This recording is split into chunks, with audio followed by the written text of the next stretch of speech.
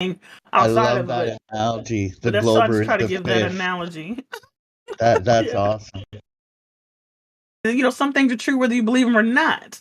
There's a whole world. And so this tank is up on 4 pillars. It's just an intelligently designed ecosystem for these fish to live in. That they're not supposed to get out of it. That they'll die outside of it. You know what I'm saying? You know what I mean? So people, I think, can't conceive of the fact that the Earth isn't just this thing that you just go around in circles that has no point, that's made out of something random, and that you're insignificant. That you're the result of nothing blowing up and just the random chaos. There's nothing random about this. The sun and the moon are obviously mechanical. They get up in the sky and do the same shit that they've been doing since the beginning of time. That's mechanical. That's not random. Fragments from an explosion don't dance around in clockwork unison for eternity. You know what I Well, the mean? thing is that we can conceive of it, and so can the globalists. It's just that it's not that they can't conceive of the information that's being told to them. They can't. It's not like they can't conceive of the truth. They can. Yeah, a globalist or a heliocentric model defender person would have to argue that like all the stars that are exploding are intelligently like clustering themselves into these like solar system models. That's the argument, which is just that kind Explosions are chaos, and not to mention that zero is absolute. Nothing can't blow up and do shit else. And then when I think of like God, like people who are atheists to me are funny because like I was like, how can you not believe in creation and intelligence? I mean, you're surrounded by it, right? So I always ask people this question. You are one. I ask people this question. Do you okay, if however many numbers we're at right now for the human population, 7 billion, whatever it is, mathematically, what's the first number of 7 billion?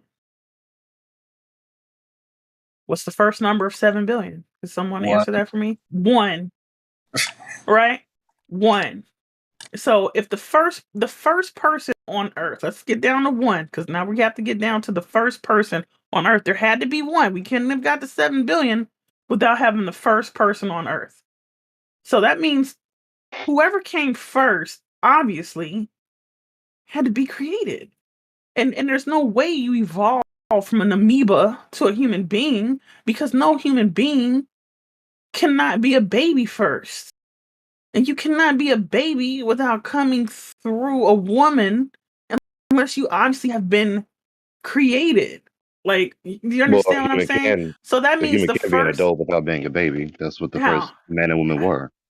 Right, by creation. That's where I'm trying to get at. Yeah. So that means the first person had to either be created and raised up from being a baby, or the first person was created as a fully formed adult. I mean, if I were a god and I was creating the first person, I would have probably done it at a cellular level first and grew it into a baby and then nurtured it until it was sexually mature enough to reproduce. That's my thinking of probably how God did it. Or God, being God, the God that he is, may have created the person as a fully formed adult for the first person. I don't know. But what my point is, the first person wasn't the result of sexual reproduction. It obviously is creation. Obviously, we are surrounded by something that intelligently designed this place and everything in it, and it had to have come from creation. You know what I mean? But how That's all I'm saying. would you get globers to go into that mindset from a globe perspective? So they first have to measure their globe. Once they measured the Earth and found out it was not a globe, then only then can they open up to other questions. Because for all they know and care about, their education is correct. Right. So you got to bring them back to simple. Hey, do you see that horizon over there? How far is it? How far would that be on a globe model? And they will look at you strange. And then you say, yeah, Earth is a certain size, right? And only after they get that part, they can open up their minds. Otherwise, they're not open to it, or it becomes a blind faith religion. And you don't want people with blind faith religion. because once that is overtaken, you will end up in the same situation you are in now, with people being educated, blind faith in science. Well, when Well, you people attempt to are make the blind attempt faith in it. to get the globalists to realize the fact that life, the origin of life, is a creation from a personal supreme being, the creator, the God. You, the way I do it is number one, even with their cosmic paradigm, a personal supreme being, whom is the creator, the originator of life, is still necessary for the origin of life, even in their cosmic paradigm. So whether they have a globe or not, Up to them. such a being They is are necessary fully for the origin of life. they are fully comfortable in believing they come from a rock. Fully comfortable. And they technically do. They No, do but come from dirt. they don't care about it because they have no contradiction in it. Yeah. Well, they believe they have no contradiction. They believe, and they're Yeah, right to believe that they came from the earth, which we did, but the earth is not the one that created them. no, but you have to first show them that the earth they believe in is not true for them to be able to question other things. No, it Because Well, I'm depends not necessarily. because I the don't shape of the necessarily earth. agree with that because I always believed in God and creation. I just didn't, and I initially, before I started school, assumed the Earth was not moving and only the sun and the moon were moving. My parents never talked to me about the heliocentric model. I didn't learn that until I reached a certain age in yeah, school. but when you were in, let's say your Xbox party, you were fully engulfed in it. Actually, no. I'll tell you something. Who's that talking? Gregory? Am I talking to That's Gregory? Mon Monkey. Was that who said that? I'm Gregory. The man who just spoke was Mon You Monkey. can call me monkey. Oh, okay. Actually, you know what? No, I didn't. Actually, I just got worn down in school because my teachers wouldn't answer my questions. I never understood the heliocentric model. All I did in school was memorize what they told me so I could parrot it back on a test and pass it. It never made sense to me. I just accepted it for the purpose of being able to get a passing grade. I just resolved myself to the fact that I'm not smart enough to understand this because I'd have to be some like scientist or astronaut, I guess. Because with me, if I have a question and I can't get the answer to it, it's really hard for me to retain that information if I can't understand it. You know what I mean? So I Yeah. just took notes on what they wanted me to remember. Like, it takes the Earth 365 days to go around the sun and that kind of thing. So I could answer those questions like on a test. And I honestly, never thought anything more about it. And as I grew on, every time I watched a movie, here's the globe on Paramount Pictures spinning your face. And then there's the globe in the classroom. Hmm. You're just beat over the head with the globe. The earth is round. That's always like just there subliminally or just like in your face. I honestly never gave it any more thought.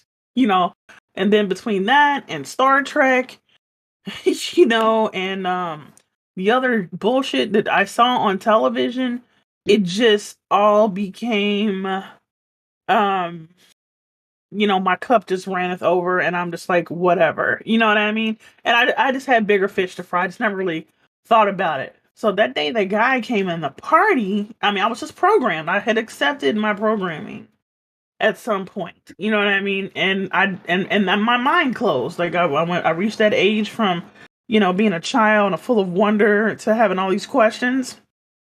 And I had to stop questioning things.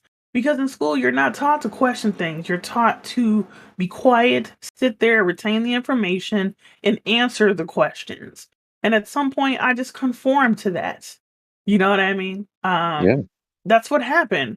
And so when the guy came in the party and he started questioning me, and he started questioning the heliocentric model, like my programming dictates, I fought with him about it. You know, I ostracized him for it. Yeah. I ridiculed him. You know what I'm saying? Like, how stupid are you? Like, what kind of education did you have? You know what I mean? And I got angry because I felt threatened, honestly. Like, there's just no other. And I know that's why people react the way they do. That's why Congress reacted the way they did to this information. I felt threatened by it. Like, because if what you're saying if it's ultimately true, then my whole education has been a fucking lie.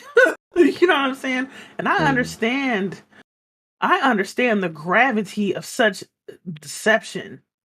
You know what I'm saying? I understand what that really means. I did not want that to be true. You know what I'm saying? I did not want, because that meant that was going to have a domino effect of so many other things. You know, because once I've been lied to, like by people I thought I could trust for information, like the educational system, our government, and all that changed my life profoundly. You know what I mean? I used to believe in our government. I used to believe in the pseudoscience religion. It was a religious cult that I was in, and I didn't even know it. You know what I'm saying? And I understood that he was pulling the rug out from under me on that without even having fully reconciled at first. That was just my natural response to it, you know. And I got offline to uphold that, so I could go refer, because I'm like, I don't have it all off the top of my head. I remember struggling with this shit in school. Let me Google it, and I'll come back and I'll blow your ass out of the water with the answers to these fucking questions. And all he did was make me come up with more questions. I don't know if it was his plan. You know what I mean? But I couldn't come right back. My plan was come back in like maybe 30 minutes to an hour with these answers. And all I did was have more questions while I was looking for the answers to the questions that he posed. And I was literally gone for 8 months. I like to drove myself crazy. I'd be up days at a time, not doing anything else in my downtime, just researching, fucking researching, you know, finding out that this whole fucking thing is a lie. You know, he sent me on that quest and I didn't even realize that's what he had done. You know what I mean? But I was determined to prove the heliocentric model on my own and understand it. Yeah, I'm always grateful for the first people that ever presented the idea. Like I'm like, I think about them every day now. Like, yo, thanks. Like, I hope they know that I'm grateful for them like planting that idea in my head. I agree with you 100%. It took me 8 months, and I didn't speak to him again for 8 months.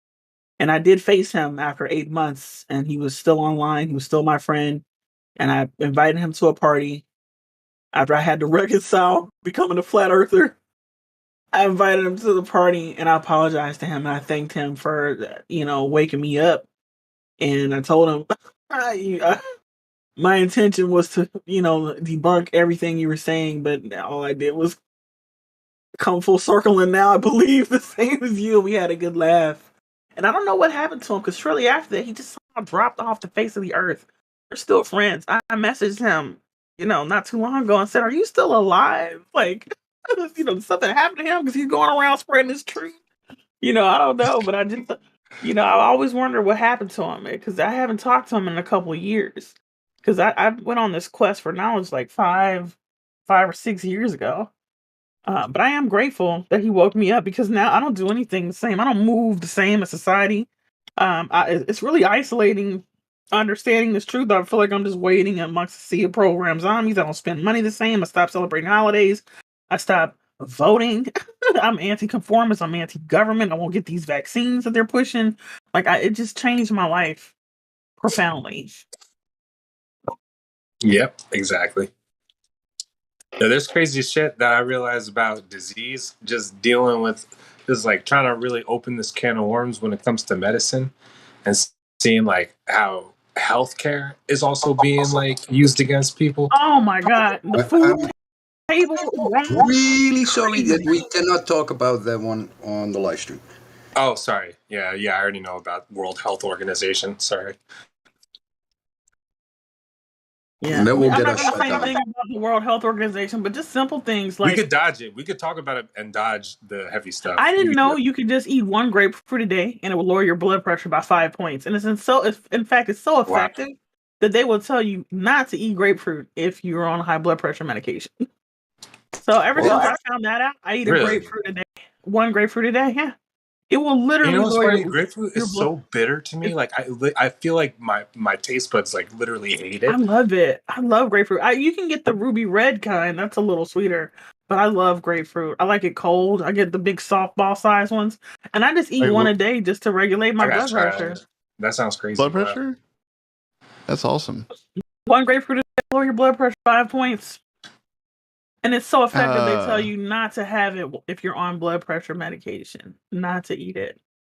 When you brought up chemicals, I was like, damn, that's some real shit, because real shit, it, Roman high in Catholics did carbs? steal a lot of shit from Kemet. All this shit that they claim It's high in Newton potassium. and Galileo discovered, like Kemet was really on it before them. They stole a lot of ideas, and on top of that, they stole a lot of concepts around medicine and surgery and just personal healthcare in general, like cosmetics. And a lot of this stuff that we do right now is just fuck. It's really not good. Like we're not doing justice to our bodies, like putting all this shit on it. No, we're not. Well, People who are this. uncivilized are healthier. Right? People who are uncivilized are healthier than modern people living in advanced cities. You know, like they got a better chance of surviving, it looks like. Yeah, people who are uncivilized are healthier than the modern person of the same age equivalent living in modern cities. Like people who are still living in hut villages and shit, they're actually healthier at our age comparatively. Most people aren't Because everything necessarily uncivilized. Well, I'm sorry, quote unquote. Yo, there's a story let of me an say Egyptian quote god unquote named uncivilized. Oh, Thank what you was for his name? correcting me. Bess. The story of the Egyptian god Bess is that he was like poisoning water, like giving people some rotten fish, and he was putting weird creams on people, claiming that this is how you're going to get away from your sicknesses. It was pretty much someone that was just like poisoning crops, poisoning water, poisoning animals, and then giving people the medicine and claiming that it was an act of God and that they need to give their gold. Is the story of the Egyptian god Bess. I could find like some presentations on this character, but it's basically a breakdown of the invention of taxation and the invention of just like deception through disease and making people think that there's like a merciless God. Like one of the biggest problems that I have with the heliocentric model, the ridiculous. But this concept of medicine is like where like them playing around with substances, and the real alchemists, they were the original heretics playing around with fucking chemicals, domesticating herbs, domesticating animals, domesticating fruits, domesticating medicine, and just fucking figuring out all these weird substances. These are the original. Well, honestly, Egyptians had a better understanding. The original, not even Egyptians, but just ancient people. Period, had a better understanding of herbal remedies, celestial, the principles of the solar system and how it relates to the Earth. They had a better understanding of that than modern people do today. You know what I mean? But I want to go back to the heliocentric model for a second there. One of the biggest things that I feel like is like on and I don't know if I'm explaining this right, but I'm fascinated by the sun and the moon every day. Like when I see it, I don't take it for granted. I'm totally fascinated by them. And one thing that I find interesting, that makes no sense. So the heliocentric model, like I don't understand why people, now that we have this information ability to talk and ask these questions, why it's not falling apart for more people is fast. But the NASA has told us that the Earth's mass is so much greater than that of our moon that you could totally submerge the moon like a donut. You could dunk it in the Mediterranean Sea and completely submerge it. Okay. So with that understanding, which we can all see the moon, you can clearly see it in Earth's atmosphere. It's not that far away.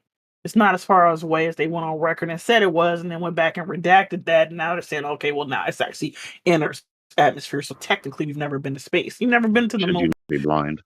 That's another talk show. But so we know the sun and the moon are the exact same size because when they line up, like they're like dinner plates that are the same size, right on top of each other, like during the lunar eclipse, right? Yeah. So my point is, how the fuck is the sun 93 million miles away? Obviously, it's not. It's in low Earth orbit, just like the moon. You can see it, you can feel it. There's no fucking way that the sun is as big as it would have to be, but yet exactly the same size as the moon when you line it up. Like, do you understand how much bigger the sun would have to be to the Earth for you to even fucking see that shit at 93 million miles away? We know it's not, but I'm just saying that's what's so retarded about the heliocentric model. They're telling you on a straightaway the sun is 93 fucking million miles straight away. And yet, when you line up with the moon, which is so much smaller than the Earth, you can dunk it in the Mediterranean Sea. But when you line these two fucking things up, they're the exact same size. So that means that's got to tell you right there that locks you in on how big the sun could possibly be. But yet, I can still see this motherfucker from 93 million miles in a straightaway. No, that's Can just someone not remind me? possible. Can someone remind me how they supposedly calculated the distance of the I don't sun? know. I don't know actually. They That's another good question. It's speed of they light. calculated the distance by the Venus or Mercury transit observed from different locations on Earth with the assumption of Earth radius. Mm-hmm. Or a What would sphere the radius. formula be? What would the formula be for the math on the distance if you know the diameter is the line from one end of a circle to the other, right? The radius is the halfway point. Is that correct? Yeah. Okay. So what would the mileage be if we know the straightaway to the radius is 93 million miles? What would the mileage distance be for the Earth to go all the way around the sun according to the heliocentric model? Does anybody know what that is? What is that formula? Is it like 93 million miles times pi squared? I mean, like what is the formula and what is the mileage Miles supposed to squared be? area. Has nothing to do with What is the distance in miles that's supposed to be that the sun, the moon, I'm sorry, the Earth, quote unquote, They're travels orbiting around around the the sun. sun? Yeah. How many miles is that supposed to be? If the radius is 93 million miles, what is the distance of going all the way around it according to the heliocentric model? That is a lie. Times pi square, I think. I don't You know. would need a computer to do those numbers. I mean, honestly, you would need that's a computational area. I mean, obviously, the answer to that question is a fucking formula, right? But what's retarded is that people believe the Earth can do that shit in 365 days. But The NASA would have you believe it would take light years to get to fucking Mars. the worst thing is that the Earth orbit around the sun is an elliptical orbit. So it's not even a circle, it's an elliptical shape.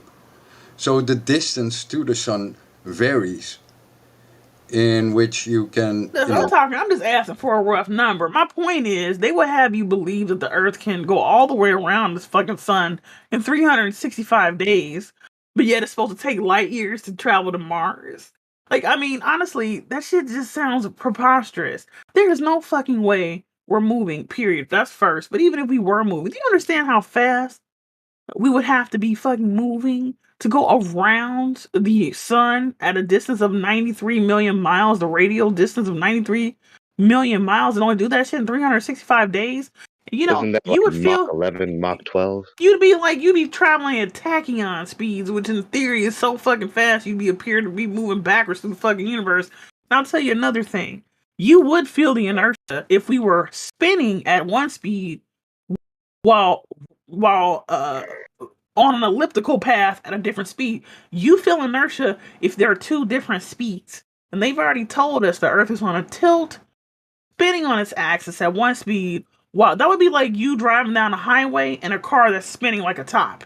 You would feel that the whole way because you're spinning at a different speed while moving forward at a different speed. So you would feel the inertia of it.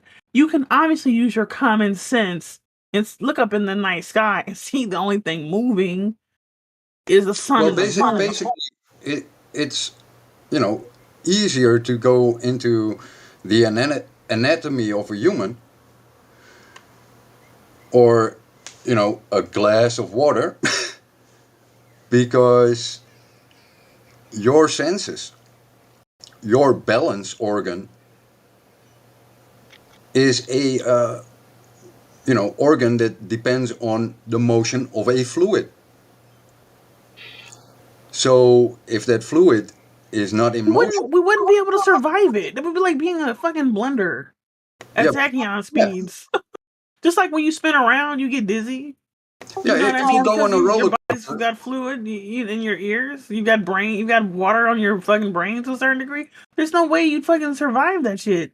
It's ridiculous. The whole concept is just They absurd. explain it with a Goldilocks zone where all physics gets defied.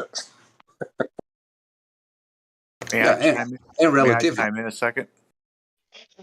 You guys seen that one video, 15 places on the Earth where gravity has no effect or some shit? Like, this things that also defy gravity as they claim the theory is. That was really interesting, where things roll uphill and shit like that. They're just weird pockets in the Earth where, if you balls roll uphill, you could lean at a 45-degree angle and not fall over. It's just where rocks balance on a fucking angle that they should fall over and stuff like that. Like, it's really just interesting. The Earth is still a mystery. I want to know what's past the Antarctic ice treaty, because there's something out there. I think it's probably the foundations of the firmament, to be honest with you. That's the only thing all the superpowers of the world can agree on, is that you will be shot down if you try to explore past that point. Like, why do they give a fuck if you go out there if it's just a barren desert, frozen wasteland where there's nothing built, where I nothing got my can own little survive? weird theory that might not be the same as everybody else's about what this shit What'd you really. say? I got my own little weird theory about what the shape of this might really be.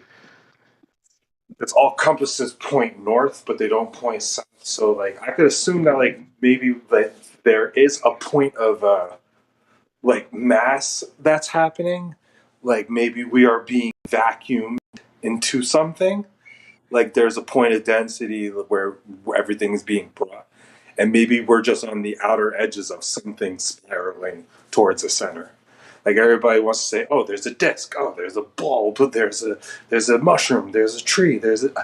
I'm envisioning like a drain in my, like, an upside down Christmas tree or something. I don't know.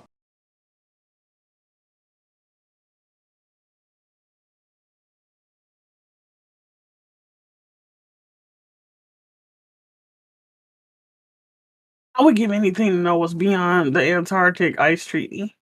That's the key to really answering one of the most fundamental questions of not going to the moon.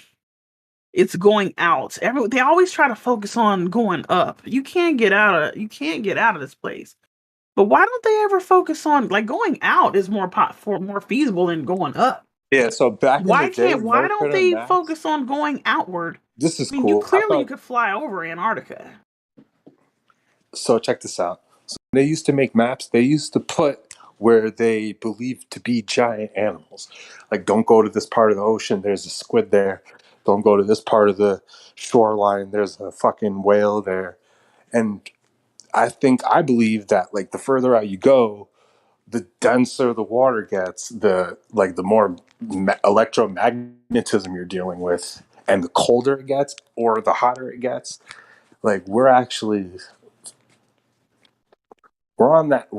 I feel like we're on the inside, and on the outside, it just gets bigger and hotter and denser and more magnetic. I feel like the Earth is way bigger than they told us that it is. That we're just on a part of it. We're just on a part of it that's contained. And I think of it the same way that the fish are in a tank that's in a room that they're completely unaware of. Like, if you put a fish in a fish tank, it's probably up on 4 pillars, the stand that the tank is in, but it's still in a room, it's in a building, that's on a street, that's in a neighborhood, that's in a city. Like, there's just no telling what's outside of this closed ecosystem that we're in, because something intelligent created and put us in it, the same way you might put fish in a fish tank and build their whole ecosystem so that they can survive in there and provide them with everything they need to survive and function in this tank. You know what I'm saying? But they can't conceive of the living room that the tank is in, and the house that the tank is in, and the street that it's on. It's like, there's no telling what's outside of this place. Have you ever seen the movie The Truman Show with Oh, I love that movie. What is it, Jim Carrey? Yeah. Like some shit movie, like that. That movie fire, bro. That movie gave me weird vibes. That movie cold. I feel like we're ants in an ant farm. You know, like it's so well made. You know, we couldn't get out of it. Like, Yeah, you know, what we could happened be if we given this could get situation. out of it? You would just I be think overloaded we with could- more questions. What? Would give anything for the answers to these questions. If it was a one-way ticket where like I could just I would die if I could get the answer. I would give up my life to have the answer to these questions. I really So take would. your fish out of the fish tank and put it in the garden. What would happen to the fish? They would die. So, you know, I'm not saying we die when we cross Antarctica, but it's very inhabitable. But just to see the be able to see what's outside of it, if it was a one-way ticket, I would take it just to have the answer before I die. I'm gonna die anyway.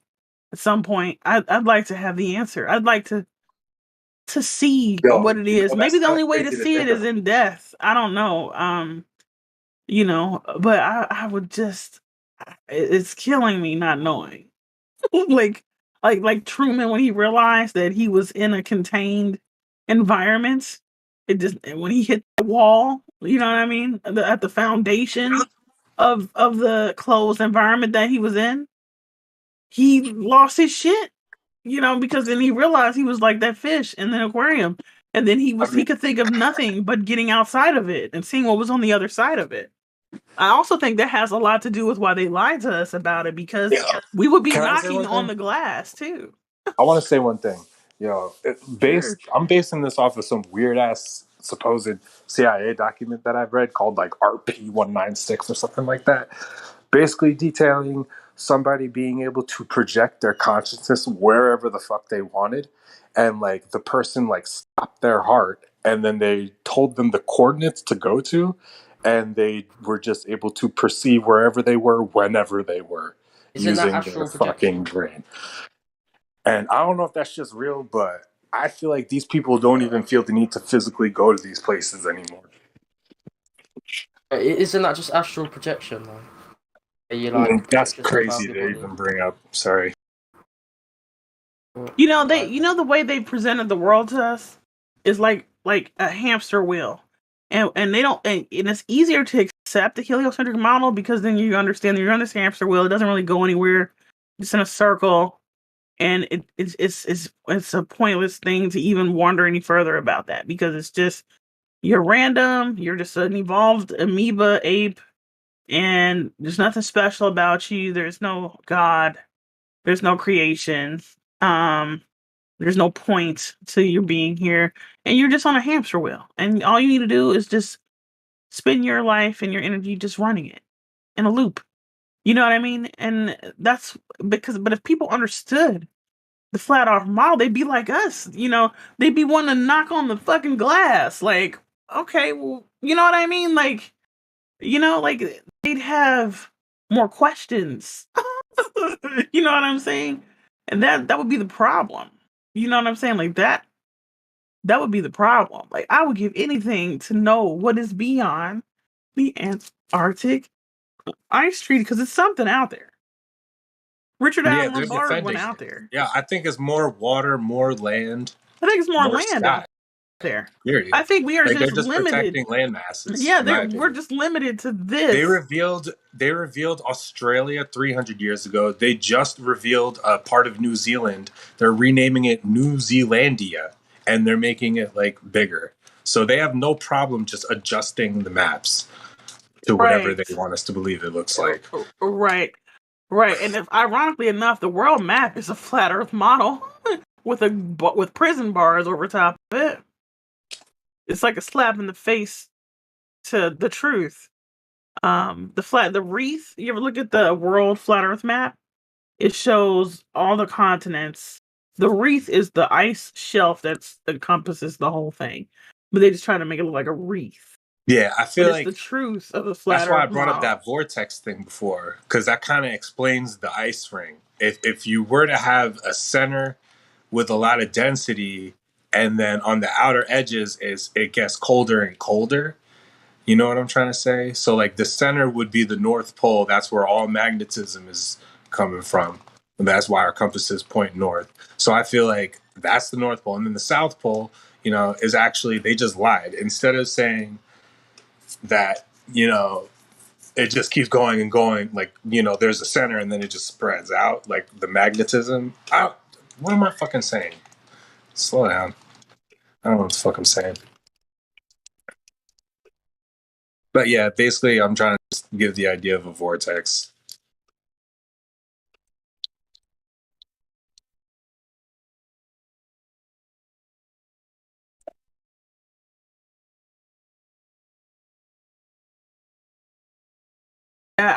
Yeah, there you go. There, Coach, cut the shit, put it up there. That is the flat Earth model. The reef, the bars either represent the dome or the fact that this is a closed system that we can't get out of. That's the map there. It's not completely the map, because the outer ring of, let's say, the crosshair is the 60th south parallel. And we know it goes beyond there because we have Antarctica beyond that line.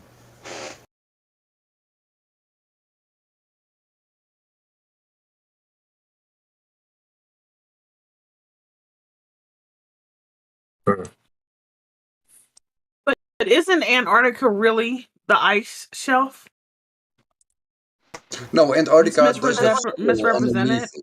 Mercator used to make maps with like more land masses outside of that general land masses that we see in this image I just saw posted. I cut this shit. Yeah, there's like supposed to be more shit outside of Antarctica. And so Antarctica is called, they literally call it a shelf. Yeah, because there's just more shit up there. That's why. Do you think anybody will ever? Because some civilians got together and put a rocket with a GoPro camera, and they launched that fucking thing straight up. It went, I think, 73 miles, and it hit something, and it didn't break. It sounded like it landed in some kind of really dense water because it didn't break the rocket or the camera. It just stopped it.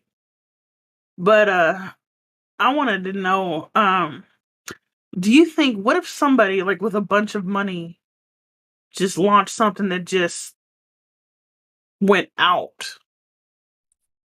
Like, do you think that there's any way that maybe someone will expose this in another way where they can bring proof of the foundations of the earth? Like the foundations of the firmament, because I believe the firmament has a foundation. I believe that the ancient structures make a lot of sense, and that's why um the superpowers of the world have said you will not cross the transatlantic or the transantarctic barrier. They don't give a fuck if you go down the ocean or out in the jungle and have never seen or heard from again, but they give a fuck about you going out there. And that's because something is out there that will set this whole thing free. Yeah, the Antarctic Treaty was established in 1959. And this was pretty much an agreement that all these countries are going to protect Antarctica Right, and they together. can't agree on anything else. All these countries can't agree on anything else, but they can agree on that. What's out there? Well, they can also agree that North Korea So if you look is at now presiding over the nuclear weapons group in the UN. it's just the border. It's just the border. It's a border. It's all it is. They're just blocking us inside. Antarctica is basically just like a wall. It's like, imagine like Donald Trump wanted to build a wall 100% around America. That's what Antarctica. That's what I. Shut the fuck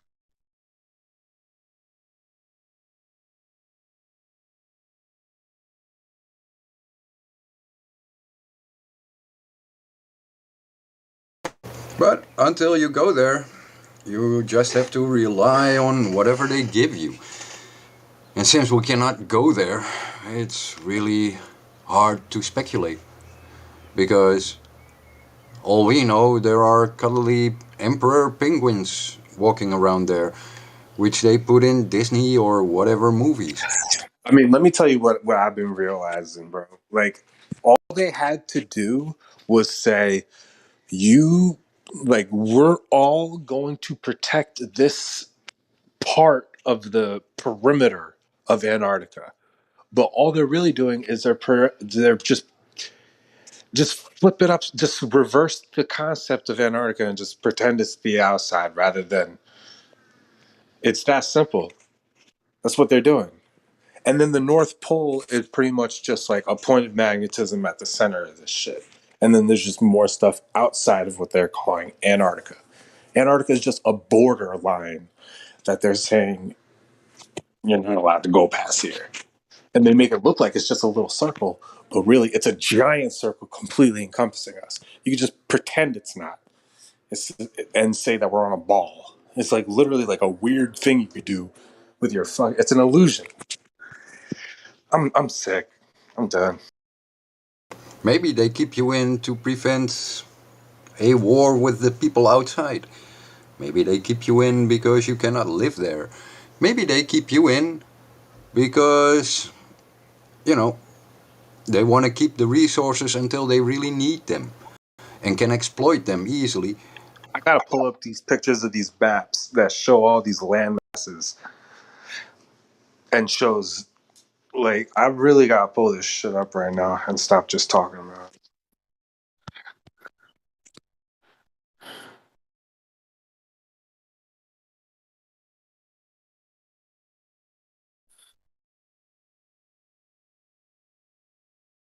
Well, the issue is there's a lot of maybes what's with all that Antarctica stuff. But basically, you know, when you tell a glober about flat Earth perception of Antarctica, they will go in a mind melt and full cock this because they see Antarctica as a little island. And they will only understand it once you explain to them that water is flat and level at rest in large bodies of water. And until they understand that concept, they cannot understand the concept of Antarctica being a ring around us.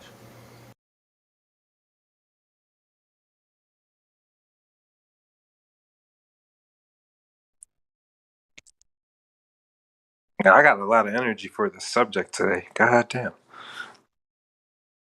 And there is another option. There might be an island shaped or an island called Antarctica This is crazy. that is in the South Pacific Ocean, which you All you can gotta do is know the traverse names of around. these maps, bro. Type in RUPESNIGRA. Rupes Nigra is the name of this mountain in the North Pole, apparently. But that's just pulling. Once you type that in, and you just scroll down Google Images, Google can't help but just show you so much weird shit. It's literally just tons of fucking maps. It's just map after map after map. And Google is the same guys that try to confuse everyone not to get any clarity. Those same guys that screw up This looks your like I typed in the algorithms. right word. Like I'm just pulling up good shit right now. This is interesting.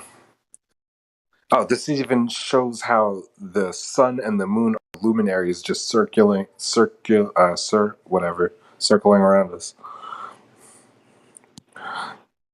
Damn, bro, this is great. Type in RUPES space NIGRA and just scroll through Google Images and look at that shit. It's just every map image that it's showing is just what the hell?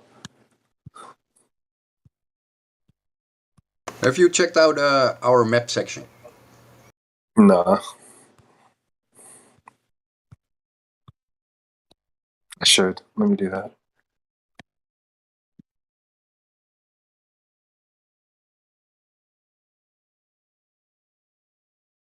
I posted it for you in the live stream text.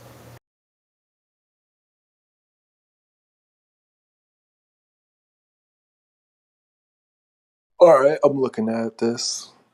Oh, what's that?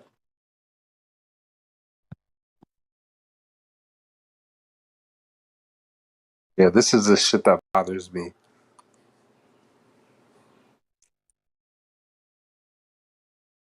This is how they got everybody, because they give you a little bit of the truth, and that's how they get you believe in the lie, because they give you a little bit of the truth.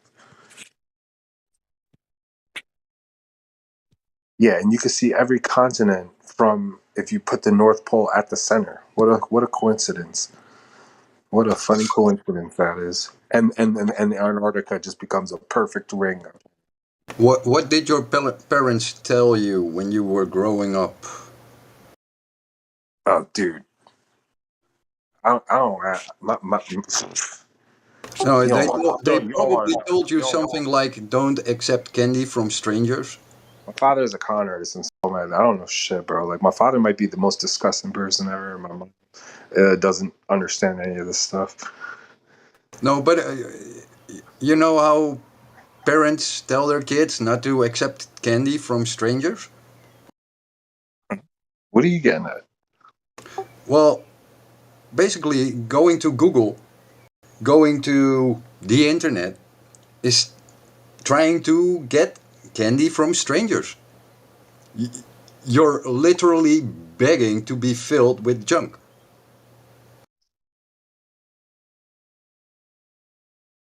Right. I'm not saying there aren't Go no. ahead and just let you. I'm gonna just go ahead and let you have that one because I'm not 100% sure how to even argue that. I'm not saying that there is no good information on the internet.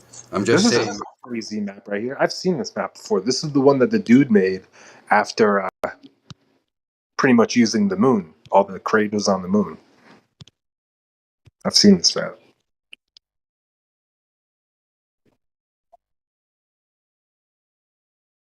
Is that really the shape of Africa right there?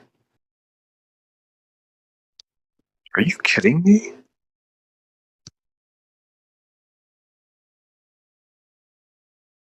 Oh, that's kind of wild. Damn, that's. Yo, this map is crazy.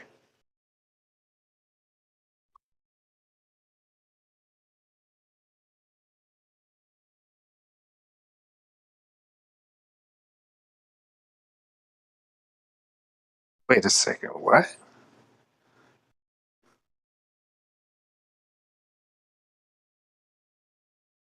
Lemuria? What the fuck is that?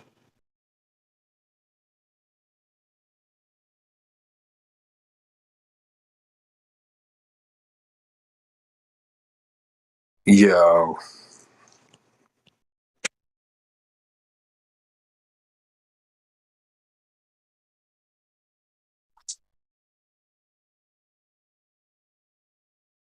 Jay Dougherty, no one will lie to you. No one. Really.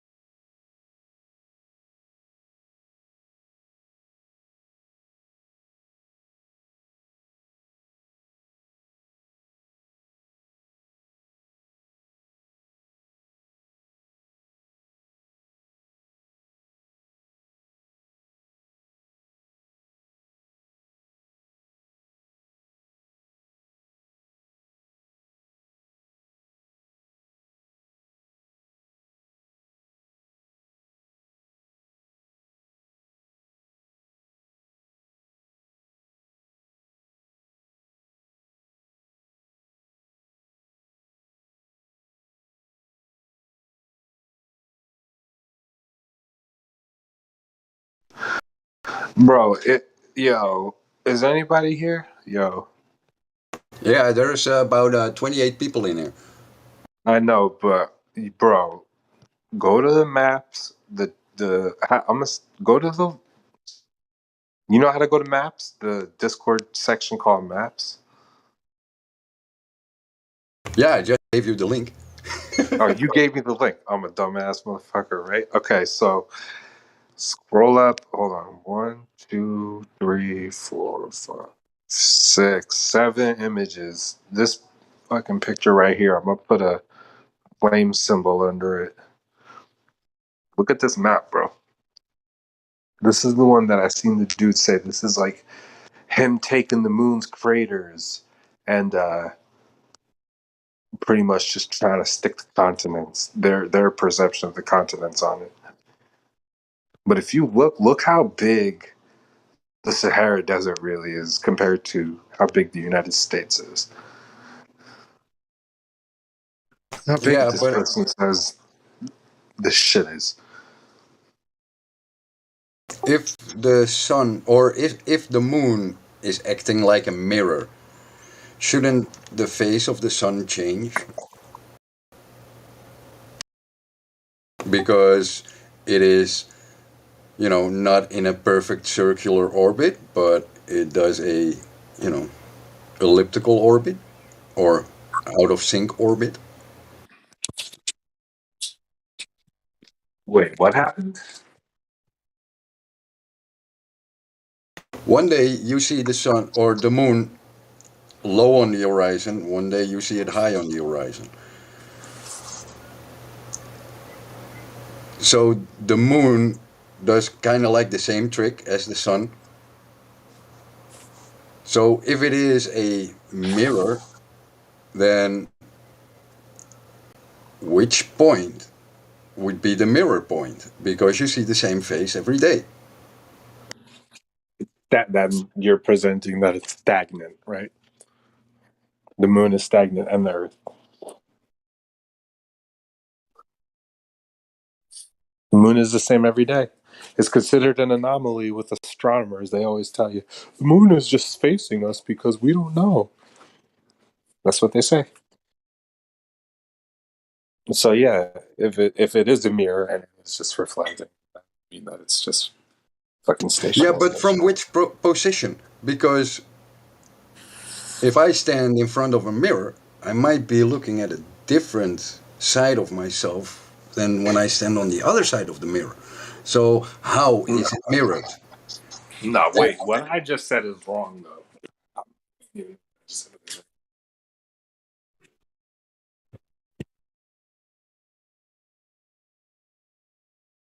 No, it's just that I think it's an extraordinary claim, which might have some validity, but I wouldn't fix myself on it until you done your own research or I done my own research into it, not based on the research of others, but from your own measurements.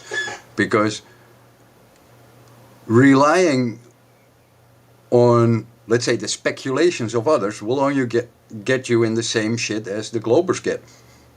Because they are relying on the speculation of the people that told them about the globe, and then they were told about the globe, and everyone speculates on speculations.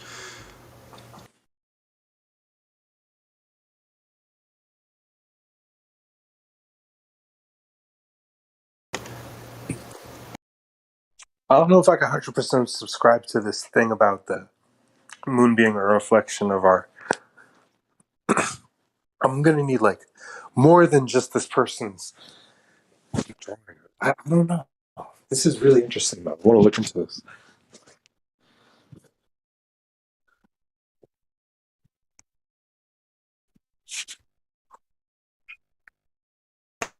And you might ask yourself, you know, what timeline of the Earth is represented on the moon, if it is a map. Because, you know, geologically, things do change on the Earth.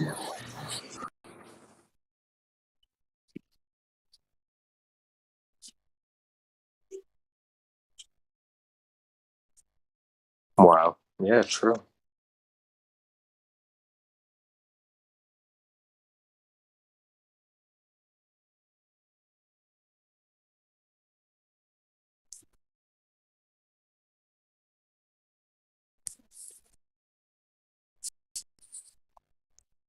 I gotta look up this information about. Hold on, let me see how big they made New Zealandia, according to Google. God damn, dude. Zealandia is basically like the size of Australia. So there's just another Australia now. The fuck? Wait, where's the old map now? Hold on. Now let's type in New Zealand. This is so ridiculous if you think about it. Just type in the new names and the old names, and you'll just see like different maps. It's so stupid. Yeah, look, here's a different shape to New Zealand right here. Wow. It's like an empty ocean around it now. That's so stupid.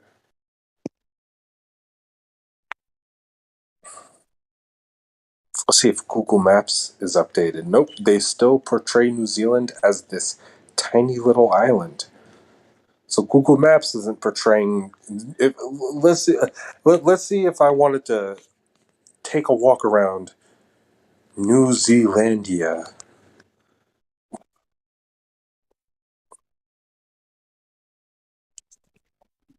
Nope, New Zealandia doesn't exist yet according to Google Maps.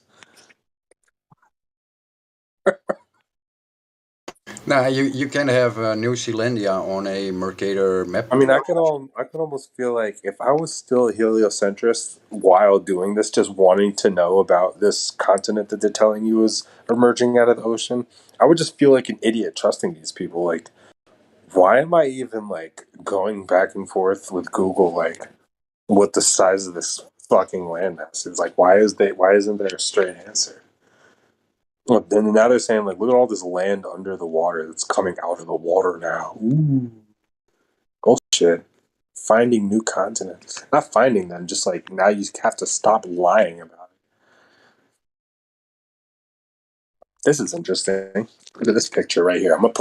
I can't post pictures in the chat. I'll just send the link. Look how big they're saying this fucking place is. This is ridiculous. Like anybody in the world right now that knows about this Zealandia shit should feel really like offended by just academia in general. Can I post this in maps? I posted it in Livestream voice text.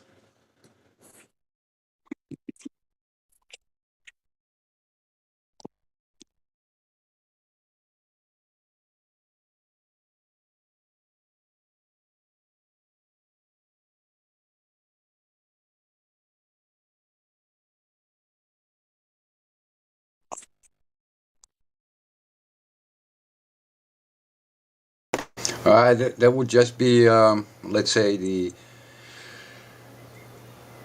continental shelf for New Zealand.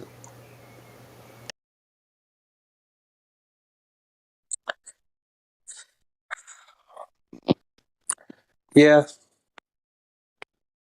They just, classified New Zealand as a independent continent now.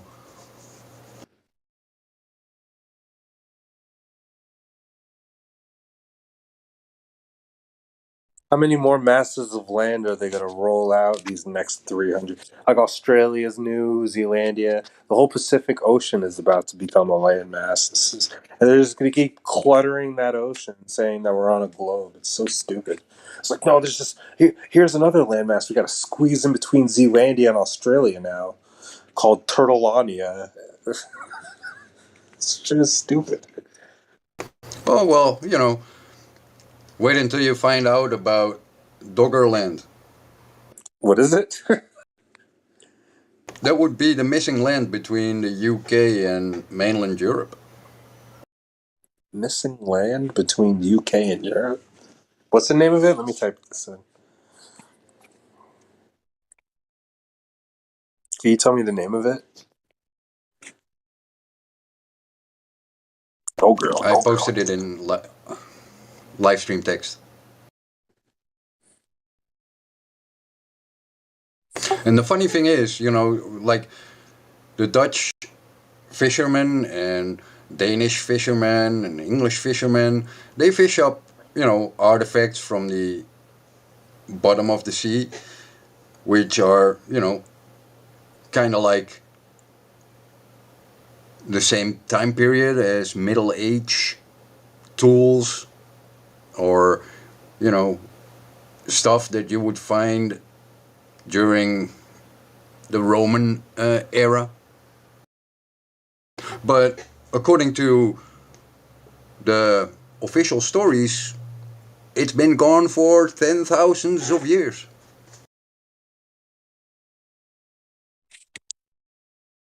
Yet they find whole settlements down there.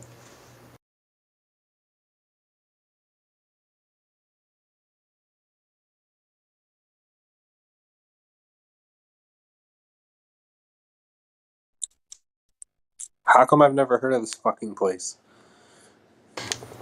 Oh, well, you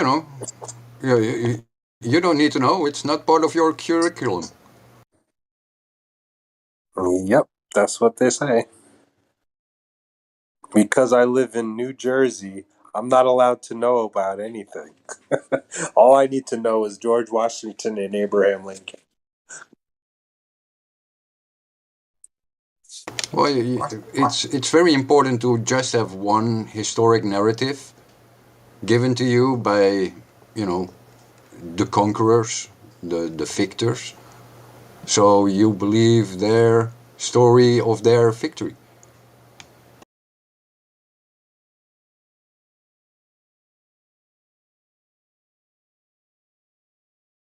Yeah, I don't believe anything they fucking say anymore. So sick of these people trying to present me information. That's really interesting, this Doggerland place.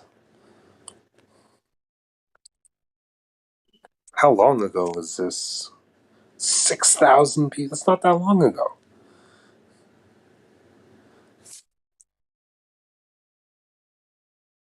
It is very true. It is very true. The people that win these staged and scripted wars get to write our history, and those who own the money and the gold in the world also write our history. So it's very true what you just said.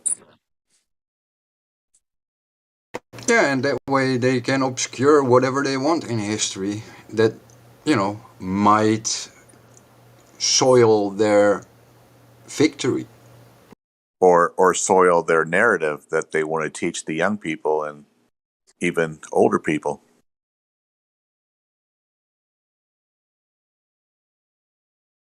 There's a lot of truth to the victor writes the history books, or the people that run the world, who own the wealth, own the gold, write the history books. There's a lot of truth to that.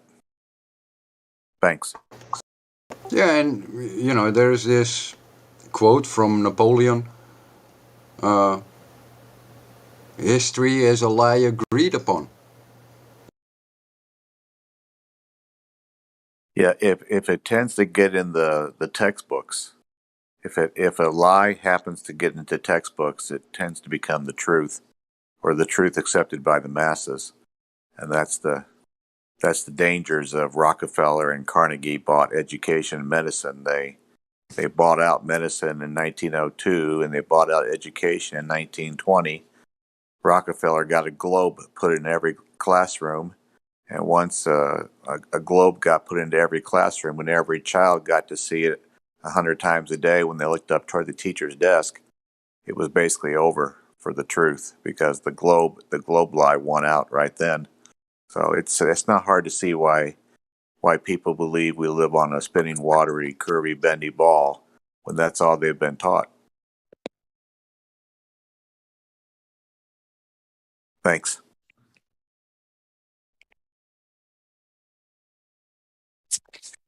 And now it is up to us to tell people that they don't have to rely on others for their information and their truth. They can find out shit for themselves.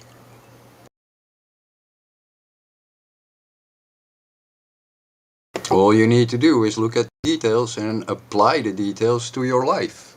Do they fit, yes or no? Do you know the size of the globe? And when you do know, then you can find out the geometric horizon that should be there. Easy as that. I find it fascinating that everybody who believes they live on a spinning, watery, curvy, bendy ball or a globe, every single person that believes that, which is, who knows, 80, 90% of people, every single person who believes that has never, ever experienced curvature of the earth with their own eyes, ever. Never, ever have they gone anywhere on this good earth and seen curve for themselves. But because they were told and taught that, and continually taught that through education and entertainment, they believe it. So when Walter Langer, who I think worked for Joseph Goebbels, said, people will believe a big lie more than they will believe a little lie. If you tell the big lie often enough, sooner or later people will come to believe it. And the big lie, the globe lie, has been told for generations, and people have come to believe it as fact. Thanks. And there's one other thing. Like, when you talk to globers and you ask for measurements, they say, oh, we got calculations. But let's go the globe route. Let's imagine that they dig a hole to the core of the earth and they actually physically measure the hole, the depth of the hole, and thus claim we have measured radius. Then they still fail because all they did was measure the depth of a hole. Because to claim radius of a spherical object, you need multiple holes to be dug. Otherwise, it's still an imaginary radius. Could be a radius of a cylinder, for all I care. Could just be a hole. And the biggest hole ever dug is 7.6 miles, and it took 20 years to do so. And they said it was hotter at 7.5 miles than they thought previously. So it's pure speculation.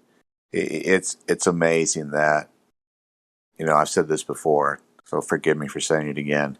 The eyes are useless when the mind is blind. And that comes from Flatten the Curve, which came out in February of 2022, which you can see on YouTube or BitChute for free. Highly recommend it. But the whole globe thing is a lie. I mean, we've been taught anything of major significance from kindergarten to this day. Anything of major significance is a lie. Now, obviously, when we took driver's ed, and they taught us how to parallel park and back in, backwards. That wasn't a lie. But everything of significance that we think is true is a lie or a deception. It's just amazing that, we have to realize, we were all lied to about the globe, about the fake globe, and we've come to realize that we were lied to, and we know we live on a flat and stationary plane. But we have to look at other things that we've been lied to. And just realize that we got to start over. We got to look ourselves in the eye, and we find a mirror and say, hey, we've been lied to, and I'm not going to be lied to ever again, and I'm going to seek truth and knowledge, and I'm going to spread truth and knowledge, and we're going to let it go at that. We're going to plant seeds, and we're going to see if they grow, and that's all we can do with our families and our friends and our relatives. All we can do is plant seeds, because believe me, in my conservative, religious, spiritual, evangelical family, they are asleep. And it is really sad to see to see that. And I'm the crazy one. And so it's sad to see that Christians don't believe in their very own Genesis 1. They don't believe it. It's some fairy tale. And it's very sad. But maybe it's not their time to know. Maybe it's not in their path at this point in time. Like, everyone with basic chemistry in middle school or high school got taught water is flat and level in large surface areas at rest. And no one had the guts to apply it to the world around them.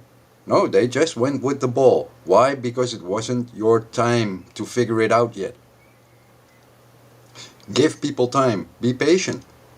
And take them to places where you can see beyond the globe horizon. Let them experience for themselves, because that's the only way it really hits home. Yeah, all we can do is plant a seed.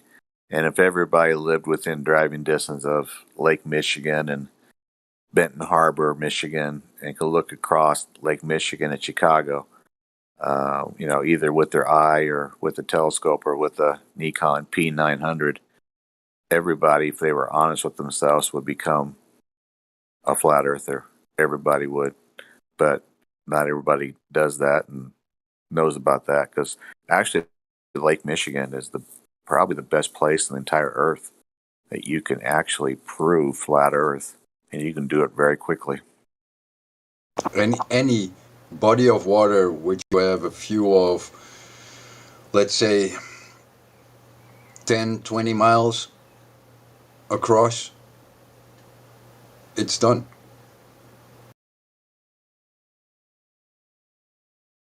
It is done, especially if you're facing west on that body of water, and there's an island out there 10 or 20 miles away, and the sun moves away and actually appears to set on the other side of the island that's 10 or 20 miles away, when we're told it's 6 feet elevation height, that the geometric horizon is 3 feet, and things just start disappearing after 3 feet, but you can see the sun set behind an island 10 or 20 miles away, then right there that debunks the globe.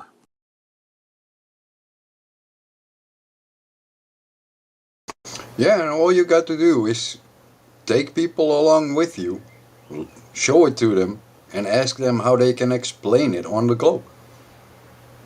And then their minds will work. And it doesn't have to do with anyone lying to them. It doesn't have to do with any conspiracies. It's just their observation now. Because once you introduce the conspiracies, once you introduce the lies,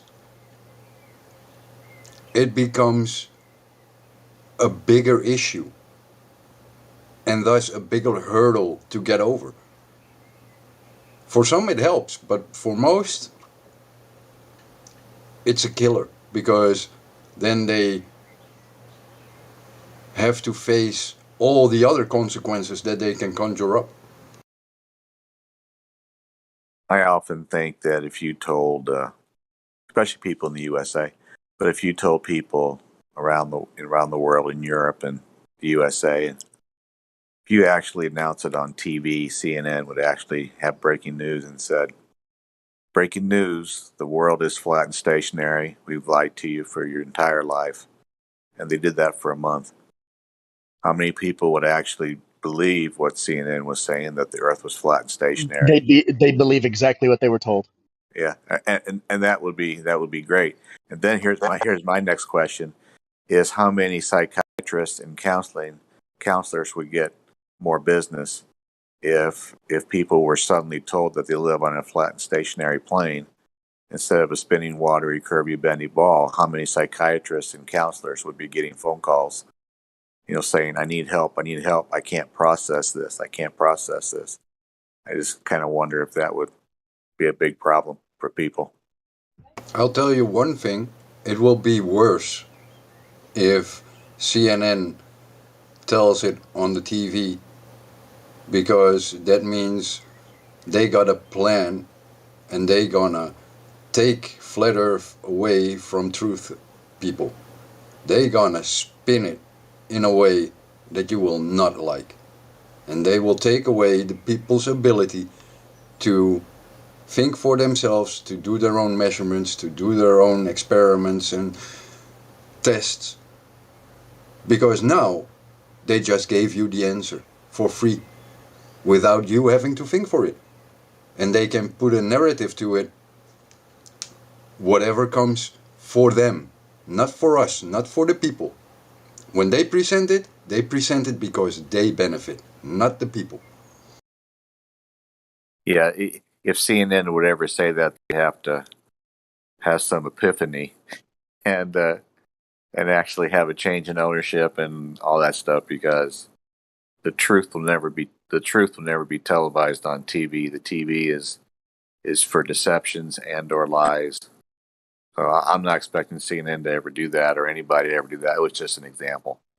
Thanks.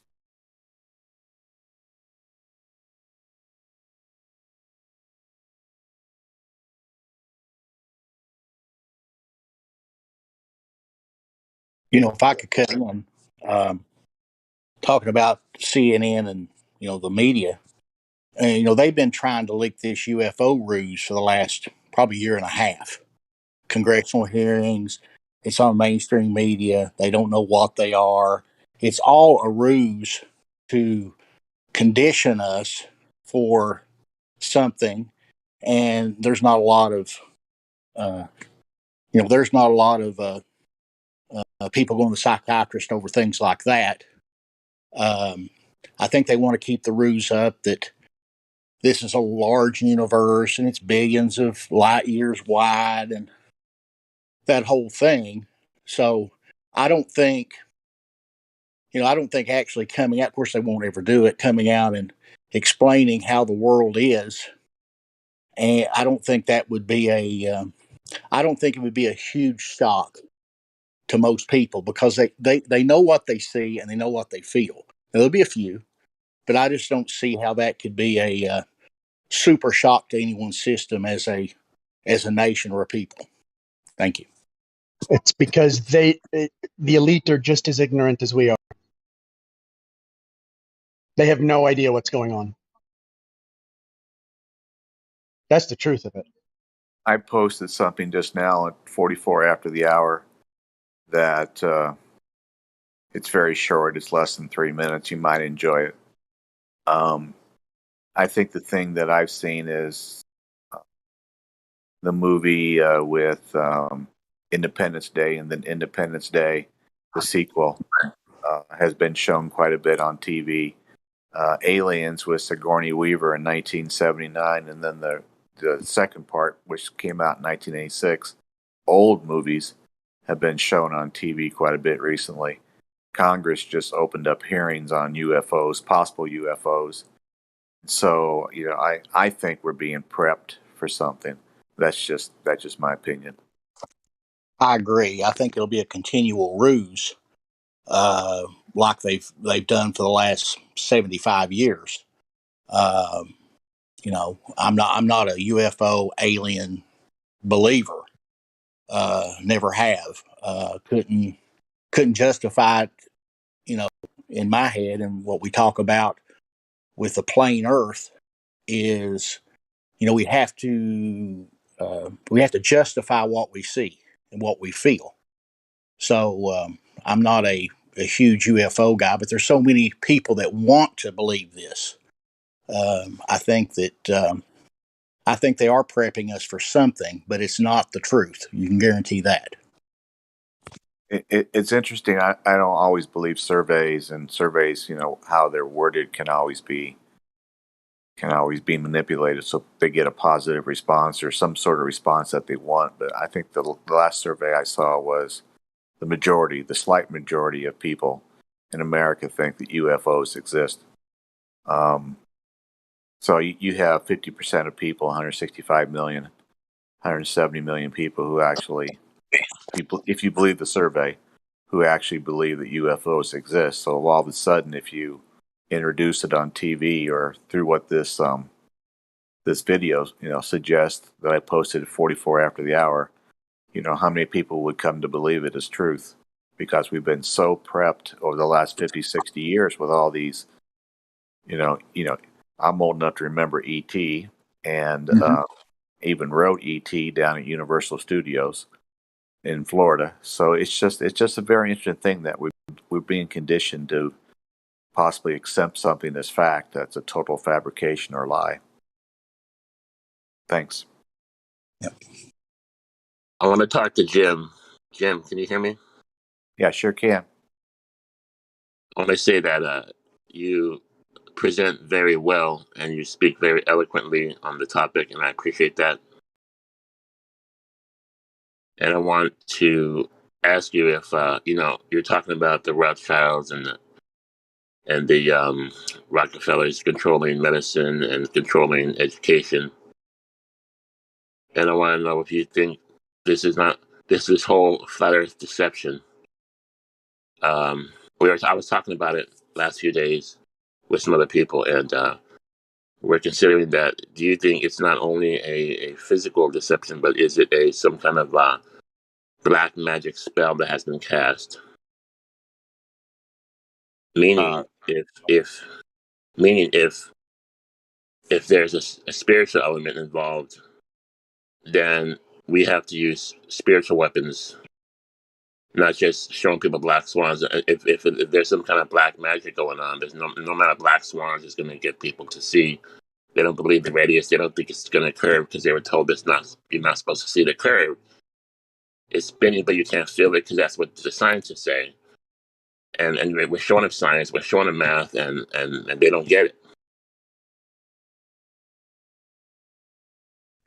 Well, that's the problem with, I guess, some degree of, I guess you could say, mysticism, because they've been told and decided to believe it that the curvature is there, but you're not going to see it. They would have to start out by saying, you know what, there's curvature here, and I need to see this on some level that is testable and verifiable. Unless they start, by dumping that axiom and picking a better one, they're not even going to be on the road to being able to prove whether the curvature is there or not. They've already accepted axiomatically that the curvature is there. You just can't see it or, I guess, test for it or verify it. It's kind of self-defeating. Yes. Thank you for the kind words before. I've learned a lot from all you great people on this Discord 24/7. So I thank you all. I think we're in what I've learned the last 27 months is we're in a total psychological warfare for the mind of every person. And I recognize it the last 27 months, but it's been going on since I was born. And it really started when I entered kindergarten, when I saw the globe for the first time. And I got a telescope when I was 10, which I still have out in the garage. So I was as big a glober as anybody. And so it's total psychological warfare on our mind. So, it's spiritual, it's mental, it's emotional, it's physical, it's everything. And they're throwing everything at us. And some people see through it and they smile. I try to laugh when I can. And you good people on Flat Earth Discord help me to laugh. So I thank you there.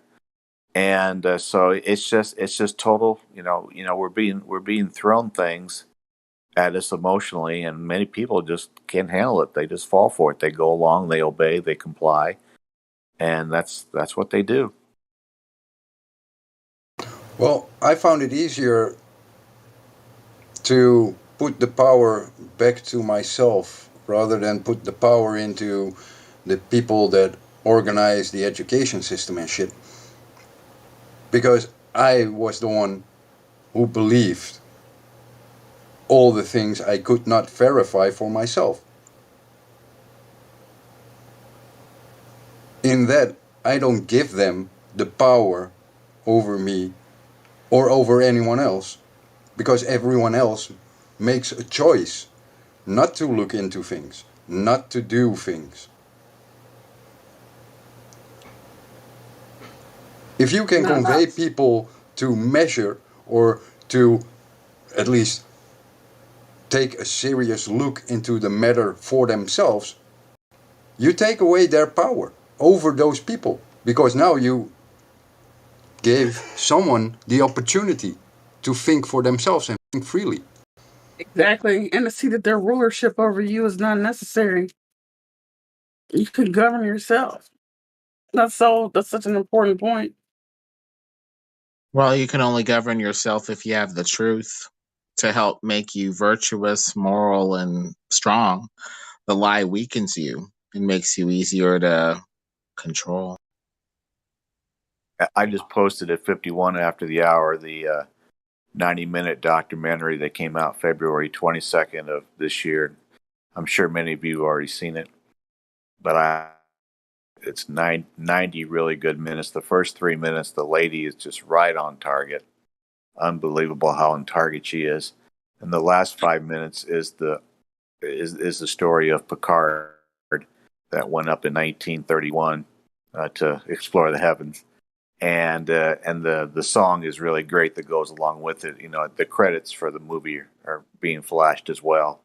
But the first 3 minutes is great. The last 5 minutes is great, and everything else in between, except when a guy by the name of Davison, who's a pilot, says that the Earth curves at 1 mile at 100 miles. I think he was just rounding to some number that was easy to understand.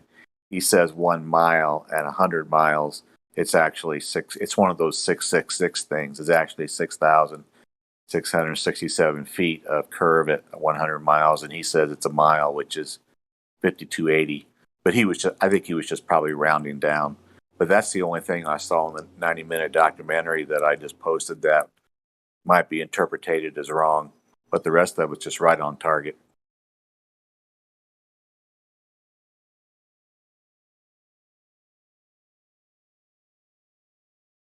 I've watched Or this even documentary like 5 times, not gonna lie. Yeah, it's really, really, really good. You know, the This fun is thing one of about the good ones, yeah. the fun thing about a very true documentary, not one that's kind of like 60% true and 40% fabrication or speculation, but one that's actually all true, is first of all, they're very rare. You don't see many of those. And once you do find one, you need to watch it 4 or 5 times, like you suggested, because once you watch it 4 or 5 times, it becomes part of your psyche, part of your memory, part of your vocabulary, and it's a lot easier to talk to other people about it. Yeah, I'll watch it again. Fuck it. He said something about the last 10 minutes. I'm trying to find Well, last 5 exactly. last 5 minutes. Last 5 minutes. So you said that this is someone sent a camera up? Picard in 1931 went up 50,000 feet, and he reported a flat plane with a slight upturn edge at the outsides. And so May of just of 2022 was the 91st anniversary of him going up into the sky. 1931 Picard, and he went with somebody else, and I can't remember the guy's name. But the last 5 minutes of the documentary have a song to it, which is really nice. Here we go. I got it now. Yeah, I love the lady at the first 3 minutes because she says, the eyes are useless when the mind is blind, and that's where I got it from. And then the last 5 minutes is great, and then everything in between is really, really good too.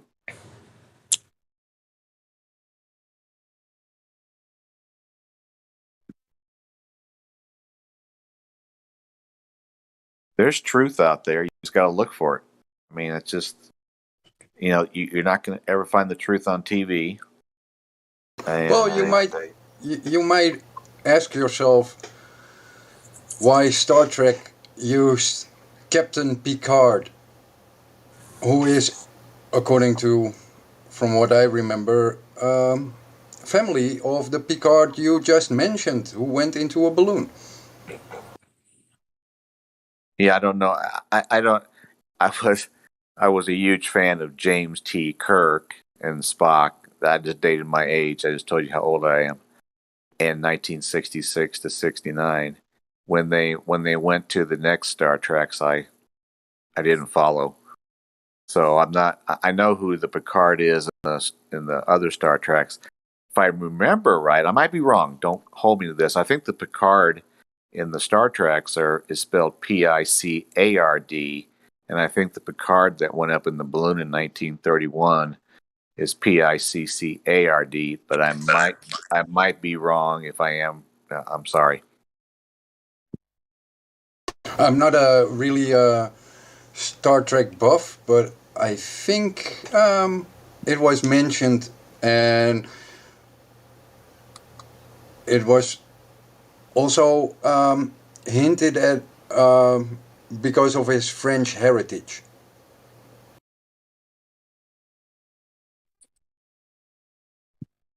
But then again, I'm just a monkey. I'm doing it out of my memory.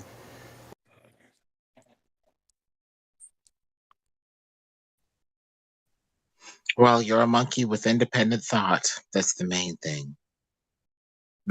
They want us to think we're outer space monkeys. That's what they want us to believe. We don't want you to think that you're, say, image bearers who are in the image of God. Then we can't tyrannize you or lord over you. No, no, no. You're a monkey.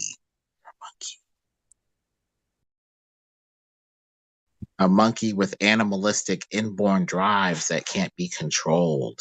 You must be herded like an animal and controlled like an animal. Yeah, like humans being herded into cities, etc.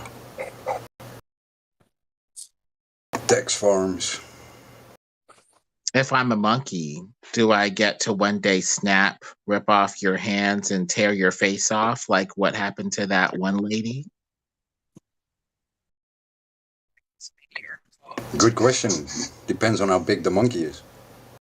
Will you hold me accountable, or will you just say, oh, that's a monkey?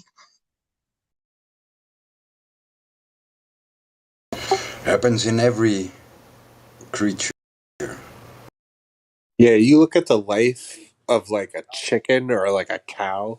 It's like born in a nasty cage, dies in a nasty cage. Some of them don't even reach slaughter. Like, it's weird. They don't even see anything outside of that.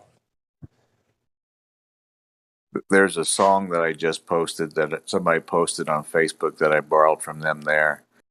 It's a flat Earth. It's a flat and stationary song. It's got a little bit of spiritual overtones to it. So if Discord wants to take it down, they can. But I just posted it, and it's 9 minutes long. Part of it is a tribute to his new wife. The last 2 minutes, he kind of has pictures of his wedding and his new wife. So I think he really loves his wife a lot, and I think he kind of dedicates the song to his wife. But it's really, really good song, and it's about the spiritual battle that we face, against evil and against the devil and against the people that want to push a globe on us. So it's a catchy tune. It's not for everybody. All right, I'm gonna listen to it. Yeah, it's catchy, and and the words are kind of easy to remember if you ever want to sing it to yourself. So, Where'd you post it? at 58 after the hour.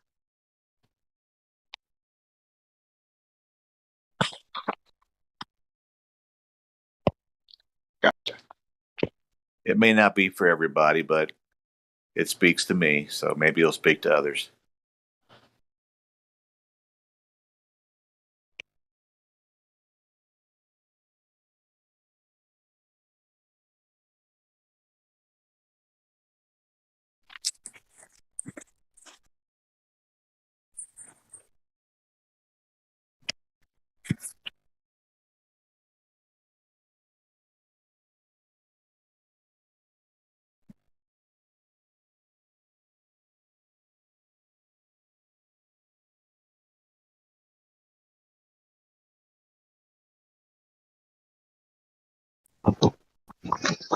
Happy Saturday, guys.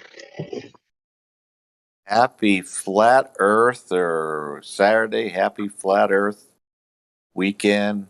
Happy Flat Earth. Whatever you want. Saturday. Yeah. Happy Flatter Saturday. Yeah. Or happy Alien Day. Yeah. Mic check. Is my mic okay? Yeah. Okay, thanks. Nice to see everybody in here. I've taken about a week off or so. It's good to see you all in here. Sonny's been gone for a while. Haven't seen Sonny's Sonny name on here for a while. Yeah. Sort of took some time off. I don't think it's too good to take too much time off from the 24/7 though. I think we just need to stay around more. But I don't mind. Like short breaks are good for us. Definitely.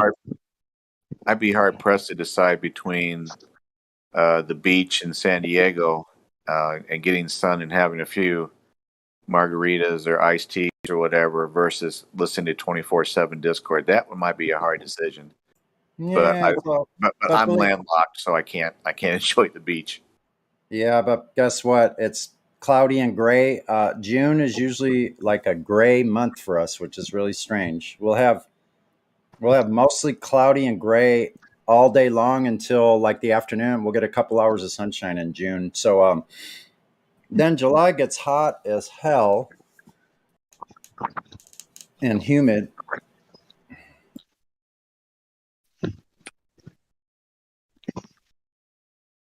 Enough of the lame weather report from the West Coast from Sunny. Thanks. Where are you at, Sunny? Sunny San Diego. Ah, nice. Cloudy San Diego, I should say. I think San Diego, California, and Melbourne, Florida, may be the nicest places to live. That's just me.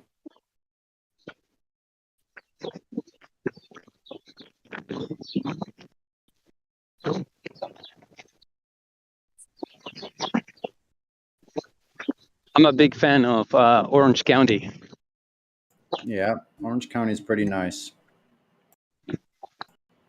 Big. It's a big place though. I mean, it's like that's the It's huge. Yeah. yeah. It used to be more separated, Orange County from Los Angeles. Now they're all connected now, though. Like it's Yeah, one huh? big megalopolis from north of Malibu all the way down to basically San Diego, where I am. There's a small stretches where there's open space. There's the Marine base, Camp Pendleton and Oceanside. They have a lot of thousands and thousands of acres they use for target practice. Good to know they're blowing up all our ancient past and all the indigenous Indian lives that we could be learning so much from. Too bad they just bombed the shit out of it, huh?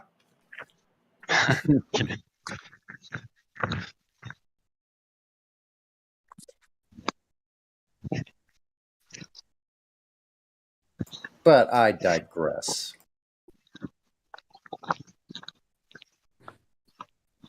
I miss California. Yeah, where are you now? Spain. Oh, yeah, that's right. I remember you, Leonel. Nice. Yeah, yeah. Thank you. I would love to see Spain sometime. I hear that's a very beautiful place, especially the south part along, right along Yeah. the southern edge. I heard is really beautiful. Yeah, you would find it interesting. It's very different. Yes. Yeah.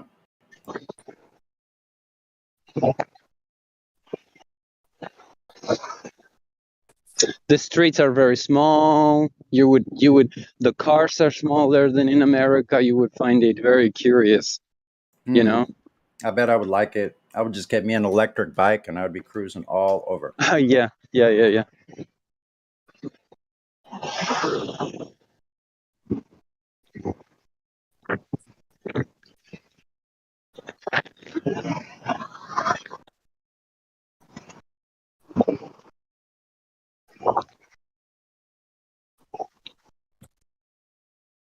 Oof.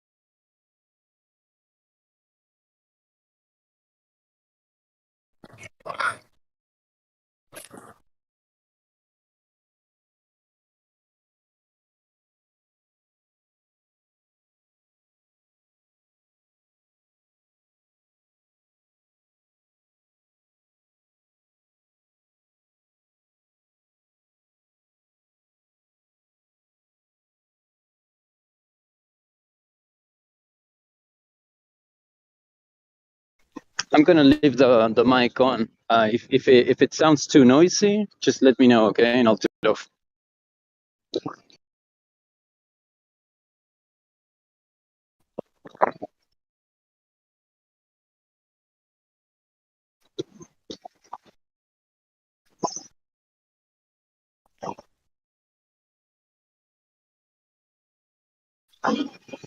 So guys, why do we think the Earth is flat? Because I actually think it's round, and I would like to know all of your opinions.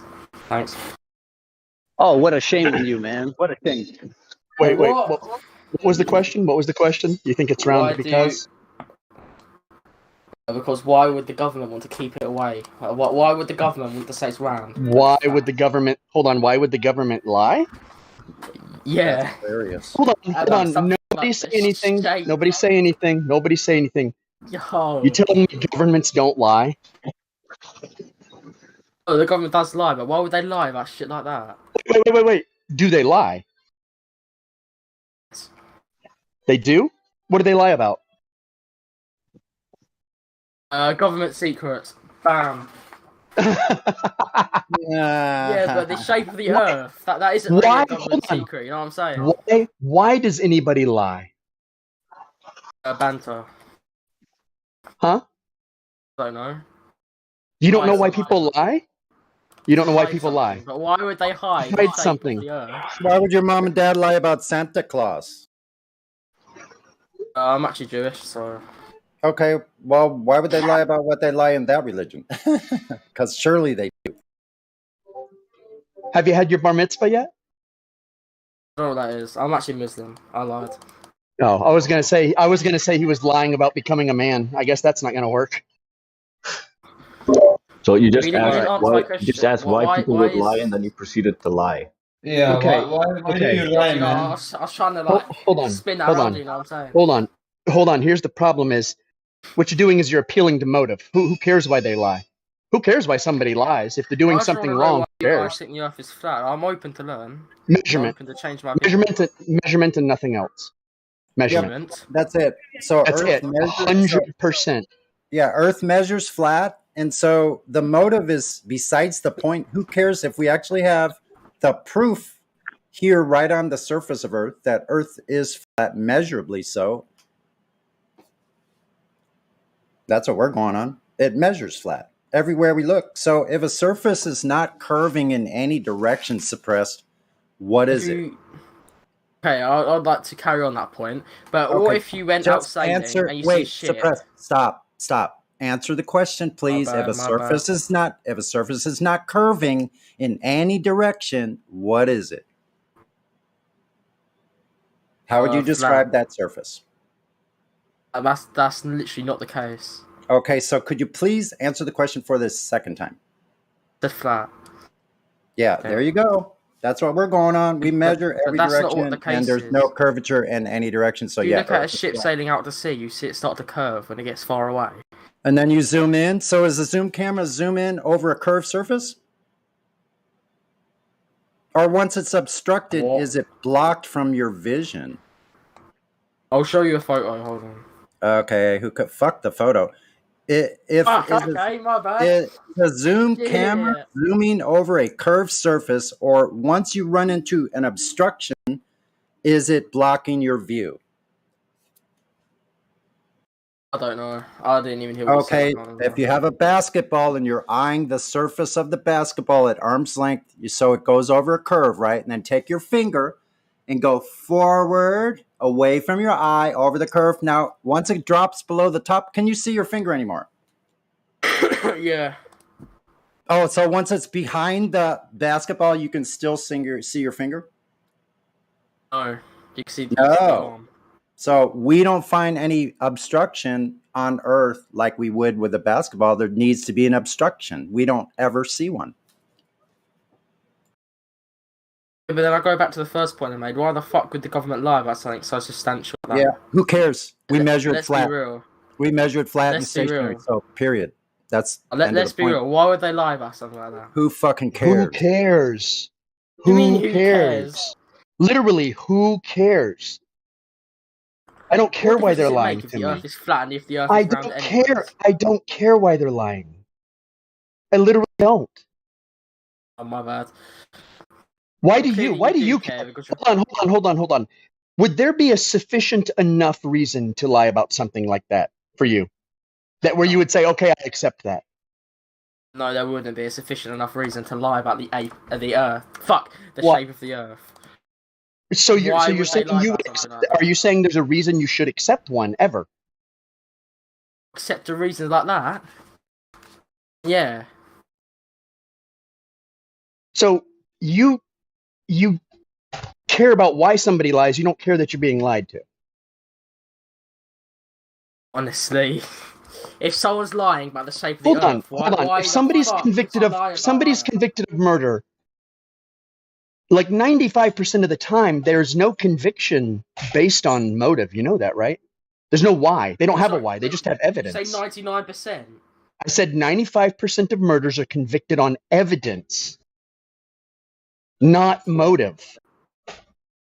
What do you mean motive? Motive goes into evidence. You can't say No, that. it does not. Yes, it does. No, Why is he chat about yelling? this. I Guys, know why it's is he at the yelling? back of my hand. Guys, why is he yelling? Why is he So yelling? What's he mad motive goes about? into What's he evidence. mad Because about, this guys? is so What's he mad stupid, I'm about? sorry. What's he mad This about? is so dumb. What's he mad Motive about? is evidence. Somebody Without mute him. evidence, there's still Somebody motive, mute him. but without motive, Y'all got it's 3 evidence. seconds to mute him, or I'm going to ban him. How? Mute him, or I'm going to ban him. Okay. So when you're in court and they have like DNA evidence, they have video evidence, they don't have to know motive, do they, to convict? Nope. Do they? Here's how it works. Me missing everybody else. Like, yeah, murder is a murder.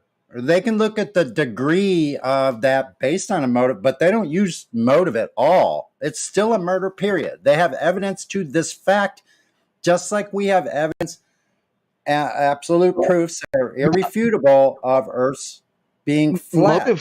Motive comes out after usually motive is revealed after the conviction when they're trying to get a lesser sentence. Yes. But it's never the basis. Motive is never the basis on which somebody is convicted. Ever. Ever. I mean, like, I think even he would agree that nobody would get convicted with a known motive and zero evidence. I mean, that's just ridiculous. Yeah. Let's ask him that. Somebody unmute him, because I don't know who it was.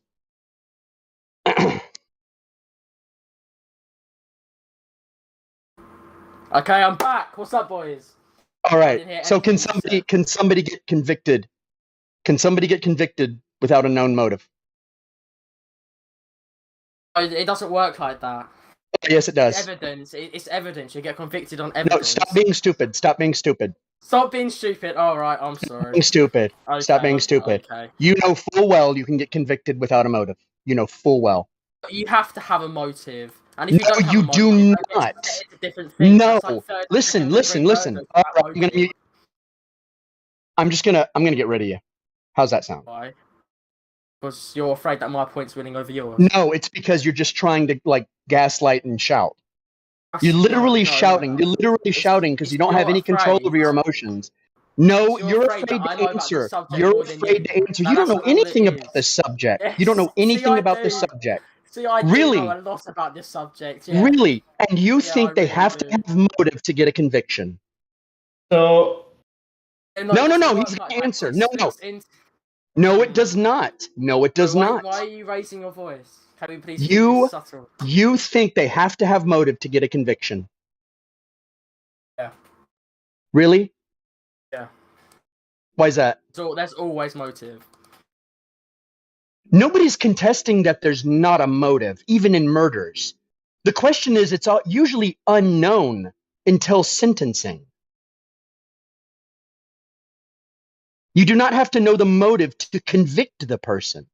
But it's right. So what I was trying to say while you were muted, it's like, suppose you have an excellent motive for a murder, right? You have a guy that cheated on somebody's wife, who destroyed his business, whatever. But there's no body, there's no DNA evidence, there's no murder weapon, there are no witnesses. Is he gonna get convicted because the wife is screaming, "Oh, that's who killed me"? Of course not. Or there could be somebody there could be somebody who's universally hated by everyone. Everyone would have a motive for killing this person. Do you convict everybody based on motive? No, but what's that got to do? No, because motive is not evidence. Well, that's a good one too. Motive is not evidence. How stupid are you? Fuck yeah, no. You think motive is evidence? Oh, you can't have evidence. No, it's Really, what does DNA evidence have to do with motive? What's it have to do with it? Motive backs up the evidence. No, it doesn't. I mean, it does. You're never going to know the You're not motive gonna look of for the a evidence person before. protesting they're innocent. If you're in a trial, the person says they don't have a motive because they're pleading innocent. So you don't have a motive. The prosecution has to convict based solely on evidence because the person is denying the motive. You don't know that. It literally can only be evidence. Have you never watched a single trial? I have actually. I've watched quite a few. No, you haven't. Don't lie. Don't lie. Yes, I have. Don't lie.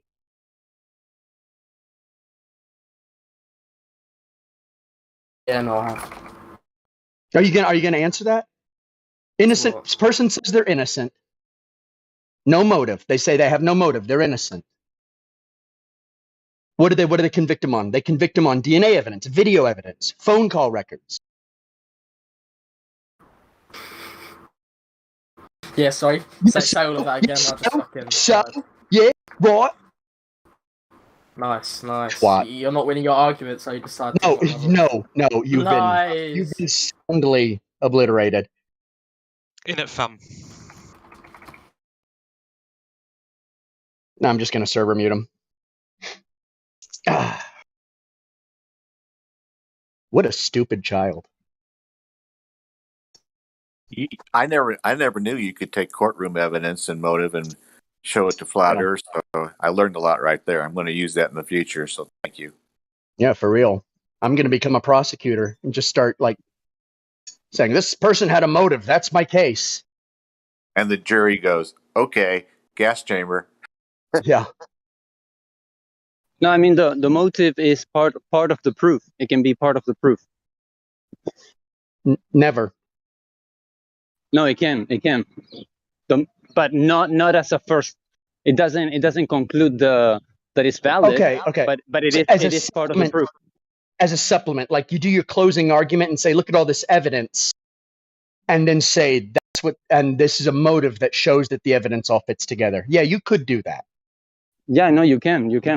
And motive would be but motive is part of argumentation. It's not part of hard evidence because it's literally dealing with the feelings of the individual. It's not enough to conclude the case, of course. Right. You couldn't base a case off of motive. See, it's not enough. No, it's not enough. If I have somebody I love a lot and they're cheating on me, and they all of a sudden end up dead after I told them that you're cheating on me and I hate you, but there's no evidence to support that I was involved in their death, you walk. I mean, you don't even get in a courtroom.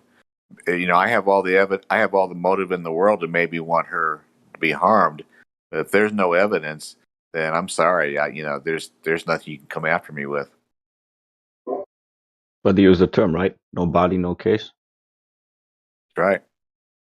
No gun, no case, right? Do you guys not think Dead men don't talk is important at all?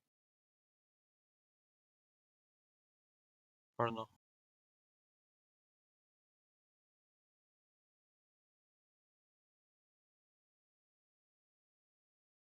Can you hear me? Hello? Yeah, so we could have we could find a motive, no, like for the government to lie in respect of the shape. We could find a motive, we could have it, but we don't seem to have it, right? It's hard for us when somebody says, "Why would they lie?" First of all, who's they? And second of all, if they're lying like that, they're basically psychopaths and sociopaths, and we don't think like sociopaths and psychopaths because we aren't. So how can we get inside the head of those people and tell somebody why would they lie when we don't think like they do? But are you saying you have no idea whatsoever? We have speculation.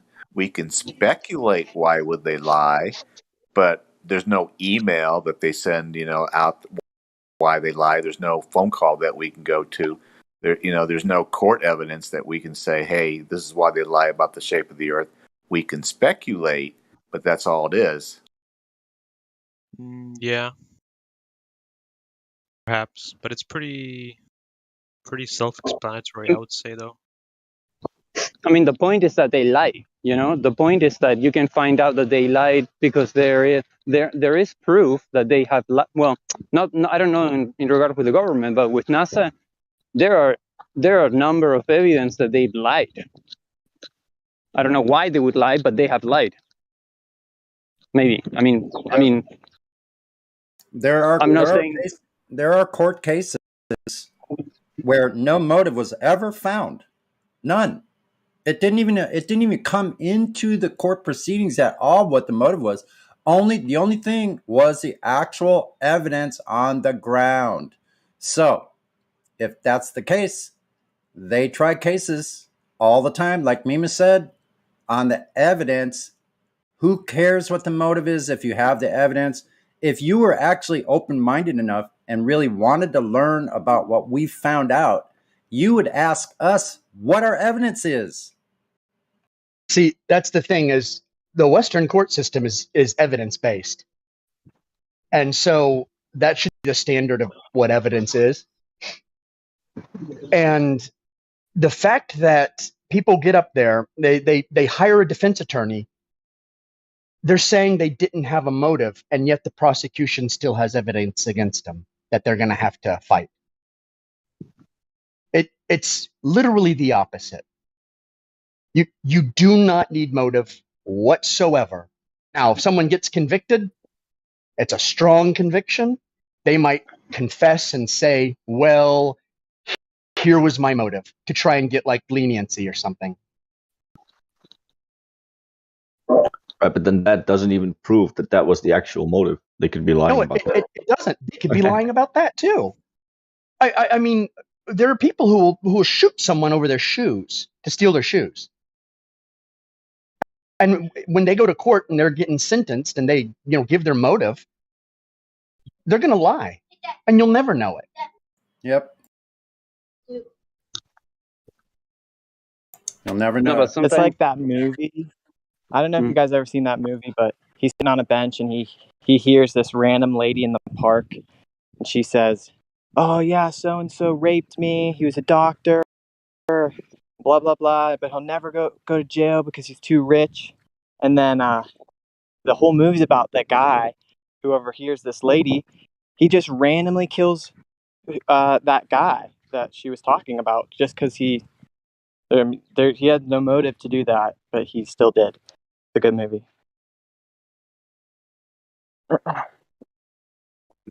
He drugs him. He just puts like some drug in his drink, and he dies, and no one ever finds out that he did it, essentially, until he confesses because he feels guilty. But it's a good movie. I'm pretty sure it's based on a true story too. But that guy had no motive, and that's all I wanted to say. Well, thousands of crimes are committed every day with no motive. Just look at the road traffic laws. How many people have broken a road traffic law with no motive whatsoever? Purely accidental or not knowing the law. There's no motive. I wouldn't say that like there's no motive. I mean, they just don't care about traffic laws, right? Yeah, they might not know it, but it's not intentional. Yeah. What I'm saying, there's no motive. Well, it's intentional for me sometimes. But on the other hand, I have motive for obeying them because I don't want to go back to court, pay a fine.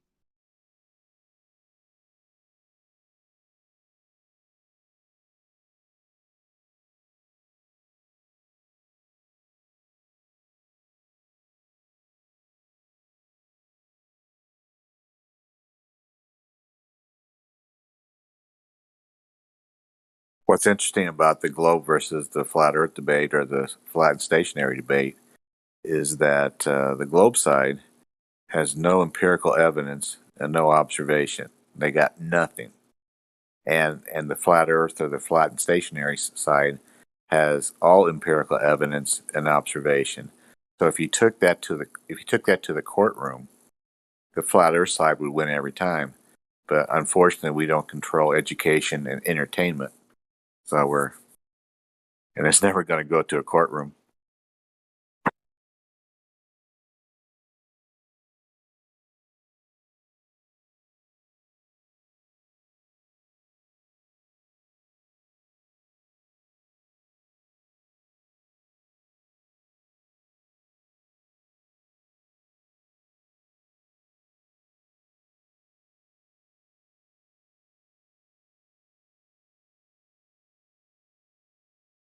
Love how massively mad he got at first. I think you triggered him, or somebody triggered him big I time. was really surprised. I was like, wow, that's mad.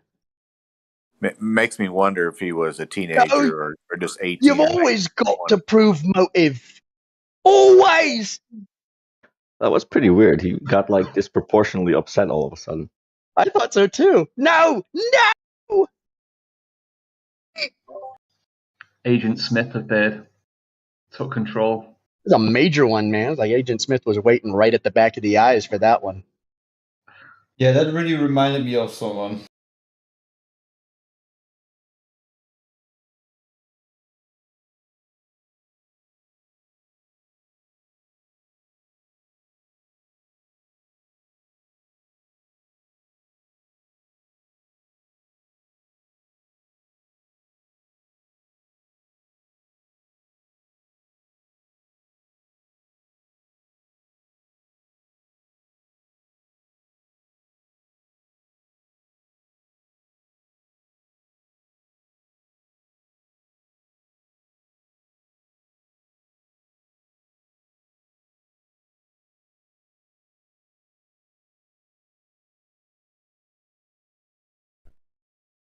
Not to go off topic, anyone plant a garden this week?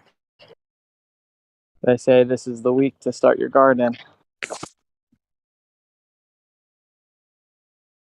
Even a little cherry tomato plant outside produce fulfilling.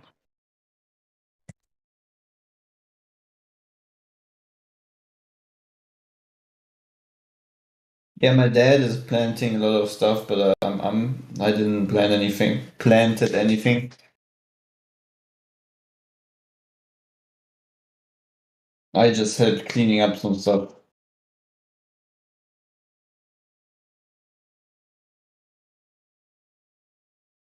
I'm making raised beds out of concrete blocks right now. Dude, you gotta because there's a groundhog. You gotta get out of your under bro. No. Cage them in so they don't eat on my crop. I gotta mute you, Mindy. You're Why? You are roboting real bad. Not for me. Yeah, not for me too. Okay, maybe I'm crazy. I might be.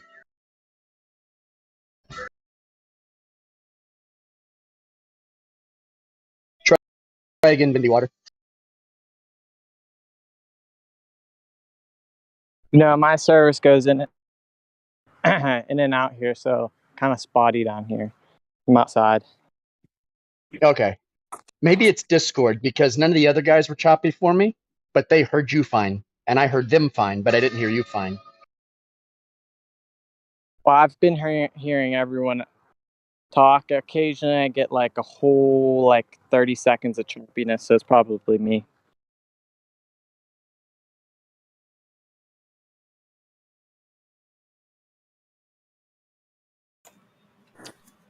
Yeah, actually, that's a good point. No, on the motive, what about crimes of negligence where somebody didn't do anything, where they didn't do something? So how would you convict on motive in a case of negligence?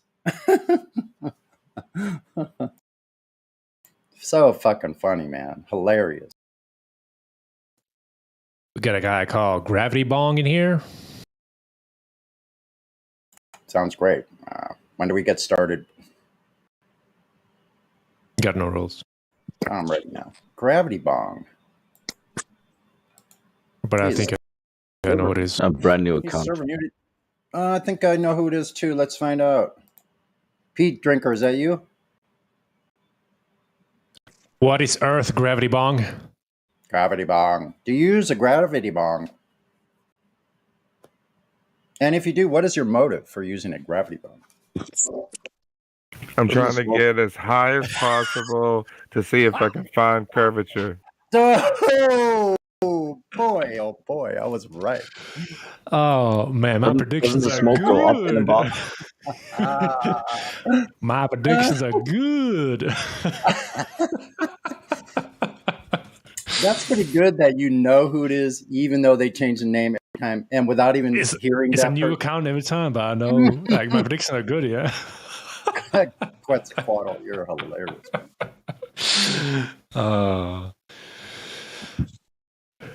And you didn't even say who it was, and I guessed it based on you not saying who it was too. Well, I did type it as well. Yeah. No, I was guessing it already beforehand when I saw his name. Yeah. Oh. I don't know what time he's going to talk about. Gravity? Where is it going? Gravity bong. We're going to talk about something that doesn't exist anymore? Okay, that's fine. Well, when it comes to gravity bong, his parameters do not exist. They're infinite.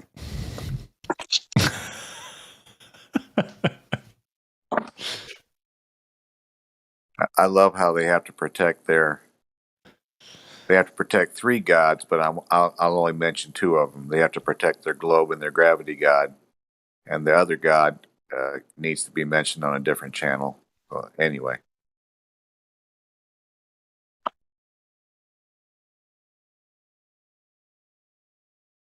Someone named Silk here. Should we unmute them? Okay, yes, we shall. Silk, are you there? Yo. I Silk? L Silk? What's that? What's that vertical line called in typeset? Is it a small L Silk? No. No, maybe yours in your other sock account. Okay. No worries. Mm-hmm.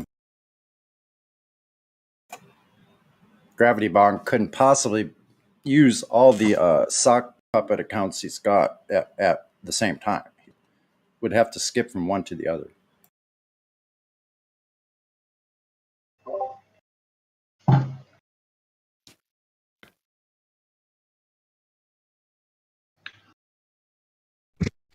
Why don't these people with motive start their own motive server? I mean, they're in the wrong server. Yeah, 247 motive server. Motive server. We're only going to talk about motive. We're never going to talk about evidence, just like the Globers do. Well, here's a question I just thought of. Them lying to us about the shape of the Earth, have they actually committed a crime? Technically. I mean, I don't know. Have they committed a crime? If they're causing harm or injury, yes. See, but that's why this is so devious, Really? because they have this get out of That's what I'm doing, Mom. Huh? They got Hot this. miking. So, doing a good Iron job, baby. Horse. Yeah. Iron Horse. So, Are you there? Mom got there. It was a wreck, wasn't it? What? You're hot. Somebody Mike. mute him. Somebody mute him. Somebody Okay. mute him. I got it. Oh, there we go. I mean, what law have we broken? What? They're taking money from us. What do you mean they're not doing crime, man? That's They're not what like I said. I never said they're not doing crime. I said, have they broken a law? many times. Which laws? I don't know. That's the thing. They make the laws. Yep. They make the laws and they make the money. Like, yeah, they make the laws. No, I don't think they've broken the law. In fact, I think most of it is, it's like, the vampire. They're inviting you to believe something. They invite everyone to believe it. Yep. And they always give you ways out of believing it. They do. So, I mean, ultimately, in the end, it's on us. right. I don't blame them at all. Here's how they get out of it, because they've actually told us in plain sight that what they're doing. So if people are stupid enough to not see that and connect it, then they probably deserve to be deceived. And plus, there's a lot of people just like to be deceived. They actually enjoy it. They would rather be deceived than to use their own mind.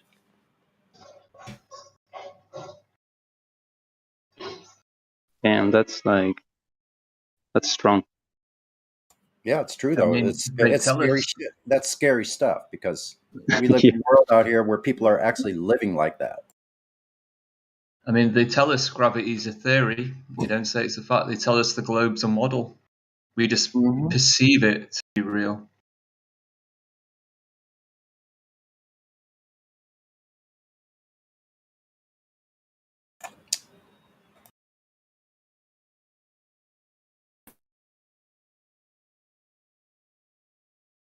A theory that cannot be proven, but only described.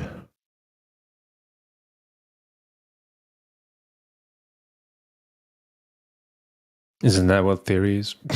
Basically. Munched it down.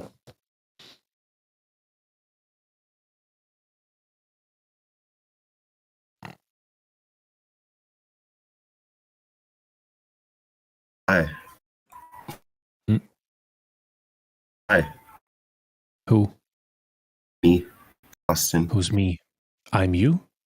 Who you? I'm me. True. Yes. Yes. Who? You? Me. VC verified. Cool.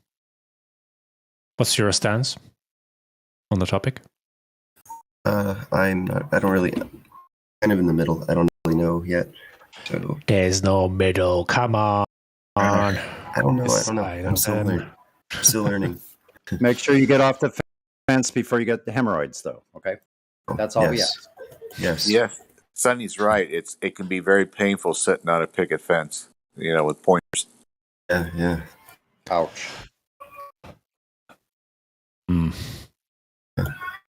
So you don't believe in the globe, you don't believe in anything else?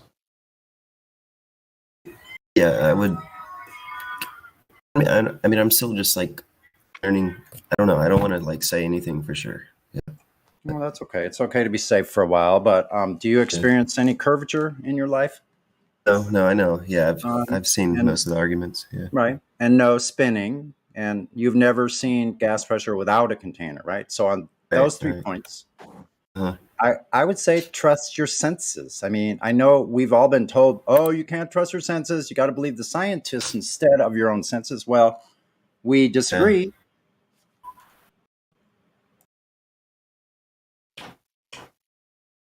Do you?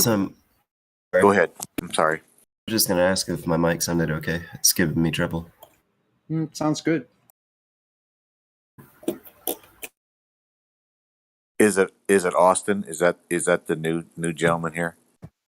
Yes. Austin, do you believe outer space travel is possible?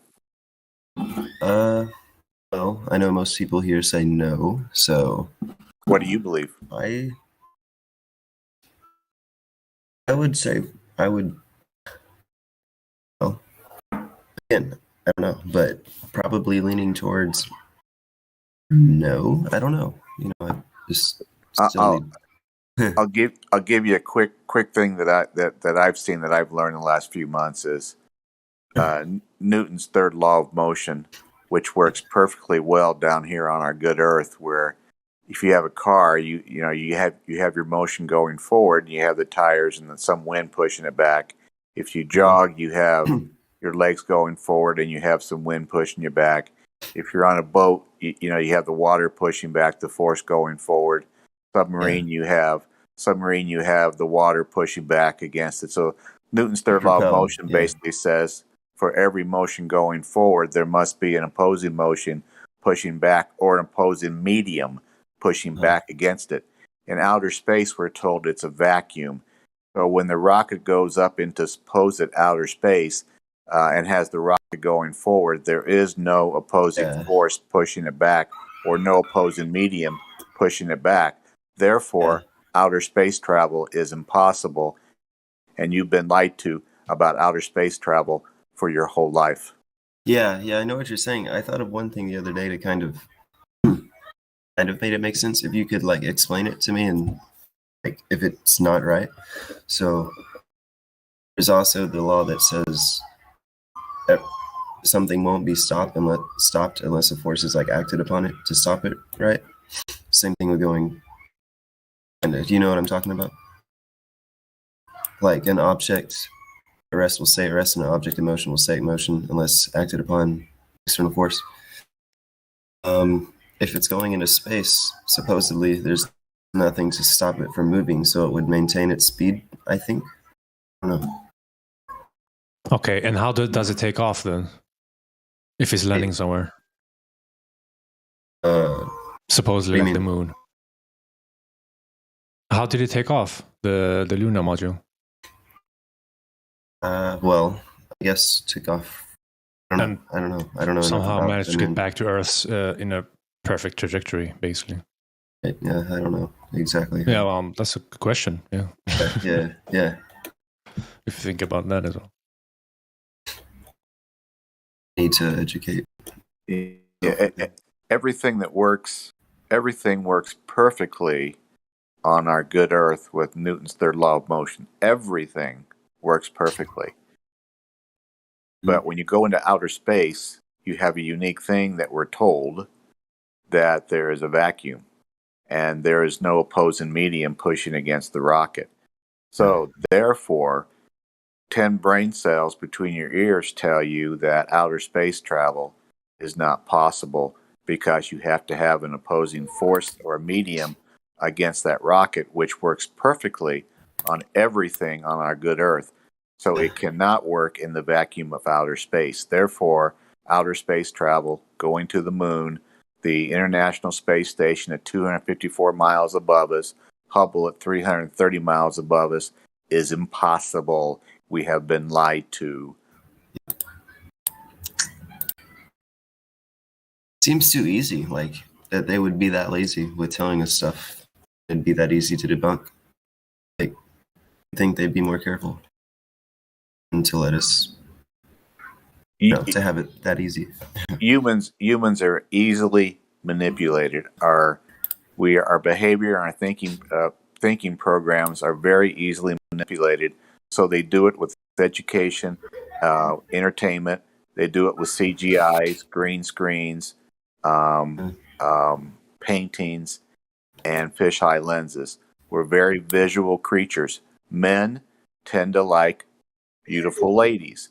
Ladies tend to like good-looking guys. We're very visual creatures, and we can be lied to and manipulated very easily. Have you ever listened to Neil deGrasse Tyson talk to people? A little bit. I haven't watched much. No, I watched some of his thing on Joe Rogan. I watched a few things. Okay, he has a tendency to speak to everybody like they're children. Yes, he does. Yeah. Yeah. Listening, kind of. Yeah. So, I mean, keeping things simple is how you propagandize. Like, just go look at World War II propaganda. Look at Cold War propaganda. Look at any propaganda, and it's super simple. Simple is best. It's easy. It's easy to remember. It's easy to meme. It's easy to pass along. Is space simple? It seems like they made up like a ton of things. Like, if it's a lie, why did they put so much into the lie? Well, it's like this. The physics of space is not simple, but ask your average person their understanding of it, and it would be what? It would be simple. Yeah. 90% of people just have a simple understanding about it. Like, it's black up there. There's no air. That's it. That's all they know. Yeah. And maybe they watch Star Trek. I don't know. But then you have people who are like really, really, really into it, and they're fascinated. I put that in quotations about all the contradictions up there and how things work and how things work against it. And they've managed to convince themselves in the face of contradictions. And that's really why they're into it, because to them, it's a big puzzle. So I used to be super interested in it and watch like documentaries and stuff. It's silly if it's all fake.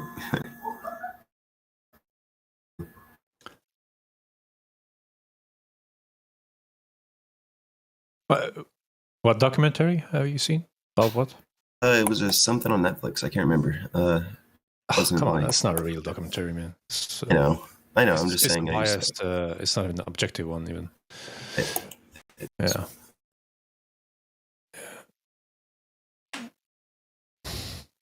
I don't think I've seen a real documentary about anything in probably 30 years. Yeah, I don't think I was growing up in the 80s, and when we watched nature documentaries, the lion would get the wildebeest and rip out its guts, and you would watch the lions eating this thing's guts while it's still alive. That was a nature documentary when I was growing up. I don't think we've had documentaries for a very long time, and now it's just like they're just narrative with pretty pictures. That's all they are now. Yeah, and they actually showed, like, in the Disney documentaries, nature, have like set rooms where when they show bugs and stuff, they have like whole sets laid out where they have the bugs on there with studio lights. It's not real. Yeah, none of it. Yeah. So, no, I like the old nature documentaries. Yeah. I don't know if I've seen one like that before.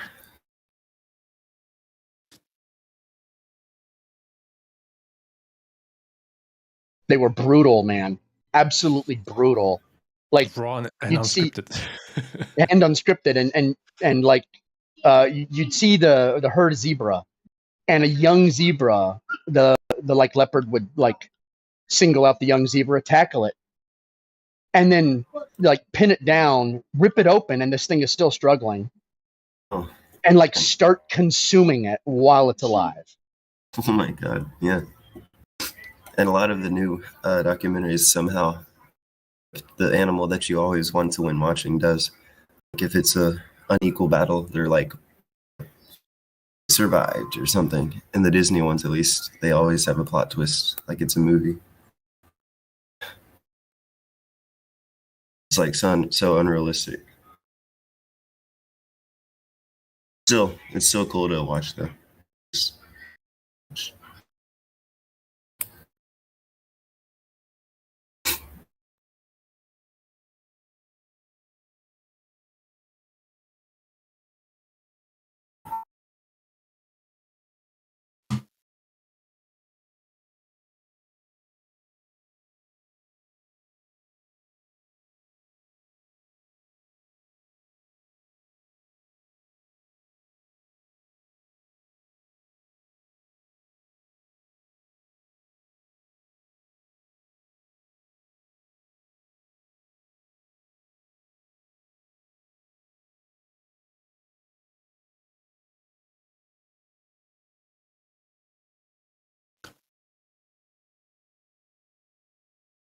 Have you looked into any of the materials in the Discord, like the additional section information there? Yeah, I've talked. I haven't seen a lot of people here say anything.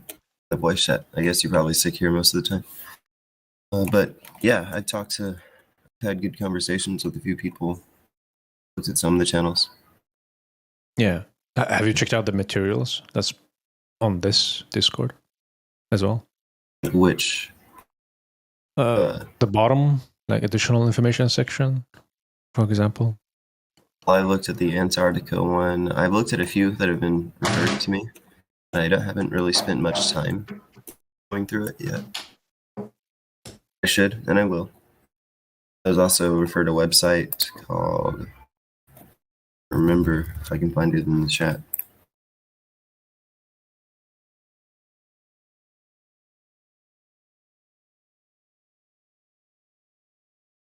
Have you tried talking to? Huh? Noah? What? Null School. I don't know. Jimmy the Space Crab. Oh yeah. Referred that to me. Yeah. Okay. Cool.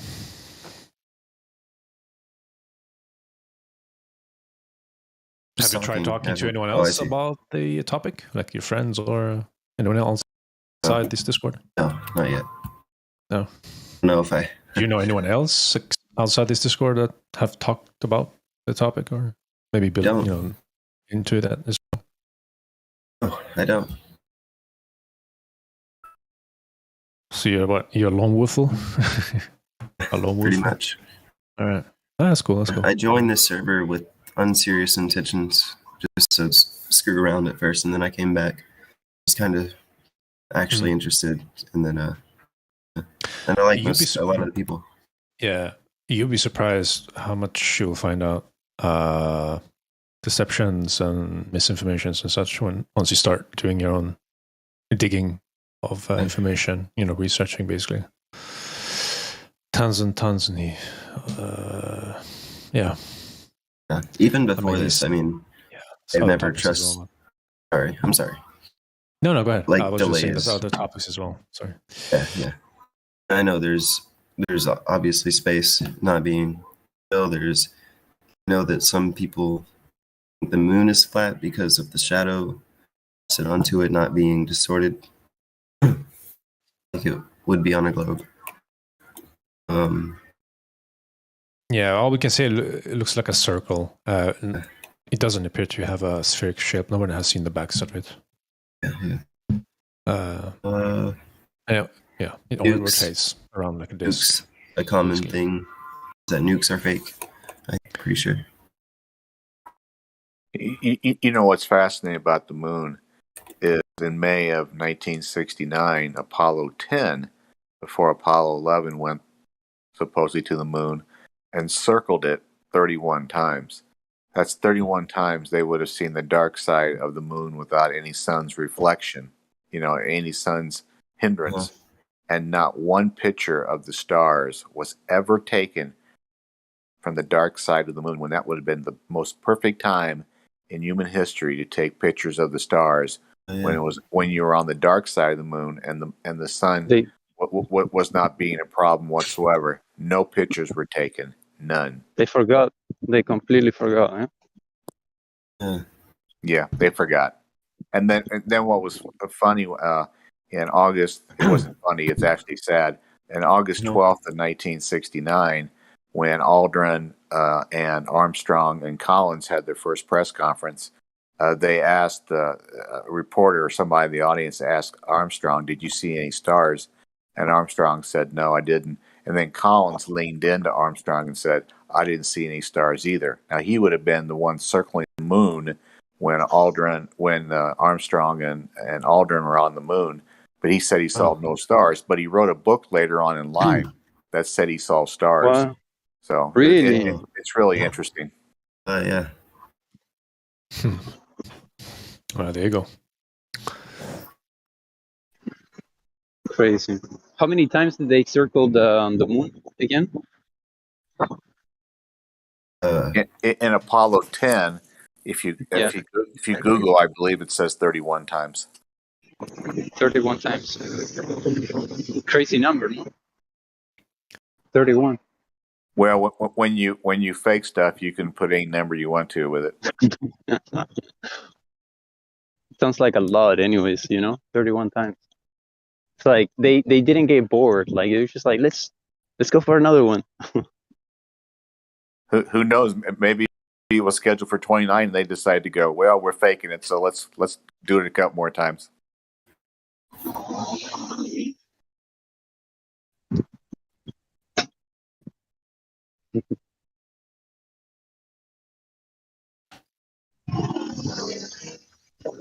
Yeah, but now, for example, I was watching some videos the other day, and now they are assuming that they didn't go to the moon because, well, now they they contradict themselves. Like when they say, like it's like they leave that episode like as something that didn't happen. Like something, like the fact that we've been to the moon. It's like something like they don't even take notice of it when they're talking. Like they talk about going to like reaching certain distances, like it's like they forget that they've been to the moon,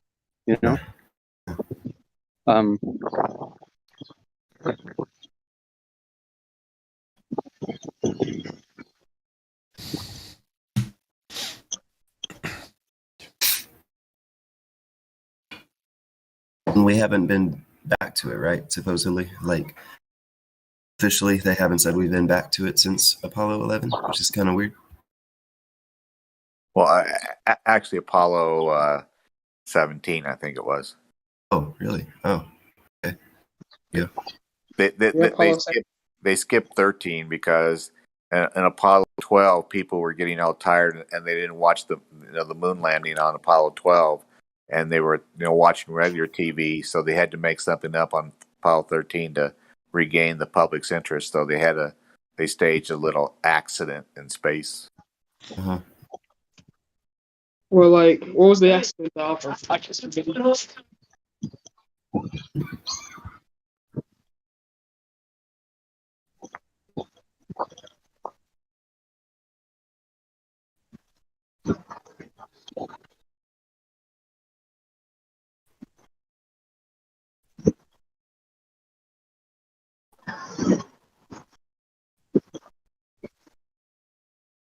Yeah, my parents got me a telescope when I was 10, which would have been for Christmas when I was 10, which would have been December 1968. So now everybody knows how old I am. And then the first thing I did was I went in my backyard when I assembled it and looked at the moon.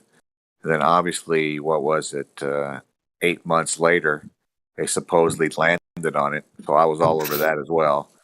And so it was like, I was so convinced, and I was so proud to be an American. I mean, I could have done Lee Greenwood back then before Lee Greenwood did his song, because I was so proud to be an American, because at least I know I'm free. So wow. What a psyop. Yeah, it's No, disappointing. but you should still be proud. You should still be proud because America it's an amazing country. I'm not from America, but I've lived there, and it really it's an amazing country, man. Like it's amazing. We can discuss America sometime on a different channel, like on the biblical or health or nutrition. We can definitely discuss America anytime you want to. Sure. Where are you from now? I am Spanish.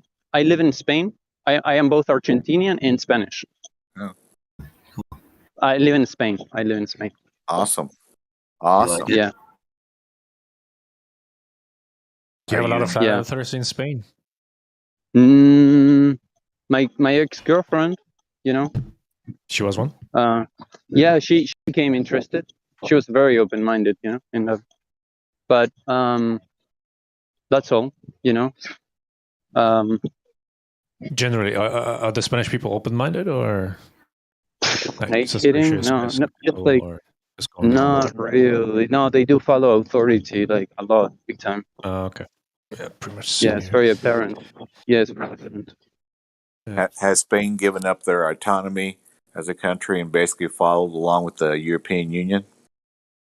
We have. What was that? One more time. Has Spain given up its sovereignty as a nation and followed the EU into their Yeah. multinational? Totally. Yeah. Totally. We are having like it's surprising like how often they're changing the laws here. They're doing a lot of reformation with the laws. And you never get to vote for the EU Parliament, do you? I don't know. I mean, me as a citizen. Yeah, I don't think the 27 countries or whatever there are in the EU actually get a vote for who is in the European Union Parliament, do they? Yes, that's a good. I'm not aware of that. Actually, we are not getting asked in EU.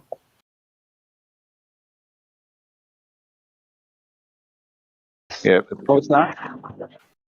It kind of appears the EU, the 27 countries or so, are kind of like governed without nobody getting a chance to ask why or what to do or say. It's like it's one big dictatorship run out of Brussels, Belgium. It just seems to be that way. Yeah, I can confirm that. I'm from Denmark, and no one in EU is getting asked who is governing the EU Union. They are unelected.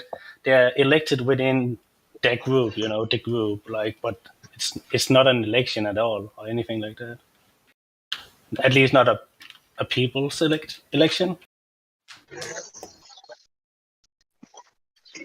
So it appears the EU Parliament was a practice session for world government. Sure looks that way. Yeah, you could say it like that.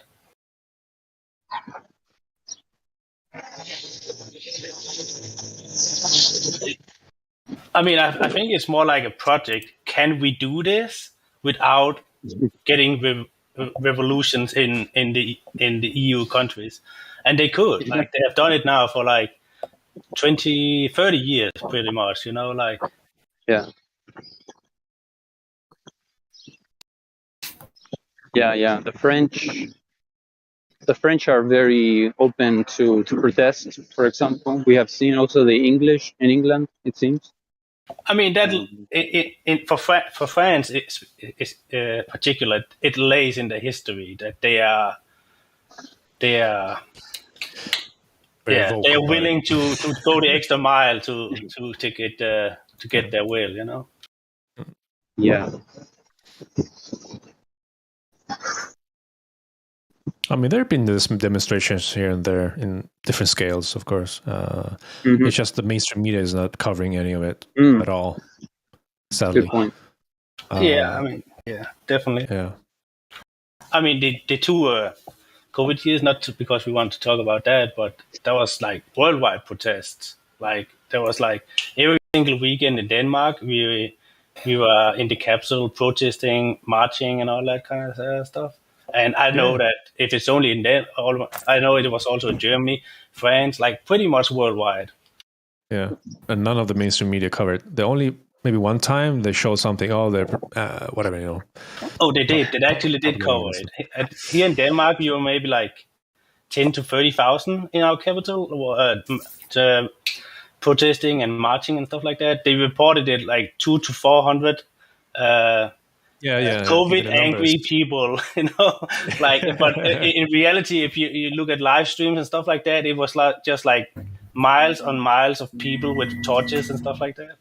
Wow.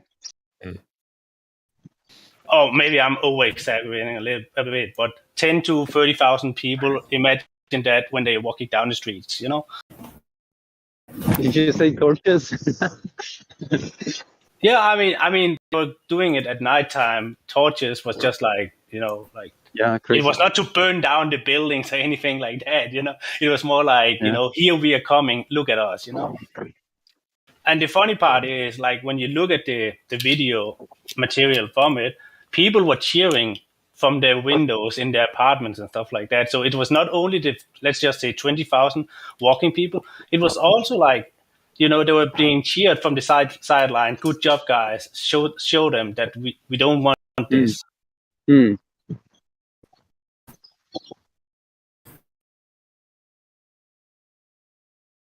It's really, I find it really interesting, kind of weird, why the regulations kind of backed up a little.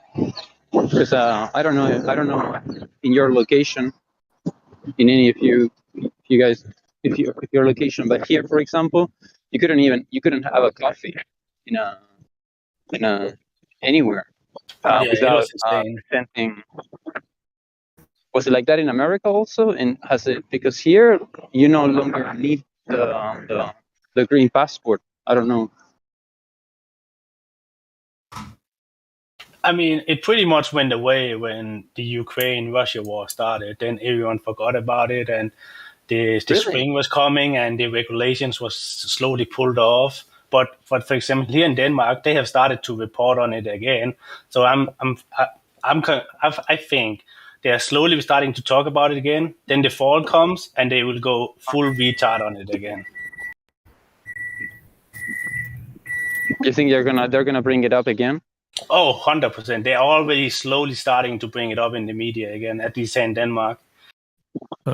Just waiting for the what's it called? The seasonal flu. Yeah. People getting a runny nose. Yeah, to match up with the story.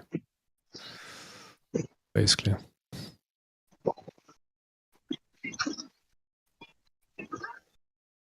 It's really amazing how like a lot of people were getting together, no? I mean, you can really make it nasty, no? I mean, if you insist in it, no? People seem to get together, demonstrate. I didn't participate in any demonstrations. It's a shame, actually. It's also Mhm. like equally scary because these small liberty groups or whatever you can call them, they can be infiltrated really fast by people who just want money, you know? We have seen it here in Denmark, one of the most prominent groups or something like that, and they had like troubles with their account books and so money under the table, and suddenly there was this billionaire guy who was in the board, like so it's just as easy to be controlled opposition,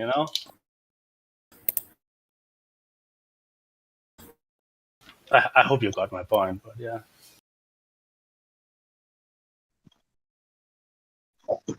In hiring fake people for fake demonstrators. I mean, just like let's say a flat earth shill.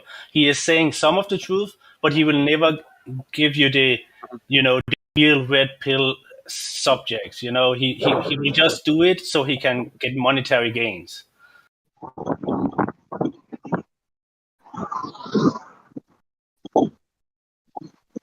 Like control the opposition. Like we know that there is an opposition, and so we put someone in charge to control what the consensus in that group is, so they will never go beyond that, Sure.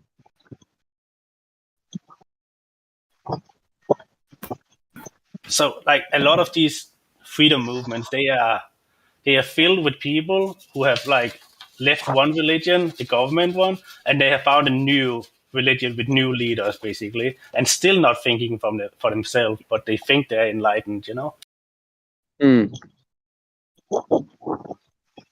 So people are still dumb. That's my point. Well, I mean, if they do it, if they have a purpose, such as defending, for example, certain rights. Oh, my point is like, instead of doing their own work, like reading law proposals and stuff like that, they hear someone talk about it, and that's now the new truth for them, like a new religion. There is a lot of these people. They claim they are woke, but they are still sheeple-minded.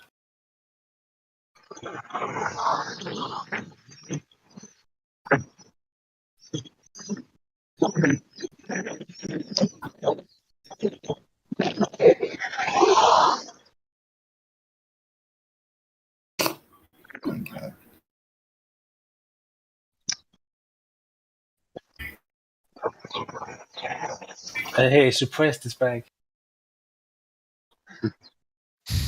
Yeah.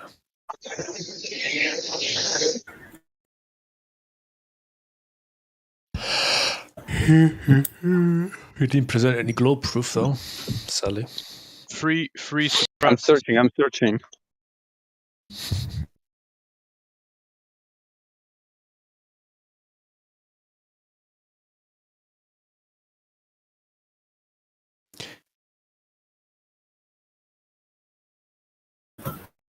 Oh, I see how it is.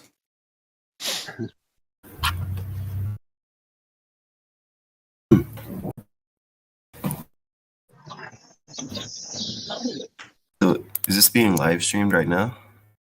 Yeah, on YouTube. Yeah, right. Okay. Cool. So, hello, YouTube. I don't know why my mic picks up me clicking on my mouse. Kind of annoying. It's your mic picking it up. I guess that's. Yeah, see. It doesn't suppress the background noise, I guess. Right. Yeah, it's weird. Thought it would with the setting or something, but I guess not. What kind of mic do you have? Is it standalone or Apple earbuds? Earbuds? Oh, I you're don't rich, think man.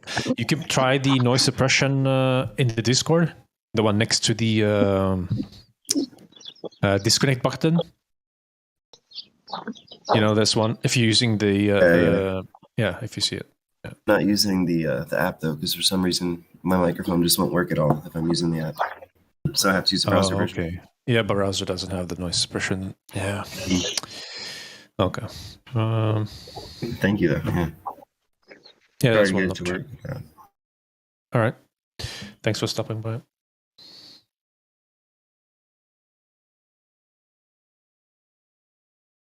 Just use my mouse pad in the meantime. It's not a big deal. It's just, yeah.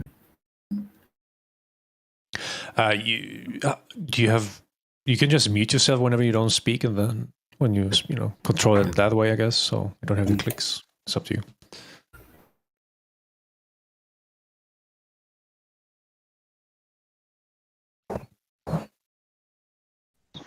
Okay, I think I'm going to make a confession. Okay. Yeah. Dude, I don't have any proof for the flat Earth, but I believe. I think I guess I am a believer of the. I believe the Earth is that we live on a territory, but it's a belief because like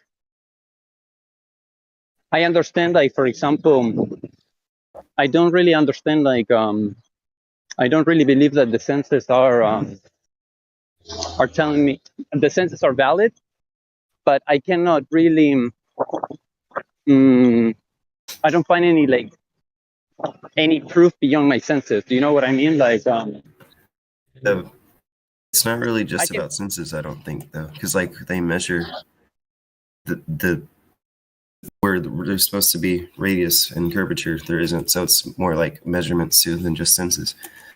Supposedly, I haven't done any tests, but that's what I've been told. The All you pictures need to suggest. do, all you need to do is a line of sight test, and in 5 miles there should be nearly 17 feet of drop. This is easily detectable. You could find this. You could do this on a zoom camera or binoculars, anything like that over water. So once you do that, do it over and over again. It's repeatable. over water, right? Yeah. All you got to do is find a Science. point. Go That's to a science. bay. If you go to a bay somewhere, you can stand, let's just say on the south side of the bay, looking north at a point sticking out on the other side of the bay across the water there. There should be that much drop in that distance. Just find the known distance. You know your height above the water level. Very easily done.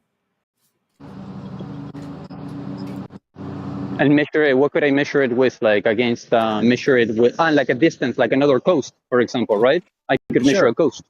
Right. Just find. You could either do this, like I can do here. You just go to a place where you have at least about 5 miles. Know. You can zoom into You could zoom into the opposite shoreline, right at the water's edge, and watch waves breaking. Now, in a bay, like in a harbor, like I am, those waves are no more than 1 foot, maybe 2 at the most, but really about 6 inches to 1 foot. Now, if you can see a 6-inch wave 5 miles away, it's supposed to be 16 feet of drop. What would be like? What would be the distance where I wouldn't be able to see the shore? Like how many? What would be the distance? Any idea? Where I wouldn't be able to see the small waves, like breaking in the shore, for example. Any idea on that? It depends on how powerful of a zoom you have and what the weather conditions above the water are. That's going to change on the daily, if not hourly. Yeah. Resolution and atmospheric conditions, if you want to use that word atmosphere, but never Earth curve. That's not a factor. Yep, that's true. Thanks. Okay. But if I have, like, for example, perfect weather, if I keep on trying it, like on different days, like, and I get a perfect day and I have like a really good zoom. Yeah. Any I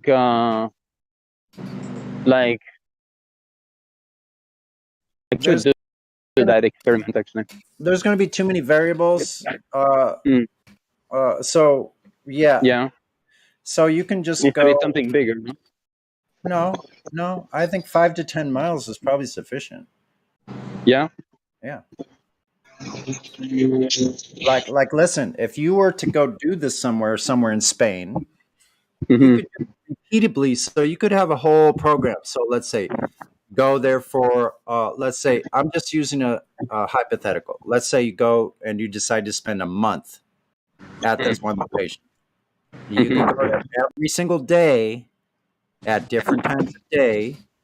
Keep doing that throughout the week. You'll have a whole lot of empirical data that you could show. I repeated this. Here's the conditions. Here's how high I was. Here's like the wave height, like all of that. And once you do this a couple times for yourself, see, I don't even have to do that. I can just go out and look at the harbor 3 miles out the harbor, which I can see with my bare eyes. I can see water lines on ships. Now, the water lines painted on ships are no more than about, at the very most, a foot wide, right? So if I can see that painted water line on a ship 3 miles away, there's no curve there. I mean, 3 miles is a pretty short distance. But this just goes on and on and on because now, let's say I'm looking at the water line, this painted water line on a ship, but I can look past to another shoreline. That other shoreline is further out and higher up than the water line on that painted boat that was closer. You see what I'm getting at? Yeah. On a ball, there should never be a place where everything further out gets higher up and further out at the same time. This only occurs on a flat plane. And it's crazy to even think about it, but another thing that I was thinking today, it was like I was like imagining, like, I mean, I cannot imagine a single country in the world, right? If you take it apart, if you take it out of the map or out of the globe, for example, and you take it out like a piece. Say, imagine that you have a globe made of plastic, but you can take the pieces out, meaning each unit as each country, you could take it out from the globe, right? I cannot imagine a single country being Kirby. Like, do you know what I mean? Like Russia or any country, like, right? They would all be like Bendy, Kirby, right? Yeah, Everything's so bendy that it just looks flat. Including the light that's bending over the bendy earth. It's all just so bendy it looks flat. I cannot imagine a territory, like being Kirby. It's just like, or even just pieces of it. Like, let's say, just take one section, like the Gobi Desert. It's one of the largest deserts, right? Where's that? Is that in America? Gobi Desert? No, it's in China.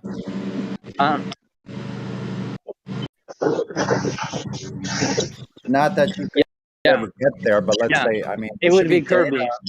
It would be Kirby. Yeah.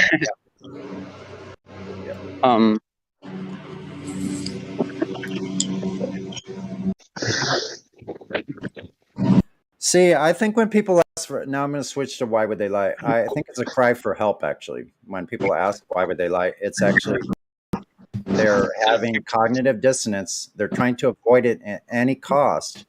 So it's suppressed. Some people ask it. Some people ask it genuinely, There are people that ask that question in a genuine way, But if you start up, maybe if you just start with that question, like the previous guy earlier, like, I don't know, I mean, you could ask a different type of question, but I suppose that you could ask it genuinely, So. That's true. But I think either way, it's just a way to avoid their dis-ease and the information we're providing. They're trying to avoid that at any cost because it's a big deal, actually. Like, we believed in this globe our whole life, And so if we're invested in these ideas of space travel and all this sci-fi stuff, we're not going to want to let it go. So we're gonna try to ask questions that can never be answered to save ourselves. I find very difficult letting Star Wars go,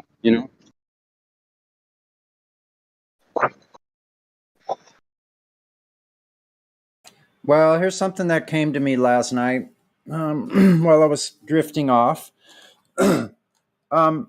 I know it's a little off topic. It's kind of going along with what we were talking about before, though. Now, as far as like a major reset, or like we know something happened in America, it almost seems like there was destruction on a massive level. But this is we know about these things kind of in a lot of different places here. Now, here's what came to me. What if these people that are in charge, they know that something's coming because they've been watching. They have, and they are the mystery religions. They have been looking at the skies, and they know things maybe that we don't. That maybe they are the ones that actually destroy Earth from time to time. Things get too much. Now I know God. I mean the Creator.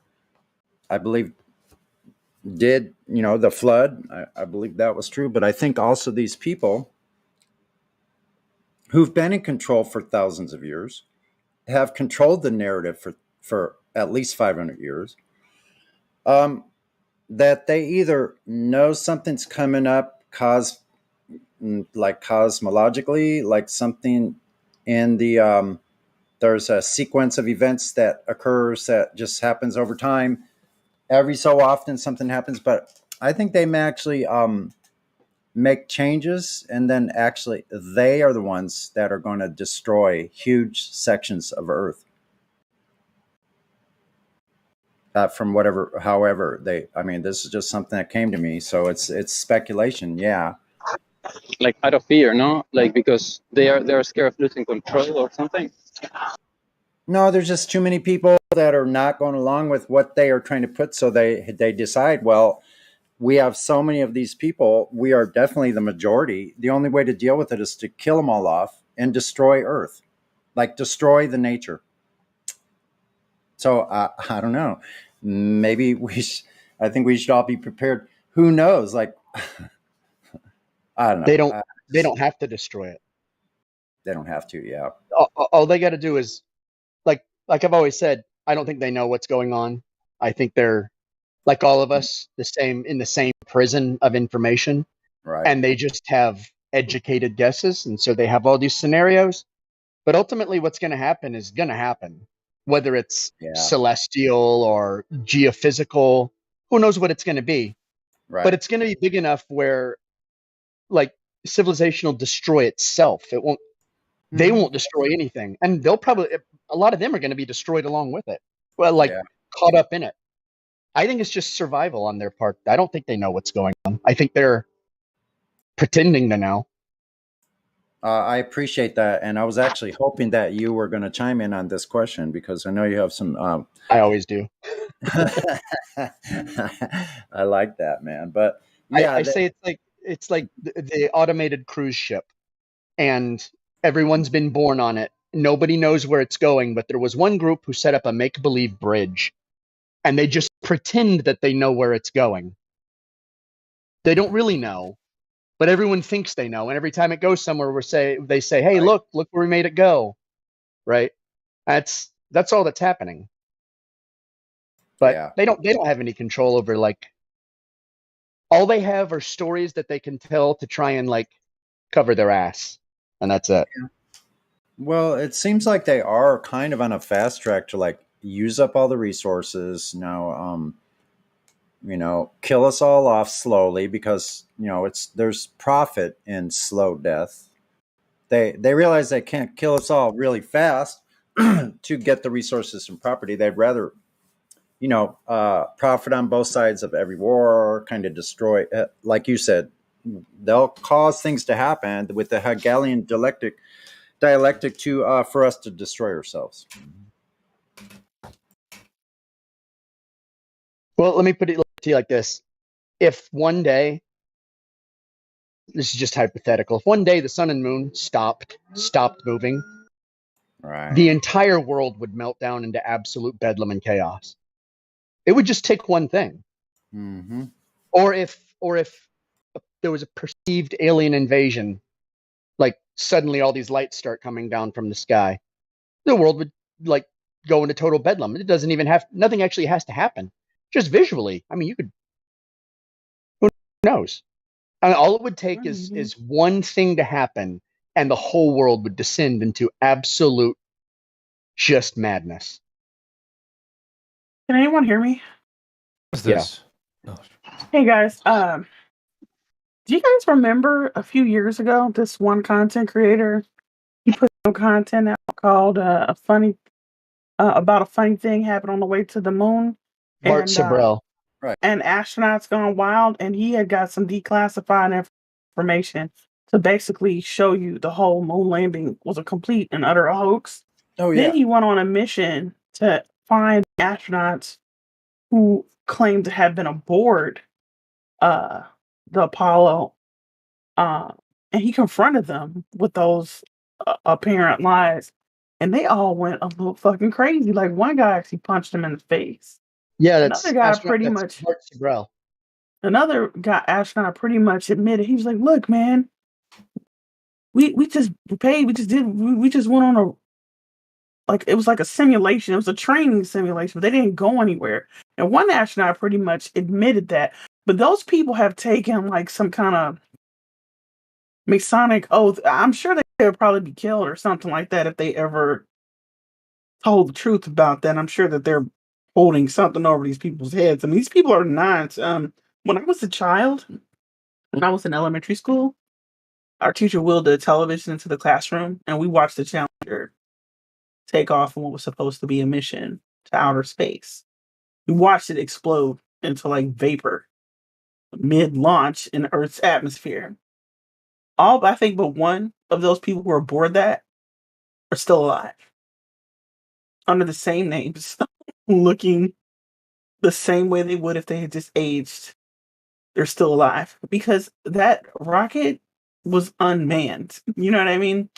Like, there was a content creator who had done a good job tracking these people down under the same names, under their current professions, and I can't find that video, but I still have all of that stuff on my hard drive. Most of this stuff that I found like several years ago before the Congress passed the conspiracy theory algorithm suppression um, bill that YouTube now enforces.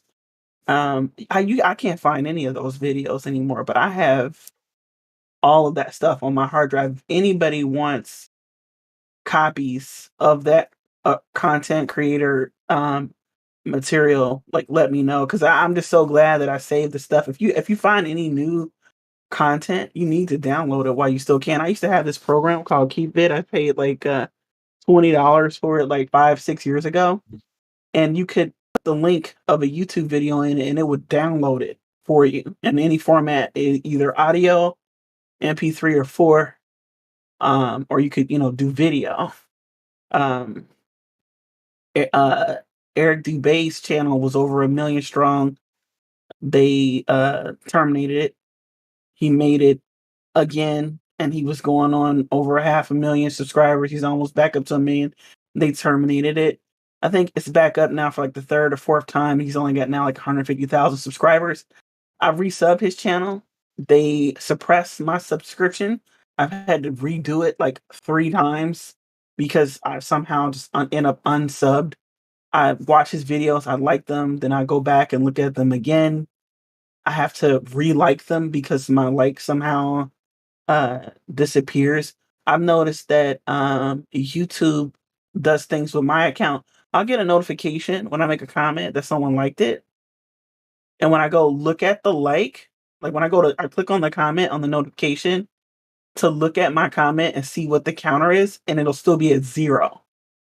You know what I mean? Because they actually have uh things in place to suppress your likes, to suppress your ability to get the content creator metrics that would allow you to your channel to be more successful if you were talking about these things. Even as not a content creator, but as a commentator. Like it's really scary, the suppression that's happening. I mean, because it wasn't not a few years ago. I mean, we had mad momentum um with this whole debunking the heliocentric model thing, and now it's like we've been pushed into the closet or something like that, with all the censorship.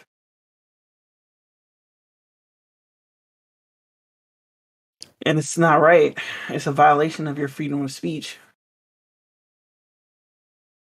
It's in violation of the freedom of information, you know?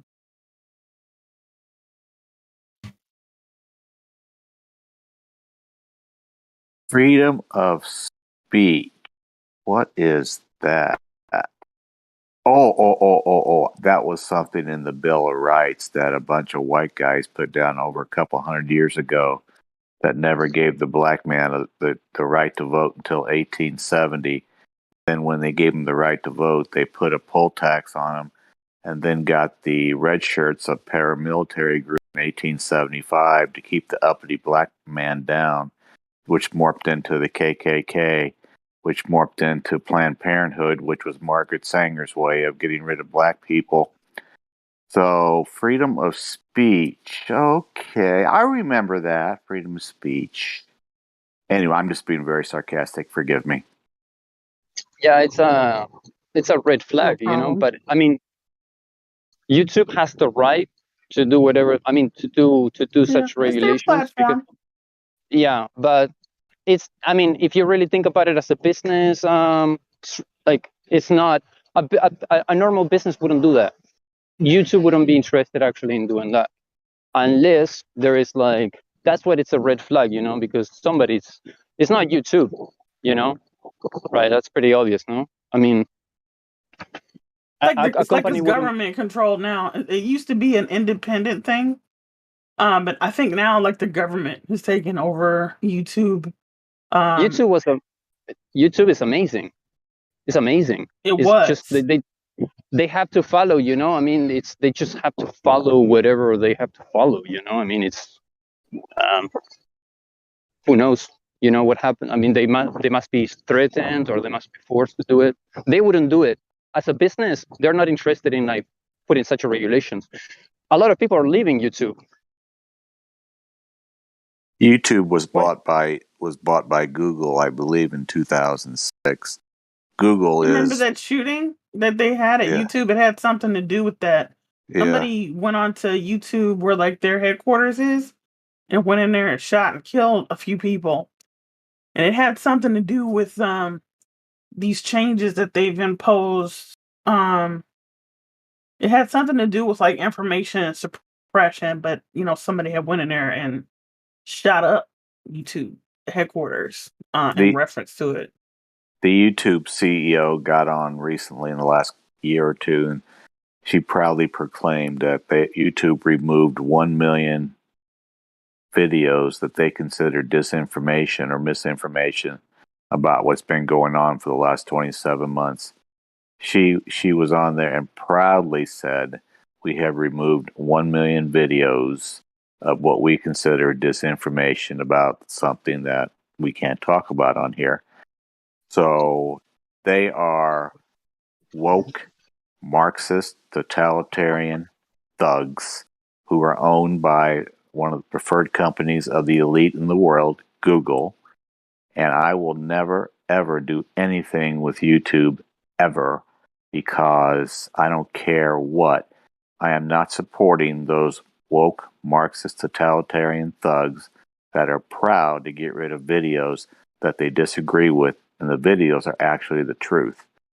So, you know, it's just that. And then no one cares about all the other. It's funny to me how they pick and choose what disinformation they'll select to get rid of. Like you don't see them getting rid of videos about Christmas and Santa Claus when Christmas is the most suicidal time of the year for most people around the world because they feel like shit because they can't afford things.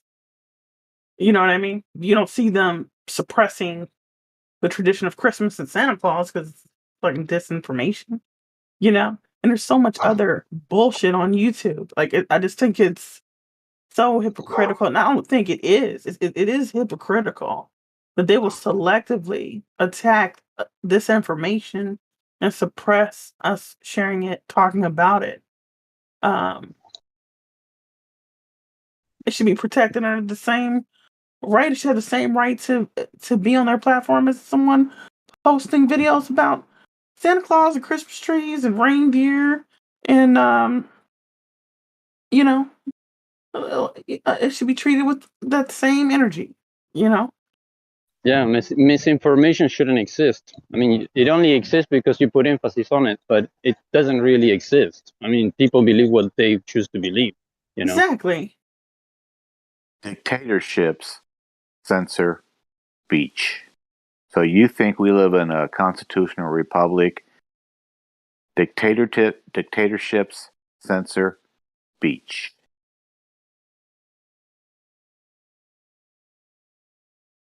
We don't live in a democracy. We live in a corporate matrix. You know, it's just not as, it may not be as stringent as, let's say, North Korea, you know, or Russia. But, you know, this is not a democracy. We all live under the, well, not all of us, but the masses live under the delusion of inclusion because they believe that there's actually a democratic process. There really isn't.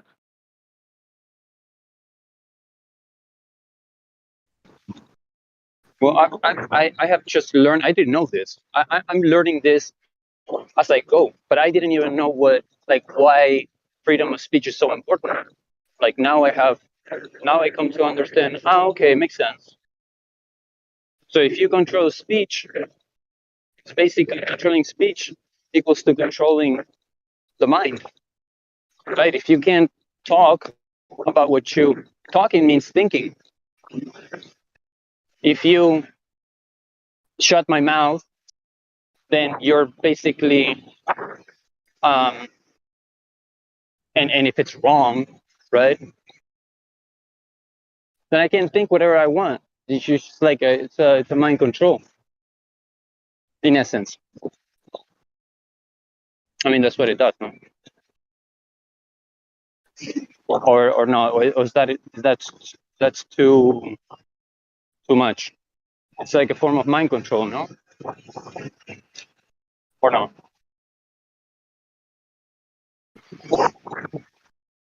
Speech, right? You're thinking. You speak what you think. If you control the speech, In the movie 1984, which was Richard Burton's last movie before he died in 1984, John Hurt, who is famous for having the alien come out of his chest in the 1979 movie Alien with Sigourney Weaver, he played Winston Smith in 1984, and his job was to sit in front of a what do you want to call a little I don't know, a machine, and go find articles that had been written that the government wanted to have banned. So he would go find those articles. He would cut those articles out, and he had a fire right to his left. So he would take those articles that the government wanted banned. He would literally put them in the fire next to him, sitting to the left of him. He put them in the fire, and then he would put in what the government wanted to be the official narrative into the record, so people, when they research something, would see what the government wanted. We are living very similar, if not the same, or even worse today than Winston Smith, played by John Hurt in 1984, portrayed at his job.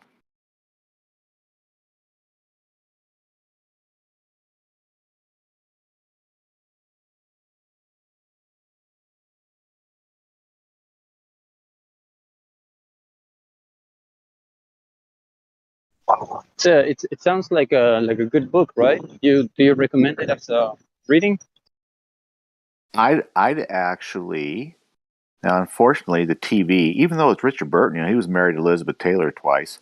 He's very famous. I think he played the main character in the movie The Robe, and he's actually one of the most famous, along with Charleston Heston and people like that. But he died in 1984, and you will never ever see that movie on TV. You will never be able to rent it on your TV from a cable station. Yeah, you can pay for it. You can go on Amazon Live. I don't know if Netflix has it. I would stay away from Netflix. But you can go on Amazon Live, and I believe you can rent it for $4 or $5. If you have a laptop, obviously it's easier on your eyes to watch it on a 17-inch laptop than it is on a 5-inch phone, like I have. And so I would rent it. 1984 stars Richard Burton and John Hurt. The movie. It is awesome. And if everybody had watched it in high school or grade school instead of watching Al Gore's An Inconvenient Truth, that's unbelievable. Anyway, if you watch 1984, you will see exactly where we are 38 years later. And 38 years later might be even worse than it was back then. But you'll appreciate it, and hopefully you watch it. You'll ask other people to watch it too, and wake some people up. Thanks.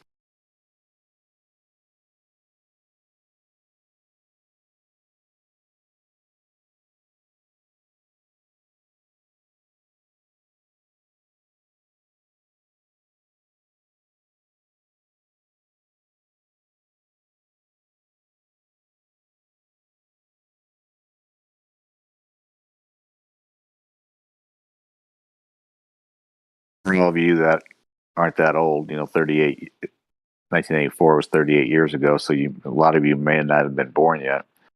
But,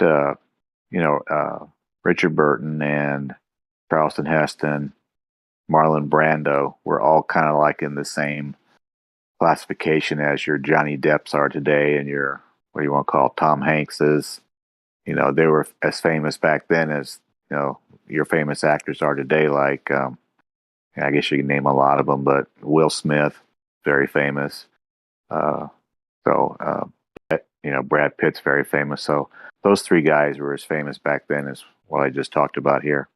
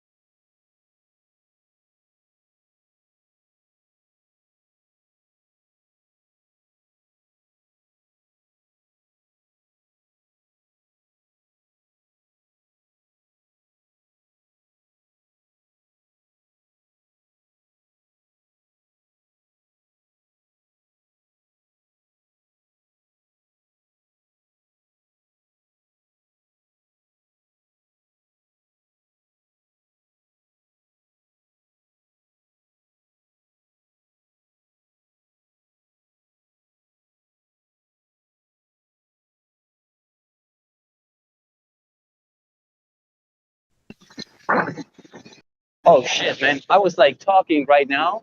I swear, I was saying, I thought my microphone was on. Shit. I was saying some really cool stuff. Sorry about that.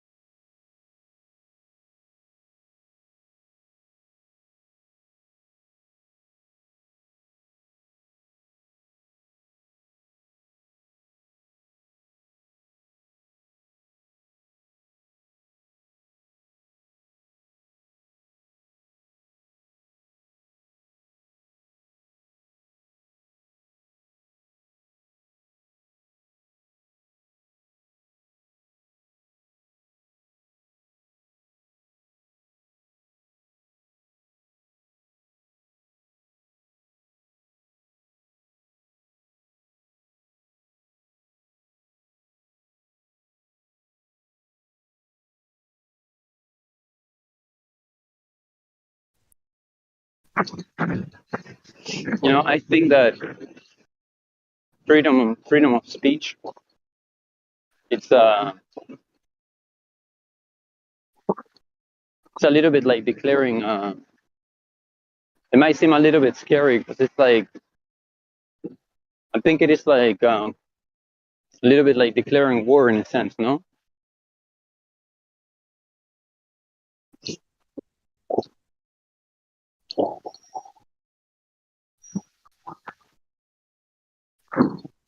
Right now, for instance, like in these days, if you think about, if you talk about what you think openly, it is. I mean, I admire people, you know, that they expose themselves, and I don't know how they live normally, man. Like I would be so scared, you know.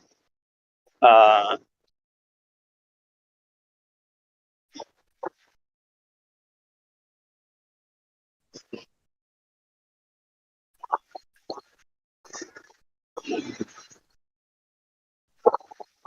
it's a little bit like declaring war.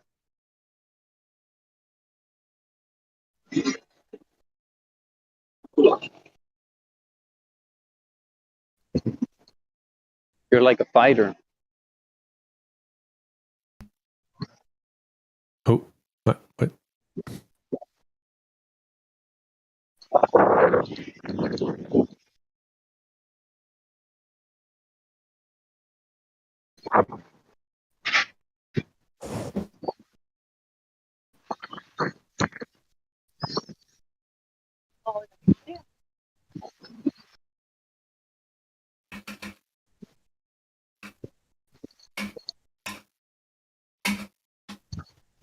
If it gets really noisy, let me know, okay? Because it's really windy here.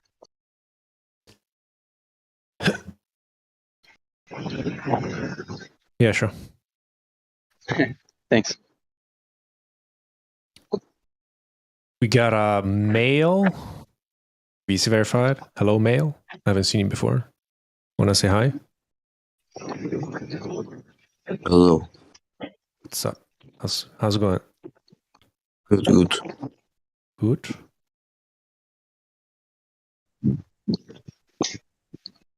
What are you up to?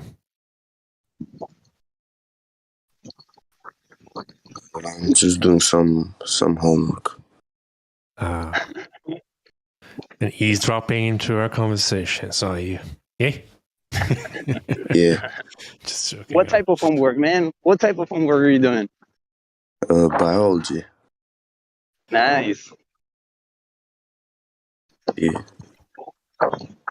You're learning about flagella and all that kind of good stuff inside those microorganisms, or maybe not doing microbiology. Yeah. I mean, I've already done that, but Right on. Man.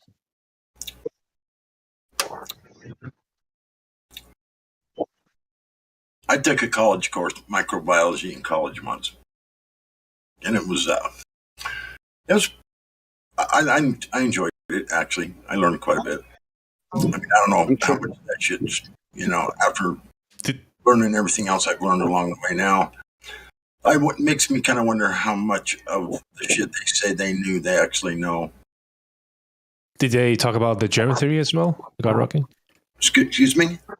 Did they talk about the germ theory as well in the study? No, they didn't talk about that much. A little bit. I was wondering if they. We did some. About all we did was some. Put some bacteria in some petri dishes, and then treated it with different types of antibiotics, alcohol, various different things to see which actually was more effective to killing the bacteria. And you'd be surprised what the most effective killer was for just about all bacteria. Hand soap. Oh. Literally, hand soap wiped that shit out so fast in the petri dishes, faster than anything else we put on it. We put in, like I said, antibiotics, alcohol, just all kinds of shit. Aspirin, I mean, all kinds of weird shit that we put in those petri dishes to see what would kill the bacteria. And hand soap instantly wiped that shit out. Makes you wonder what else is wipes off. The good stuff as well, maybe. I wonder. Well, using soap excessively under certain situations. I mean, soap is basically lye and fat. I'm sure it's not lye anymore, and that's why it dissolves oil and grease, because that's what it's made from. Like palm olive, like dish soap, palm olive. It's made from palm oil and olive oil. That's why it's called palm olive. And then they treat it with lye, and it turns it to soap. But it still retains its attributes where it can dissolve oil. That's why I say, Dawn takes grease away, because it's made from grease. All soaps are, for the most part.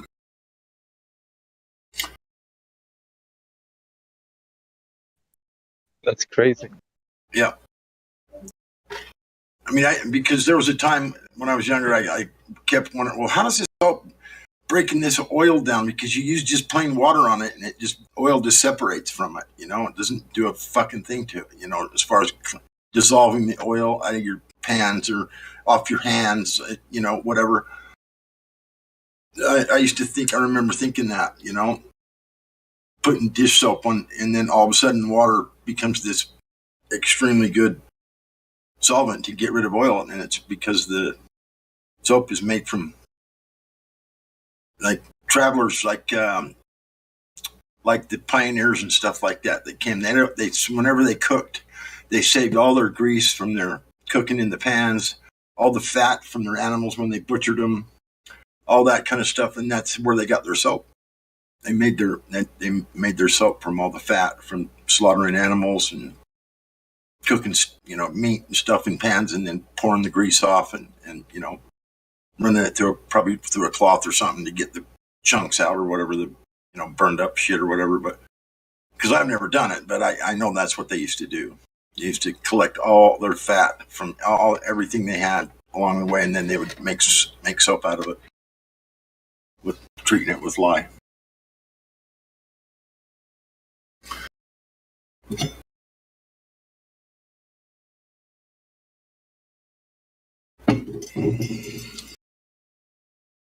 Anyway, Male, are you have you been in here, or you talked to flat earthers before, or are you interested in the subject, or what's going on? I'm just curious. What we usually No, ask. this is my first time. It's your first time, yeah. Yeah. So, what do you think about the subject? I mean, I guess it's interesting. Yeah, Yeah. that's for sure.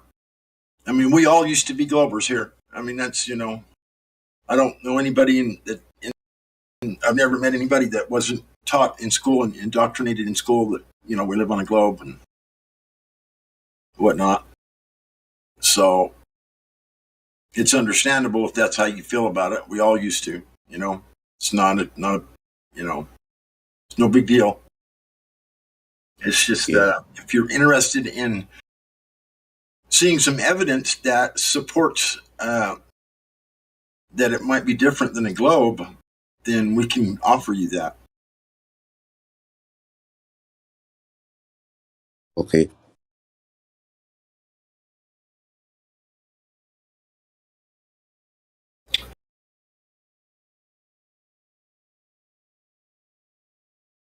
So, do you have any questions that you might have in your mind that you've been curious about? I mean, not right now. No? Okay. I just kind of came to listen, but yeah.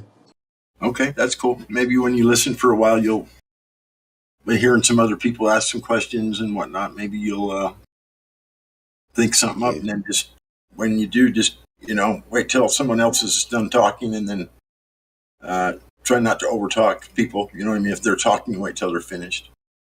Just out of courtesy, and then ask your question. Sure. Yeah, sure. All right, cool. If anybody else has something they want to ask him or talk to him, then go ahead. I'm done.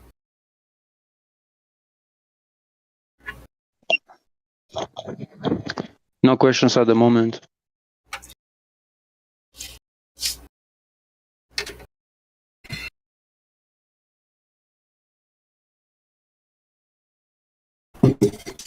I know a lot of people in here like to do the 3 points, like to do various different things, but I personally would just leave that up to someone else. So feel free if anybody wants to do that with him. I'm not interested.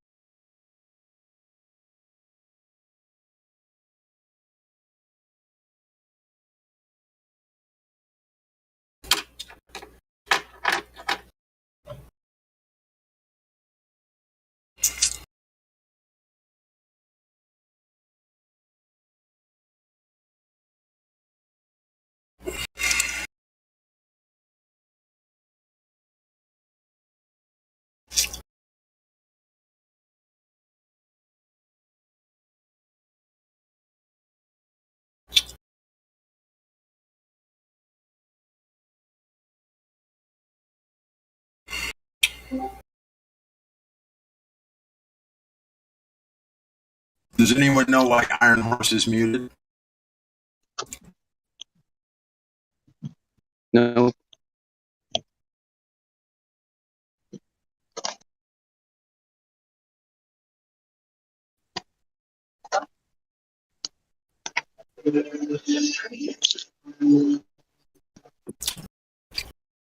Iron Horse, I just unmuted you. I'm curious what's going on.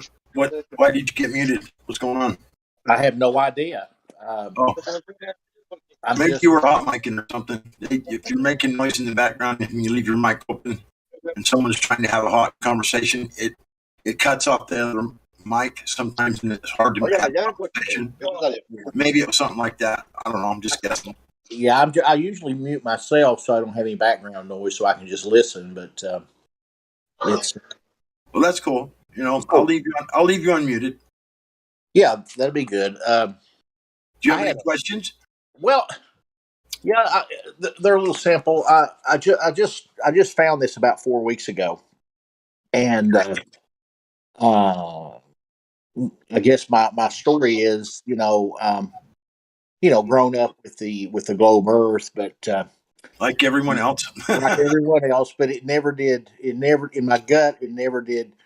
My observation was never. It never. Never computed in my head. But I had a question, and maybe y'all can answer. This was just a question that bothered me. The firmament, and why do we see, for an example, in the wintertime, I'm in the northern hemisphere, northern part, I'm in Kentucky, but in the winter, I can see Orion. Okay, see that constellation.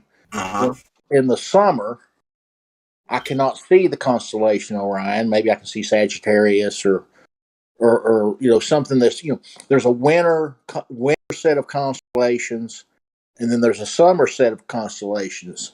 In the I call it a flat plane Earth. I don't call it a flat Earth or whatever. But I think I do the same. Explain that. I do the same. So yeah, I think I can answer your question. The stars, as far as we know, are also above us in sort of a flat plane manner, in my opinion, above us in a flat plane. Now the firmament, whether the stars are in it, above it, or under it, that's still questions that we all have and would love to know. But as far as not being able to see them, it's very simply, in my opinion, and now this is my opinion, of course I can't prove any of this, but this is what makes sense to me, is that as the constellations rotate around Polaris, you understand that concept, right? Absolutely. Okay. As they rotate around Polaris, because of your location, the constellation Orion rotates and it just gets too far away for you to see. Because they're local, the stars are local and they're smaller, you've got this that's why you can't see, for instance, let me give you a good example. Like the sun, for instance, we feel like the sun does the same thing.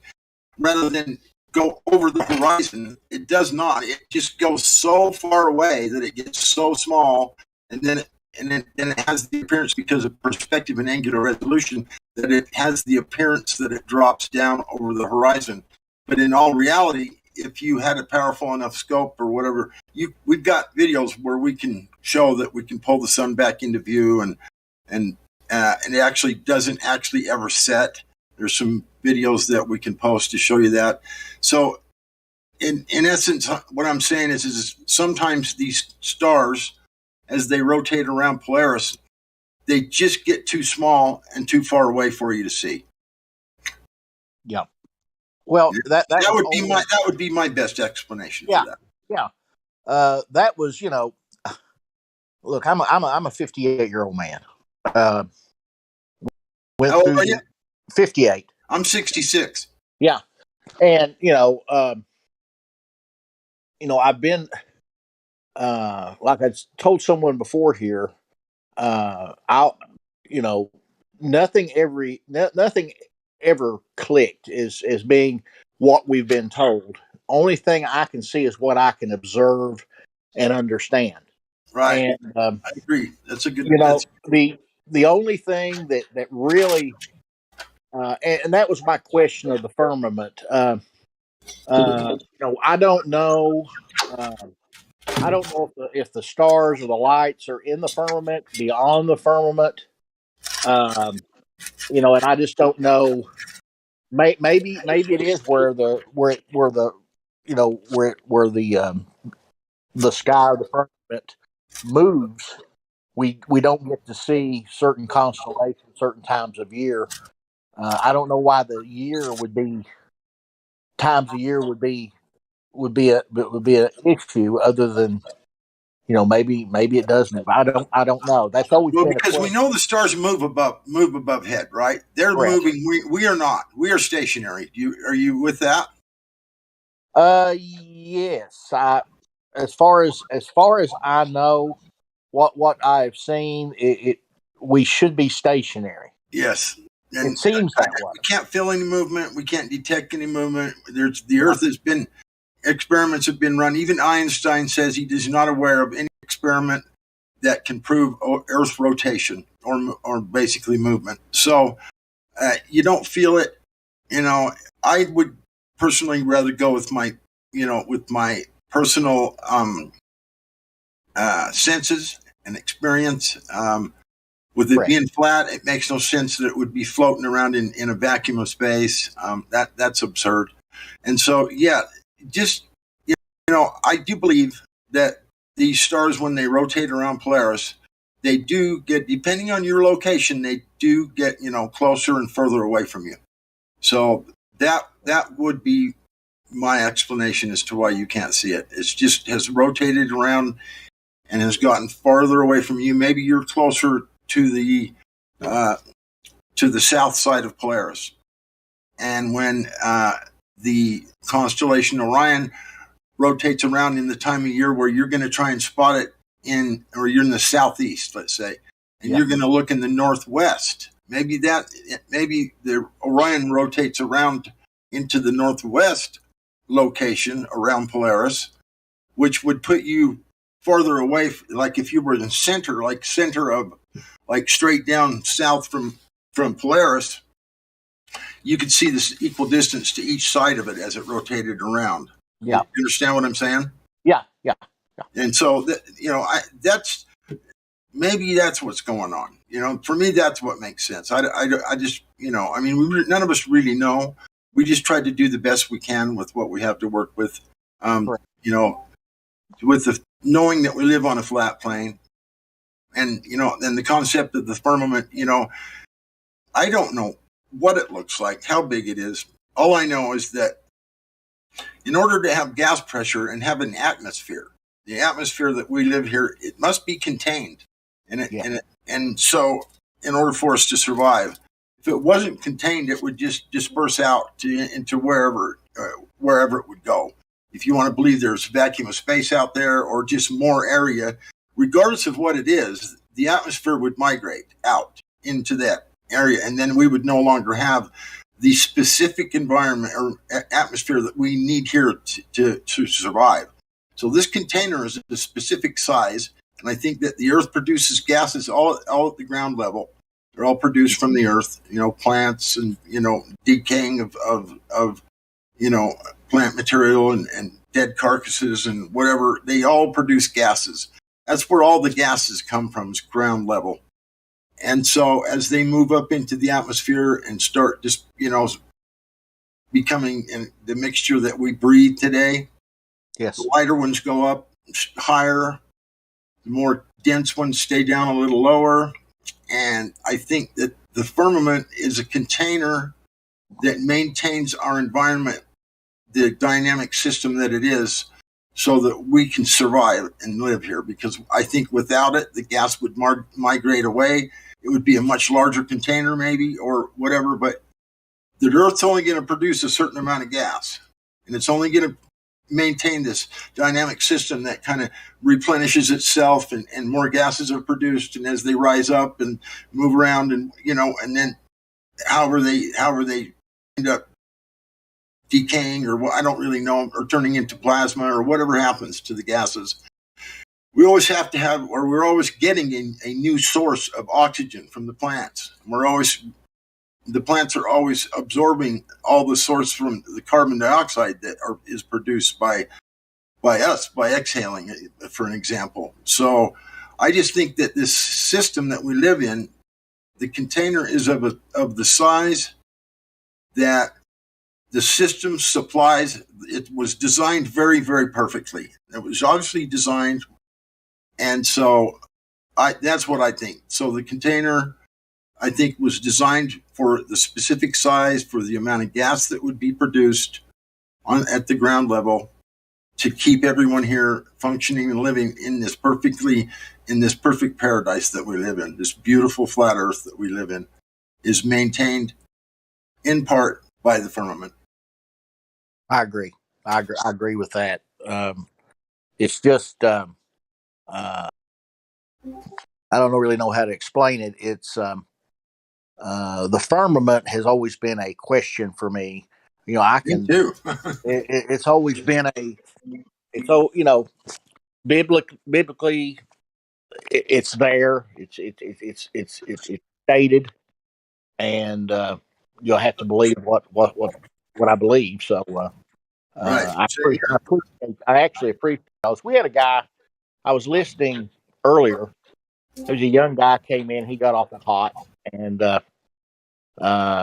everybody was kind of on him. He was a guy, obviously a globe guy, and his first question is, well, why would this lie? Why would whoever they are perpetuate this lie? And it kind of got off track. Nobody would really give their opinion why. It was just, you don't have to have a motive to. A motive doesn't trump evidence. But well, not only that, how do you ever know what someone else is thinking? Why they do things? Right. And that's always been when I talk to people, when I get the chance to talk to them about, what do they sense, what do they see, what do you, and you explain it to them, the first thing out of their mouth is, well, why would they lie about that? And it's very difficult for someone that is so convinced that we live on a spinning globe going 1,000 miles an hour, traveling around the sun at 60,000 miles an hour, and traveling through space at 1,000,000 miles an hour.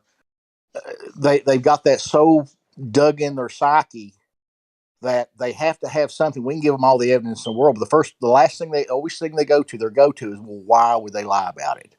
So what is your? I'd like to get some opinions. I've got my own opinion, but what is your opinion of the why? Well, let's put it this way. I'll just give you one example. A couple examples. Do you think that the government ever lies? Absolutely. Okay. So, do you think we've been to space? Do you think we've made it through the firmament? No. Okay. So, NASA gets $60-something million a day. That's their budget. It goes up every year. Now it's at 60-some-odd million a day. Now, these rockets go up, they arch over, dump into the sea. They're probably hollow. There's no one in them. They're probably built very cheaply. They're nothing more than a cash cow. That's my opinion. It's just a way for certain people that are in control to charge us with taxes and take our tax money and put it somewhere where they're not even saying they're using it. They're just taking the money and they are ripping us off right, left, and everywhere when it comes right down to it. I could probably give you several other examples to where I don't think that the tax money is being used where they say it is. So we're obviously not going to space. We're not don't have satellites in the sky. So where's all the money that we spend on that stuff? They're Hollywood actors. I know paid actors. I know that. And we're not talking about that right now. Well, I always do think that there is black programs, and I think NASA is a great front for diverting money to military, black budget or wherever they want it. Yeah, wherever they want it. I think it's a little bit deeper than that. Well, it probably is, but I'm just saying that I think that's part of it. Yeah, I really think the globe Earth theory, or what they made it. They've ingrained it so hard into our psyche from the time we start school, and they went away from the plain Earth. Is I think they, whoever the powers to be, and I don't know who they are, they have to establish that they have to establish this lie so we can understand that we're not anything. We're just a roving globe in space. We have no. I really think it's for to as I say it, to make us doubt the creation, make us doubt God. They make us 100%, my friend. I'm with you right there. And the thing is, with the government, how it's gone so far, once you are convinced that the place you live on is not what it seems, they can inundate you with so many other lies. It's not a matter of the government. If it was just the flat Earth, that was the only lie they told. But that is the basis for every other ruse they can pull on people. If they can pull this thing where you actually see, feel, touch your surroundings, and they make you not believe that, they can make you believe anything. That's right. And that's where it goes from the Federal Reserve, it goes from everything, the space program, the way we communicate. It's all based on a lie, but the first lie that has to be told. Yeah, you're right. It's the flat Earth. Let me just say one thing. When I said there's probably 1,000 other things I could go into about where the money goes, you've said everything I would have said already. You know what I mean? So I'm on board with everything you're saying. So, yeah. Right. And most of the people here feel the same way. I can tell you that. Yeah. Yeah. So yeah, you're on target as far as I'm concerned. Yeah. The first, when in 1969, I was 6 years old. Okay. Remember it. Remember the moon landing. I remember everything about it. Even, I had the Saturn V rocket. I'd put it together, a big model. It's like 4.5 feet tall. I mean, I was really into it. Had a poster on the wall of the astronaut and the Earth behind him. I had all that. And, as you get older, you really, once you start thinking and not, trying to understand what's actually around you and the way it could, this moon dot, or whatever they called it, was right after the Tet Offensive, a year or so after the Tet Offensive in Vietnam, which we wound up winning, but it was a very trying point in the point of that war.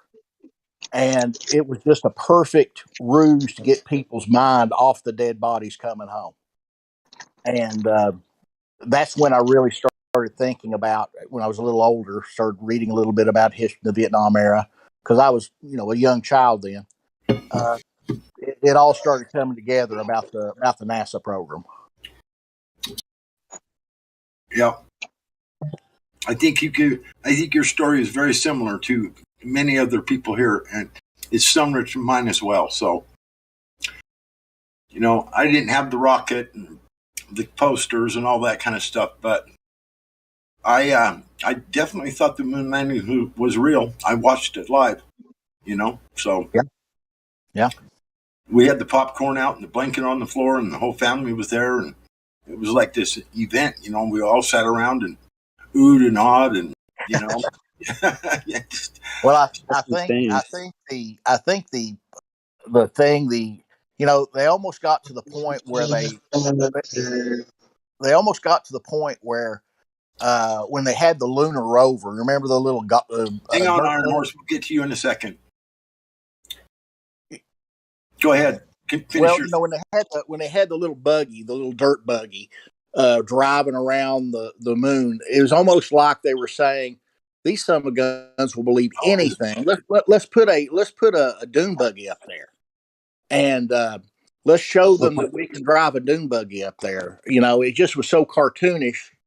When you look at it now, it's so cartoonish. How did the American people? So look at how rickety and that thing looks like it's held together with tinfoil and shower curtain rods. And when you brought up the moon buggy, if you watch closely, you can see they're just out in the desert. That's just desert sand, and you can see the prop mark crosshairs and all other kind of bad beeline movie mistakes. And they claim there's no gravity there, but when you watch the tires kick up the sand, it falls right back to the ground. It's so disgusting how stupid that. And I'll tell you another thing that I distinctly remember about watching the moon landing footage. I was born in '75, and when I watched the moon landing footage for the first time, if you look at the panel when they're there with the press, they don't look like men who have done the greatest thing in human history. They all look ashamed. They all look ashamed. Because they know there's no truth to the things that the claims that they're making that they have done. They all looked the way someone look who's telling a lie that they're deeply ashamed of. Yeah, in my opinion, if you go back and watch that with that understanding. Yeah, we've talked about that exact thing many times here, and you're absolutely right. Yep, it's been a big topic here at certain times. So, go ahead, Arnhorst.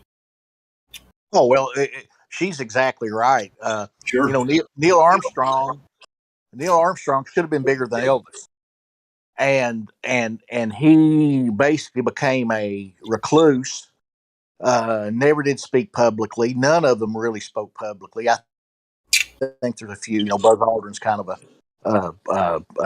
I guess a wild horse on knucklehead. it. Yeah, he's kind of a knucklehead. Yeah, but He's fine with being a star. Celebrity. There was never a serious one-on-one interview with any of these astronauts, and that's always been a red flag for me. But the lunar whatever that rover thing, how could it's supposed to run on batteries? I mean, it looked like there was a dozen car batteries on it or 8 car batteries. How long? You can't even run a trolling motor on your boat on a car battery more than 4 or 5 hours. And to run that thing with all that equipment, everybody riding on it, for 3 days on battery power only, no way to charge it, just no way. Yep, that's really funny. Is there not a single star in the sky when they turn the camera back around as opposed to look at Earth? But if you look at the unedited footage of the moon landing, you can see that the Earth was just a photo. That they was a photo prop, and then if you save the picture and put it and enhance it in Photoshop, you can see they literally cut and pasted it. Yeah, it's you got can a little see, like, the square around it. You got a square around it. Yeah, we've seen it. Yep, it's crazy. I have a. Do you guys?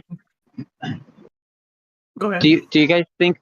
Thank you. Do you guys think that they tried their best back then? Like they tried their best back then to do what? Yeah, considering what special effects were back then, sure. Tried their best to do what? Clarify that. To fake it or to go to the moon? No, to fake it. Do you think that they tried really hard to make it look like they had the best futuristic and everything? I don't know. They had the best special effects man there was. That was Stanley Kubrick. I don't know, because there's so many anomalies. You would think if they tried their best, they would have cut out all of the things that this gal just mentioned. The X's on the ground and all the all kinds of different stuff that is just should not have been there. So I don't know that they tried their best. That's up for debate, in my opinion. I would agree with you on that. But they did hire Stanley Kubrick to make that film. There are actually pictures of him consulting with NASA prior to the moon landing. Stanley Kubrick has alluded to it in his films, like The Shining and things of that nature. Yep. You know, he definitely helped them produce that. But just like with any movie, like I'm a huge internet movie database consultant. With any movie, you're always going to find errors that the editor missed. Because, you know, people, when you put a movie together, you have the producer, then you have the editor, and you have all these people in all these other departments and functions, and they just miss stuff.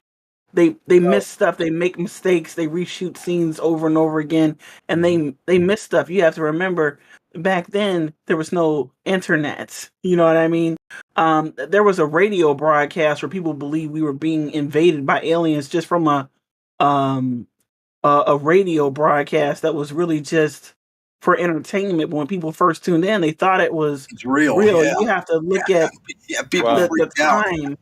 It didn't take much to Push people them over the believe edge. this. Yeah, people believe this stuff because hell, it's coming from NASA and the government. You know, we didn't have the internet and we didn't have independent content creators that were giving us different information other than what the propaganda and agenda driven federal communication information that they want us to have. You know, because there was no YouTube or anything like that to oppose or dissect or point any of this stuff out. You know what I mean? We had very limited information back Exactly. even when I was a young man, and even in the late 70s. Really, everything that you got was from your three network stations, your newspaper, and that could be easily manipulated. People in the 60s, we trusted the government. We trusted what they told us, and Absolutely. it wasn't until the mass information where people like ourselves can speak and talk and communicate that's when everything started unraveling for them. So they have to keep telling more lies. It's just like we were talking about earlier. Was now the federal government is kind of trying to they're trying to get us prepped for some type of UFO occurrence, which I think is a ruse also. And they're trying to prep us for something. Some more Another false flag psyop. another false thing of some kind. And I've got opinions on why, but the you wouldn't even speak of a UFO. The government was conveniently using it as a ruse. It was plausible deniability. And now there's so much information now of people. Now they're going to have to make another ruse of some type to either make us believe UFOs are real, so it can be so they can use it for plausible deniability of what they're actually doing. Well, and it enforces the globe too. I mean, none of this stuff is possible without there being this supposed globe floating in space. So they're still doing everything they can do to prop up this globe. And so everywhere you see it on TV still. It's just one thing after another.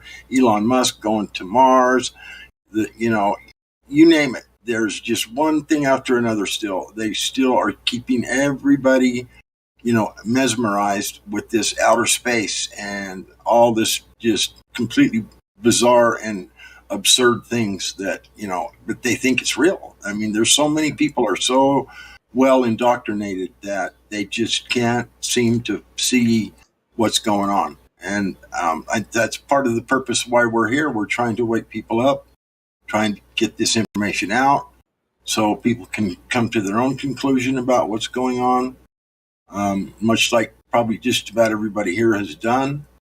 And so you guys are right on target, every one of you. Well, go ahead. I love my globe. Do not take my globe away from me. You can't have it. It's mine. Sorry. Hey, I just Don't want to take know. Jim's globe. Next up here on 24/7 Discord Live, next up is a question to the panel or anyone else willing to answer. Did NASA and the Apollo moon landings, that whole thing, did that hoax have a expiration date that they knew of? There you go. Ooh, that's a good question, Sonny. Did it have? Yeah. So my question is, did they have an expiration date on this hoax? Because with the advent of the semiconductors, personal computers, high zoom optical devices, and so forth, did they know that this was going to be found out, and what was their expiration date? I think you got a good point, Sonny, because my feeling is the expiration date is pretty close. like right now, huh? Yeah. Why do you think they're having government? Why do you think the House of Representatives and the Senate are having hearings on UFOs? Yeah. You would never have thought that 10 years ago, and now they still have to make this ruse. And I think one of the gentlemen said, the only way to keep this globe Earth going is to introduce some type of thing like a UFO. We don't know, they're aliens or whatever it is. I think that is one of the things that they might be, maybe a trial balloon of some type. It could very well be that. I don't know.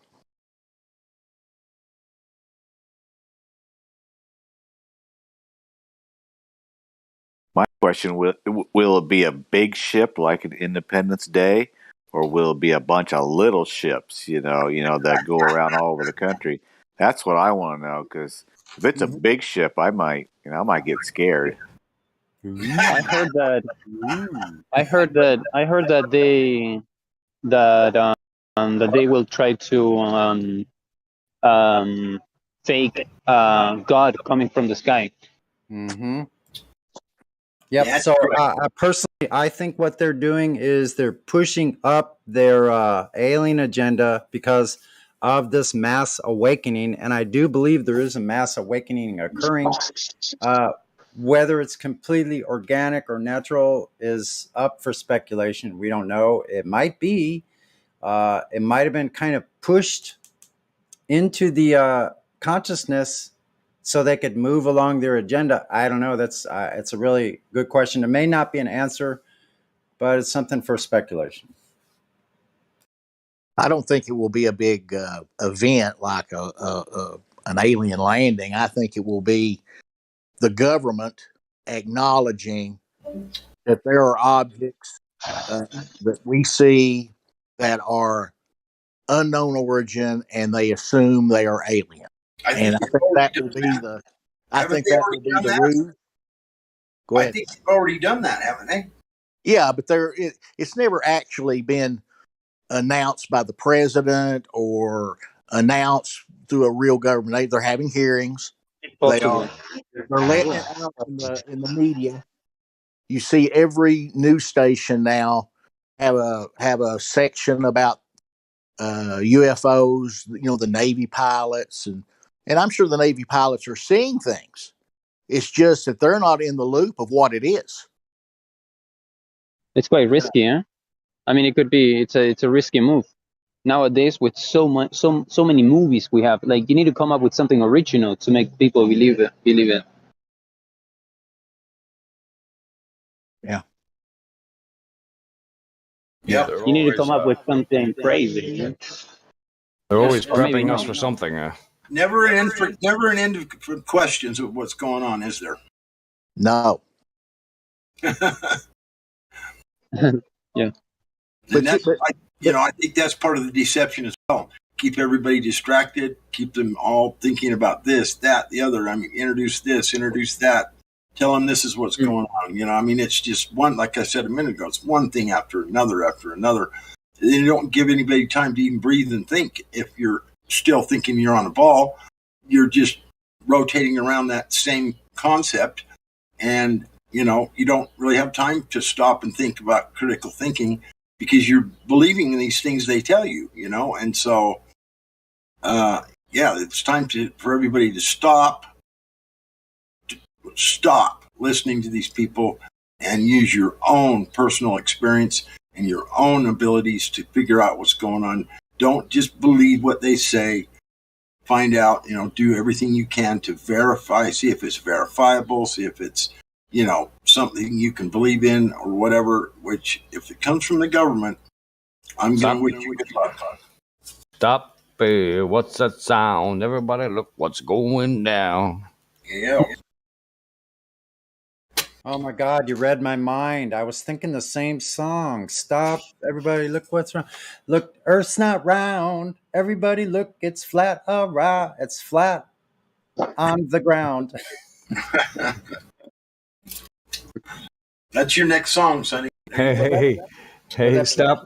What's that sound? Doesn't you know the earth ain't round? Yeah, there you go. I'm not going to get it.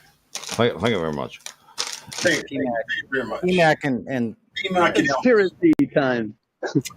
Hey, breaking news, everybody! New York just announced an alien sighting.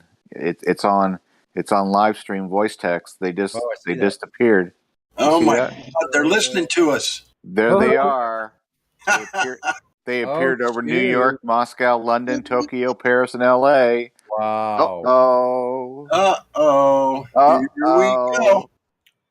Time to bone up and watch Independence Day again, I guess, huh, folks? Yeah. They're here. Hey, friend of mine at work the other day says, Paul, the world's gone crazy, man. It's gone crazy, right? I says, listen, bro, nothing would surprise me. See if I woke up tomorrow and aliens had landed on the White House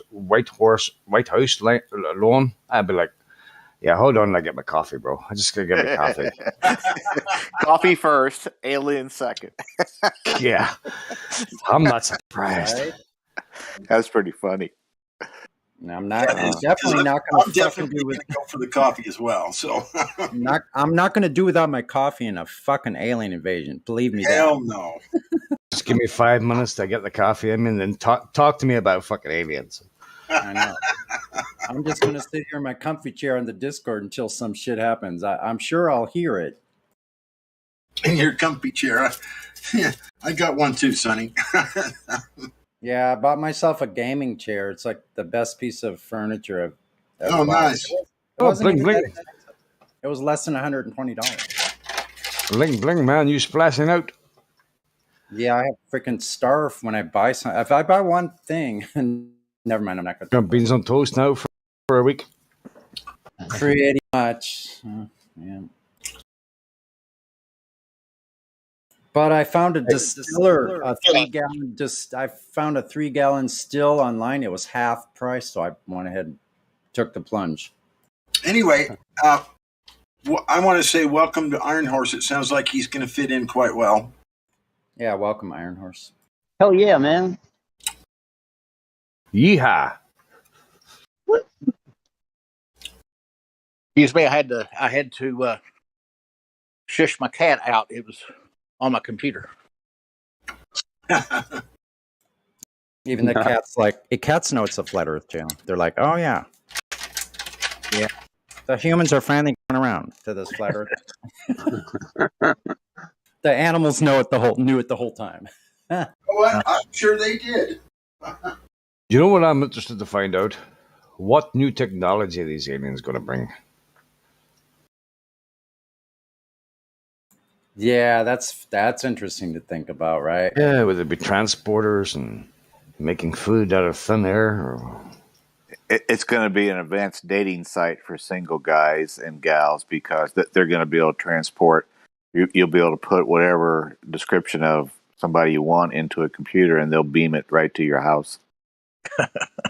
I'll subscribe to that. Me too.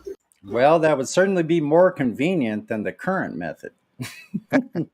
Yeah, you have to go to a stinky bar, fucking talk, spend energy and money. Hey, I noticed in other servers they do like virtual reality meetings. Is that right? I don't know. I woke up this morning and some guy got married to his vacuum cleaner. Who the fuck? Oh boy. What? I get married to his pillow or something. Some virtual thingy he got married to. Some Japanese guy. Where else? Like, wow, what a sucker.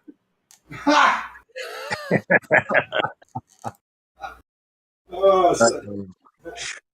There's people got married to trees and fucking Volkswagen and all kinds of shit. It's crazy. Well, at least they don't talk back when you talk to them. I mean, that's a positive thing. Get married to an inanimate object. It doesn't talk back. Doesn't talk back. I mean, there is a positive in most relationships, even if the relationship is not alive. There's a positive in everything if you look hard enough. Yeah. You notice always the strange things that people marrying blow up dolls and vacuum cleaners. It only happens in first world countries. You don't have someone in Nairobi marrying a vacuum cleaner. It's a. They probably don't even own one. Yeah, it's a thing that happens to people to a society that has way too much money and way too much time, and that's usually what happens when it only happens, and it's really amusing though.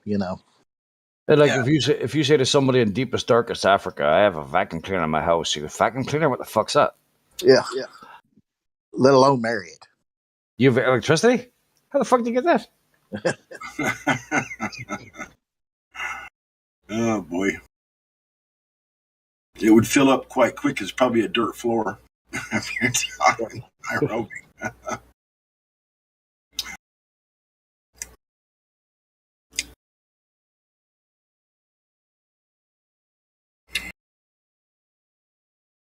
Yep. Go ahead. No, I'm done. I just wanted to say yep.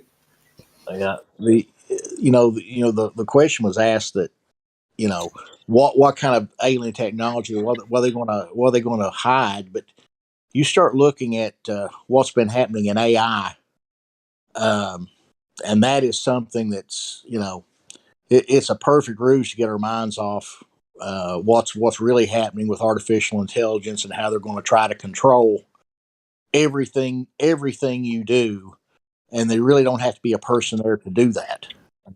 It's all going to be set up on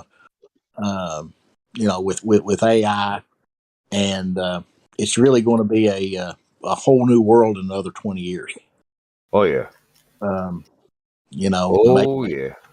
Maybe to get people thinking about UFOs, trying to hide us from what's really happening. All right there, Bar. Oh. Yeah, I just had to sing off key for you. That was very off key. that wasn't even a key. Was that a key? It was in between F sharp and F and just F. Sounded like you were strangling your cat. He's with me. My cat's with me, so it's funny you say that. Yeah. Intuition.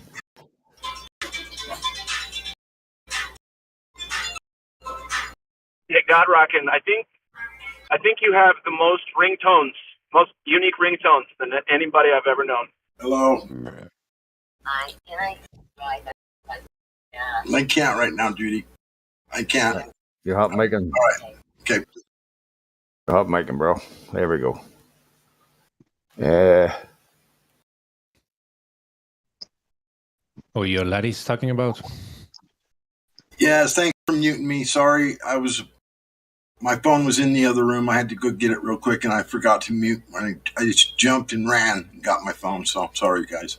I always found it really strange when we're talking about AI there, where Elon Musk comes out and he says AI is the biggest threat to humanity. And then the next week he goes and buys fucking stakes in the biggest fucking AI company in the world. But fucking strange, right? Well, they got to tell us every once in a while what they're doing, I think, or at least warn us, hey, if you're paying attention, this is going to be some shit later. I'm not going to talk too much about it, but I just did right now, so clip it out and show your friends. Hey, thanks, Elon. Talk some more. Go ahead. We're listening. Right.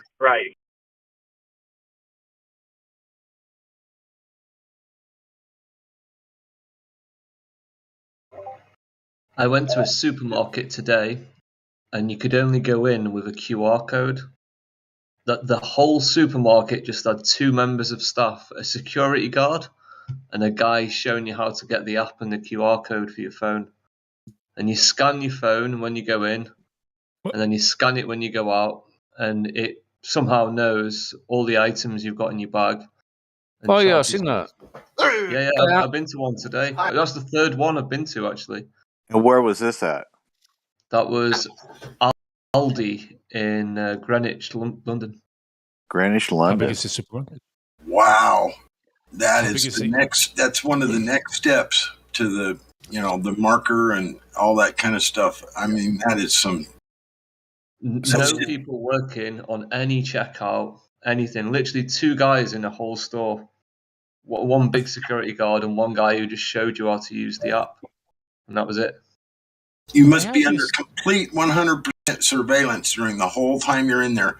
They're watching your every move. When you pick up an item and put it in your basket, it rings it up. I've heard about all this. And when you walk to the checkout, you scan the app or whatever, you're charged for everything you put in your basket. You go on your merry way. That is just, oh my gosh, it's just the next step to the digital surveillance that they want every one of us under, not just in the grocery store. So do you think? I'm guessing soon it'll I get gotta to a I gotta point where say real quick about that is I think, it's in my opinion, that people are going to be literally, it's going to be a fashion statement. Do I get it in the forehead or my hand, or where do I get this thing? I'm not kidding. People are going to be, debating like, well, I wanted to get it in my hand, but the forehead thing is a little bit easier because sometimes they just read your eyes. And if I have the chip up next to my eyes, I hear it works better, but it looks really good on my hand. And I heard I can get a bracelet that works with it. You know what I mean? Just, you're going to hear these conversations. It's going to be weird. Well, here's the thing. What do you hold your cell phone with? Your hand. Yeah. What's it pointing at? Your forehead. For the most part, yeah. There you go. Oh, right. So they can integrate the cell phone to the forehead. Yeah. Yeah, just whatever. The thing is the biblical verse is, the stamp on the forehead, but where do you point? Most of the time you're looking down at your phone, and it has to be up there towards your head somewhere, unless you have a earpiece or something. But it's a scary thought. I just Another thing, I think maybe to pass it off a little easier, make people swallow it a little easier, accept it, is like they won't put it in forehead or hand because that's what the Bible says. So they'll put it in other places. Like you can get it. You know what I mean? Like, I don't know where else, because forehead or hand is pretty convenient. But you know what I mean? Like, a lot of people are going to go, no, that's the mark of the beast. But then they'll go, yeah, but it's in my shoulder, so it's not actually where the Bible says it's going to go. You know what I mean? But I'm not even afraid of the mark of the beast thing. I'm just afraid of all that technology in your body messing with stuff. Because, like, if I've got a chip communicating with my phone in my forehead, that can't be good for business upstairs. You know what I'm saying? Oh, absolutely. The frequency, radiation damage and whatnot. Sure. Yeah. Maybe the phone's the mark. Mm-hmm. What would you guys do without your phone? What would anybody do without their phone? Listen, if I found a plot of land and the love of my life to be with and a few other folks, I wouldn't need a phone. Wouldn't need any of this shit. Yep, you're definitely on the right track, my friend. Well, I think they're going to use this system to start deciding who can and who can't use things like supermarkets. So it's going to read your phone and go, oh, this person didn't lower the carbon footprint enough. We're going to punish him. His punishment is he can't use such and such. And it's not going to be a person that tells you this. It's just going to be the computer saying, no, can't go in. And you can't argue with it. And that's it. Well, we become That's so what I think dependent is going on to the phone. happen.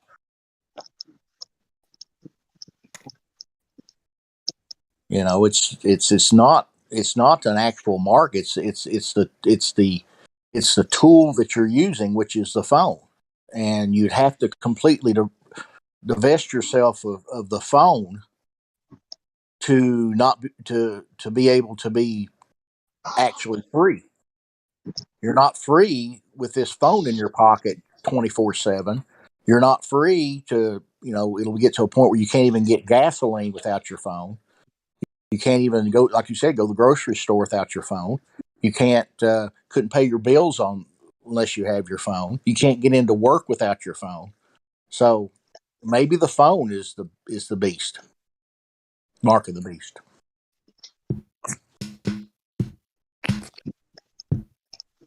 Hey, what happened to Xarn? It's definitely too close to your wrist for it not to qualify.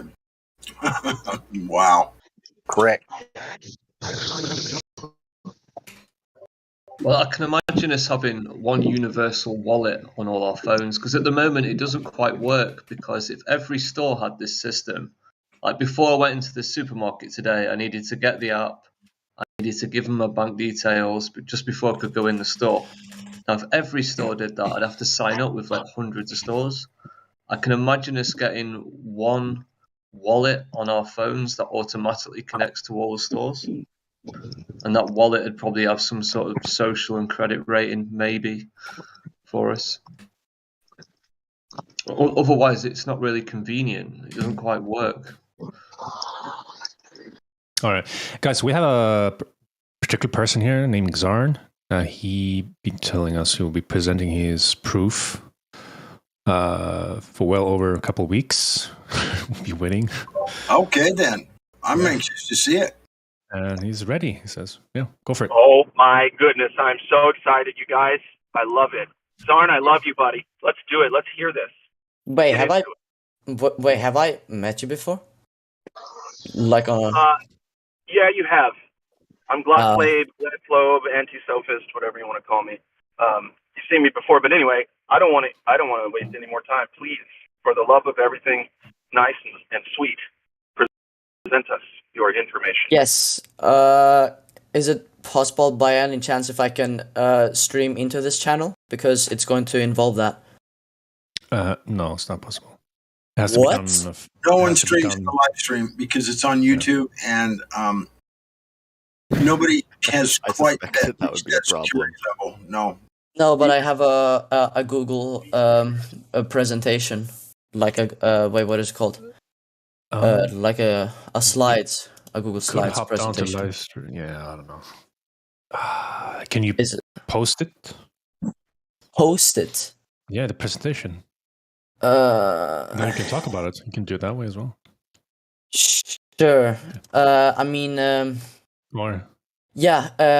It is only that I have to go to my emails so I can confirm you guys can see it. But yeah, sure. I'll link it down here. There we go. It's down here. If you click on it, it would say, I think it would say you have no access to it, but I will give you access immediately. That's the lobby, man. Posted in the live stream voice text. Yeah, I'll just do it. Whatever. Also, live stream voice check. So, right here. All right, cool. So you could just unprivate the document so we don't all have to log into our Google accounts and have you let us access it. I'll have to. I never. Wait, how do I do that? Because I'm using my school account on this presentation. It should just be an option to set it off of private and make it public so that anyone can view it. Viewers and commenters. Just by link, anyway. Just make it. You should be able to make it shareable by link so that you don't even need to be logged in as long as you have the link to it. Wait, let's try this one. Oh yes. Open sharing settings. I'll be. That one still has access. I still need access. I'm sorry, this might take a while to open. Yeah, don't worry, take your time, man. You're good, man. This yeah. is exciting. Everybody go on. When you open it, please stay on slide 1 until everybody has opened it. Can you make it public because I need to get an access? Yeah, I you don't got to know make how- the Google Drive thing public. Just Google making a Google Drive public, open Okay. to everyone.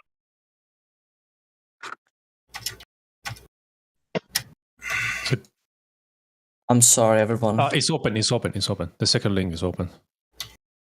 Unless you. Oh. Yep, and you're Oh, good. it's open. all good. Can someone else try to confirm the second link? If I click the second, it still says I need access. It still says I need access. Okay. Yeah.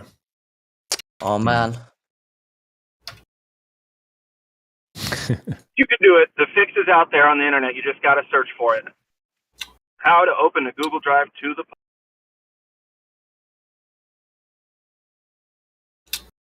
Okay. Wait. Give me a second.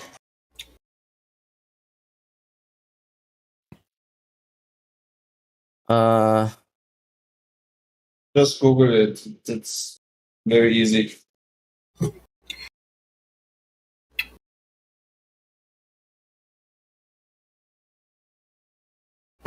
Oh my god.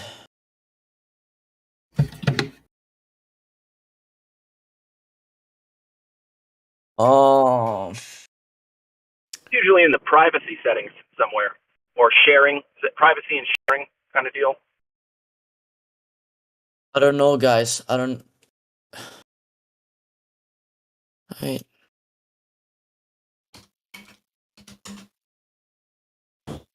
Is it something you can Are you present the to owner one? of the presentation? You should be able to have the full access to it to be doing those changes. I don't. Oh wait. So this guy has it open. Some of you guys have it open. I see. I sent you an email request thingy. Yeah. Okay. Some guy with an email called Weltlol. Look in your emails and give me access, please. You gotta make it public. It's not gonna work. Everybody's not gonna be requesting access for it. It's not gonna be. I posted the Google Drive files publicly with no signing required. If you check those steps, see if you can replicate okay. that in the settings on that page. Oh god.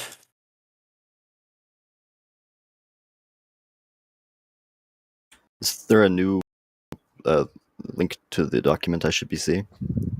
Oh, this is so messed. Still private. Wait. Some of you guys have it. Wait, let me just. Can someone download? That's it. Yeah, I'm in. Yeah. Okay, you're in. That's great. Can you download the whole thing and then can put it up in the stream? Did you make that for your class? Wait. Try this. This new link.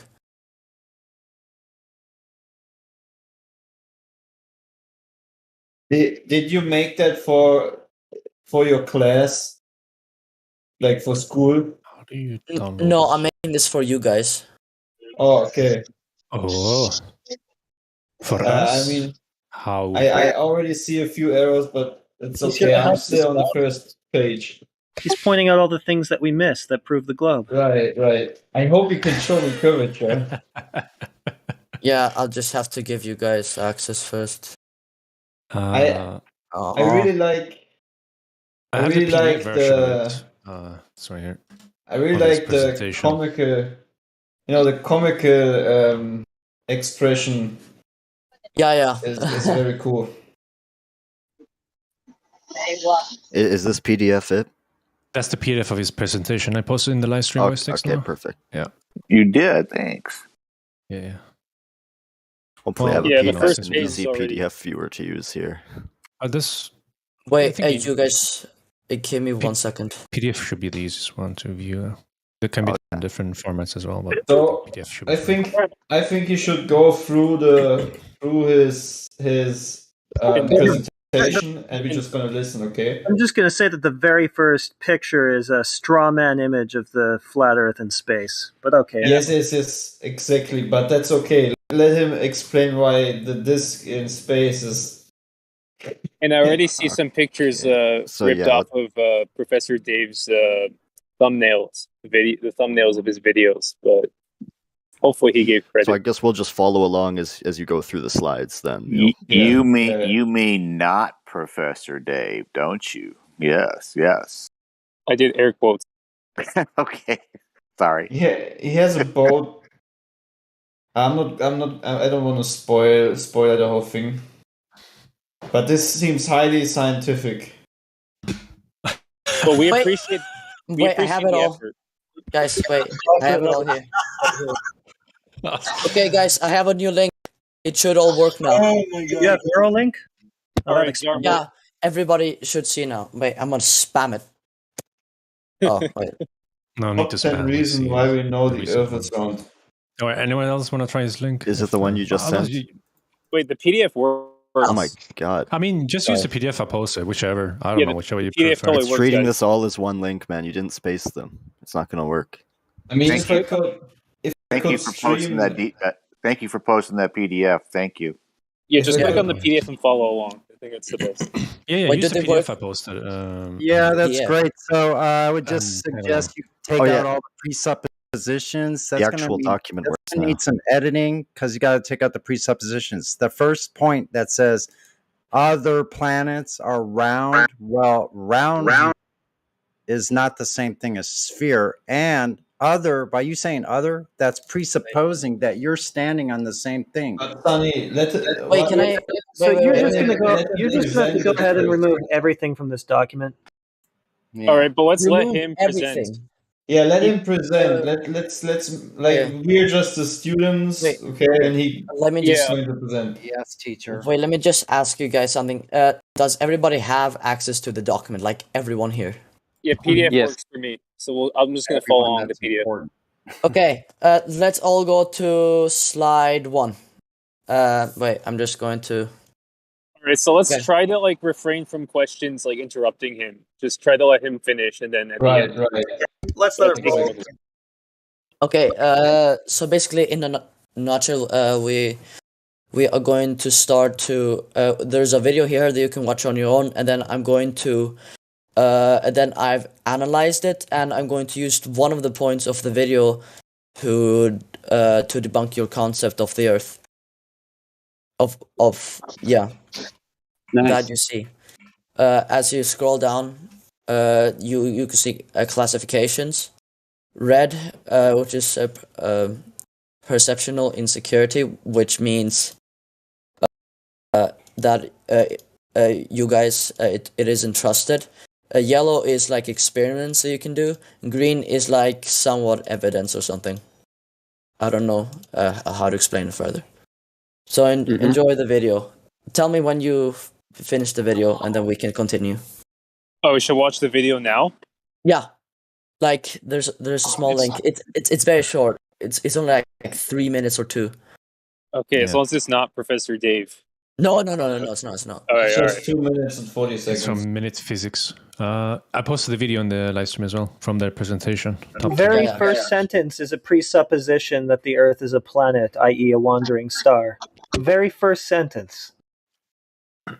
What? Let's Wait, just watch the video. Like you can put up your arguments against it later. Okay.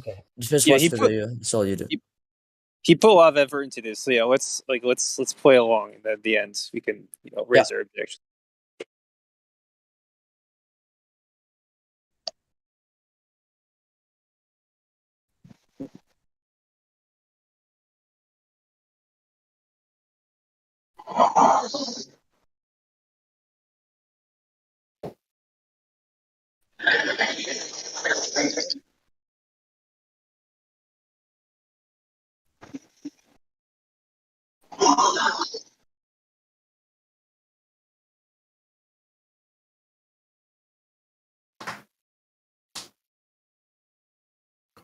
Guys, I'm not watching the video, but I'm so excited to hear y'all's responses. Okay.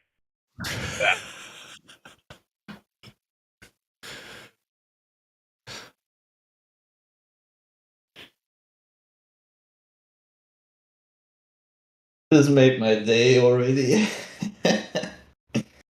Great video. I mean, oh my lord, this video is full of fallacious reasoning here. Wait a minute, where's the video? It's amazing. It's such an amazing thing, man. I love this video. It's like 6 literally. minutes past the Good hour. thing you 6 enjoy minutes it. past the hour. How It's could good I? thing you enjoy it. How could I have fallen for the flat Earth lie? Wait. Man. Wait, guys. Should we? Alright. Is everybody finished watching it? Yes. Okay. Please present. Yeah, I think we're good. Okay. Go to slide 7. So we're going to use number 5. Starts change where you go. I think everybody knows this, right? Yeah, so does a 6 on my ceiling. I go to the other side, it looks like a 9. Okay. Gotcha. What slide are we on? 8 is just a small view. Wait, I think I misplaced this slide. Wait, never mind. Page 8. So basically in an so basically wait, let's go to 9:10 actually. So let's use the North Star, aka Polaris, and which is in the northern hemisphere, and the Southern Cross in the southern hemisphere. So you can only see the North Star in the northern hemisphere, but you can only see the Southern Cross in the southern hemisphere. Is that does everybody get that? Wait. Page Yeah. 7, is it named reasons summarized, or which one are you on? Oh, I'm on 10. 10. Just a pro tip: the word is hemisphere, not hemisphere, and it also begs the question of a sphere. But go on. Yeah. I just have a quick Flat, question triangle. Hey, Zorn, real quick. When did you go to the South, quote unquote, pole to validate what you just said? When did you go? What? When did you go to the South Pole to validate the information you just shared? When did you go to Have the I South? been to? I've been to Singapore. That's quite far down. No. I'm talking. And I've been there before. See, what you need to do is you need to go to the location of where you're saying stuff. So North Pole and South Pole. You have to go there first, get empirical information, then bring it back. You can't just assume that what people are saying about the North and South Pole is correct. Thanks.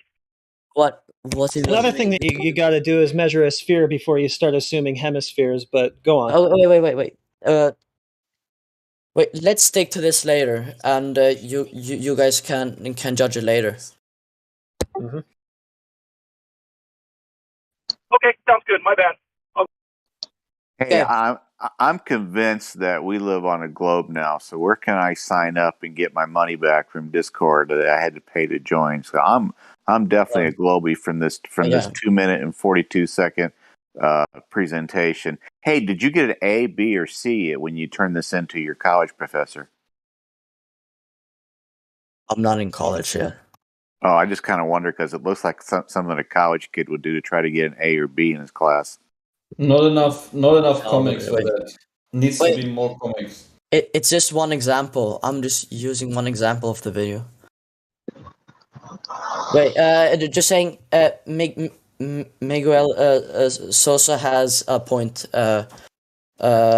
He shows the difference between round and spherical, so that's good. Is it Saran on the one sheet where you have the globe view? It's the 8 one. The 8 one is that? Yeah. Is that that sphere? Is that egg shaped or ellipsoid, or is that pear shaped? What kind of ground is that depicting? According to Google, officials say that the Earth is roughly a ellipsoid. Ellipsoid, okay. So it's roughly like spherical, but it's more distorted. Right.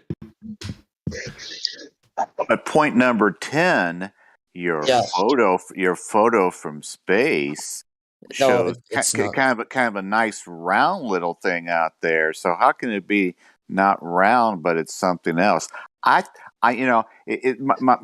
good friend from the UK just, sent me a message, said this is a presentation for 12-year-olds. So I don't know what to say, but number 10 looks like a perfect picture from space, perfectly round. So why can it be anything else except perfectly round? Well, it's not even from space. The ring around those stars, it's showing where you can see the Salmon Cross constellation. Hold on. Which page number are we on now? God's sake. 10.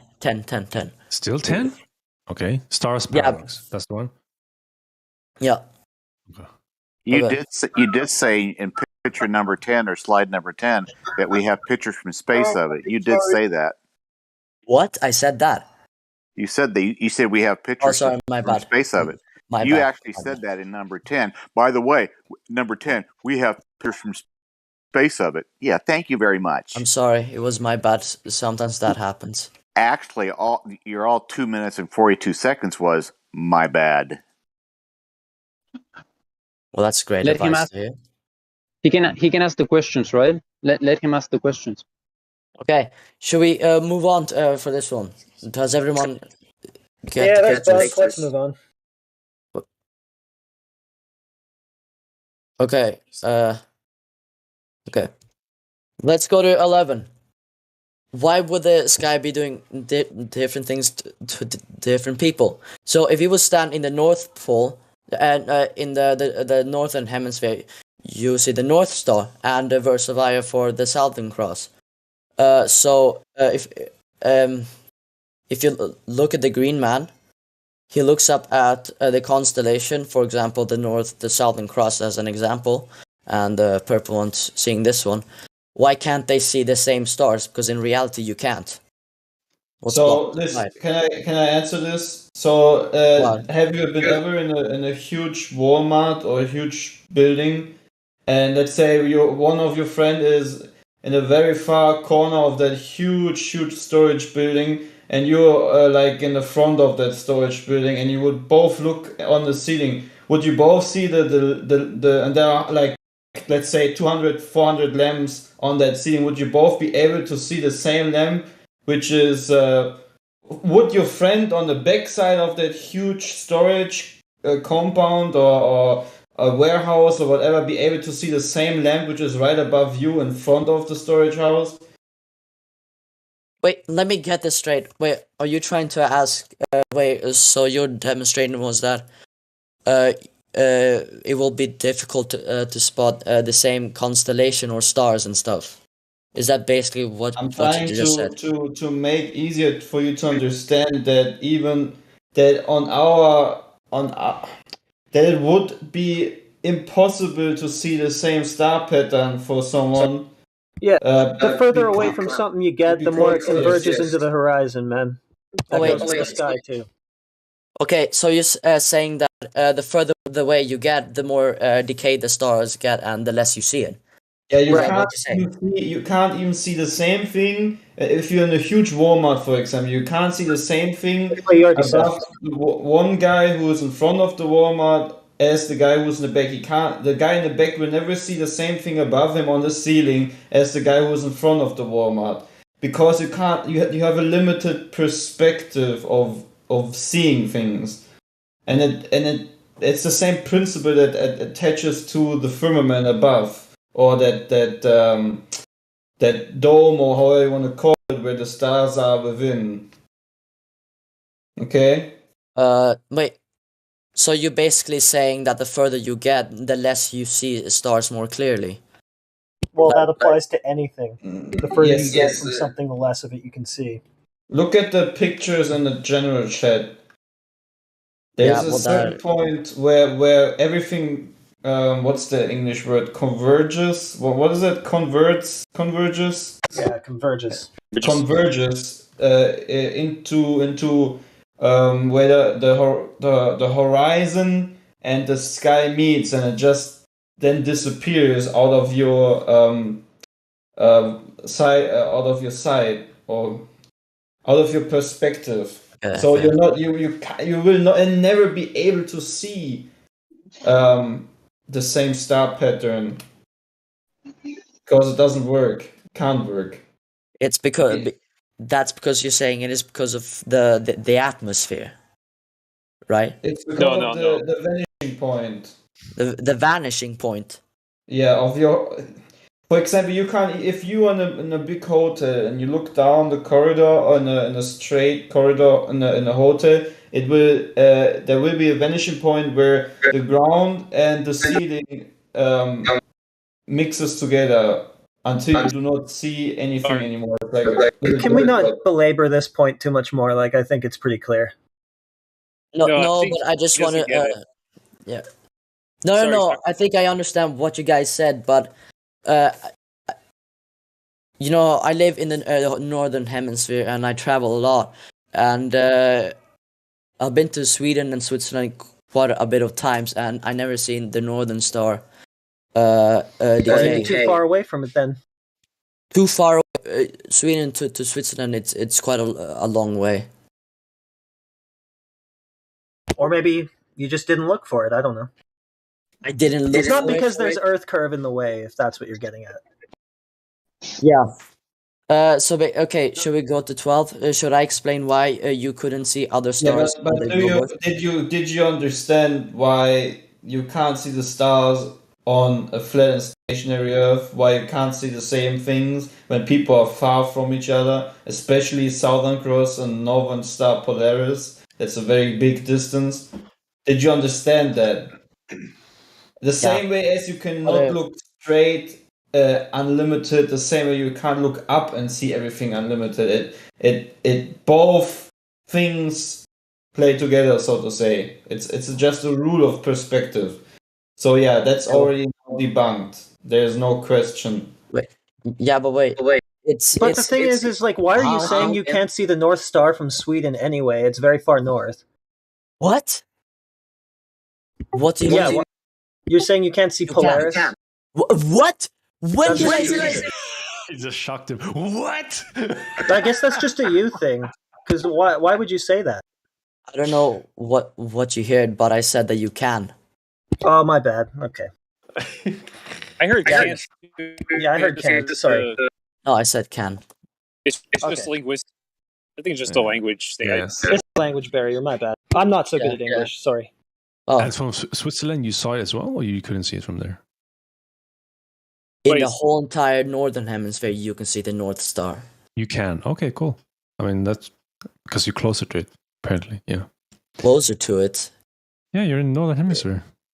Or what about from the south? Yeah, well, that's barely. Where's Can you see Polaris? it from the south?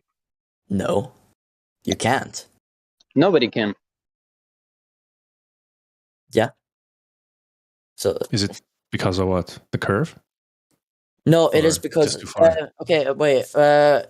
If I tell my opinion, I don't. You probably laugh, but I can just blare it out anyway.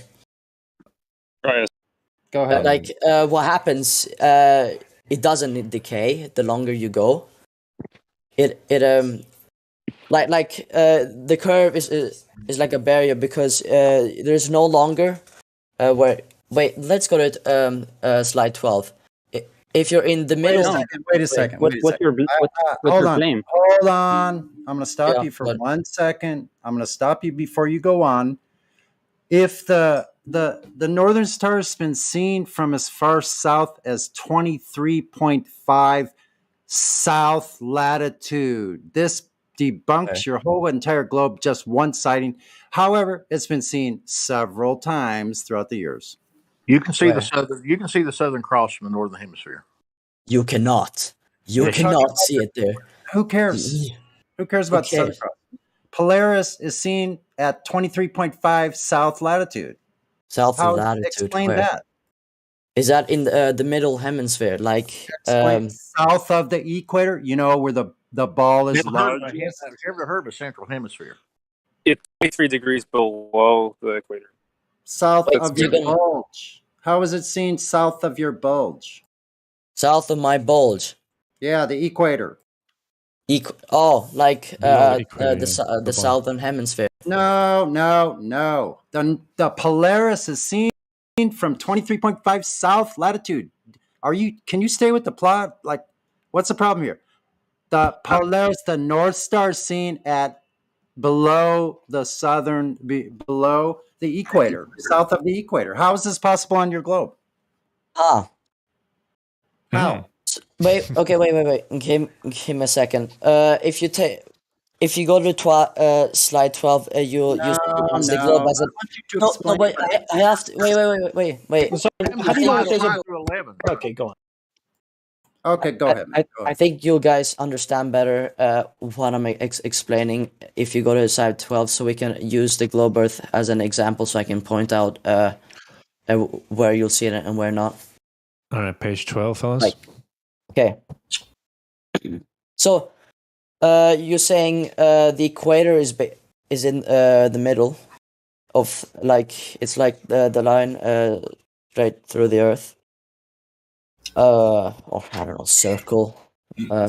What you guys like to call it. So you said it's a few. They can see it a few miles. Wait, how many miles under? Did you say? Listen, bro, I didn't say miles. If you just like open your ears, close your mouth, 23.5 degrees. Do you know that 10 degrees is 669 miles? So you explain to me how the North Star is seen at 2,000 miles south of your equator.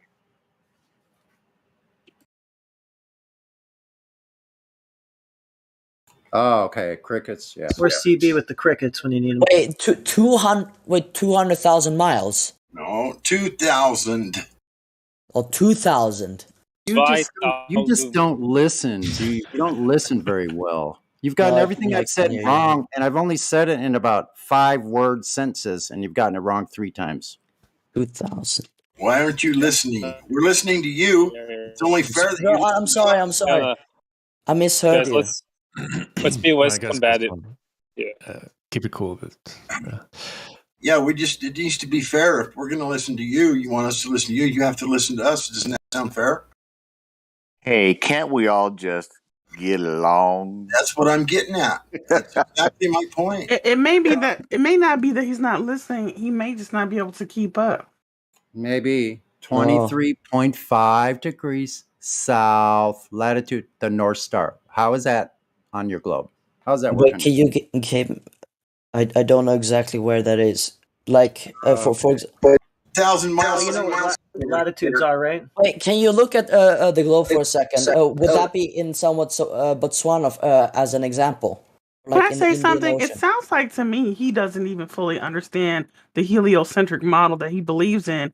He's relying on images. He doesn't understand the math and the latitude and longitude. That sounds clear to me. And most people who believe in the heliocentric model don't understand that. Well, That's too complicated. He does keep calling them hemispheres, so I don't know how much time he spent with this information either. I say Hemin flat if you want to. And that probably would cheer you up. From German, probably. No, I'm Swedish, but okay. Okay. Swedish, okay. Oh man, I'm sorry, guys, for disappointing you.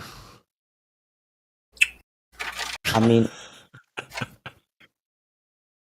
it's confusing me. You're Swedish, but you live through one. No, I'm a bit confused how far that down is.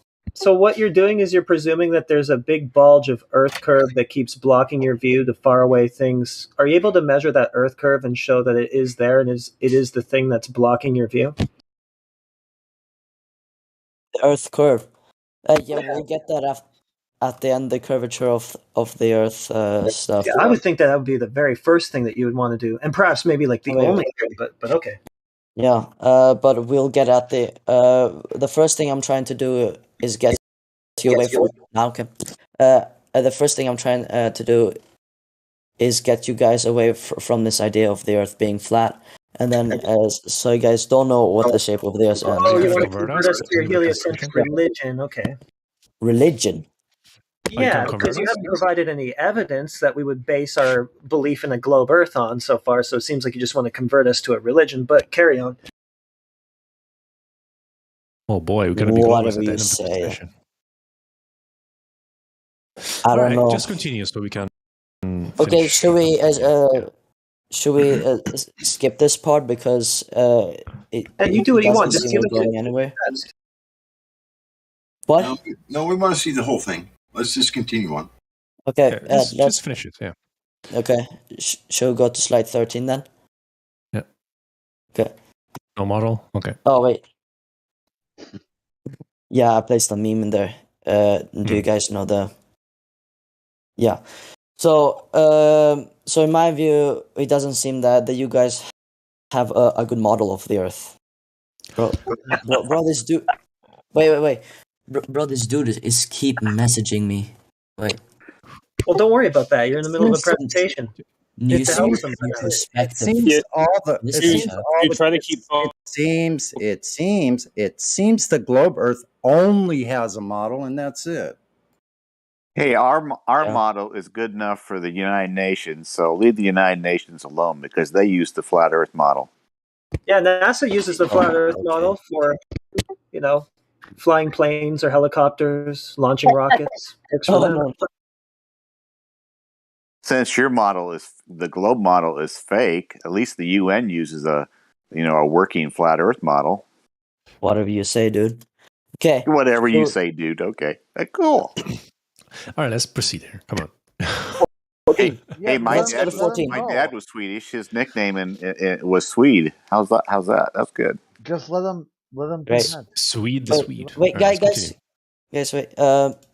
So go to slide 14. All right.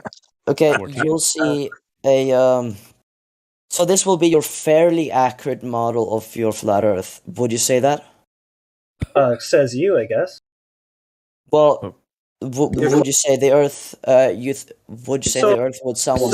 So what you're doing in your presentation is you're claiming a model for us, and then you're going to attack that.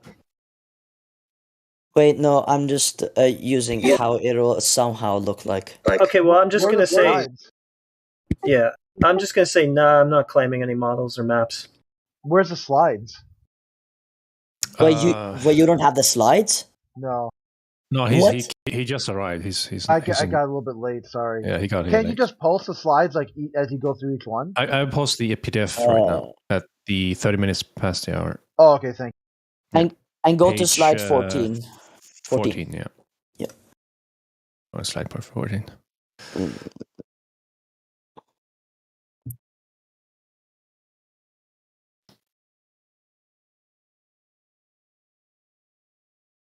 Okay. Okay, you have it. No, that's a globe. That's called the AE projection. This is a globe model. Yeah. It's based on math. What they did is they take a globe, they run it through a math formula, and they produce this. So if you're about to debunk this, one of two things are wrong. Either the globe is wrong or all of math is wrong. Which one is it? Neither, I think. Well, if you're going to debunk it, then it's a problem because this is a globe that was modified using math. So if the globe is right, this should also be right because math is right. Yeah, but do you guys actually have a model? Oh boy, here comes a spiral. Yeah. No, but do you guys do? Because okay, Sarn, here's the point. Here's the point. Do you guys, with all your models and abstractions and reifications, have Earth curve to show us? Why are you switching subjects? That is the subject. I'm asking you. We do have a model. The United Nations uses it. NASA uses it. Ask them for their model. They model the Earth as flat and stationary all the time. They probably got a better model than what we could come up with. Go and ask your priests. Yeah, probably just skip to slide 24 where you talk about curvature. Wait, we're gonna use religion with the curvature of the Earth? No, well, you're the one using religion. You brought in here with your heliocentric dogma. But okay, what's next? What religion am I using? I just told you. What? It's called heliocentrism, but let's carry on with the religious presentation. I don't think it's religious, but okay. I know you don't think that. Yeah, well, it's not. Who came up with the heliocentric model? Well, the reason they're referring to it as religion is based on faith. The definition of faith is belief in that which cannot be proven. And you cannot prove the heliocentric model. That's what been waiting for you to do. It's clear you don't even understand it. Yeah, you keep telling us stories about your own model, your own concept that you yourself don't even seem to comprehend, and then you don't show us Earth curve, which is the only thing you really have to do to prove all of this. Guys, I said it'll be shown at the end of the presentation. Okay. I'm looking forward to it. Can't wait. But guys, like, save up skip your to slide popcorn and 25. stuff. Can we finish the No. presentation, then you can attack the separate arguments here afterwards? No, you're not telling me how to present this. Okay. He's trying to help you right now get through the presentation. I was trying He's to tell you he's to not. go. He's not. He's suggesting that you just carry ahead with your presentation and Yeah, we'll save our yeah. comments. Yeah, rock on, dude. Yeah, and that's Okay. what I said. Jesus, you're not listening, man. Come on, relax, breathe. Okay. Should we? So let's go to 15. I'm gonna have to scold you really hard if you keep this not listening stuff. What?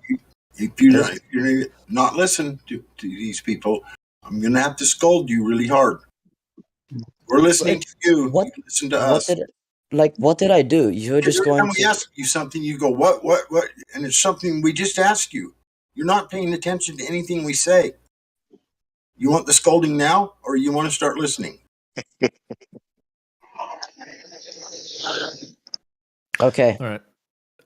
Okay. I'm sorry. I shouldn't laugh. Proceed. Yeah, you guys. Okay. Proceed. 14 of 16. Sorry. So basically, what this shows is that this wait, I have to close my door of my room. Give me 2 seconds.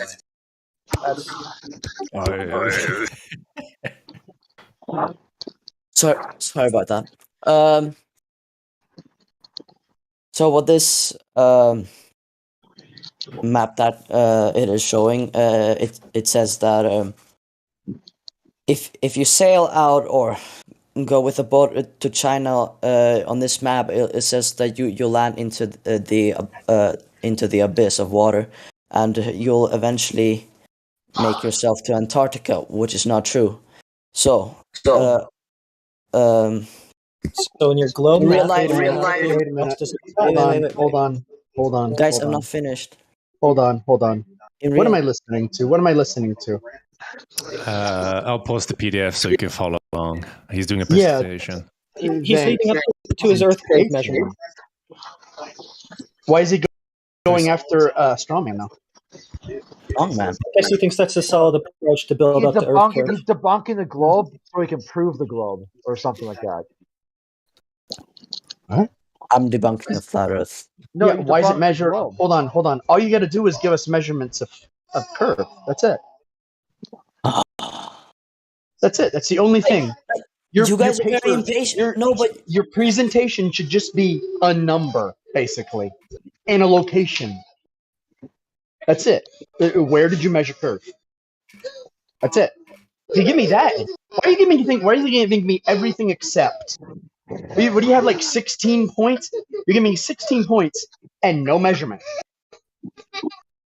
What?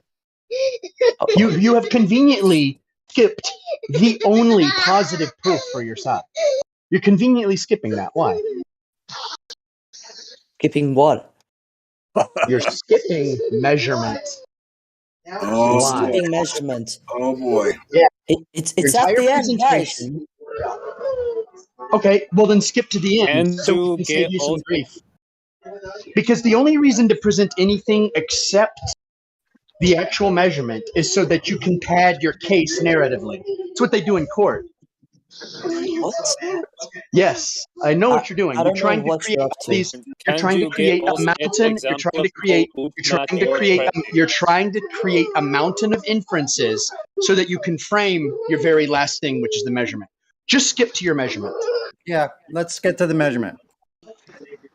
Okay, Okay, but you better sister, not say that that means- you do not trust the source, because I hear Now this we're every asking day. for a measurement. No, Just bring us the I measurement. want you to go to the measurement, who did it, and where it was done. Okay, there's a bunch of miscellaneous like curvature stuff and some, yeah. to 20. Wait, Page is that 25, guys, 23, wait, 5? wait. I'm telling you, you guys can't just interrupt me when I'm just about to say it. This is a clip right here. What? Page 25, guys. There's the 20, links and everything. So we have 25, 26, and then 27. Wait, Yeah, skip right to that. Yeah. But this is miscellaneous. Just saying. Why and how? Yeah, skip right to 25. Go Just right. where's the measurement? Measurement. He's showing us the measurement. It's on 28. Aristosthenes, sticks and shadows. There you go, folks. You heard it here. Yeah, that's not a measurement. Really? Yeah. Here, you stay right there for a second.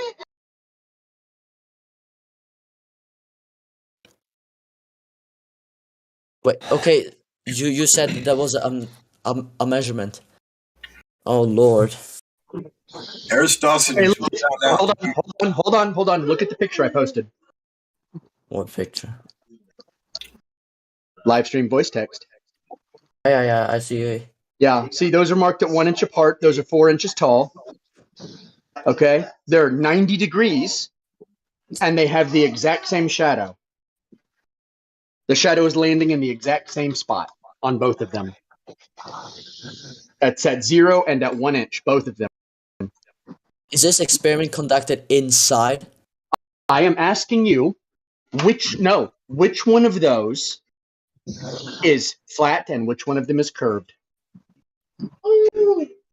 Why should they be? What? One of those is, hold on. One of those is on a curved surface. Which one? Okay, that one. But quit cuddle. I'm banning you for that. Bro, no, don't ban him. Don't ban him. Don't ban him. You're getting. He doesn't deserve it. Well, can he get a scolding? What's wrong with y'all? What's wrong with y'all? We're trying to have a little bit of fun. Trying to have a little bit of fun here. Let's let it roll out. Let's just have some fun with this, guys. Yeah, I'm having fun. I don't know about you guys, but I'm laughing inside. Yeah, I'm not having fun because somebody broke in on me and decided to post my picture. All right. Calm down, my friend. Before it was even part of the relevant answer. They gave him the answer by doing that. Y'all know that, right? Yes, of course. I don't know who did it. I'll apologize for them. Let's try to have some fun here. I didn't even We all know know what's going on here, so sorry about that. you know. All right, now how come the curved and the straight are getting the exact same measurements? How come? They're landing on the exact same one. One's 0, one's 1, one's 2. I don't even know of what we're trying to look here. One of them. Look, you have 4 upright sticks, right? They're at 90 degrees to the surface. Okay. They have the exact same shadow, but one is curved. How would you know the difference? Nothing really, because one is curved and one is not, and the shadows Yeah, are but the if they're same. getting the same answer, that doesn't prove either one, does it? I think you're misconcepting this, actually. No, you're making a claim. You're saying shadows, except the problem is your shadows can show both. So your shadows aren't a proof, are they? How are your shadows a proof if they work the same on both? Yeah, How are your shadows a proof if they work the same on both? What the hell? How are the shadows proof if they work the same on both? No one help them. Just answer the question, Arn. Just answer. Just answer. If it works on both, it has the same results on both. Is it proof of either one? Yeah, they're both the same, the result. Yeah, so it's an invalid proof, right? It's not going to tell you anything. Right? Yeah, but that picture is very That picture, different from this one. first of all, it's not, because I took the picture and I built that. It's made out of one piece of polystyrene that you can actually bend. So one is just flat, the other is bent. Same measurement. Why? What? Wait. Same measurement. Why?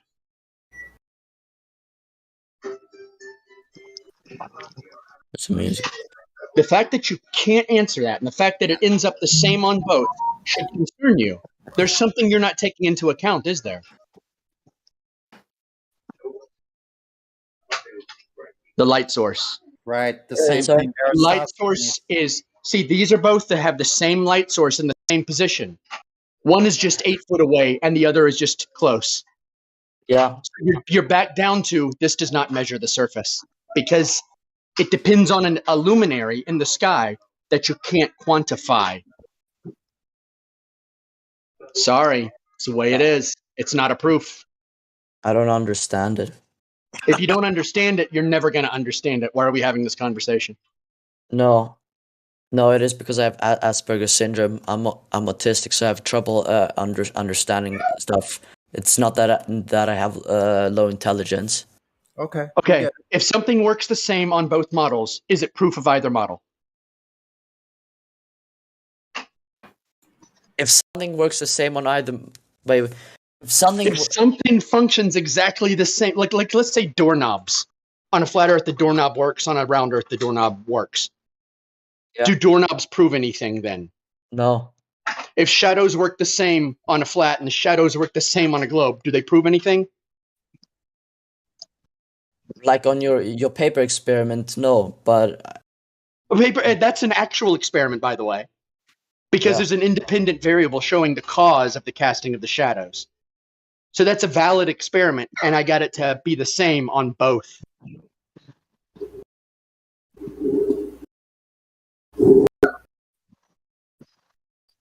Oh, was that a question or a statement? Well, that was a statement, but I'm asking you if the shadows end up the same on both models, and it doesn't have anything to do with the actual shape. What does it prove? The answer is nothing. It doesn't prove it's flat. It doesn't prove it's round. Doesn't prove anything. Yeah, but that one is irrelevant. Yeah, but you want it to. Yeah, but you want it to. Yeah, no, but you it's want not. it It's to. not. It's not. It doesn't. No. Okay. It doesn't, and it never will. No. Christ, even Neil deGrasse Tyson's video said, "Now, if the sun was this many times closer, and flat, it would look like this." Even he said it. Yeah, and listen, ironically enough, it's the same exact thing that Eratosthenes, if he even existed, what presupposed also. The same thing you're doing. Do you find that uncanny? What I find uncanny is you guys. Well, you have no measurement to your sun, do you? Or all we need is that curvature measurement. We'll just settle this right now. So two things on the surface of Earth. Earth. We need the curvature measurement, drop over distance. We do need that. Otherwise, it measures flat. So you got to measure curve. Give us the curve, direct, physical, empirical evidence. You measuring it yourself, however you do it. And then another thing, I just wanted to ask a question real quick. 535, you can find it. Hold on. No, you need to measure it yourself. So bring back that personal, physical, empirical data that you gathered yourself, and we can talk about that now. The next thing is, I wanted to ask you, because you work really hard at this, man. You're really digging down, okay? And I want to know why you want to believe this so badly. Why do you want to believe the Earth is a globe? Why do I want to believe it? So, well, it's nothing I think of on a daily basis. What? Like, Really? I don't know, if you're Christian, are you here on Earth on a daily basis? But how is that relevant to the topic? It's extremely relevant. That's like no, but that's like saying, oh, you breathe every day. That means you have to think of it every day, or something like that. No, I just listen. You put a lot of work into this. Yeah, you're very dedicated. So it is that you want to believe it's a globe. I'm just curious as to why, even though the Earth measures flat and presents itself as flat and stationary, why? So, given that, why do you want to go against reality and believe in a globe Earth? Bro, I'm not going against reality. Really? You said you acted as if you're not here on Earth every day. What? Yeah, like you're bro, saying. I'm star-spangled by you guys for some reason. Like sometimes you just bring up random stuff up. Yeah, Well, like there's nothing random about the Earth curve like that we've been asking you for the whole time. Right. Wait, you're asking me why I care so much about this, or why I want, Why do you or want I want to need, or why I. Yeah, Or like why what do you want care? to- Jason, I I framed the forgot the word question. in English. Why I care so much, yeah. No. The It's that. It's more than that. It's that you want to believe. It's like when I'm growing up and I love He-Man. At some point, I had to give up that He-Man might be a real thing, a real person, a real powerful thing. You know what I mean? So it's the same thing with Santa Claus and the globe Earth and the Tooth Fairy. They're all fantasies, and ignore that the globe is just a concept and not reality. You know what I mean? Is your father an astronaut? Are you some kind of astrophysicist? Why do you care enough to go against reality? And I'll stop there, you guys. Yeah, what's the globe ever done for you, Zarn? The thing is that I don't go against reality, in my opinion. Oh, so you found Earth curve? Maybe I could ask one question to follow up with what was just said, Zarn. I sent you some links that you could study up on, by the way, if you're interested in this topic. No. And you can study them. But if you've got your mind made up before you came in here, did you come in here to learn anything, or did you just come in here to try to teach us what you think you know? And if the Earth is not a spinning ball, would you want to know? Is the question. I came here to teach you guys. It's not right, but you understand that we've tried for about eight years, a lot of us, to prove Hang that on. it is a spinning ball. Teach us. And Give him 1 minute. Just a second. Let him teach Hold us. on. Give him 1 minute to teach us. Come on, I'm listening. Hold on. Who is Alberuni? Let him teach us. I am. Who is Alberuni? He came to teach us. Let him teach us. I am. Be quiet. What? Who is I'm asking him who Alberuni is. Alberuni, I don't know. Okay, so how are you going to teach us when you don't know anything? Right? What are you going to teach me? Tell me what you're going to teach me. And nobody interrupt. What are you going to teach me? I'm 41. I'm educated. My grandfather worked at NASA. He worked on Apollo 17. What are you going to teach me? What are you going to teach me? Let him. Well, the thing is that whatever I provided, you're just going to try to debunk it, so it wouldn't be. So do you want to be able to present things? You want to present things unchallenged? Well, you would make a great modern scientist, wouldn't you? You just want to be able to publish things, tell people what's true, and not have any challenge to it. Why is that? No, you just no. Why is that? Why do you want to remain unchallenged? Why? Why don't you tell me? Unchallenged? What do you mean? You just said you wanted to give the information and you didn't want it to be challenged. You just said that. No, I didn't. It sounds like you were implying. No, I was. You were asking, why are we challenging all the information you're giving you? Why you always try to debunk it? That's called challenging.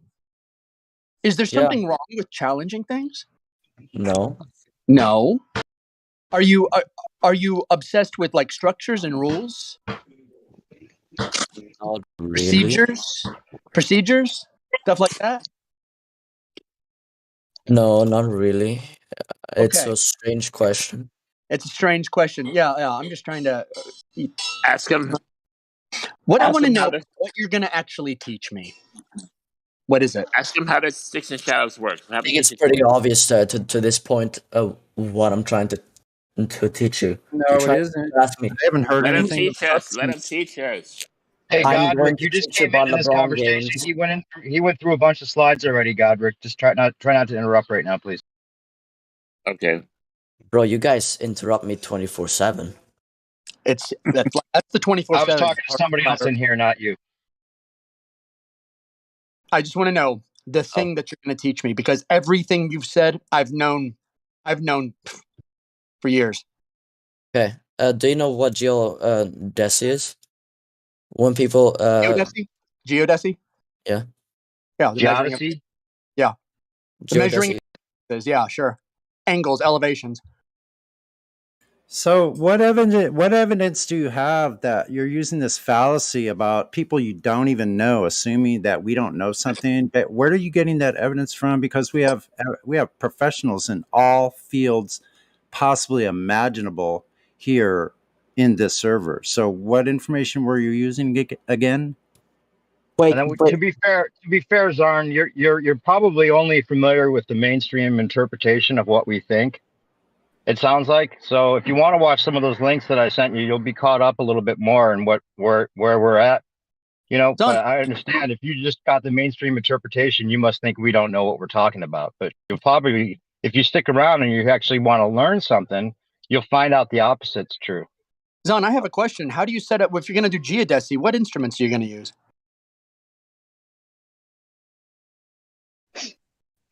Now I have 2 questions at me. Wow, No, you just can't answer that one? mine.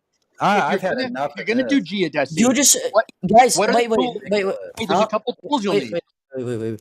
You guys are just throwing questions and statements at me. And like you have to one at a time because Okay, I'll make it easy. I'll make it easy. You're just talking to me now. Okay? Great. Okay. So, what tools do you need and what instrument do you need for geodesy? It's gonna sound outlandish, but I forgot.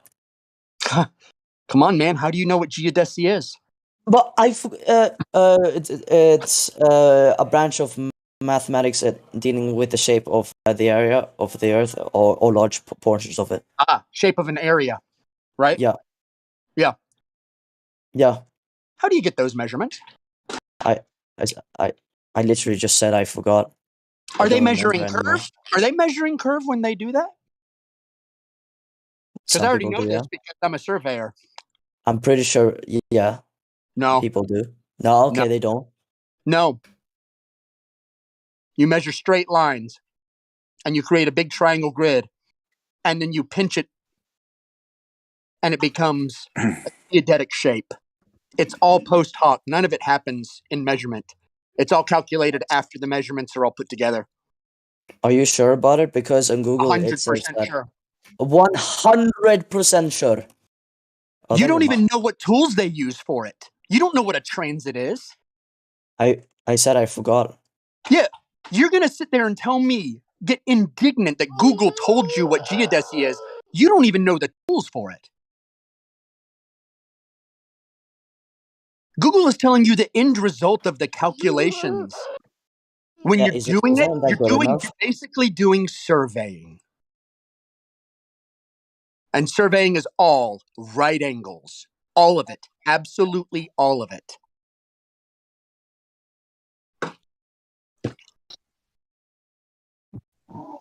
Called plumb.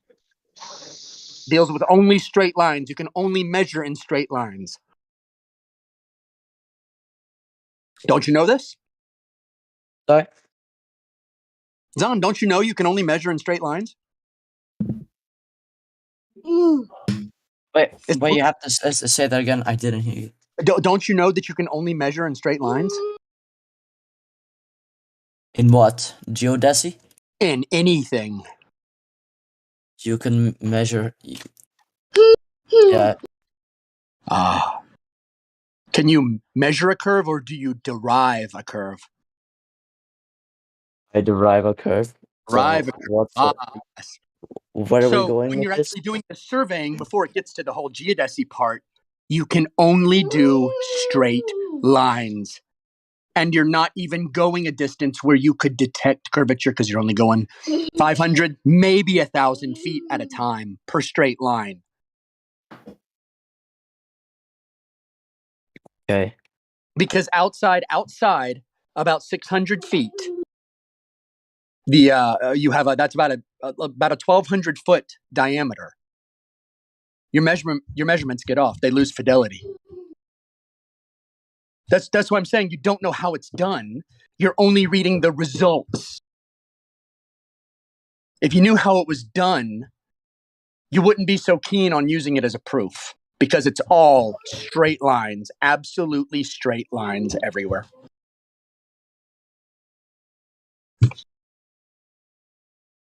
Just the way it is, man.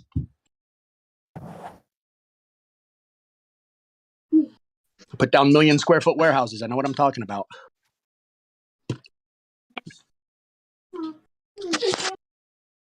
Hey, look at this way. You learned something new, I guess. No, I did not. Well, then you pay attention. Basically, this whole presentation was just a bunch of a ping pong battle. I will say if Sarn is 16 years old, it took a lot of guts to come in here. And ping pong is played on a flat table. Thank you very much. Yes. Great Plus, reference. that's how life's going to be when you get out there. You're going to be challenged every single place you go, everywhere you go. And you have to fight for every station you get in life. Isn't it the same for you guys? Because when you go to random people in the street and say that you're a flat earther, I've never wait, done that in my life. Why would I ever do that? Yeah, then what? Then what, Zarn? What do you hope will happen? I think it's pretty obvious. Most people will laugh at you because Give they're us your more. best proof that the Earth is flat, please. That's horrible. People will laugh at me. I wasn't all the talking time. about that. They're all gonna laugh at you. Can you? Oh shit! Imagine how many social media likes I'll lose.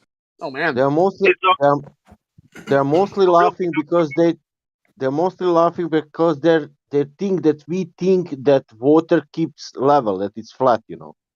They're laughing because of that.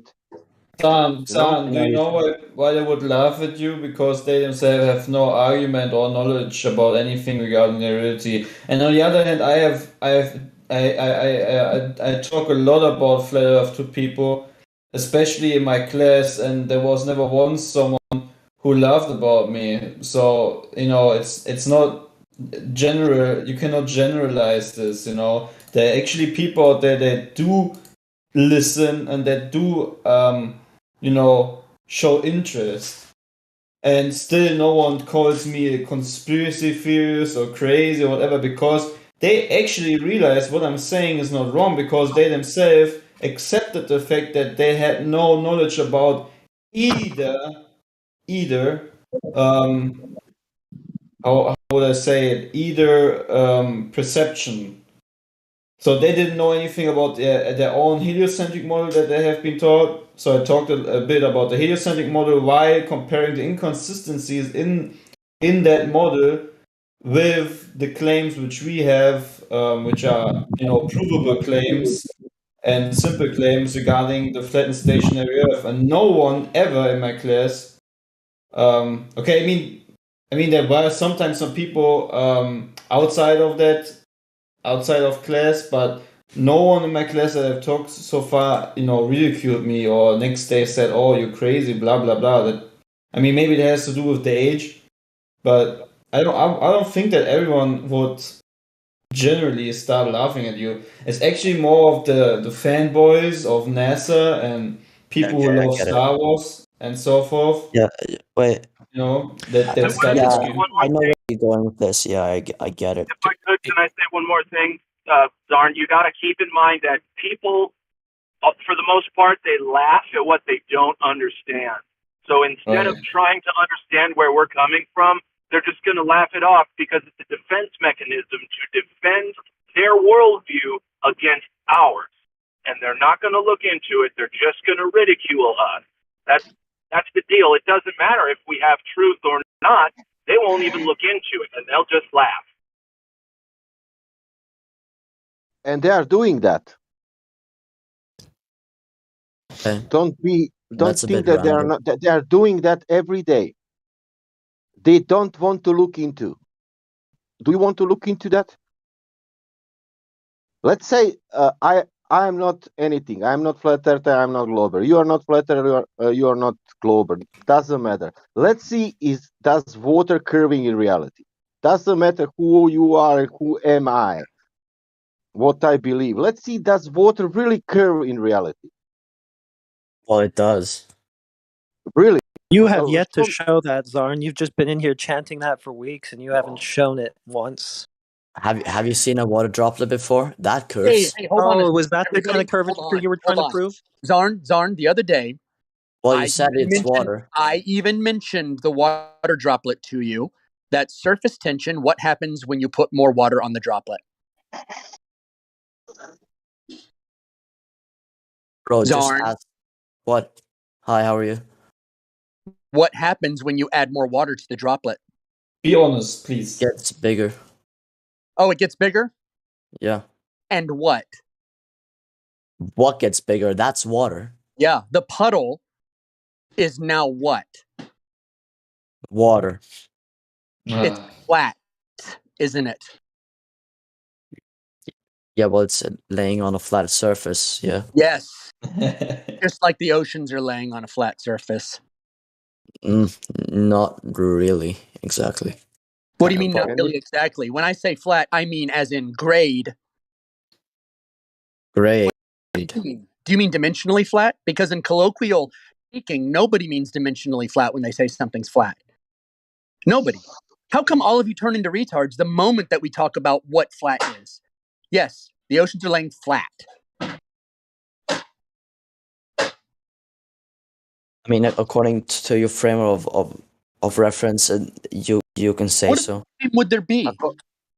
According to mountains, it's that. Yeah, what other frame would there be? The only frame of reference we have is ours. Yeah.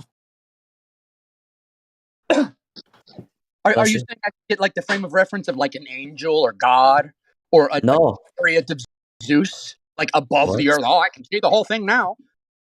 But where are you getting this? You know what a frame of reference is. You don't have to compare with it in divinity and stuff. Carl, does we have topography in on Earth? Does we have topography on Earth? Wait, what was his question? Does we have topography on the Earth? That we have topography? Topography? Yeah, what about it? What about it? Does we measure that topography? Does we have measurement of any topography? Let's say mountains. we use transit levels. We use transit those. Yeah, what we use for reference frame to measure mountains? Sea level. Which sea level? The mean. Yeah, that means the sea level on all Earth, or sea level only near to UK or near to South America. Which sea level? If you want to get technical, I believe it's the sea level on average between the UK and the United States. Yeah. Yeah. I want to ask. It's an average of sea level. That means one sea level. Yeah, and so that's what we just refer to it, mean sea level. Okay. Right. Think for a second, and just think for a second. When you hear the word sea level, what do you think that means? How high up this? It's not sea elevation. It's sea level. What do you think of when you hear the word level? What do you think of when you hear the word level? When I hear of level, I think of a video game, but level, it can also mean high up or something. No. What do you picture? It's funny because in video games they were called levels of it originally because they're flat, but yeah, that's fine.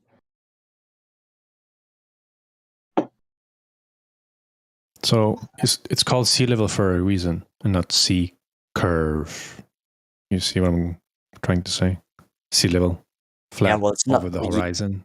Yeah, well, it's not called sea. Yeah. Well, it's not called sea flat either. It's called sea level. Words has What does What does horizon mean? There's a big bug on my. Sorry, there was a big bug on my computer. Level is flat. Level is flat. Yeah. In what practical instance can you not use level as flat? Oh, that I do not know. That's because level is flat. The only way you could use level is to create a flat. Level baseline, flat baseline. You know, it's pretty much the same. Not really, actually, because you can use. If we're going to talk about video games, it's a different story. Which level you are using for measuring mountains in the middle of USA, from the Pacific east coast or from the Atlantic coast? New York. It's New York. Which sea level you are using for mountains in the middle of USA? Pacific coast or Atlantic coast? I don't know. You are not sure. Man, you came Yeah, here to you shouldn't, bro. You shouldn't expect me to know everything. If you came here to educate us, you should have known all this like the back of your hand. Yeah, I'm not a This is dictionary. But this is stuff the basic people in here know. All right. I mean, I Bro, guess we wait. are here to teach him instead. And you know, Then as long as you're willing to learn. If you're going to go into a debate, don't misjudge your audience based on your own bias against them. Like they can't possibly know anything, so I'm just gonna spend 5 days preparing and not 5 months. Because I'm telling you, you go watch a philosophy debate, and they debate each other on maybe morals versus ethics. And these people have been doing the subject for years. Years. They have PhDs and master's degrees. And that's when they're ready. Wait, let me tell you something right here. Do you expect me on a flat Earth presentation to debunk? Do you expect me to debunk every single point as possible? Because I'm probably no. Hold Okay, on. good. We just Okay, need the curvature measurement. That would do it. Yeah, Just one. the only thing you would get me off this. You would happily get me off this. You would happily put me back on the round Earth if you gave me a measurement. Yeah, it's right here, but you guys don't trust it's not Aristophanes. We already established that works on both. How is that a measurement if it works on both? Yeah, it doesn't matter. Trust doesn't Well, matter. that's We just because want the you measurement. It has nothing to do with trust. The problem is that your spirit, whoever you are, is not strong enough to overcome the animal that's inside you that wants to believe. Animal. That's the problem. Yeah, That's why very you keep harsh going back language to to Aristophanes. Okay, let me quiz you on this. Riddle me this. Wait, no, that's not the right line. Riddle me Sorry, this. I watched Okay, it back. Arn's gonna test what you guys have learned here today. Okay, guys, everybody, wait. Wait, was that a... Wait, okay. Nemus, Aureolus. Wait, is that your name, right? Let me quiz you on this. Nemus Aurelius. Aurelius. Oh, well, that's that's ironic. Should I make a reference with that? It's because I'm a huge fan of Marcus Aurelius, and I've read all of the Stoics. Yeah, okay. So, my opinion about flat earthers is that you misconcept stuff sometimes. Where's the riddle? Oh, yeah. no, Okay, that was just tell us a what we mistake. Just Wait, tell us. wait. Just tell us. Go Okay. ahead. Tell us what part we Okay. misconceived. You say that the Earth is rotating. Do you say that is a fallacy? No, we don't say it's rotating. No, but like, would you say like going 1,000? No, the Earth is not moving. The Earth is completely stationary. Okay, so yeah. Okay, so you're saying that the move is not moving. Okay. Earth is I didn't say the moon is not moving. What? Earth is not moving. Why does he misconstrue moving. everything What are and you tell us talking we're the ones doing it? Oh, but what are you saying? Wait. Hold on a second. Hold on, everybody. We're gonna hold on. We're gonna get a definition down here. We have to. I want Zahn to explain what he thinks we believe. Yes. I think you guys believe that the Earth is flat. But what is the Earth? Do you think it's flat and what, like going through the universe, going around the sun? I don't know about you guys. I'm asking you what you think we That's believe. what he's asking you about us. What do you think that we think? That's what I'm trying to get to.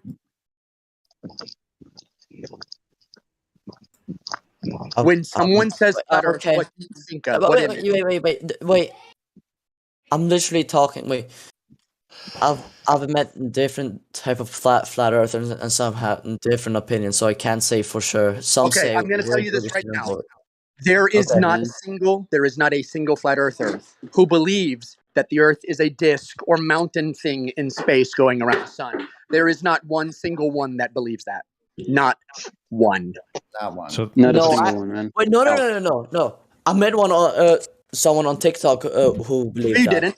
No, you No, didn't. I did. No, you think he you met did. one. He No, met no, one. I'm serious. He Wait, said that. He said it out loud. Okay, relax, I'm relax, serious. relax. Okay, hey. There's a he reason he's met not one. here. There's a reason he's not here, and it's because he's a fake. Now listen. Yeah, right.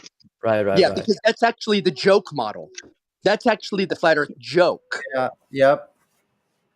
It is literally a joke, and people who use that are joking. They are ironic at flat earthers. So that's very interesting that you spend all that time debunking something that isn't even what we know to be true Yeah. at all. Yeah. None of us A waste believe. of None time. of us believe that. No one in here believes in the model that you're talking about. Yeah, that's the problem. That's not a big problem. How is it a problem? It's a big How is that a problem. problem? Well, it's only a problem. Yeah, it's only a problem. Hold on. It's only a problem because that's what you're prepared for. No, you have to get to the brass tacks. So, whose problem is it? It's actually your problem. Yeah, not ours. Absolutely. Yeah. It's your problem, Zarn. So, yeah, Zarn. Let's. I want you to make believe for a minute here. Let's say you're a flat earther. Describe how far away the sun is and how big it is.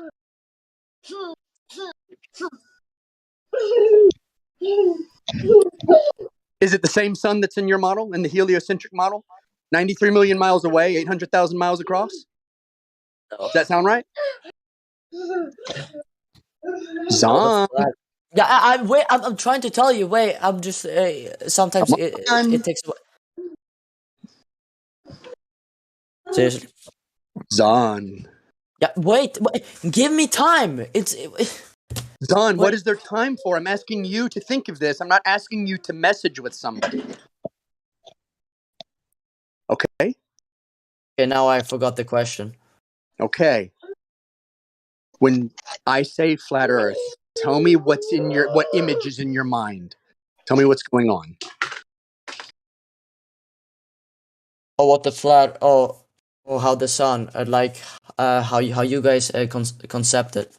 Yes, I want you to describe what you think that we believe. Shh, Freya, it's okay. Okay. Zon. Yeah. I just want you to tell us. I'm literally going to tell you, and now you're just throwing stuff. This long silence. Just tell me. I was listening to Freya, your baby. My youngest daughter, and by the way, she has autism. Oh, she has autism. Oh, and she's nonverbal. Nonverbal. So, Zon. Okay, so what I have heard from one flat earthers is that you guys say the sun is closer than the heliocentric model claims. It's smaller, you guys say. I don't know how you guys describe it. If you think it is a light or a big heat source, or I don't know, if you want to use religion, you might say it's God or something. What else can I say? Yeah, wait a minute. Very disappointing and very disappointing. But very was that wrong as well? Yes, all that's wrong. On all counts. We don't make your homework, man. We don't make assumptions on where the sun is, how far away the sun is, or anything like that. We do not have a model for that. Yeah, and if they do it in here, they're going to get their ass handed to them by us. Yes. We'll set them right away. Believe me, we will. Yeah, and new people to this get set straight very fast. That's an impossible claim. That no one can actually make that claim. Oh, so you don't know what the sun is? Yeah. Oh, okay. No, neither do you. So why would neither do you make claims about things we cannot verify or validate at well, all? Well, I do know the nature of the sun. The nature of the sun has changed about 8 times since 1950. Oh, he said he knows what the sun is. Okay, so you're talking about climate change now? No, I'm not. Oh. The change of the sun. What do you mean, solar flares? No. What is the sun? Tell us what it is. It's plasma. It's plasma. Wait a minute. I thought it was nuclear. Yeah. Nuclear. Yeah. Helium to hydrogen. Yeah. I thought it was like it was just a constantly exploding object. It is. Yeah, but So that doesn't mean it's it's not a nuclear. ball of plasma. So it's not a ball of plasma. Oh yeah, sorry. It's like a nuclear bomb because it has hydrogen and hydrogen fission and fusion into So does that mean helium and it's like stuff. burning? Oh. Is it burning?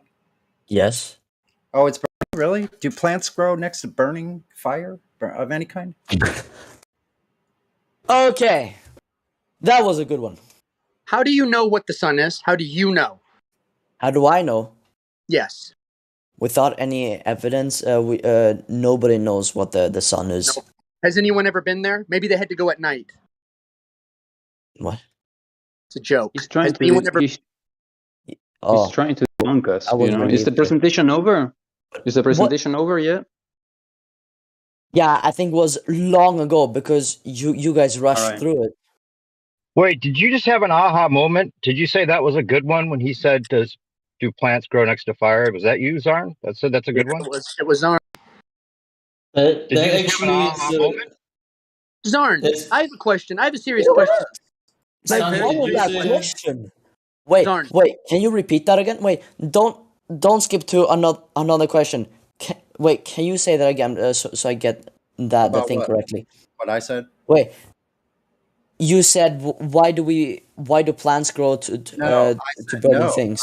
No, Okay. that's not what I said. Don't put words in my mouth. I said, do plants grow next to a fiery object of any kind? Like a what type of campfire, comparison is that? a lighter? Can you grow plants with a butane torch? Can you grow plants with any kind of fire at all, known to man? Wait. I know exactly what you're misconcepting here. Just as a yes or no. Wait. Set it's up. A yes or no question. Don't tell me to shut up. It's No, a yes or no question. Wait, let him. Not Let what I him know. say Not what what I he know. thinks. Why do you think what I that know. he's misconceiving it? Go ahead. Okay. Should I tell why?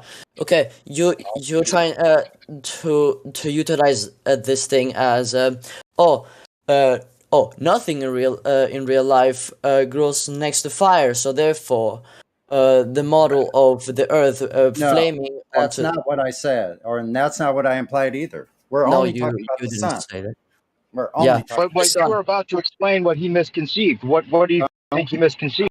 Don't add in these other things that you're trying to throw in the baby with the bathwater. I didn't say any of that shit. I will get pissed off. So I want to do it. interject and say, can we Question, please? that's a yes or fucking no question. If I stop being interrupted for one moment, do plants grow from any kind of fire? I said I don't know. Okay, that's an honest answer, man. I appreciate that. Can we all start using the word misconstrue? Can we all agree to say misconstrue? Since that's the right word. No. Instead of misconceive, because that has to do with pregnancy? I said misconception. I know, you're not using the right word. It's misconstrue in English. Misconstrue. Misconstrue, because construe is to construct or build, and if you misbuild something, build it poorly. It's not the same thing as a conception. That has to do with sex. Right. So if you had misbuilt like what you thought we think, then your entire premise was off. There's nothing wrong with that. It's okay.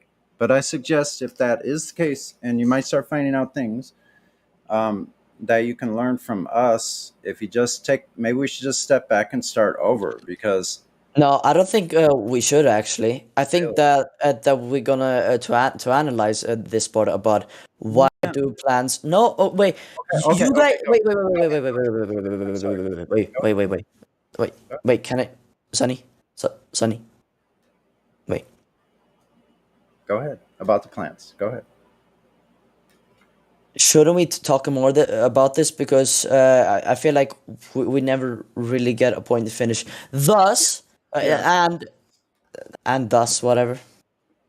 Yeah. So actually, my point was this: for and bringing it up in also the first wait. place. Listen, Oh I wait, brought it. I asked the Lucas. question. Stop interrupting me. I Sorry. beat you to it. Stop interrupting me. I started first. Fucking shut up if you're not speaking. I started first. So listen. The reason I brought it up was because you can grow plants with electric light and other kinds of light, halide, sodium, like mercury, like all kinds of different kinds of lighting, fluorescent. You can grow plants with any kind of light, but you can't grow with anything that's burning, whether it be hydrogen, a nuclear fusion. Plants don't grow next to something like that. So that's my point, and that's the end of my statement. Thank you very Wait. much. Wait, I mean, have that's to a go. really simple experiment to do, you know? Wait, I have to go actually. I'm sorry. I'll message you tomorrow. Bedtime. My father says that I have to go to bedtime. I'm sorry. Sleep All right. well, man. Have fun. Sleep Flat. well. When you're laying horizontal, you know Right. you are, and you're still. So yeah, rest peacefully. Okay. Prove me wrong. I'll give you a big old wave and say goodbye then. Well, Don't let the spinning lies bite. Thank you for coming and sharing. Yeah, thanks, Arm. We'll see you again. We'll see you next time. I don't think it was a thanks because you guys tried to humiliate me in any way. No, Well, no, Zarn, no, we're that's just not true. asking you to find that curve that you're arguing for. So just go out and find that for us before you get back here, okay? After you sleep this one off. So right. Hey, by the time you wake up, you'll be upside down relative to where you are right now. Isn't that crazy? Yeah, and really, so upside when you down. put your foot down on the ground, it's not like it's the same place it was. You have a lot of homework. No, I don't have. Yeah, you have Okay. a lot of homework, man. Okay. You guys Bye play. bye. Sleep well. Goodbye. Yeah. It's Sleep interesting that horizontally still. a kid in his 15 years old is thinking he can teach us how the world is. Yeah, why doesn't he move out while he still knows everything? Yeah. I think he got close to it, seemed sincere. I mean, he said he came here to teach, but then he was considering some of the things you were saying. So Yeah, maybe we are making progress with him. No, Let's just hope that he learns from this and investigates some things himself without any bias. That's just his age. you know what? This For is his what they sake, do. he probably is They better don't just want believing people in to the have globe. critical minds. Mhm. Critical thinking is their target here. In some They ways, want The you to believe problem, whatever they say. I the agree. problem is that I agree with there's not enough. There's not enough good YouTube videos. It's very difficult to find good information on That's YouTube why I about sent him. flat Earth. That's not the fucking problem. That's why I sent him 30 videos. That's not the I DM'd them all the good ones. The moment you see the picture of the floating disc in space, it's Wow, like I'm not being heard at all. Should I turn this fucking thing up? So, anyway, that's not the fucking problem. The problem is people don't have the ability to think for cognition. There's something fucking drastically wrong here, man. If you think more YouTube videos are the problem, you're out of your mind as well. Like, there's something really seriously fucking wrong with these people. Well, he did have an aha moment when you said plants don't grow from fire. He said, "Ooh," and he did have a little bit of a wait a minute. You're right about that. Yeah. So there's hope. For some people, it just takes one of those because that's never going to go away. no, but he's very young. He's very young. Yeah, Absolutely. but listen, like what I did there is this jab into cognition, and it's jamming up his wires right now. It's going to, and it's never going to go away till he resolves it in himself, or he just go back to sleep. What's the pseudoscience answer for that anyway, Sonny? What would what would Zanuck or somebody like? What do they say about that with the fire not growing plants? They say it's some kind of electromagnetic wave given off by the plasma or something. Yeah, and then we could go into that. Show electromagnetism growing plants. I'm about show me.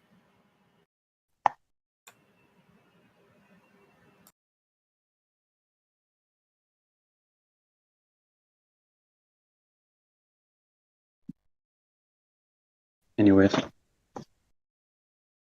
Didn't even get to the sextant with Zarn, but I don't think it would have been fruitful at all to speak to him on that kind of level. Like he couldn't even get past stage 1.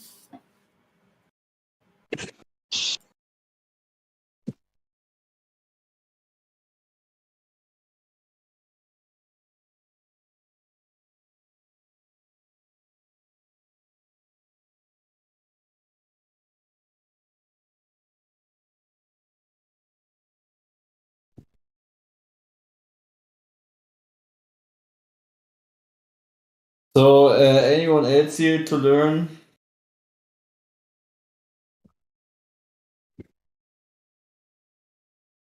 What was that?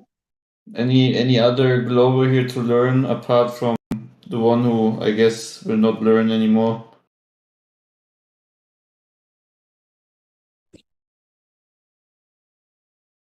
Doesn't look like it.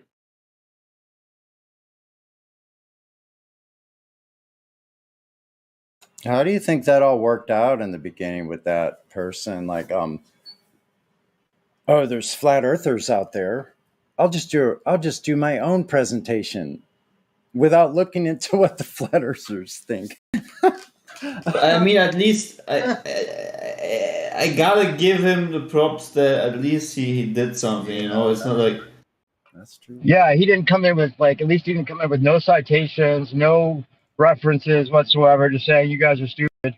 And he actually listened to some of the things we were saying as far as the logic and things. So he did say he's just here to teach, and he was honest about that at least. But from the mainstream narrative, the way that they present flat Earth still, anybody that hasn't looked, one layer deep is just going to assume that there's just a few people on the internet that have no idea what the fuck they're talking about. And that's where he's at, mentally. I think he's gotten a step further than that already. He has. So Zarn has produced more globe Earth proof than anyone in history, but it still doesn't have a measurement of curvature. Evidential curvature results using geodesy. It was just a straw manning of flat Earth, basically saying that they don't have that flat Earth thinks this, but it wasn't what we thought at all. Yep. So he has to just accept that to begin with. So here's the very end of his whole statement at slide 35. A value of R can be calculated. For each observation point, table 1, the average value is 6,600 divided by 600 kilometers. Well, whatever they say after they just calculated it, there's no measurement. They did the measurement in the first part of planar, when you're doing planar surveying. That's what they do. I'm trying to come up with a list of things that the globe side doesn't even have a feasible answer for, or even a very good answer for because this kid will go and look at some of the things like the fire with the plants and stuff, and he'll just go figure out what they're saying as an excuse. No matter how lame it is, he might just go with it. So what do they not have answers for? That's what I want to come up with a list of if anyone has suggestions. Yeah, because they have part of the religion is they have to be right all the time, every time, right? Right. There can't be an I don't know, though, or unexplained, or we don't have an answer for. They have to somehow devise an answer for most every pick apart we have, We should get an encyclopedia of all the things that they cannot, like the Selenian eclipses. All yeah, that's one. Cannot be explained. Like all kinds of things, like simple things, like full moons shouldn't ever happen. Full moons? That's in the middle of the night. The sun's supposed to be opposite the sun, where there's only a shadow. Oh, right. Right, exactly. That is. You're looking up at a full moon. That's a really simple one. At midnight, fuck that. You're not. That's right. So there's a bunch of those. There's hundreds of them, right? So wait, the logic of that is you should be able to see the sun making the moon full, but what's their excuse for that one? What's their answer? Like the angle is somehow making it look full, and we just can't see the sun. What is it? Explain the difference. Say that one again. You said the full moons wouldn't be possible if it's in the middle of the night. We don't see the sun. Is that the idea? Yeah, full moon. Yeah, full moon at midnight. Yeah, exactly. It's impossible. So what does the globe side say to that? So I guess they have to say it's refraction or something. They have no excuses. They can't I've never explain. heard that one. That's interesting. How about 6 Yeah, months away from the year? 6 months away from the year, midnight would actually be noon, but yet it's still midnight. interesting. That's a good one. Yeah. Send me your short list, Sonny. DM I me. don't have that's all just from my memory. Listen, I have failing memory. Oh yeah, I know. But I'm saying those are two good ones. I'll keep note of those. I think the sun across the water coming to your feet. If there was any curvature to that water, that there would be a noticeable break at some point. Yes. We would see that. So on the I'm dry. I got to get something to drink. Dry mouth. All right. The reflection, specular reflections on water is impossible if it was curved. You get a diffuse. Yeah. You know what their answer is for that? Well, if it's large enough to seem like it's flat, then why wouldn't that happen with the sun on the water? I mean, they can't answer the fact that they're thinking boats are hidden by curvature 4 miles out when they're looking at a 25-mile, obviously straight line for the horizon. I mean, they got their little paper towel roll explanation where you would be like, I mean, it's pretty clever the way that they answer this one. Have you heard it with their, it's like you're standing inside a ring, like if you're like take a gold ring and put it on a surface, so you're looking around at this circular thing, but it seems like it's horizontally straight to you because of the size of it. It's so brilliantly reverse engineered that they almost have an answer for everything. I'm not sure that there's any that they just say, we don't know. Is there any that they just have no answer for? That's what I'm looking for. I mean, an answer is not as good as no answer, but sometimes it's just as bad as all I'm saying. And they've got a lot of them. But this kid will probably go and look up whatever their excuse is and decide that that's, if he really wants to keep believing in the globe, he'll decide that that's acceptable at his age, probably, for sure. The result is none of my business. What's that? I said the result of any of these people listening to anything I'm saying, the result of what happens to them after is none of my business. I could care less. True. It's just interesting, the psychology of it, to analyze not just one person necessarily, but he kind of represents a whole demographic, that's true. I like that as well. I do, yeah. It's very interesting. I think there's a lot of kids that, I mean, the hip kids, eventually the a little bit more mainstream kids end up becoming hip in their own little blue pill way relative to where the hip kids were, 5 or 10 years ago, right? They're always just catching up to what the hip kids know or don't know. And the hip kids that are looking into shit, they really know, how to analyze things and have critical thinking. Those are the hip kids. And they're going to win out eventually. I mean, the other kids are going to realize that they were the ones that were right. Mm-hmm. It's only a matter of time. Just wanted to give a shout out to. Oh, sorry, go ahead. There's debate tactics, I mean, there's debate respect that people are gonna analyze at some point and be like, look, okay, here's as a group we're gonna say this doesn't make any common sense and this does. And if you laid it all out like his slide presentation with the fair answer of what the globe thinks and a fair answer of what the flat earth is saying, I think that anybody that were to go through that slideshow would realize, if they are using their critical thinking.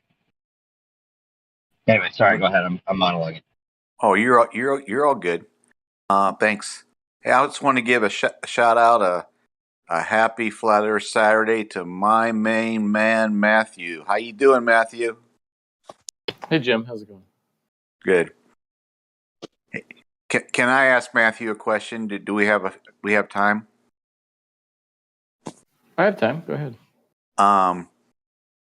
You have a PhD in math, right? No, I have a master's degree in computer science. So you have a master's. So you would actually be a professor. Is that right? I work part-time as a teacher, teaching 1 or 2 classes most semesters. And I'm not degrading you. I'm just asking if somebody calls you Professor Matthew, it's okay. Sometimes people call me that, but yeah, you can just call me Matthew if you like. Within the professor, obviously you had to do the work to become a professor. You had to do the master's work, and I commend you whether you did the study plus the thesis or whether you just did the classes. I think that's how it works. How do you feel about somebody who professes to be a professor when he's obviously not? He's a 2-time dropout. How does people like yourself who've actually done the work to become a professor, because you can be called that, but then have somebody come along for gigs and whistles and to make himself feel better, who happens to go by Dave, but because he likes the giggles and all that stuff of being Professor Dave when he's a 2-time dropout and you aren't, because you actually worked to get what you got. How do you feel about Professor Dave calling himself a professor when he's actually not Professor Dave? Do you have an opinion on that? Whether somebody's a professor or not depends on their job and if they are teaching classes, I would think. Now, that's different than a doctor's degree. If you go by Dr. Dave, that would imply that you've actually done a specific degree. But people are teachers with all kinds of different levels of education. I don't know if Professor Dave has done a master's or not. I think he did a master's degree in something, but I don't know. No, he's a 2-time dropout of doing a master's work. So he went after his master's, whether it was 26 hours in a thesis or 39 hours or whatever it is, coursework to become a master's, to get a master's degree. And he dropped out twice. So would you call him a fraud by using the name professor in front of his name Dave when he's not a professor? He just has a BS, which is fine, BS, BA, that's fine. But don't you consider, because you've done the work and a lot of people have done the work, Danny Faulkner is a doctor, I believe. They've all done the work to get their name, professor or doctor in front of their name. How do you feel about Dave putting Professor Dave in front of it, professor in front of his name when he's clearly not a professor? Does that bother you at all? Hey, it's okay, man. If he identifies as a professor, that's all that matters. Yes. So, like I said, professor doesn't imply any specific education. It more implies if you've taught classes before. I think he's taught classes before, but I don't know. I believe professor means exactly what it means. It means to profess or to evangelize. So, yeah. He could very well be a professor, but that doesn't really mean a lot because there are gender studies professors. So, what's it mean? Yeah, right. It's not a specific meaning for that word generally, which is different than doctor. If you call yourself doctor, it means you have a MD or a PhD or an ED or something. Yeah, like my sister, she's married to an MD, but he can actually, he could never teach anybody, but he can take somebody's heart out and put another one in. So, see, I have a hard time calling somebody a doctor, in medical, in the medical industry. If he's a dropout from medical school, he wouldn't necessarily be a doctor. He might profess to be a doctor, but he's actually a dropout from medical school. And Professor Dave, or not Professor Dave, is a 2-time dropout from getting his master's. So I kind of go, I always thought you had to have a master's before you became professor, and you had to have your doctorate, dissertation and all that stuff before you became a doctor. But I guess the Globe community gives Professor Dave or not Professor Dave a break on this one. Is that kind of where I'm hearing from you? I think any university can bestow professorship on anyone they want to. Professorship is almost an honorarium. Yeah. It's just approval. You can come teach here. So many people that I've come in contact, repeat the talking points of not Professor Dave. And it seems like when I tell them that, they could care less. It's like, well, I got it from Dave or Professor Dave, and they could care less that you tell them that he's not actually a professor; he's a 2-time dropout. And if that's the best that some of these people go to, it's just a joke on the other side. Yeah, but usually those people are also they're also fighter pilots and astronauts themselves. At least that's what they say. It's all right. I don't care what lies people try and tell me, or I don't care how anyone presents themselves. Their arguments are either going to stand or they're going to fall. So from now on, Sonny is Professor Sonny to me. That's who he is, Professor Sonny from San Diego. Yeah, but Professor Dave is extraordinarily gifted in explaining things like chemistry and biology and some of those concepts, and so that's why people watch his channel. Yeah. Well, thanks for your answer. I appreciate it. Thanks. Do you think it's a bad thing that he calls himself a professor even though he is not? Hey y'all, we can either talk about people, events, or ideas. Let's talk about ideas. How about a quick musical interlude before that, though?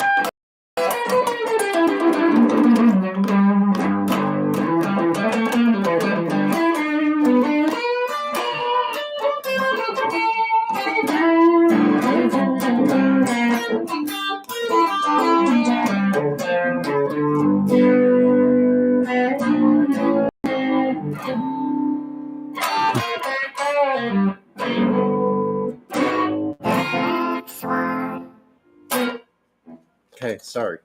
Had to do that. That was awesome. We are applauding with our hearts. That was awesome. Matthew, are you a mathematician? I do math. I'm not a professional mathematician, no. Oh, okay. I do go to math conferences, though. Okay. Do you think, since you're very into math in that way, do you think math is reality? You know, that was actually some of the talks that they were talking about. There's several different views. Basically, they say, are mathematical objects real? Are abstract objects real? Or are they ideas in the mind of God? Or are they nothing? So even professional mathematicians disagree about the answer to that question.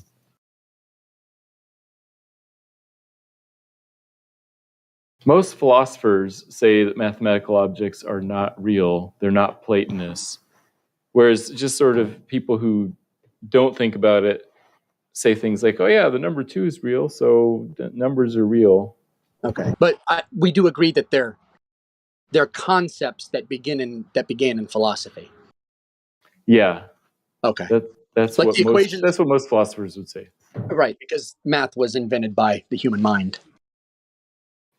That's probably true, yes. But if there were no humans, the question would be, does the number 7 exist? And some people would say, no, if there are no humans to think about it, then the 7 doesn't exist. Other people would say, no, it's a fundamental object in the realm of existence, and 7 does exist. So there are people that disagree. It's not an object, though, I would is say it? it doesn't exist. It's a mental object. It's a concept. It's a concept. Yeah, right. It will always be a concept. Right. And let's say all of humanity went extinct and never thought about the number 7, and then someone else comes along who aren't humans, aliens, whatever you want to pretend, and they come up with the number 7. Yeah, that's right. So it turns out that philosophers disagree, but well, I mean, good. Among themselves. That's good, right? That's why I like philosophy. Yeah, I think it's an interesting, important question. Yeah, I think math more like philosophy. Say that again, math Mavis? is discovered by man. It wasn't invented by man. I mean, if I'm right, 7 doesn't exist, but 7 apples exist. Yeah, but you're counting the apples, aren't you? The number 7 does not exist, but 7 apples can exist because the apple is the thing. The 7 is not the thing. It's a description of the things. Yeah, you're assigning a quantity. Yeah. So like if all language went away, then there would be no ideas. No, there should be ideas about language. Well, I mean, if everyone went extinct and language was no longer spoken, there would be no more ideas. historically, some philosophers would locate those things in the mind of God. That even if humanity went extinct, 7 would still exist because it would be somewhere. God would be thinking about 7. My only contention with that would be that's a supernatural, not interference, but that's not naturalistic. That's supernatural. Right. Those arguments are more from centuries past, not these days. Right. So I always try and make my arguments based on how they define science as being part of the physical and natural world. But I mean, yeah, I agree with what you're saying. Everything's in the mind of God anyway. So, but on the other hand, I like to approach everything from the naturalistic position because it's just a little easier for some reason. Because a lot of the people I talk to are unbelievers and atheists. So yeah, it makes sense to start there. Never met an atheist, to be honest. Oh no, nobody has. There are none. There are none. You can say without humans, does knowledge exist? No, right? Yes, in the natural world, no. Well, if you let the dictionary with all the definitions in there, it technically exists, but you can't make any sense out of it without a conscious mind. But all that information required an informer. And so even though the informer might be extinct, he used a thing to record the information. So the knowledge is there. The knowledge is there.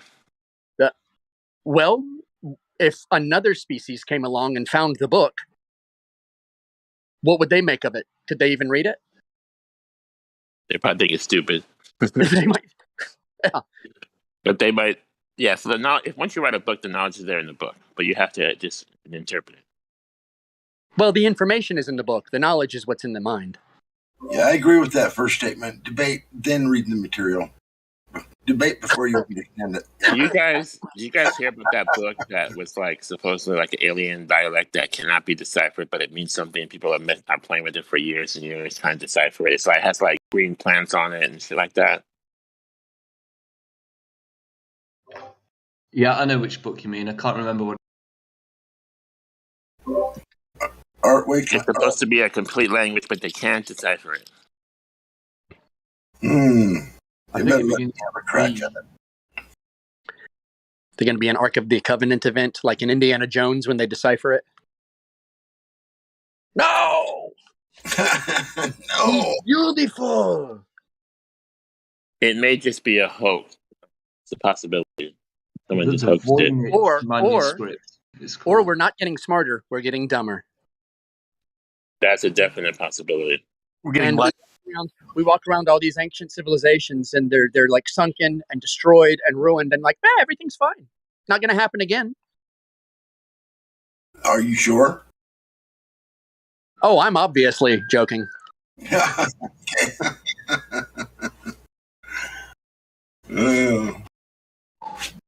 In 5,000 years, no structure we made is going to be around except maybe a sheet of titanium. Now, maybe some pieces of infrastructure, like parts of power plants. In 5,000 years? Yeah, in 5,000 years, that kind of stuff. I said that because I'm dating the pyramids. Yeah, I don't think the pyramids are that old, but I have a hard time seeing 5,000 years anything. How old are the pyramids? Hang on, how old are the pyramids? So they say they're about 5,000 years old, I guess. 4, 5, or 6, somewhere around there. I think they say 4,500 years. 45, okay. Yeah. But I just don't see that. I don't see that in them, but I could be wrong.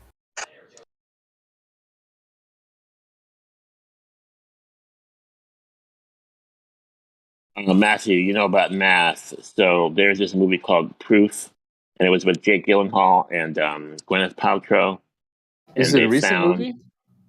No, it was about maybe 12 or 15 years old. They found a new prime number, and they were making a big deal about it in the movie. It was called Proof, just the movie. And something like they're finding more and more, prime numbers, and they get farther apart as you go north, up the number scale.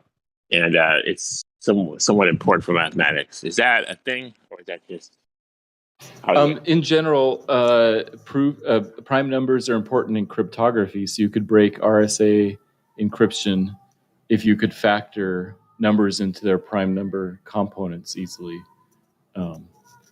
But it's related to cryptography. That's called Proof. That was a great movie. I thought it was a great movie, but I didn't get the math concept that much. Well, here's an example.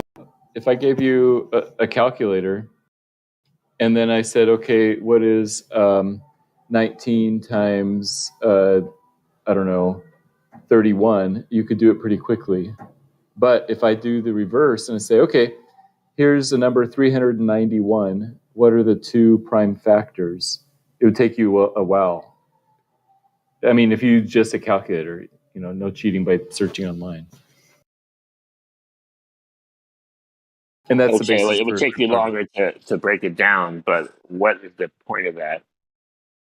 Because if I have the number 391, but I also have one of the factors, then I can easily get the other factor. I just do 391 divided by whatever it is, and then it gives me the other answer.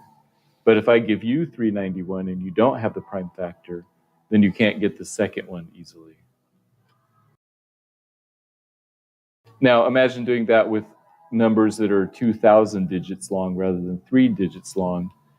And then a computer can multiply two numbers that are 2,000 digits long. It can do that in less than half a second, but it cannot do the reverse, in less than 5 trillion years or whatever. And that's cryptography? That's an analogy for how cryptography works. There's a lot of little details, but basically the thing behind it is that one-way function, that it's much easier to multiply two prime numbers than to take the answer and find the prime factors. There's details that make it more complicated, but that's the basic idea. Is this related to credit card numbers? No, credit card numbers have a way, like a checksum in them, so not every possible credit card number is valid, but that's slightly different. But when you do type in your credit card number into a website, it does use the cryptography I was talking about. Like whenever you see HTTPS, the S on a website means it's secure. So yeah, it's tangentially related. The movie was Jake Gyllenhaal, Gwyneth Paltrow, and Anthony Hopkins. I remember enjoying it a lot. And yeah, thanks for the recommendation. The daughter, Gwyneth Paltrow, was kind of like on the spectrum, but they didn't call it that back then. And supposedly she developed this math proof, and they didn't think that she did it because they thought she was what's the word, imbecile, but she was saying that she did it, and her father, who was a mathematician, he was starting to get senile, so that he couldn't prove it either. So they had this proof in their family, and Jake Gyllenhaal submitted to the board at the local college. They were all interested in it, and nobody knew where it came from. And Gwyneth said, "I did it," but he couldn't prove it. So it was interesting. Yeah, well, it turns out that probably all the people who are really good mathematicians are somewhere on that spectrum somewhere. I have a recommendation for you. There's a series on PBS called Nova, and one of the episodes is called The Proof, and it's about a 300-year-old math problem that nobody could prove, but somebody did in 1999. It took him 7 years. It's an interesting story. Is that a real thing, though? Yeah, it's related to the a squared plus b squared equals c squared. That's Pythagorean theorem. There are answers to a squared plus b squared equals c squared. For example, 2, 3, 4, or 2, 3, 5. But there aren't any answers if you change that squared into cubed. So a cubed plus b cubed equals c cubed. There aren't any whole number answers for a, b, and c. And everybody's thought that for 350 years, but they couldn't prove it until just 2 decades ago.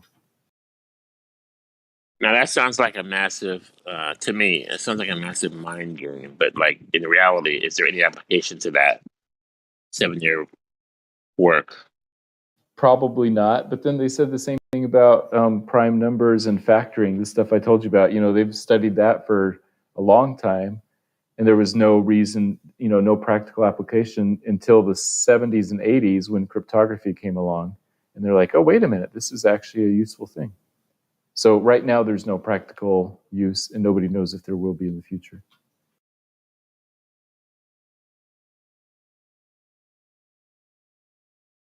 His proof was like 200 pages, by the way. I couldn't understand it.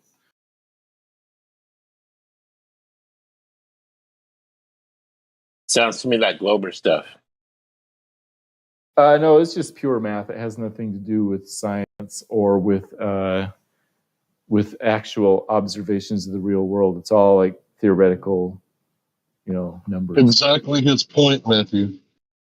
Oh, I get it. Yeah, no, I understand what you're saying. Thank you, Hank.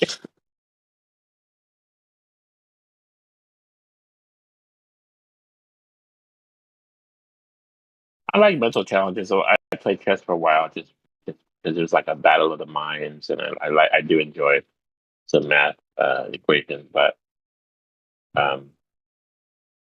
it's all kind of like concepts,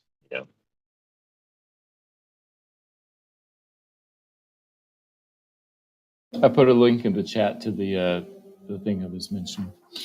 The proof. Thank you. Let me see if I can find the movie. I'll put it in there for you too.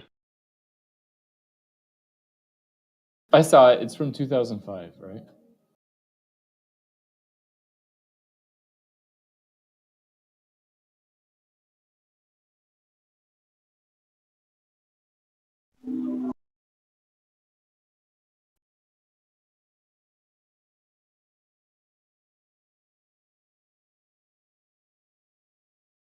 I recommend it. I think you'll like that movie a lot. Yeah, it looks like the type of movie I'd like. I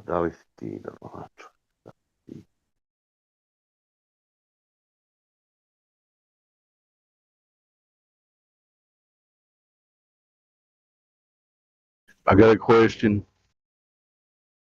My mic working? No. Yes, your mic is working. You're coming, Bill. Ask your question. Has anyone tried to talk to Jan Nadbornik? New person on here. Oh, not yet. Hello? Is it Yan or Jan or Juan?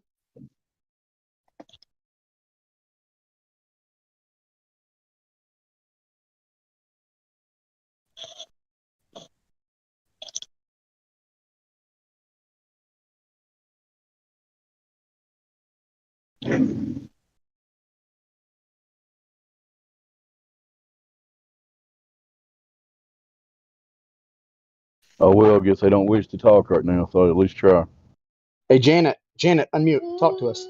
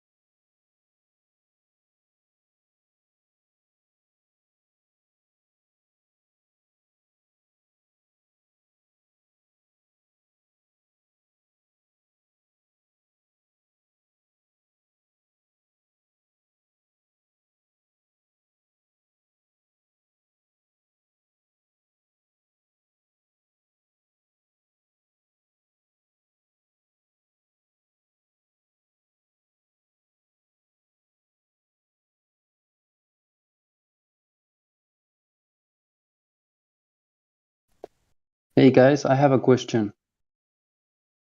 Go for it. Does like so on a flat surface, for example, on a body of water, does the sun as the sun disappears right over the horizon, does it get smaller and smaller and smaller, like on a flat surface? You mean does its As angular size change as it moves away? I mean, Angular size. So the appearance of its size, does it change as it moves away? Is that what you're asking? exactly. Does it get smaller and smaller Well, if you go to places that have very low moisture in the air, yeah, you can see it get smaller. So there's like the moisture element thing. So yeah, that's why you can't triangulate the sun, because it's different everywhere. 100 miles away, it's going to look a little bit different because you're going to be in different different weather. On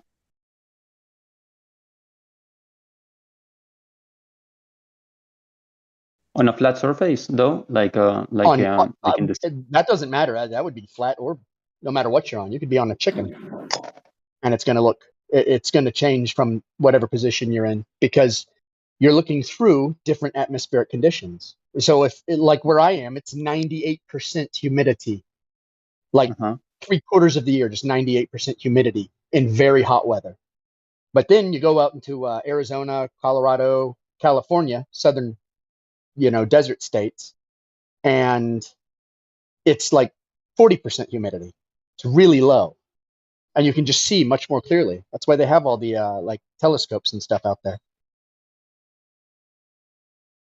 On a flat surface. Yeah, on a flat surface. On a flat surface, in some places the sun will not appear to change sizes, and in some places it'll change sizes. And on a curved surface, in some places it'll appear to stay the same size, and other places it'll appear to get smaller. Really? The same thing. Yeah, the same thing will happen. That's why you can't use it. No, it's just why you can't use it.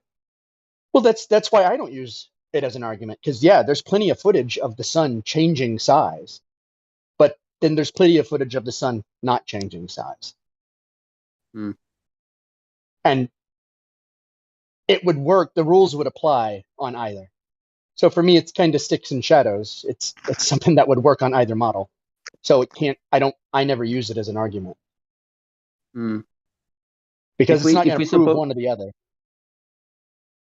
In theory, like for example, if there is no humidity and you're looking at for example, the sunset in a body of water, right, like in the ocean, and if it's clear,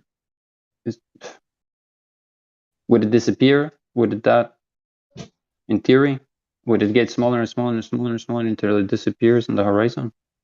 Well, I mean, does anyone know the footage of it just disappearing into a pinpoint of light and going away?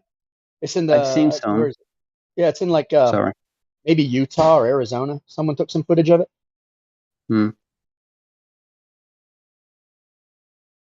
So like I mean, if it would be an exceedingly hypothetical world to where you get to the point where you're like, maybe in a pure vacuum we could see it, And oddly enough, that was one of the original arguments they would make, like years and years and years ago.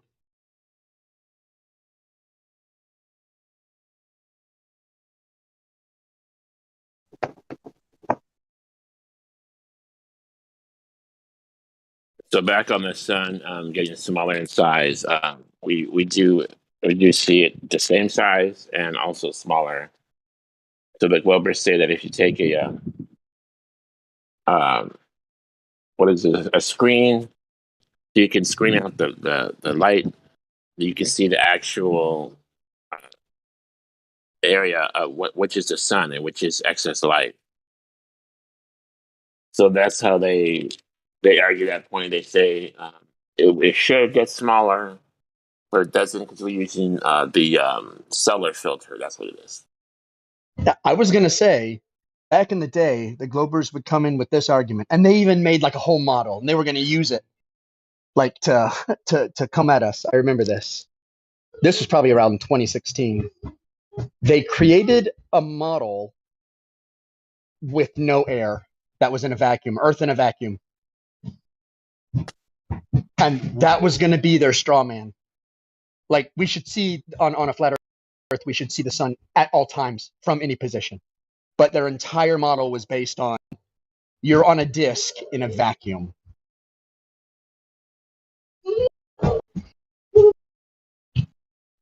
Back on the globe model, I heard they tried to make the globe model in real life, like in somebody's garage, and they couldn't make it work. Have you heard about this story?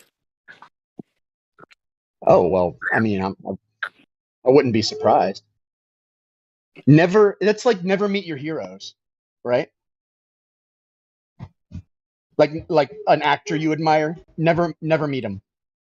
Only believe in the image and like myth of somebody. Because the moment you go and test them out, you're going to be disappointed.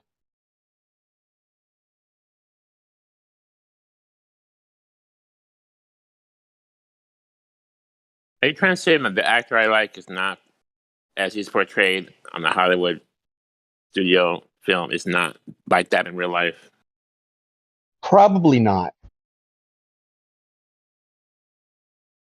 My whole day is shot now. My day is ruined.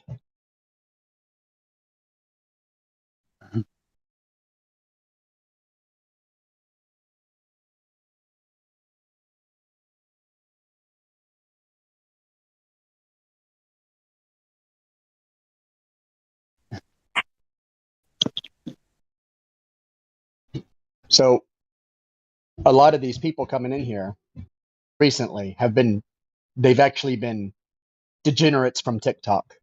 And when I say degenerates, I mean mental degenerates, because that's obviously where all the morons are. Because that's where like Dave and all those other mongrels have congregated now. They're all on TikTok with like the perfect ADHD explanations for their audience, like just soundbite explanations.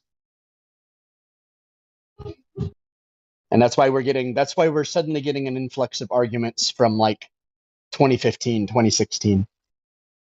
So are you telling me somebody just said somewhere in some whatever, bring in the retards?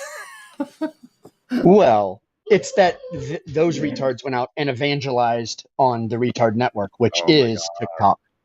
It's the true zombie nation. Yeah, that's right, folks. Okay. What's shameful is that some of them who are doing it have already conceded in the past that we were right about those points. Mm-hmm.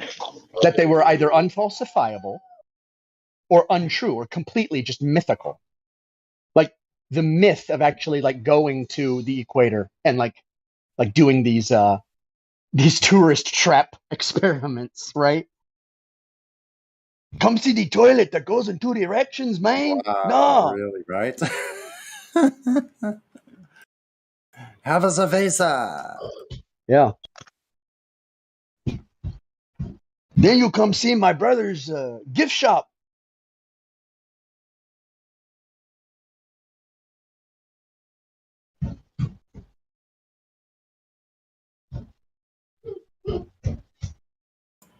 Yeah. Might as well be more things out that scam Glovers like, for money. I'm only kidding. Well, everything is ritual and religion.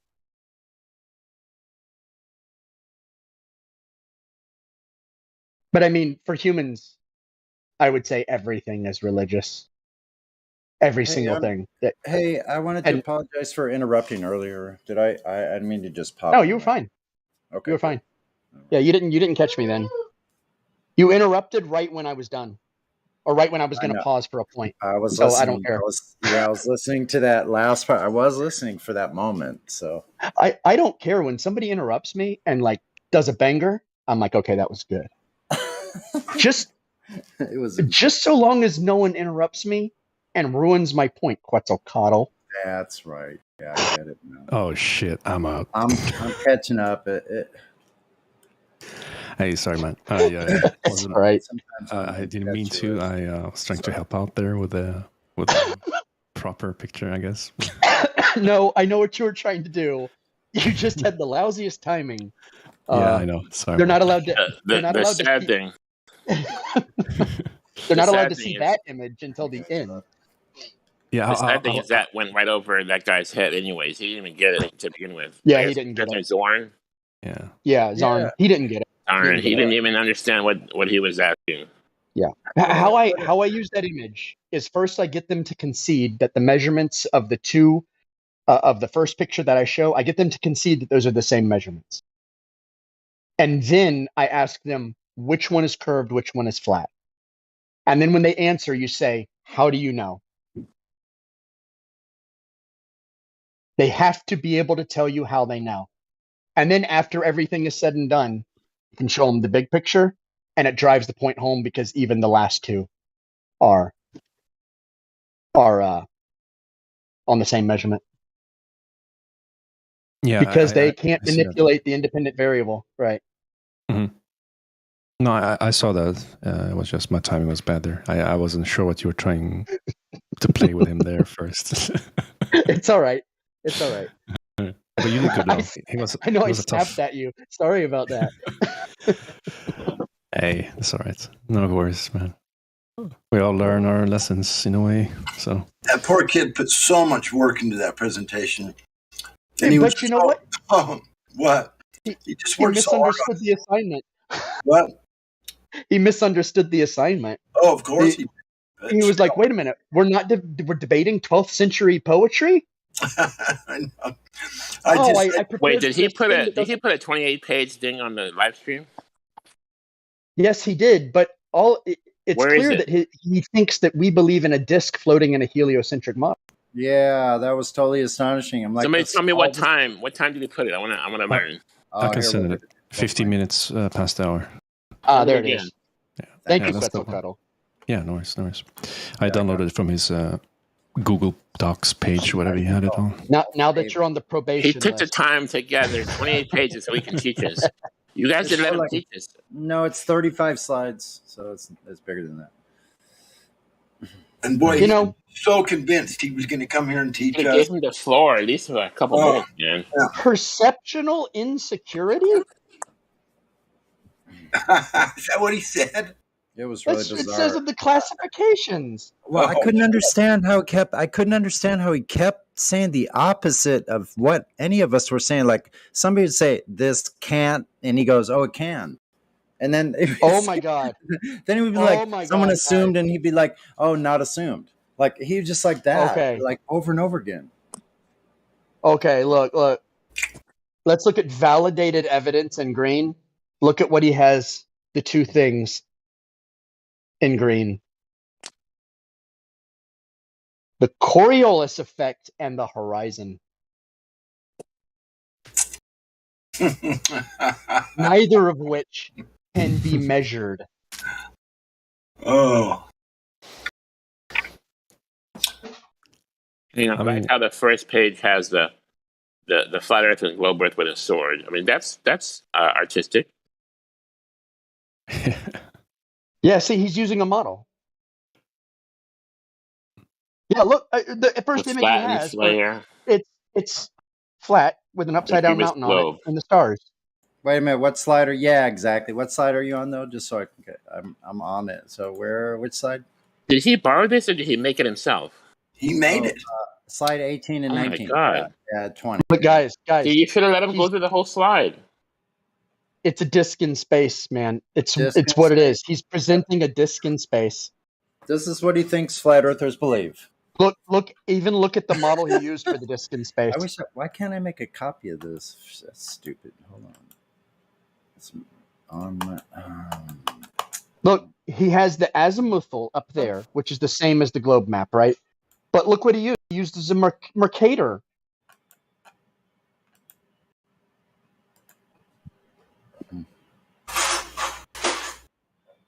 Oh, he borrowed some of this because he has here no model. That's hilarious. He borrowed some of this. Here, I'm gonna post this and let everyone see its glory. Yeah, I'll post one too. What does it mean on 14 when on 15? Oh, that's so believable. What does it mean on 16 when he has the question mark? On 16? What does that mean?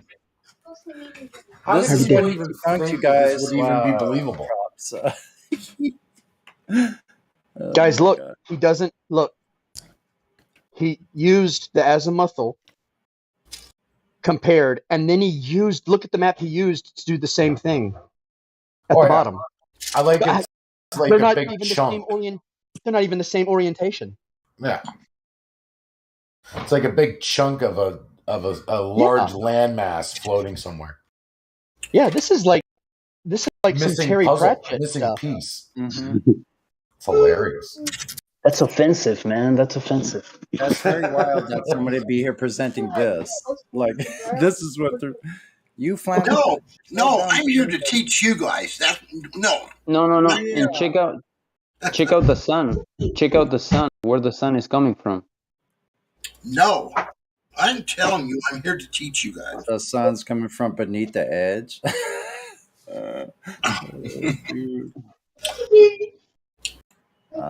That's pretty interesting. Wow. No wonder I would. Did you hear him get also really make fun of concerned? people for believing that. Did you hear him get really concerned when I told him he was going to get a scolding? Yeah, he kind of did. He was I stay with it. Oh. You know, it confuses me because he's been here for a few weeks, right? Yeah, we told him to do the line of sight test himself. I talked to him a long time ago. Yeah. How did he get the model wrong? I don't know. Because there's no way. Same thing he did all day today. Didn't listen to a damn thing. Yeah, I think there's this thing where he will not let go. It has to be the straw man. And he's mad. He's angry that we're not accepting his straw man. Yeah.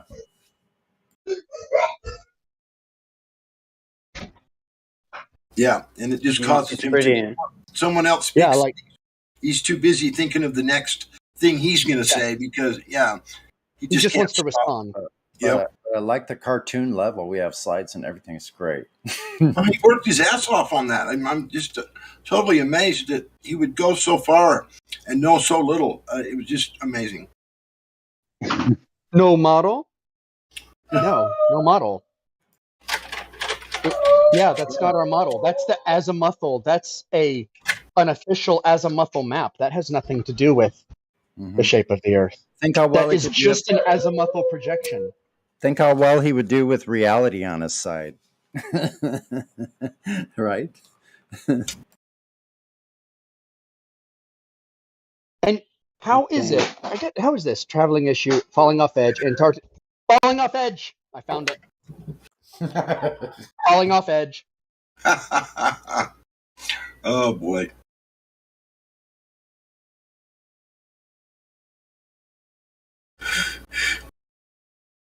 I did like how everybody was so patient there for quite a while, and letting him present, because I could tell as soon as he started. I mean, we all knew what was going on, that he was just totally so ingrained in this belief of his and everybody was so patient. They let him try and go ahead.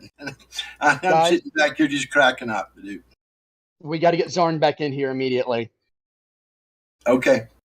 I got to show you this, and some of you are gonna laugh.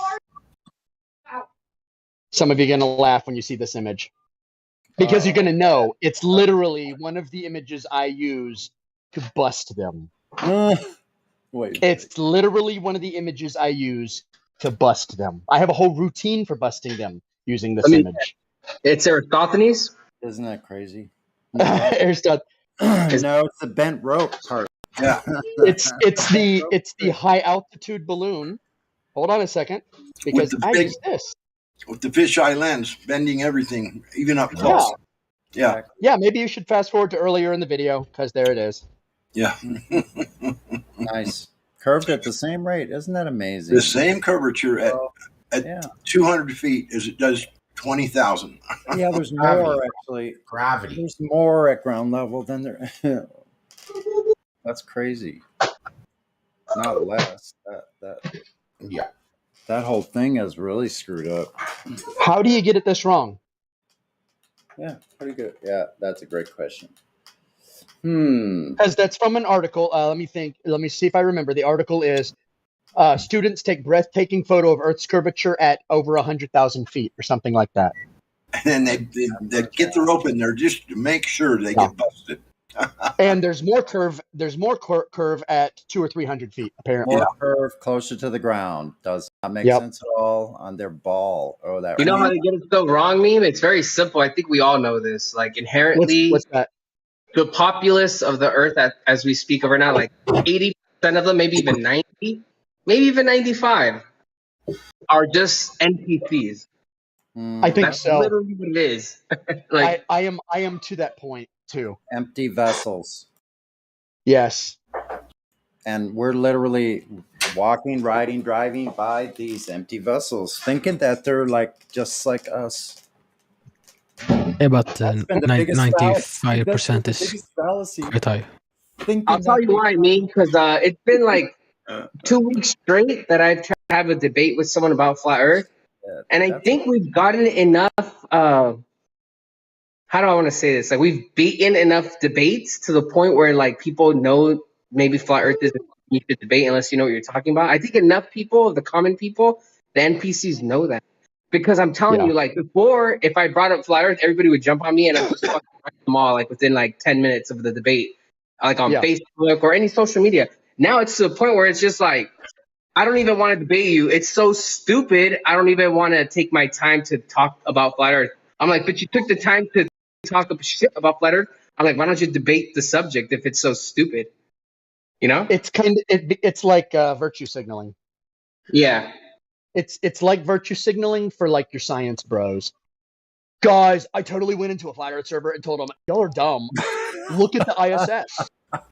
And that's a virtue signal to the rest of their community. It's like someone who has a mask on in their profile picture. Are you in danger in your profile picture? Is that who you are? No, it's a virtue signal. It's like somebody who puts on a rainbow flag on their avatar. They're virtue signaling. Nothing's real. None of these the people who are coming in here just going, it's this, it's that. All they are is they're looking for approval in a social dynamic. And that's it. Yeah, well, just a couple of months ago, it was the Ukraine flag. A couple of months prior to that, it was like the not as of yesterday. Well, a couple of months ago, it was the I've been vaccinated. You know, it is all virtual signaling and everybody. Mask up. More like mask off. Yep. That's what all these people are. I'm doing my part. It's like, you know, you watch Starship Troopers, and it's like, which people don't know, Starship Troopers is a comedy that's about war propaganda, and doing my part, and it's just pure propaganda, and it's like people are like, when they're saying I'm doing my part, they are the parody of propaganda has you saying that, the parody of it.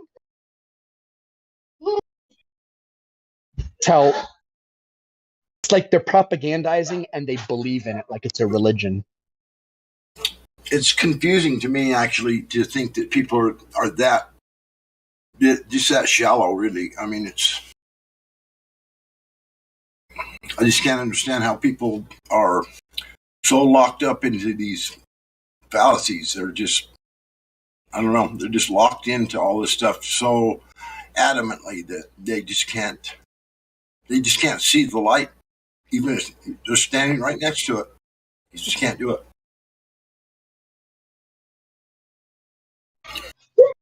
Fear. Equal portions fear and pride.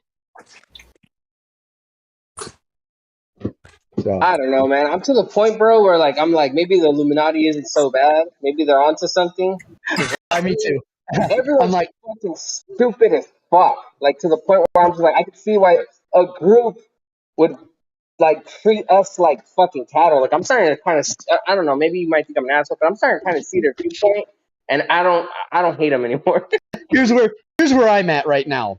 If I found the secret Illuminati meeting and they were talking about releasing a bug and they had the cure, I'd be like, hey, I won't tell anybody. Just give me the cure.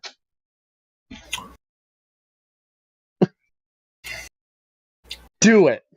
Release it. Yeah, I'm at the point where I'm like Sodom and Gomorrah 3.0, 2.0, bring it. You know, like I'm serious. Yeah. Yeah, you kind of got a point when you say just go ahead and release it, because you're getting rid of all of the most non-needed people there is. Hey, look, if anything, the past 2 years have proved that there is a very large portion of the population that will voluntarily execute themselves. Right. Yeah. That's what I mean. When the time comes. When Yeah. the time comes, they'll go to the disintegration booths, the greater good. I'm doing my, they'll put in their Twitter profile, doing my part, #disintegration. Yeah. And they will happily walk to the disintegration tube. You know, Doing my part. I think you might be right. You could very well be right, and that is very sad. I'll be waving, going, God bless you, sir. I'm going to do my part and watch that myself. I love to see that. All we are is another brick in the wall. That's that Star Trek episode where they went to the world that had virtual war, so that they could keep their cultures and their cities wouldn't be destroyed, but the people would die. And they had disintegration stations everywhere. It's just fast. It's just painless. And people were just like, oh, they're just walking. Oh, their number's up. It's their turn to go. Off the disintegration tubes with It's fast and it's painless. I like that. Oh my gosh. Painless. Sign me up. And I thought when Kirk started going around destroying the disintegration chambers, and I thought, God, I'd leave them open. Oh, these people are so stupid. Let them. Give it to them free, like they do right now. Yeah. Like, all the pharmacy or whatever. Maybe if they made them pay for it, they might think more. It's worth more, even still. But you got to pay for it. Hey. That's what they'll do next time. And that's what they'll do next time. $1,000 a shot. Half off, yeah. I think half I'm off. I think I'm going to start a fund for some disintegration tubes in my area. Actually, well, I love the suicide booths in Futurama, and people are in line, waiting. I know, that was crazy. Just like real life, huh? Have you seen the movie Idiocracy? Even worse.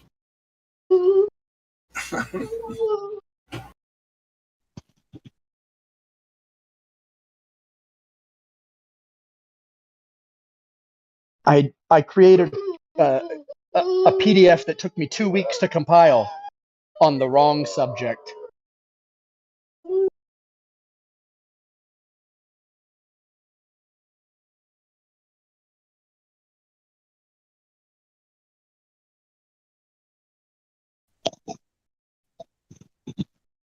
And what's happened? Because humor is really bad. It's like boomer humor at this point.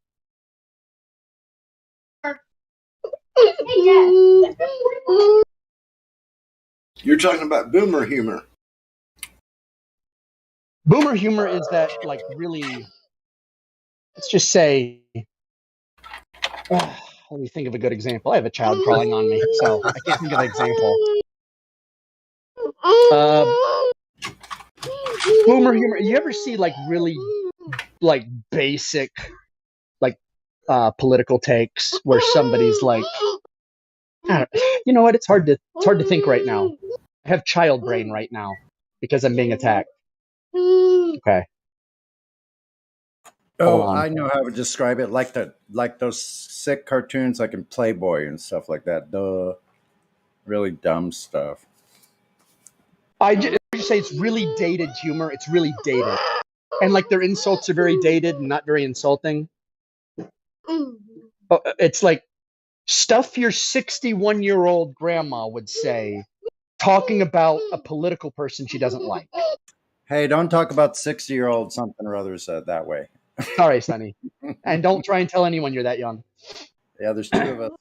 God, Rock. Hey, Mame, are you the one that said you had a child that had autism? Yes, she has nonverbal autism and Lennox-Gastaut syndrome, which is a form of epilepsy. Oh, that's so sad. I'm so sorry. Oh, she's fine. She's super happy, and she's kind of normal. Just doesn't talk. That counts. You know, how happy you are really counts. Like, that's important. People diminish that point. You know, we're supposed to be happy. Have you looked into chlorine dioxide at all? There's a guy named Andreas Kalker, a biochemist. You looked into it? Yeah, I have. Okay. He claims to have cured a bunch of autism with it. My brother was nonverbal until he was 5.5 or 6. Yeah. And he is a data architect who makes a ton of money now. Wow. Amazing. So, not too worried about it, honestly. I shouldn't be. No, I'm not. Plus, she has good eye contact, good social skills. So, yeah, that's amazing. How old is she? 4. Wow. Is she social? Yeah. Yeah, she's actually social. She just doesn't talk.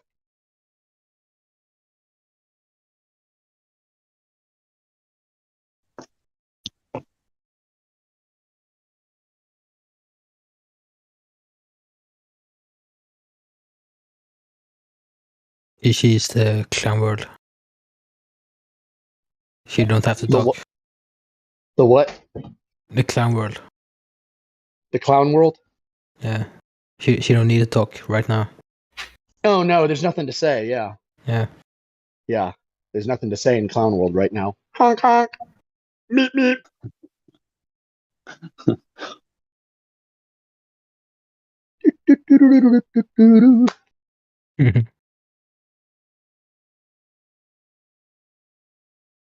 Eat the bugs. Sleep in the pod. Oh, don't do that.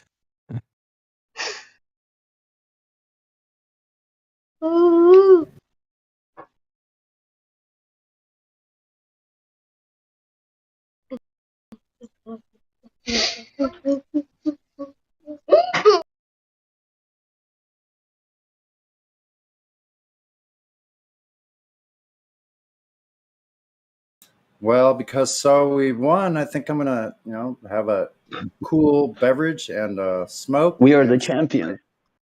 Celebrate. Yeah, it's time to celebrate. It's over. Globe's done with. There's nothing left. Yes, but there's a whole new generation of morons coming in. I know. Yeah, I know.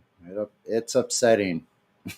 What happens if you fall off the edge? You guys in the beginning were so excited, like, yeah, like finally someone's gonna challenge us. Yeah.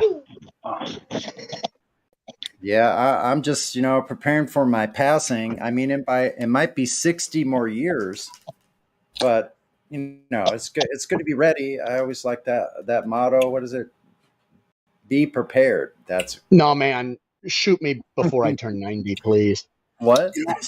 I wonder if this moron, this new breed of moron thing you just mentioned, and it's true, that's coming around. I wonder if it's because of the so much less interaction and actually out in the world practicing real world skills instead of sitting at a computer or a tablet or a phone or whatever.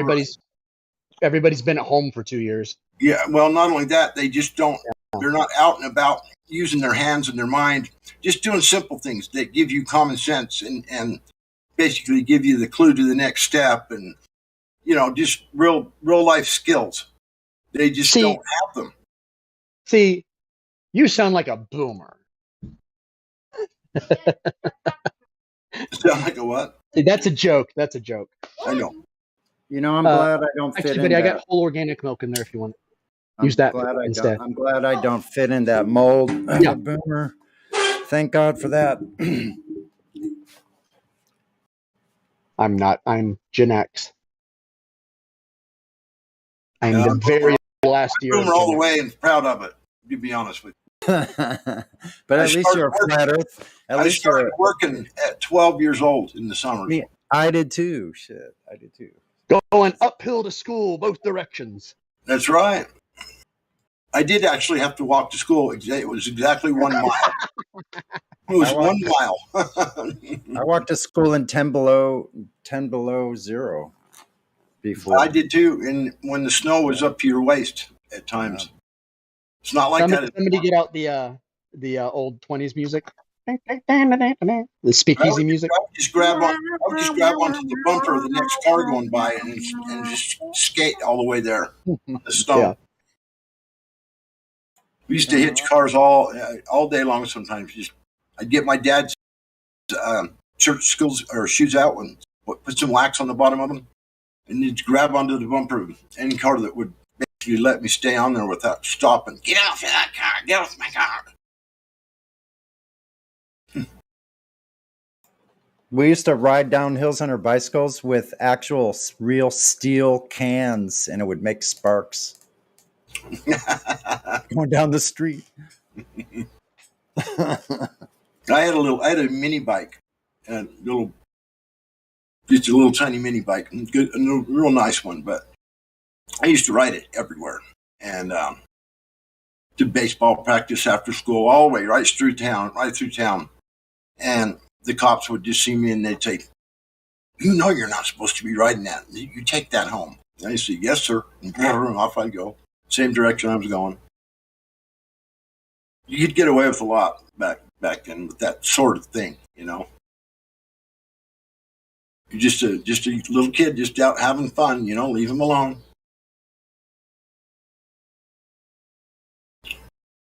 Yeah, I just can't imagine that shit just doesn't happen no more. Kids aren't out doing these kinds of things, and they develop skills. They really do when you're out and you're actually interacting with the world and other people, and I think that's the problem. I do. I really think it's the problem. Nobody's outside doing these things anymore, and they just are sitting at their tablet at home. They get home and they just go straight to the games, and because I got nieces and nephews that when they show up to grandma's house, the first thing they want is, "Can I borrow your tablet? Can I use your computer?" I mean, it's the very first thing they ask for every time. Not, "Can I go out and play with some friends in the neighborhood?" or not, "Can I go do this or that?" But no, just give me the tablet and I'll sit at the chair quietly. I think it's kind of destroyed our... Because that's what they're used to, bro. That's what their parents are doing to them. I know. I realize that.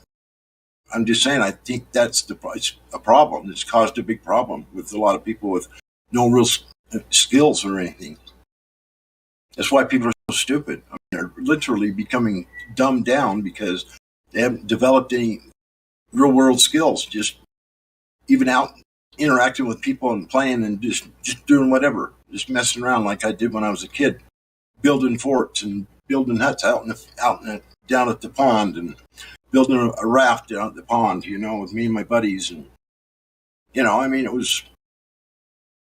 it's not like that no more for kids. And I feel really bad for them because I had a lot of fun. And I learned a lot of shit on my own, just out having fun, doing shit like that. Built a tree house one time, 50 feet off the ground.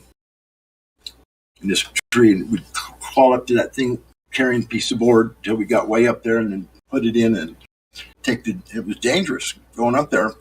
When my mom found out we were up at the high end ground, she freaked the fuck out. And I just told her, "Mom, we got it down. We got a little trailway. We got fucking limbs with it. We cleared off so they're like steps, and we can just go right up there. It's no problem." Hey, God Rockin'? But, you know, kids don't do that shit no more. Hey, man, how's your day? It's a problem for their skills. Yo.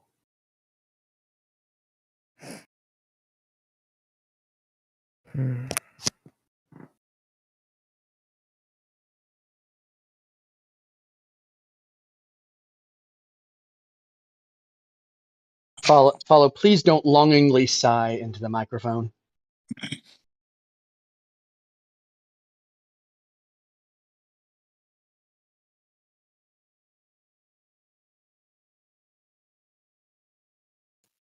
Is he humping his mic? I don't know, but that last one sounded sus.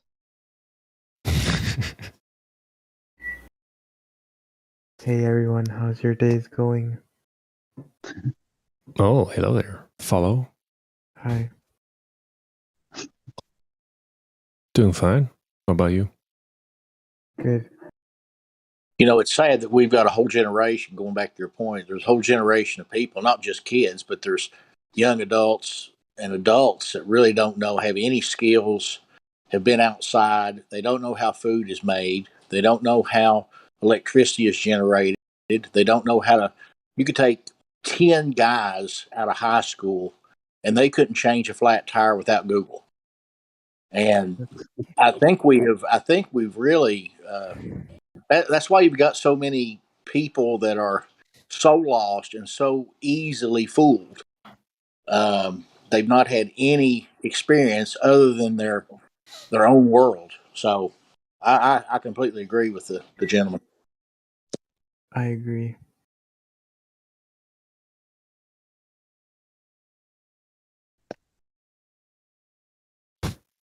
Oh shit. Sorry about that.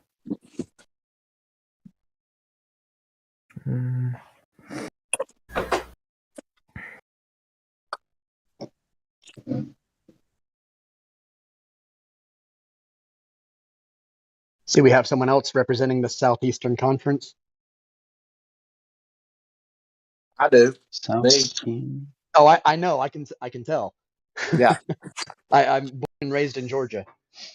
Just for some reason, I didn't get an accent. I'm not sure why. That's weird. Oh, you missed my accent because I've daggone sure got you. You guys got the accent, not me. Are you guys all from America? Bro. Yeah. I'm from and in America, the United States of. Oh, nice.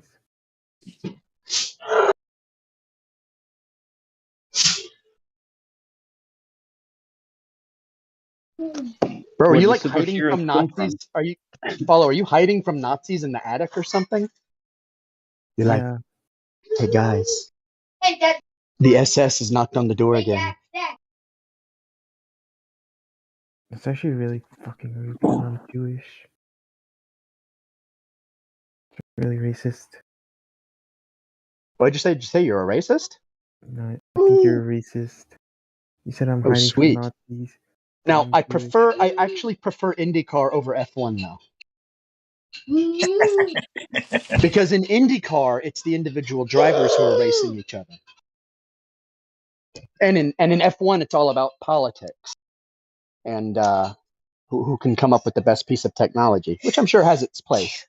But I prefer IndyCar because it's the individuals who fight each other and not companies. That's racist against. Yes, that's me car being racing. racist. I prefer one race over another, and that is the IndyCar over F1. Haley, can you tell the little boy to shut up? I like Toyotas over Nissan. What do you think about the Hilux? Was that not Toyota's greatest truck? No, I think Toyota's greatest truck is like the F-150. Follow. Hola, how's everybody doing? Drugs are you on, man? Order drugs. Are you ordering from Northern California or where? Or Mexico? Me? Yeah. Mexico. I live in Mexico, El Salvador. You live in Mexico? So you got the good bud down there. So, like... No, I'm only 14, so I don't do any Oh, okay, never mind. So what's your deal, man? Go take a poll. I'm just here because I'm mature for my age, and I think I should hang around everyone that's older than me. Oh, that's a red flag, man. Don't ever say that. Don't ever say that. Why? Fed alert. I don't know. Yeah, I don't know how it is down in Mexico, but if you say something like that up here, people are gonna think you're into like pedophilia and stuff. Oh. No. Okay. Not necessarily. To be mature for his age. Pedophilia is not good. Yeah, but mostly. I think if 25-year-old has a steady job, they're mature for their age. I had a study about 19. Who wants How's to help everybody me doing with today? math homework? Good. Nice. Good to hear. I don't know. So, what did everyone have for lunch? What a question. Spent the day on the beach, had some beers, had some pizza, had some wings. Some wings. I spent the day cracking down Hot wings and garlic wings, actually, yeah. Nice. Damn, sounds fancy. Perfect day. Pizza and wings is fancy. Come on. Wait, Must be nice. Can't afford food. What's pizza? I had 6 beers for lunch. Well, you're 14. Don't you have parents? Yeah, but we don't have pizza. So they don't. Okay, but I'm sure they feed you, right? Like twice a week. Twice a week. Okay, well, so you're emaciated. Okay. That's a lot, All right. dude. Maybe 3 Yeah, times you should be if I'm lucky. good. Twice a week, your parents are rich, huh? If I'm good, Stop then complaining. Try to if come I'm in here and good, cry. I get So 3 you times. so you eat twice a week, and you have internet connection. Yeah, I was gonna say you live in the life over there. Come on. Yeah, but Try to he's come on doing here. he's doing a keto Come on here to- fast. I'm in boarding school. That's why I have internet. Boarding school. Wait. Why is your okay. English so good? The story's not adding up. Why Wait, do you what? speak English so well? Because deported from America back to Mexico. Is that true? Bullshit. No, You just made that up. Nah, you're lying. No, I'm being serious. Follow. Are you a liar, Follow? Dude. Okay. Are you a deceiver? Hey, Follow, what are the lyrics to the Battle Hymn of the Republic? Oh, Canada. What's the That's Pledge of close. Allegiance? That was close. I don't know, but me and Pablo Escobar. Okay, so you didn't live here because you know the Pledge of Allegiance. No. Oh, Canada. Me and Pablo Escobar go far back. You can ask him. Yeah. Hey, how many texts are in the book? 14. Hey, what'd you say? You're not So in was- Mexico. I have. Did you even know Pablo Escobar at 14? Let's do the math. Yes. Wait, I got He's been in prison for 6 I got years. the perfect question for him. Say avocado in Spanish. In Mexican. Avocado in Mexican. Go ahead. Mexican Nice is a test. language. What is the capital? Avocado. You want avocado in Spanish? Mexican. Yeah, go ahead. Palta. Oh, that's true. That's right. He's right on. He's right on. No. Yeah. He's right on, dude. Spot on. No, it's aguacate. Nice Google search there. It's Spanish. That pronunciation was on point. You're good. What's the capital of Mexico? El Salvador. No, that's wrong, dude. Country. Big time. So the capital of El Salvador is another country. Get out of here. Mute this guy. Mute Follow. Getting out of here. Dude, what do you mean? The capital of Mexico is Don't another know the country. capital of the United States. Dude. Nice knowing you, Follow. Who do you think was You're there insane. when El Chapo got stuck in the wall? Who do you think saved him? Me. Of course, obviously. I mean, of United States is Moscow, Russia. Man, this guy has lived a whole life. oh yeah. Tell Listen, us, man, what's going on? we can learn from Follow. Obviously, I think we should all just like let him take the floor, like so we can all expand. I can't wait.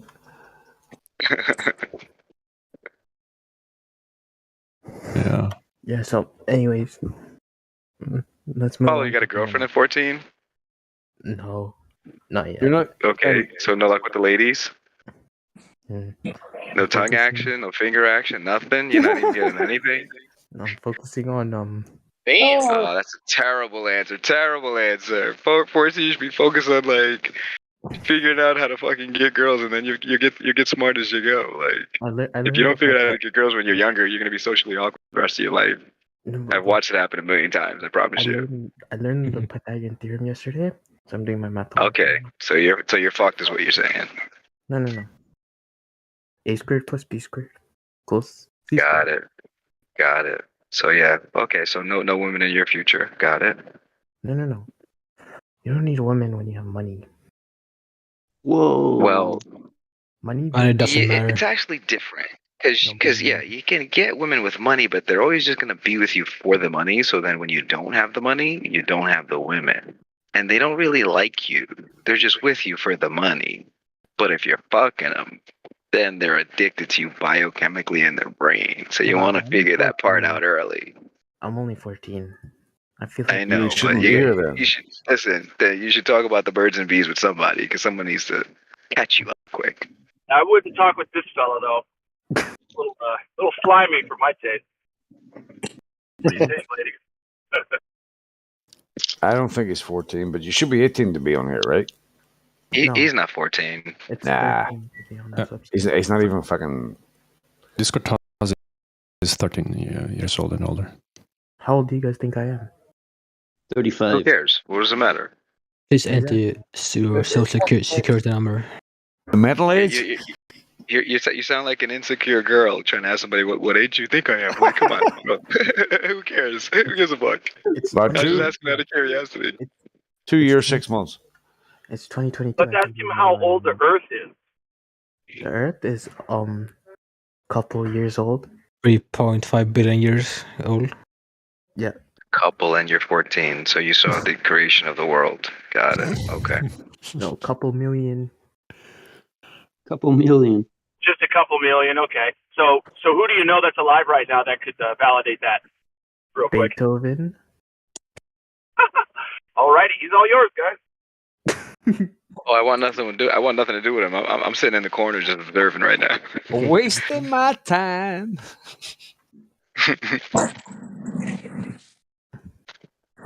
Okay, I'll shut up now. You guys can talk. Good. All right. Very good. Very good. I'm just kidding. So what's going on with you guys? What's been going on in the server? I haven't been kind of like regularly tuning in for a while. So, like, any new things going on? They still got the ladies' night? Yeah, that's tomorrow. Oh, I thought it was on Fridays. Oh, yeah, that's tomorrow. Is it on Sundays now, or? You always there for ladies' night? Don't listen to follow. Don't listen to him. I'm not listening to follow. Oh, trust me, I'm not listening to follow. Yesterday there wasn't any. Follow's a perpetual liar. You think I'm listening to follow?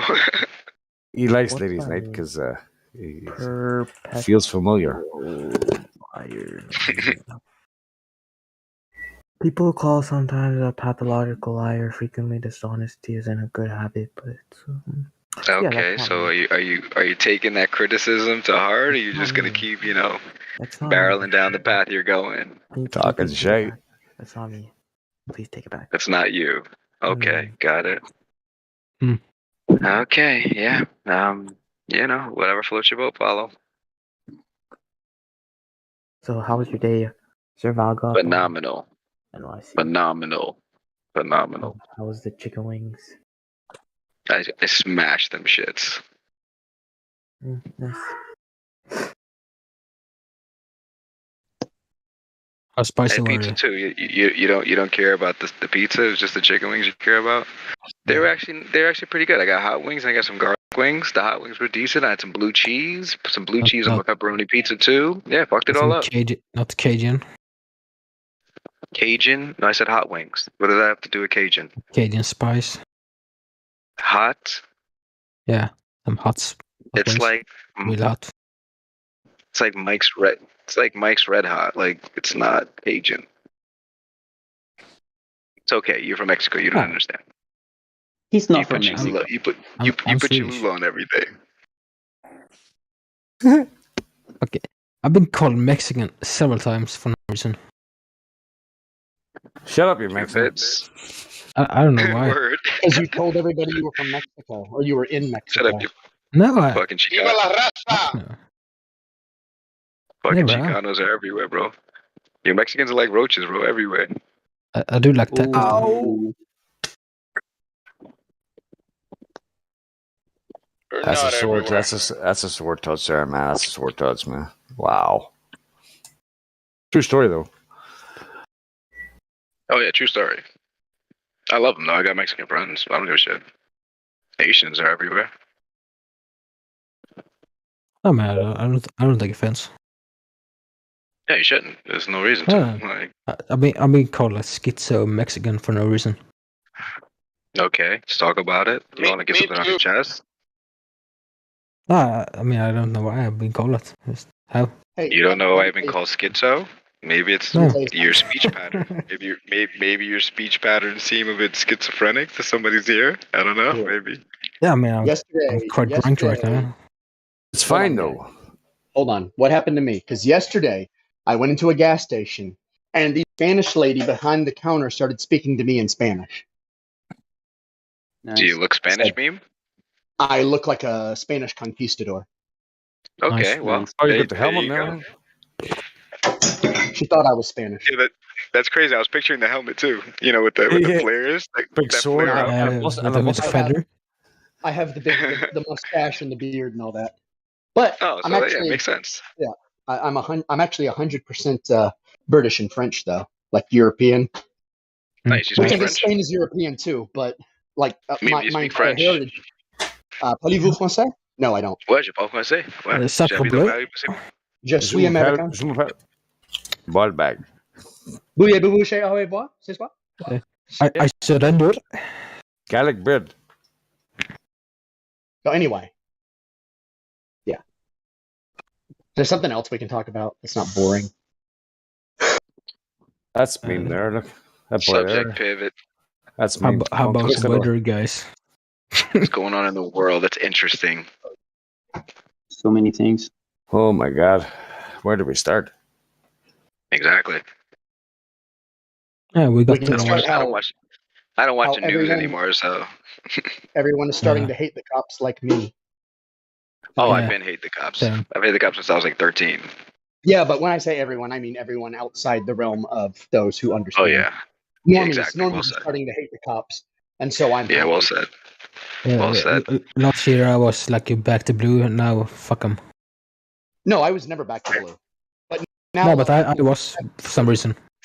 Yeah, back to blue is retarded. Yeah, it is. They're not elected, and they have no accountability. The only people who are elected who have accountability are sheriffs and deputies. Exactly. Constitutional, but police, they shouldn't even exist. Yeah, They're I just agree. revenue Big officers. mafia organization in Soviet Russia. We recognize it in the United States of stupid land. You don't recognize it's just mafia. You are a dissident. We recognize it. A lot of us do. You are a dissident. I'm going to put atomic material in your tea. You know what? I will sleep in negative 50-degree water over you. Come on. It's a decent Russian accent. Decent. I give it like a 4 out of 10. It's like an 80s one. Yeah, I do 4.5. better with microphone in front of me. It's a bag mic that does it. Yeah, you need to. I gotta blame it on something, bro. Got to. Yeah. Glad is top notch. Glad is top notch on the Russian accent. Actually, shut up. Thank you, I Boris. don't want to have to I yell tell at you. these people. Give that man his money. Wait a minute. Do not fuck with my comrade. Sonny, you sound Italian. Give that man his money. Do svidania. Das Vidania. Das Vidania. Blayet. Sukablet. That's like Polish. Sikablet? That's also Polish. Is it? What does it mean? Also, No. curva. Kurva They're all the same. Who in here is behind in knowledge and comprehension skills and thinks that we live on a spinning ball in an infinite Me. vacuum? At least one guy. even though nobody got that measurement. All righty, buddy. Well, what kind of evidence do you have that that's the case? Chimsy, what was that? The Wookiee? Anytime now, you can give us that clove evidence. The Wookiee, what? The fuck was that? Oh, wait a minute. Who are we talking to?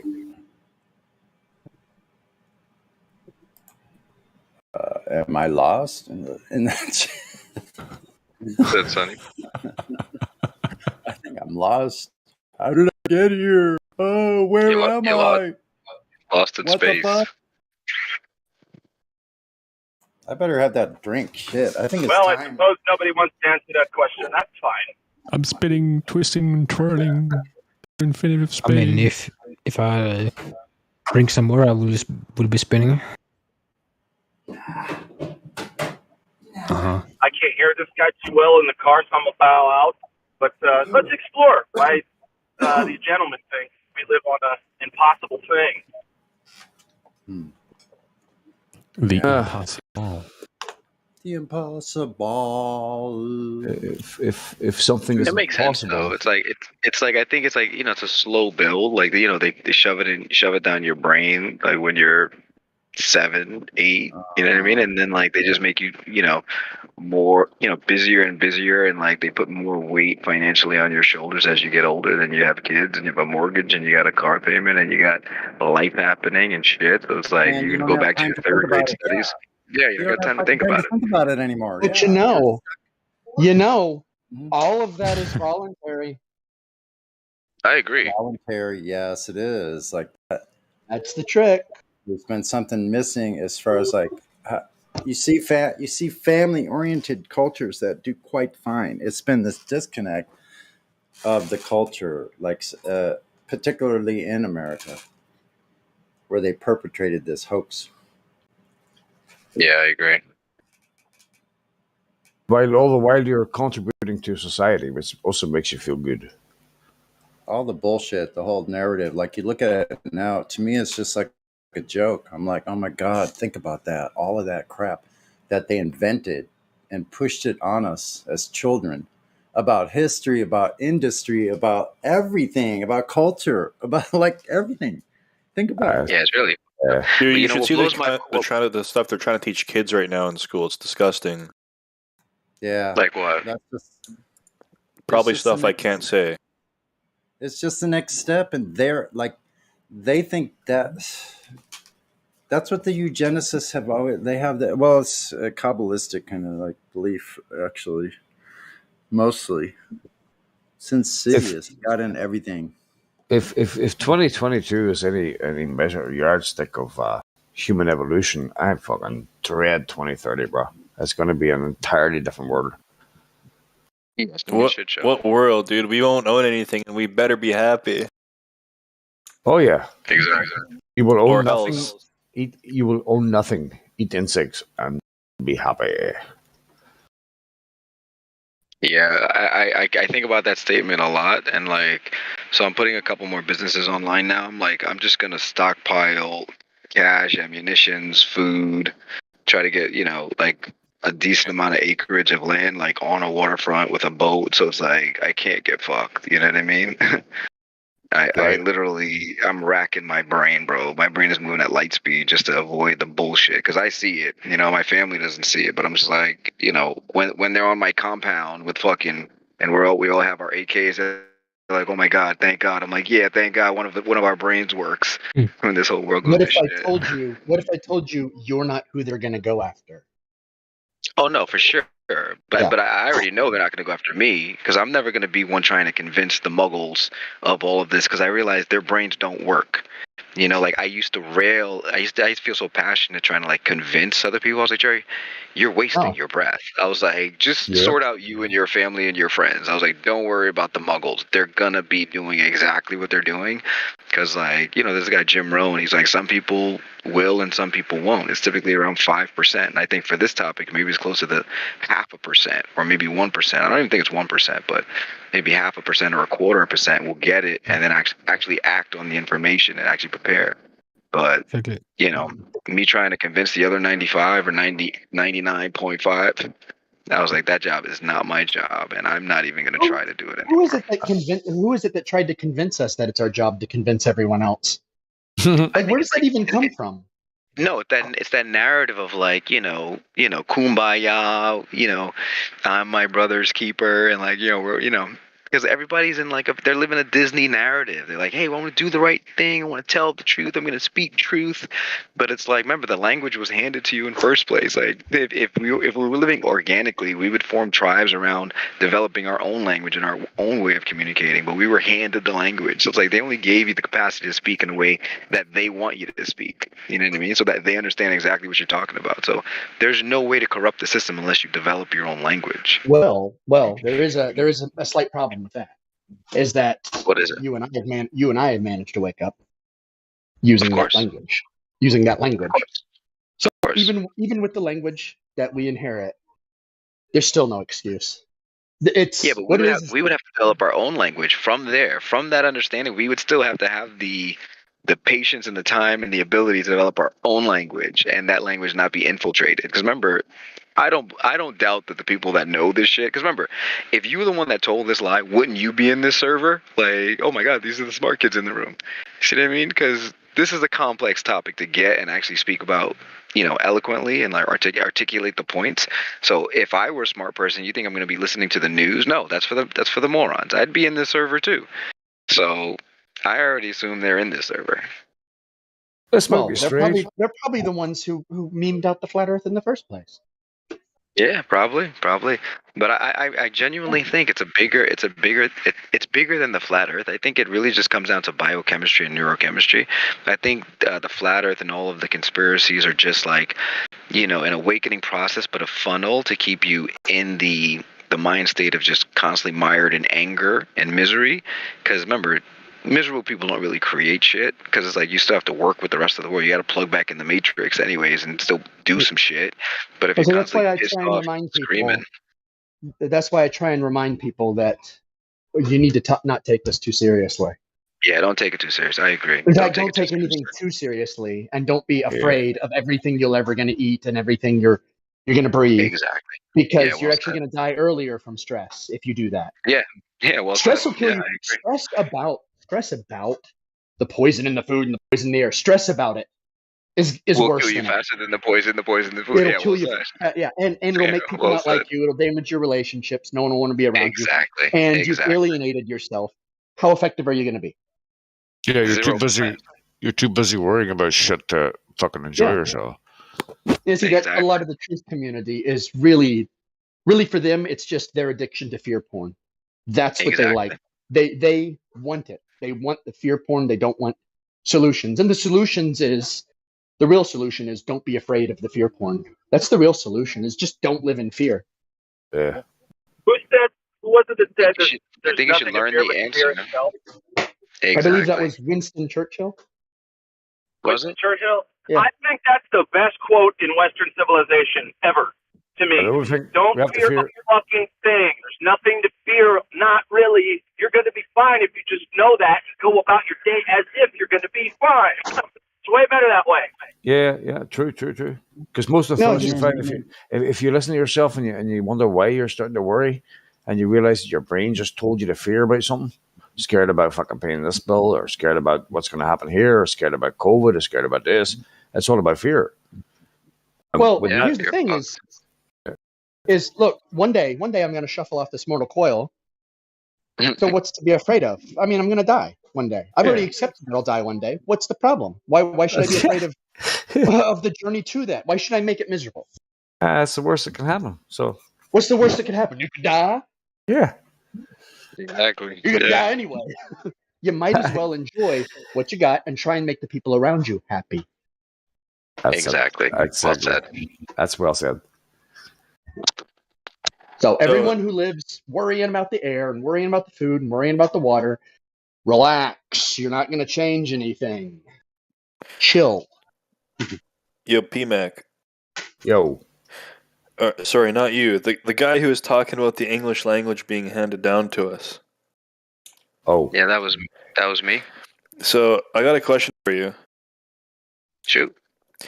What do you think of the whole idea of our centralized government? What do I think about it? Yeah. What I observe is like, clearly it's just as the pyramid structure would look. It's like there are a certain percentage of people or conglomerate of people that don't want to fucking work. They want to, because remember, the only value in any currency is based on human labor. Now they already know this, so the bankers have been pulling this fraud for so long. They're like, all right, me and my children won't work, you will work, and we will just eat the best food. We will live in luxury. We will live the most comfortable existence we can, and we're going to live the longest because we know what to eat, we know what not to eat, and that knowledge will not be shared with the peasants. Like the peasants will be peasants, and the people that are aware of these things will just make sure they keep their circle tight knit, and it'll stay that way until people start to deduce what's happening here. But I don't think that's going to happen on a mass scale, because it's like, remember that the message that's being pounded, remember, it's being pounded from so many different directions. It's like, it seems like you're paranoid to say this, but it's actually, you're just logically following all of it and putting it all together, instead of just like, taking the compartmentalized stories that are coming from the radio, the movies, the TV, the schooling, the college, your corporate environment. Because remember, like in any corporate environment, they're like, oh, you can't talk about politics and religion. I was like, that never made sense to me. I was like, you trying to tell me we're so uncivilized and uncouth we can't have a complex conversation and everybody not get offended? But like, what does that say about who you are? You know what I mean? That means we're also mentally fragile. So, but most people are led by their emotions anyway, so that's why they're there. People tell you what to be mad at, and you follow along. But remember, the person that's telling you what to be mad at is the same person that's kicking their feet up on the fucking beach, probably with their fucking mega yacht. They taught you Vagabond, what to be mad about. what do you actually think of centralized government then? I think it's always going to be that way. That's that what I good was or bad? thinking. It's like it's an infinite circular satanic system that they have. Yeah, it's going to be that way until I die, I think, at least. It's a Not cycle. even I think. I know it's going to be that way, guaranteed. It's a cycle that It's so has fucked gone up. Our governments are back and forth saying anytime. that the people are trying to overthrow them over little things that are not even anywhere resemblant of overthrowing a government. Yeah, there's no. Remember, just think about like the masses of society now. Like, most people are fucking fat, lazy. They have no aggression, no testosterone, no muscle. You know what I mean? Because they're sharing their face full of fucking garbage 24/7, 365.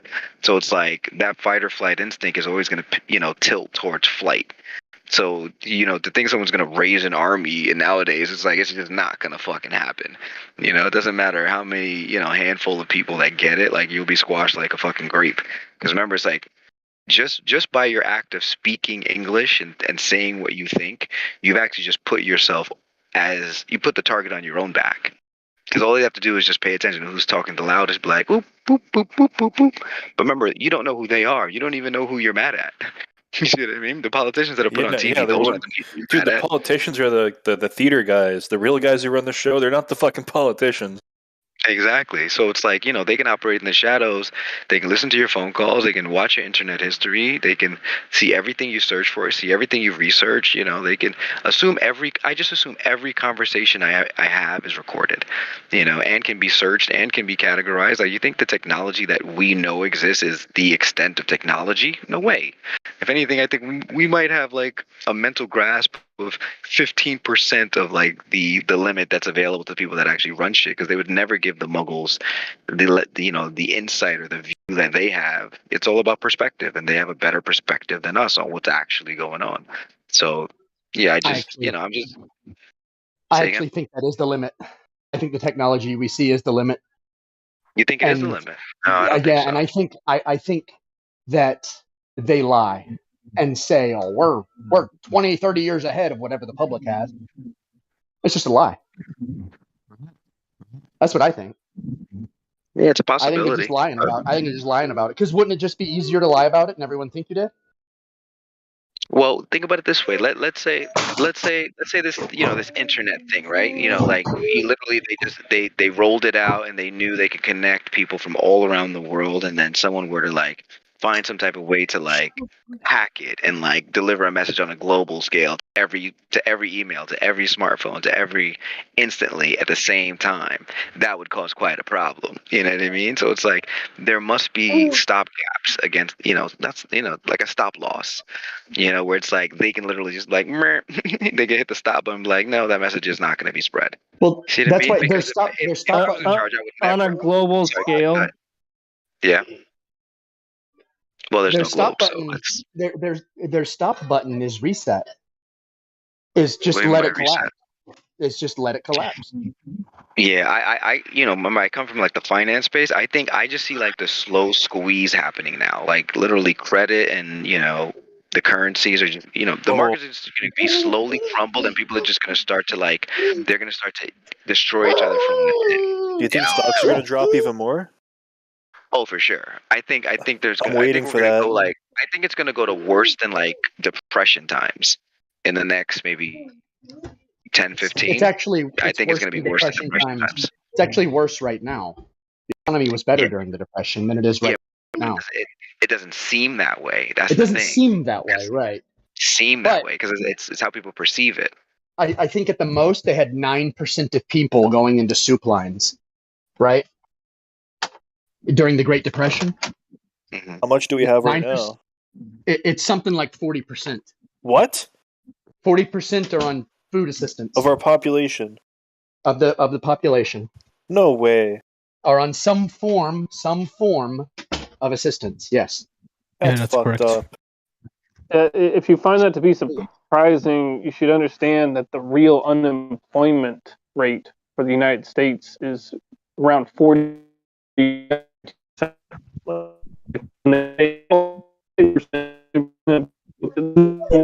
Right. Is he breaking up? Is he breaking up? Yeah, too? he's lagging. That's the number of people that don't have a job that are looking for a job. So when they say 8%, that's just the people that are looking for a job that don't have a job.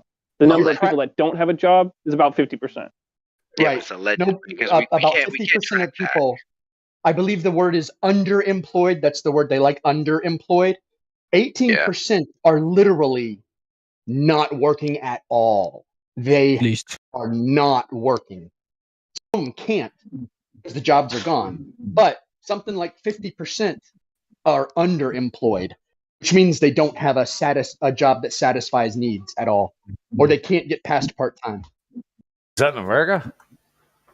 What's that? Where? That's really weird because everywhere around here is advertising for help. Nobody wants a job either.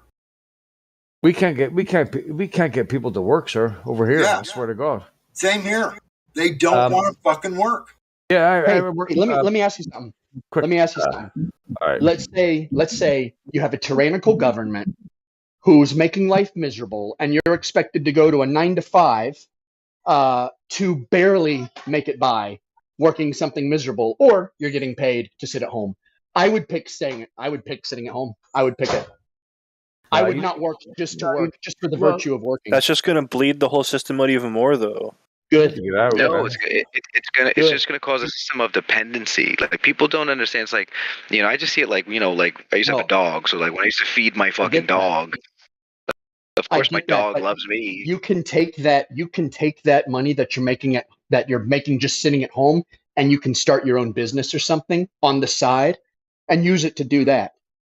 But that's what I would do. And that is, I think that's legitimate anyway. So perpetuate those habits of like, get up early, actually do the work, build the websites, actually go out. I'm not gonna go work for somebody in miserable conditions for less pay than the unemployment would be. I'm not going to. Then you get I'm with you there. I'm with you there. I would rather stay at home and play video games. I would actually rather do that. And I'm not a loser, by the way. I own my own business. I own a concrete company. Dude, I'm what telling you should right do now, is stay home, collect unemployment, and then work for cash after while you're collecting unemployment. I'm a professional loser. Yeah. That's actually what I would do. I would collect unemployment and then work for cash everywhere. That's what I would do. I'm not gonna lie, I've done that before. I have no problem with that because the system is corrupt. You don't owe the system anything. It's not capitalist. You're right. They owe me. You're not They owe me, violating. bro. That's right. Give me my money. You're not Give my money, violating the bitch. free market principle because these idiots abandoned the free market 40 years ago completely. Exactly. So I don't care about the system. I don't care who it's damaging. It's already done. It's finished. It's dying. Loot it. Yeah, I agree. Have any of I'm you on heard? the page. Have any of you Rest seen in the peace. documentary "Every War Is a Banker's War"? No. Yes, I have. Okay, I love that. Did you post a link? Have you ever heard the fact every war can is a find it. banker's war? Okay, thanks. It's the truth. I know it's blocked. It's not on YouTube anymore. It probably got removed. So we couldn't find people to work at the job I'm working on now for 6 months, half a year, and I turned around. I turned around to the boss and said, "Listen, boss, the world is apparently overpopulated. We can't get one fucking guy to work in here." Yeah. What the fuck? Nobody wants to work. It's a total lie. Every person that comes to my place to work, it's awful. Well, nobody wants to work. The working Yeah, conditions T-Mac- aren't the best, but Hey, Mac, there's another problem too. You and I work in a trade system, don't we? We work in the trades. Yeah. We're tradesmen, right? I do carpentry. I do concrete. I do I build architectural houses. concrete. I do and everything. you're another tradesman. Who's not going into trades? A lot of the people who have been brought up in the system and brainwashed in the system have been brainwashed to think that the trades are icky and gross and low class. You shouldn't be in them. Don't even apply for them. You might as well go apply at McDonald's or Starbucks. Let mommy and Yeah, daddy, but big government it's take about. care of you. I think it's about skill acquisition. So like even me, like I worked in like finance and publishing.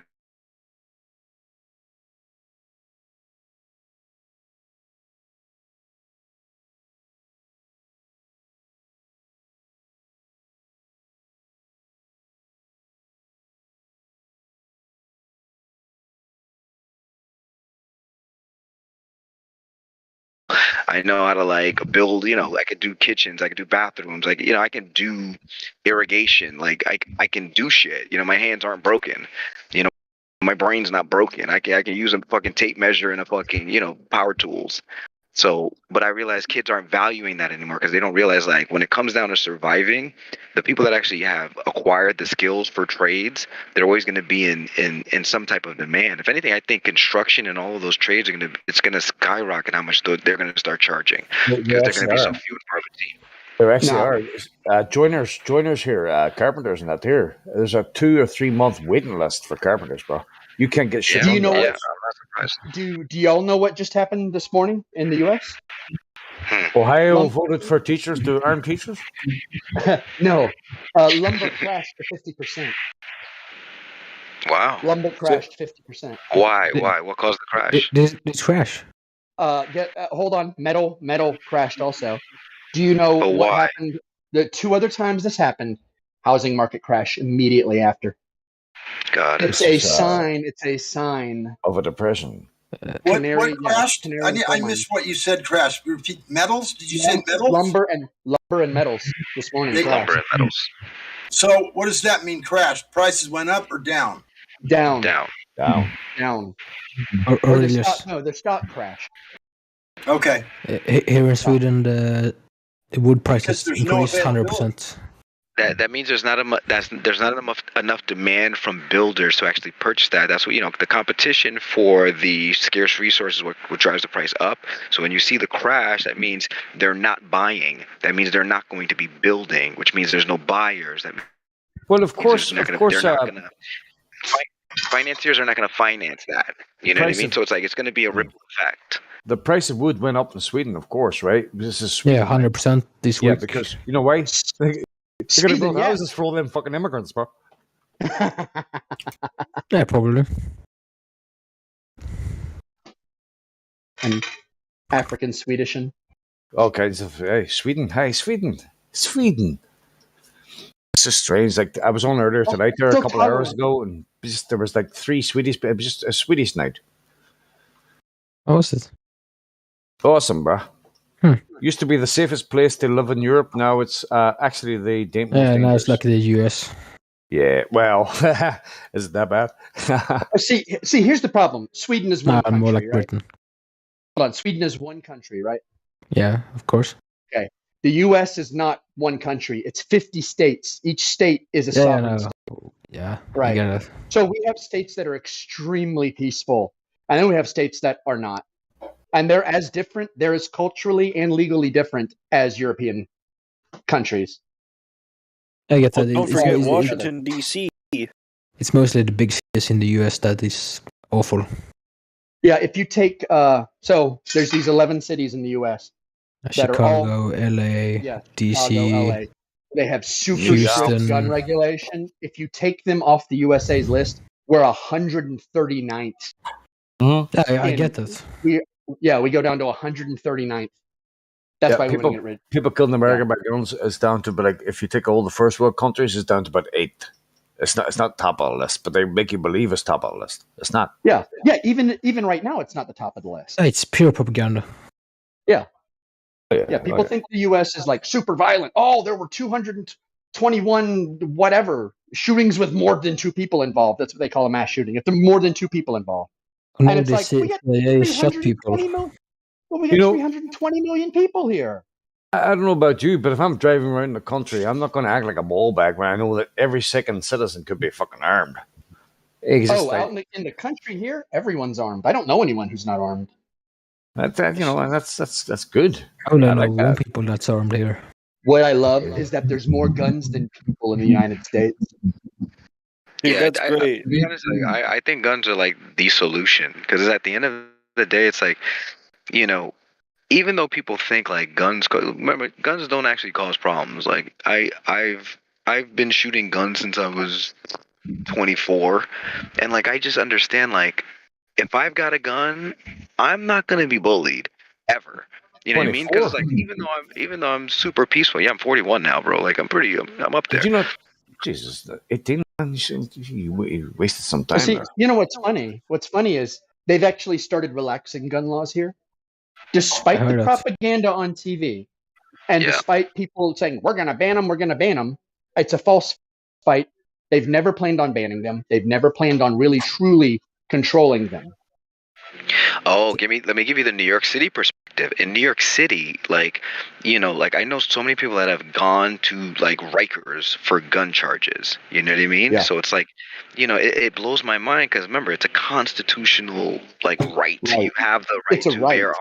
Yeah. It's a right. You don't have to. A right is not a privilege. A privilege is you got to ask someone's permission.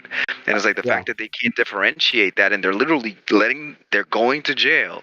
And I'm just like, in New York City, it's like a whole different fucking world.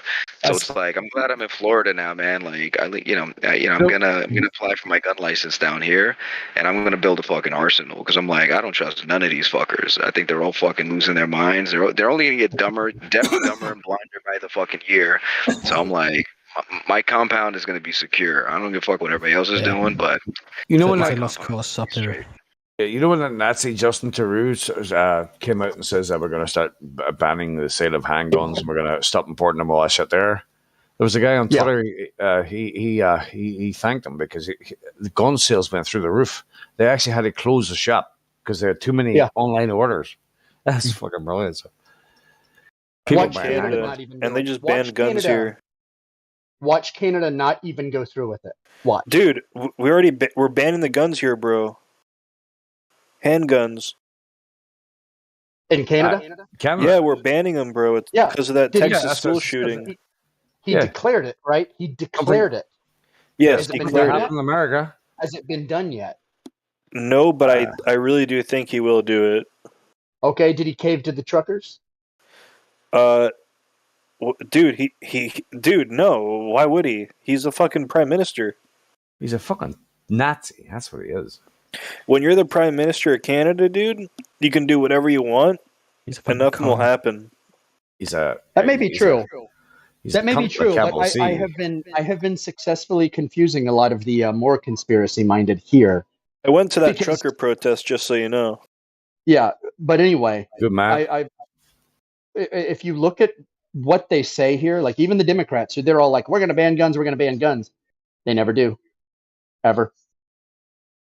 Yeah, Not because once. I think even they know if they try to take people's guns, there That's are the trigger, bro. military veterans who will take those guns and start shooting before they have a chance to start taking them, dude. I'll be honest with you. I'll be honest with you. The people who push for the most gun regulation in the United States are big gun manufacturers, and it is to put competition out of business. The Democrats never would have adopted the gun issue, but they were lobbied to by gun manufacturers. That's the reason it's an issue. It has nothing to do with safety. That's why they'll never ban it. The rhetoric will always be strong, but they'll never ban it. This is I want to hear you guys' perspective on something. So, the way I look at it is someone that's clearly awake. I'm not a fucking moron. Obviously they have like most minorities becoming Democrats just because they want free shit. They don't want to work, whatever the fuck. Free But shit, like when I see the gun policies, what I see about the gun policies, and then I tie it into like my financial background, I say to myself, is like, so all right, so you've got Republicans, the Republicans and conservatives that they're armed to the fucking teeth. You've got Democrats that are like, ban the guns, and I know people in New York City that they abhor guns, and I'm looking at them like they're fucking stupid, but I'm not going to say anything because I'm not in the mood to argue. But I say to myself, it's like, if I were a financier and I was fucking king, I would start bleeding the economy and start crashing the economy to the point where there were no food on the fucking shelves, and then people are just going to turn on each other. I feel like it's just going to be a mass genocide of all minorities after a while, because after a while, like people don't know how to hunt, they don't know how to provide for themselves, they don't know how to farm. Remember, if you live in a major city, there are no lands. Everything's been fucking paved in concrete and asphalt. There's nowhere to farm. There are no livestock here. So like it's just gonna be like the major cities are just gonna like literally devour themselves. And remember, the smart people are gonna be like, all right, we need to get out the city, we need to go to the country. But remember, the people in the country already have fucking guns, dick. You don't have a gun, dick. How the fuck are you gonna fucking survive? How are you gonna feed yourself? If you go steal somebody's chicken, you're gonna get popped. You see what I mean? So it's like I see it going in that direction. What was And the I don't opinion? know. What was the opinion you want us to have? Our opinion? No, I was like, do you believe it's like that's why the divide was created and the narrative has been cast to like literally like have an internal war within the USA where the major cities they're going to be forced to branch out into the countries where people are armed to the teeth, but they will not be able to defend themselves, but their families and themselves are going to be starving for food because remember, there's no more trucks delivering your food into the major city anymore. Someone in the middle. I'll put it like this: someone in the very middle in New York City. Yeah. If there's a collapse where there's no food or electricity, they're not making it out of the city. They're stuck. Not making it out. They're fucked. They're not making it out. They are. Because the riots, after 10 hours, there would be riots. After 24 hours, there would be buildings burning. And exactly. 3 days, 3 days without a delivery, 3 days without electricity, 3 days without water. Think about a month. Think about 1 month. I'm thinking about a month, 3 months, 6 months. Let me tell you, 3 months. 3 months. That's the aftermath already. At 3 months, New York City's already in the aftermath. I give New York City a week at most before total, complete collapse. Well, you think people would be killing each other in a week? Yes. Oh, I think people would be killing each other in a day.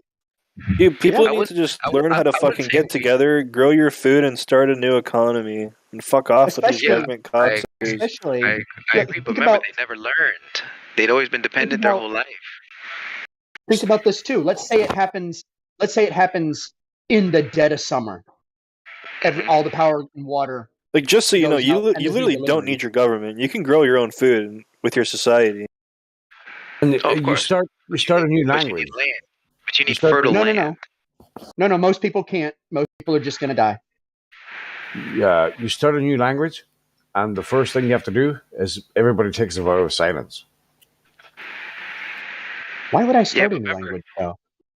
If you start a new language... I think that's the basis of it. A vow of silence? That's not going to work. Yeah, but it won't work because the same people that have fucking taught you this language, they're going to just infiltrate the language. They're not allowed to talk, bro. They took a vow of silence. I don't know. It sounds like a good, it sounds like a nice dream, but I think it's way more complex than people understand, especially on the vast scale of the U.S. and the tensions that have already been kind of like cultivated within you from generations and generations. Like, my grandfather was super racist. My father was super racist. I'm not as racist, but like I'm still fucking a little bit racist. Like I don't trust Everybody's got a nobody. little bit of racism in them. That's there No, somewhere. of course. It's there But it's somewhere, like, man. but I see how that Well, causes such a strict divide. we need to differentiate. We need to differentiate what would almost be called natural tribalism as opposed to Yeah. actual racism. That's Because it. in my life, I don't think I've met a real bona fide, actual, would hang somebody racist. I don't think I have. Me too. I agree. I have not. And I'm in the like, southeast. I'm in the southern United States. Yeah, and like I live in Fort Myers. Fort Myers is super fucking racist, but it's like I got along well with everybody there because I'm not a dickhead. And like when I show up, they're like, "Wow, this guy's fucking cool as fuck." I'm like, yeah, I'm cool as fuck. And I made friends with everybody of all nationalities because it's like as I show up is how I'm going to be treated, and as they show up with me is how I'm going to treat them. So That's really how it is here. Like, for good old boys and Mexicans get along great. yeah, But they play with their cultural divide and insult each other. But it's not even a big deal because they still get along. Like, and that's a big issue. That's the story. People aren't willing to recognize that there's nothing wrong with being a little bit tribal, but at the same time, you shouldn't be hateful to anybody. Yeah, that's the story of my life, bro. Tribalism, well said, Mimas. Yeah, it's tribalism. Everybody has a little bit of tribalism. You can't deny that. In-group preference, no hate. Yeah, to a point, I guess we could say it's an in-group to a point, of course. Just like I'm like, are you a Warhammer fan? Like, oh, I want a preference for you. You come over here and sit next to me. Don't be like that. I mean, I know, but what you said, Mimas, what you said was, you treat people. That's the story of my life, sir. You treat people the way you want to be treated. Doesn't matter the color of the skin or whatever. You treat people the way you want to be treated. That's like and a it works that out. should be compared to a precious metal, man. Yeah, that's axiom that I live by. I actually live by that. I treat people right. I don't care what color, creed, or fucking wherever you're from, bro. I'm going to talk to you like the way I want you to talk to me. I'm going to treat you. I'm going to be happy. I'm going to make a little joke. I don't care what the fuck you are, what your history is, where you come from. I'm going to talk to you like a human being. Except communist. They get the helicopter. Fuck the communists, yeah. Guillotine them motherfuckers. Yeah. The gas price is too much now, so they stab them. Hey, you know what? I had my first car was a 1978 Camaro with a 350 in it. Shut up. And I was paying 78 cents a gallon. Whoa. 78 cents. Ah, the good 78 old days. cents a gallon. The good old and days. boy, I can't tell you the riots that. I'm 41. Oh, I'm 41 too.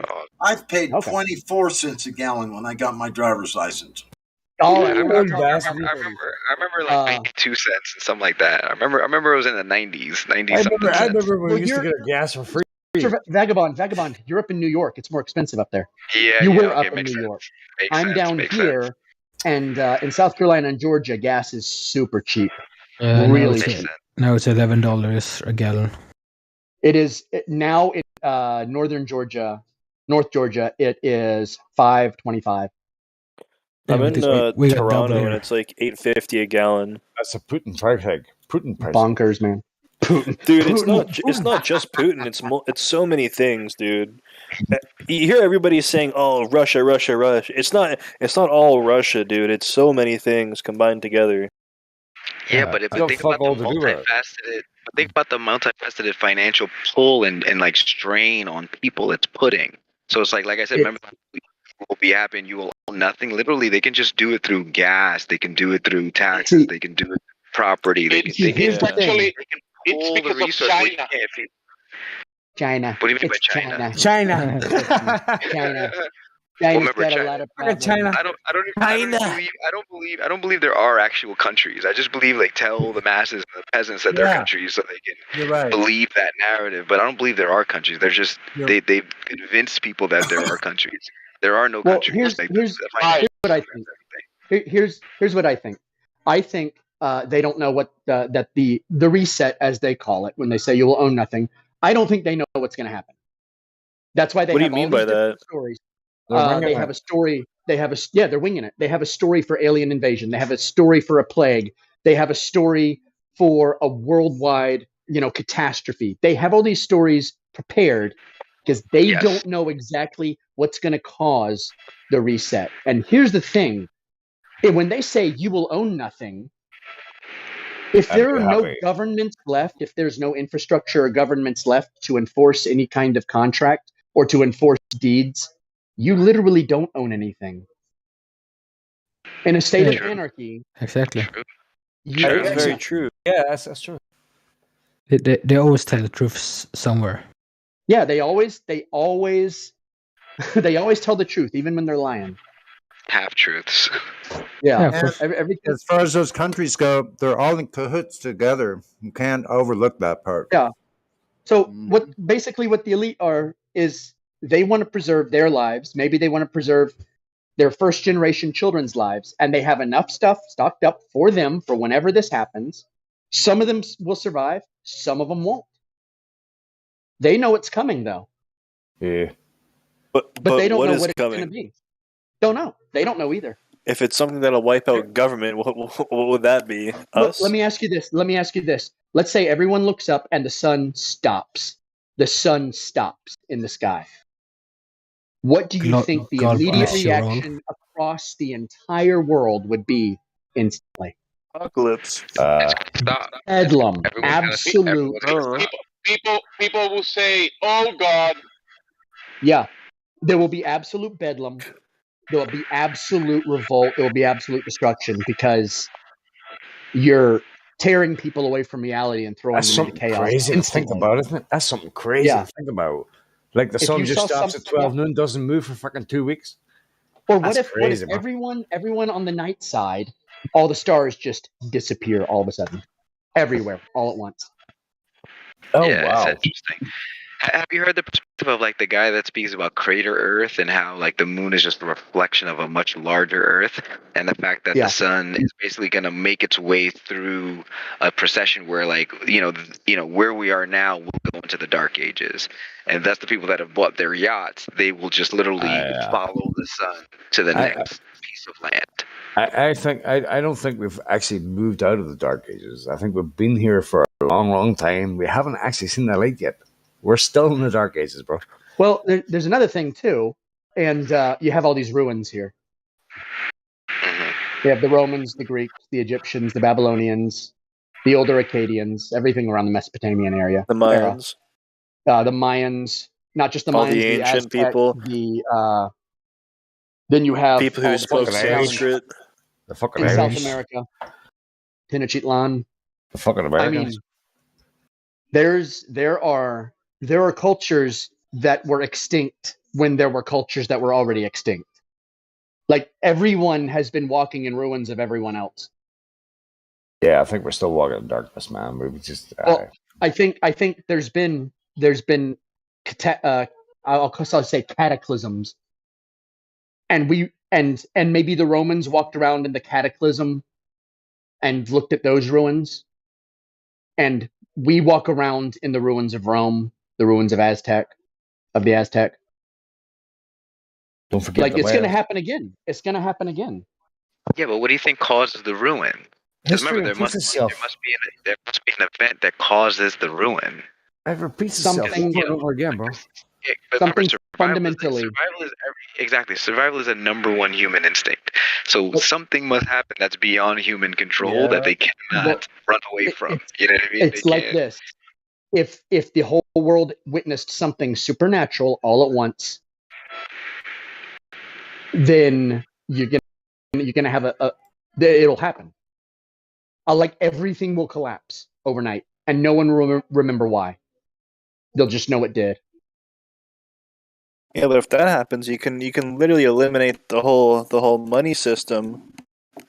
Yeah. You can start a nice society. You can actually start again.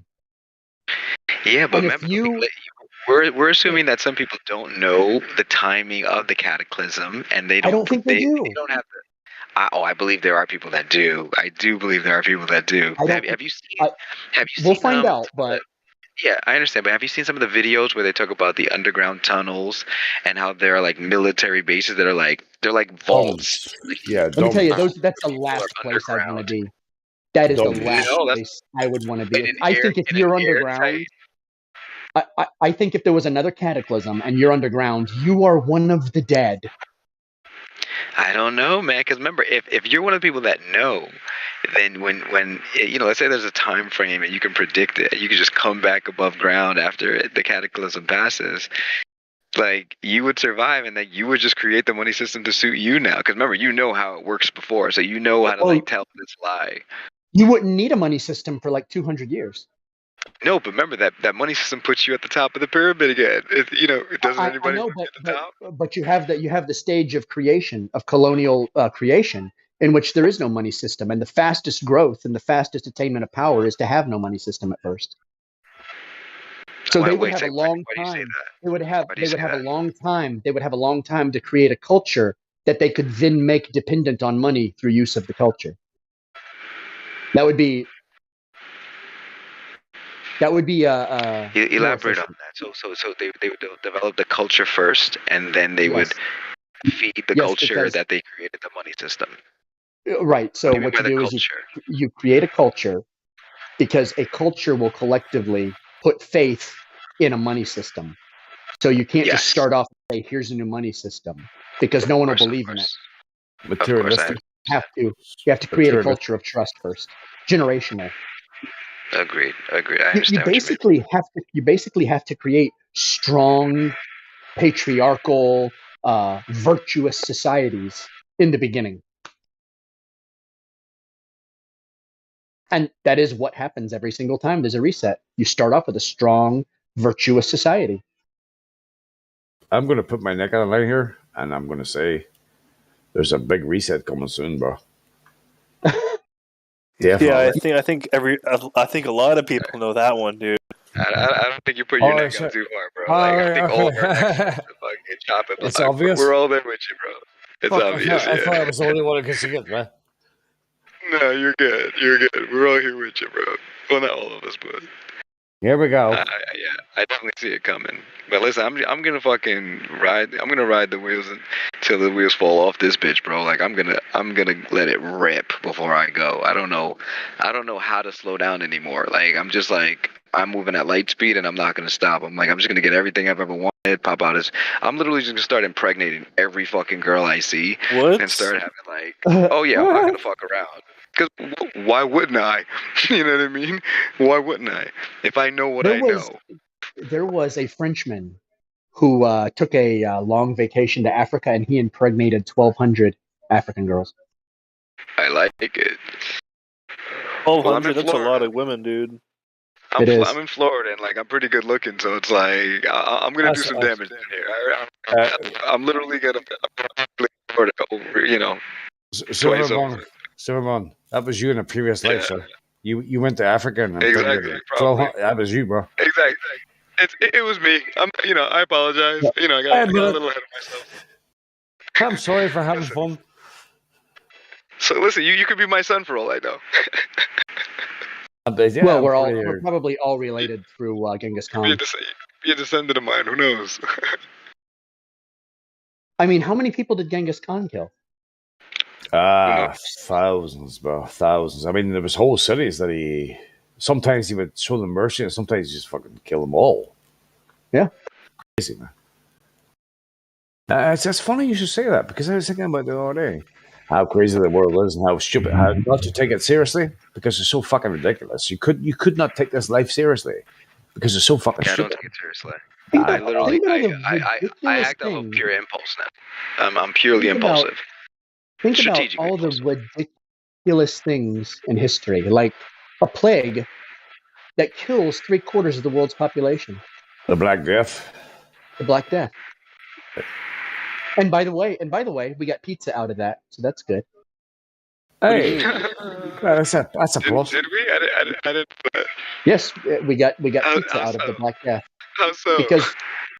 because the people who knew how to cook, the like servants and stuff, had suddenly had access to all these different fields and harvests and fruits and vegetables, and out of that developed what would become American pizza, the Italian American pizza. You gotta The put bread pineapple. with bread with tomatoes and stuff. You gotta have pineapple. Yeah, but have you guys ever heard of like the Weston A. Price Foundation and Sally Fallon Morell? She talks about how like this dentist went to indigenous cultures and he noticed that basically like the strong face, like people with good gums, good bone structure, good good teeth. He basically looked in the mouth of all of these indigenous cultures, and he realized like there was no cavities, no dental caries, no like imperfections in their dental structure and like the No strength sugar? of their teeth. Yeah, But there was no sugar, there was no bread, there was no flour, there were no grains in those cultures. Yeah, that was diet. Yeah. Yeah, that was diet. So he Yeah. observed that it's like so basically, getting cutting to the end, what Sally Fallon Morell was saying is like, should you just go back to the farm, eat raw, meat, fish, eggs, and dairy only, you will not get cavities. You will be of prime, supreme health and muscle, and like I think it's like that's totally possible. Yeah, but that's what she preaches, So it's like I actually get, like I said, I did a test, and I remember when I first joined the survey, I was telling you guys about the raw eggs and the raw milk thing, and I did a bit of a test myself. And I put on 32 pounds of lean mass in 6 weeks. I got the Withings scale, I got the heart rate monitor, and like what I would do is like I would have like 12 to 18 raw eggs a day, half a gallon of raw milk, and then I still did my protein powder. I did steak and eggs and oysters, all that shit. Like I didn't do it perfectly. Like I still had like cheesesteaks here and there, whatever. But what I realized is like I was putting on maybe like 2 pounds a day, 3 pounds a day. On like a day where I really packed it in, I put on 3.5 pounds in a day, and I was like, this can't be right. But I had the digital scale that I was tracking, like I could see the app and like it graphs it all out on your phone, and I was like, this is insane. I was like, how am I putting on so much weight and muscle? And like I wasn't getting fat. I was just putting on like lean muscle. So I was like, oh, Jerry, she's fucking right. I was like, she's not lying. So I've been telling people, everyone I meet that like is like trying to go to the gym and bodybuild, I'm like, oh, I was like Sally Fallon Morell. I was like, just watch her fucking video, you get jacked. And like they can't even, I realize most people can't even hear me. They can't hear me. I love the meme where the guys like, I do the paleo diet, which is what they ate back in the caveman days when they lived to only 32. Okay, what's the difference between paleo and carnivore again? Oh no, I'm saying the paleo is a fake diet. There's no such thing. Nobody knows what anybody ate, thousands and thousands of years ago on the steppes of Asia or whatever. If there even was thousands of years. Yeah. So like, it's just people speculating on, oh well, this is what ancient man might have eaten based on what? Based on our understanding of the evolution of Earth. It's like, okay, yeah, no. Today they say no. This is actually what they ate, and 30 was a good age. It was a great age to live to. Yeah, that's what I'm gonna do. I'm gonna eat berries and pebbles. Couple of rabbits.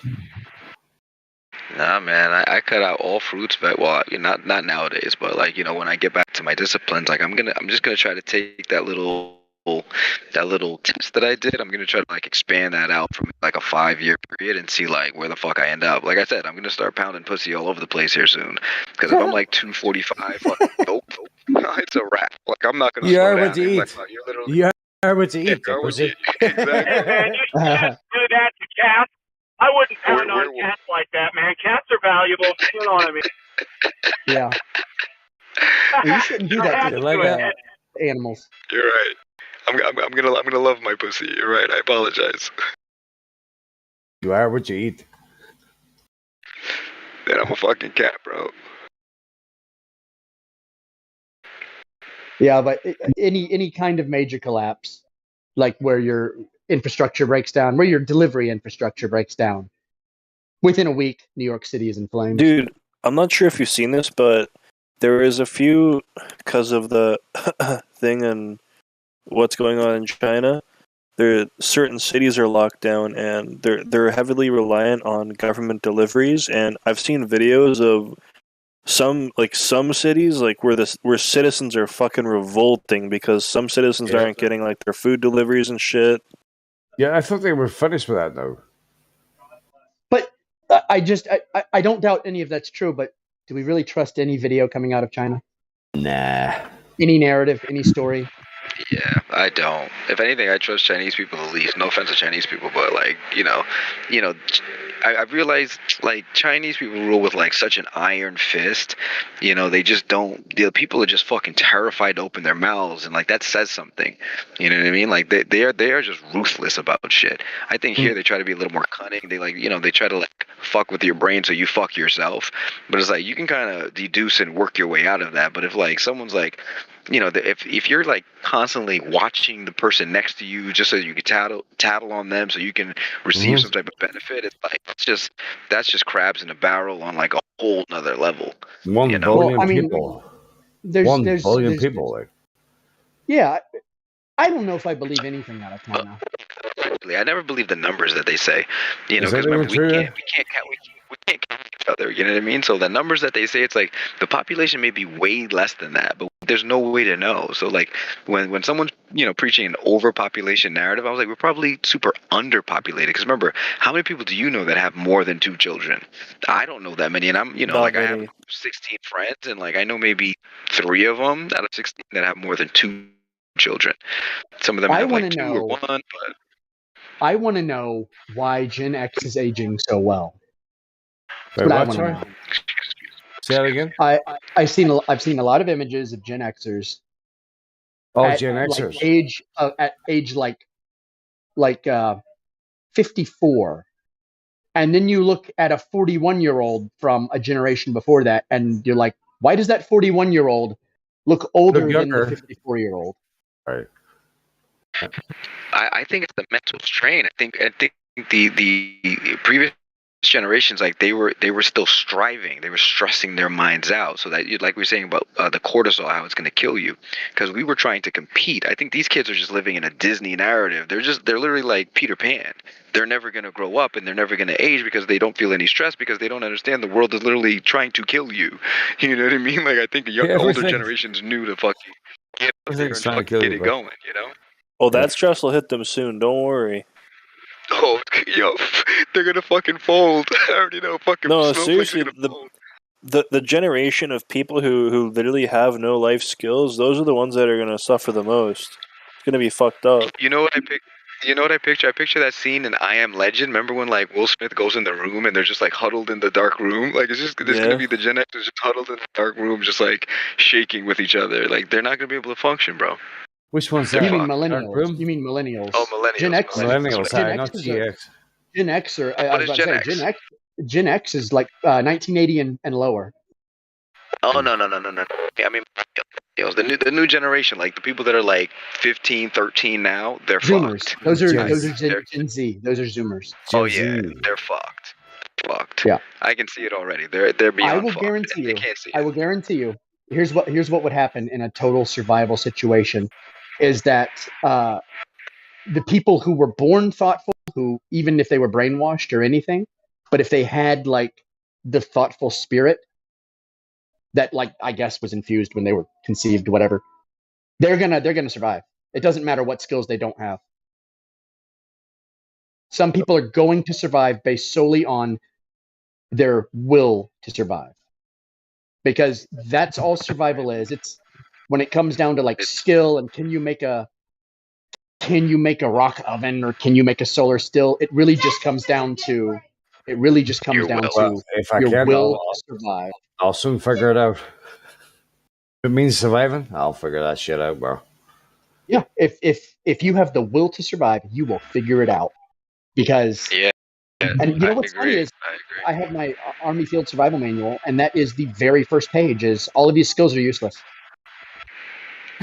Yeah, you know what I'm focusing on? I was like, I think they feed us this narrative of perpetual energy as like an impossibility, but I actually don't think it's that fucking hard. I was like, when I think about the alternator in my fucking car, I'm driving across like, states with no fucking problem. Like, this bitch is powering my car with no fucking problem.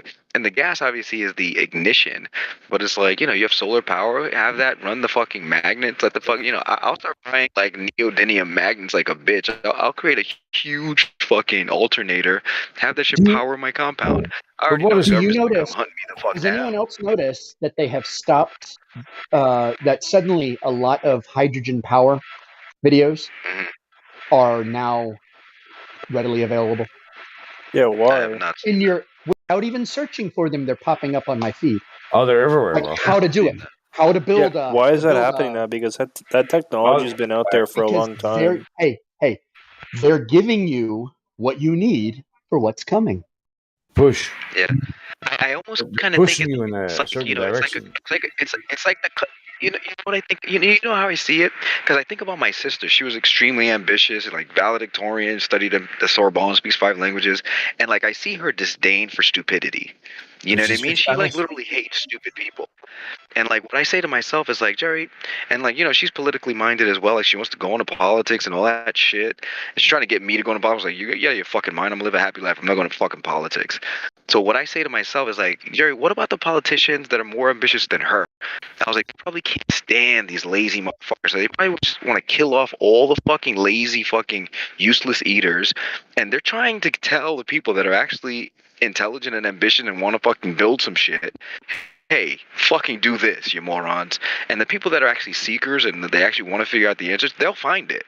And they'll survive. And the people that want to just fucking mooch off the system, you're going to be poisoned, you're going to be fucking drugged, you're going to be fucking deaf, dumb, blind, and stupid. You're going Mooch to die. off the system. Mooch. That's a good word, bro.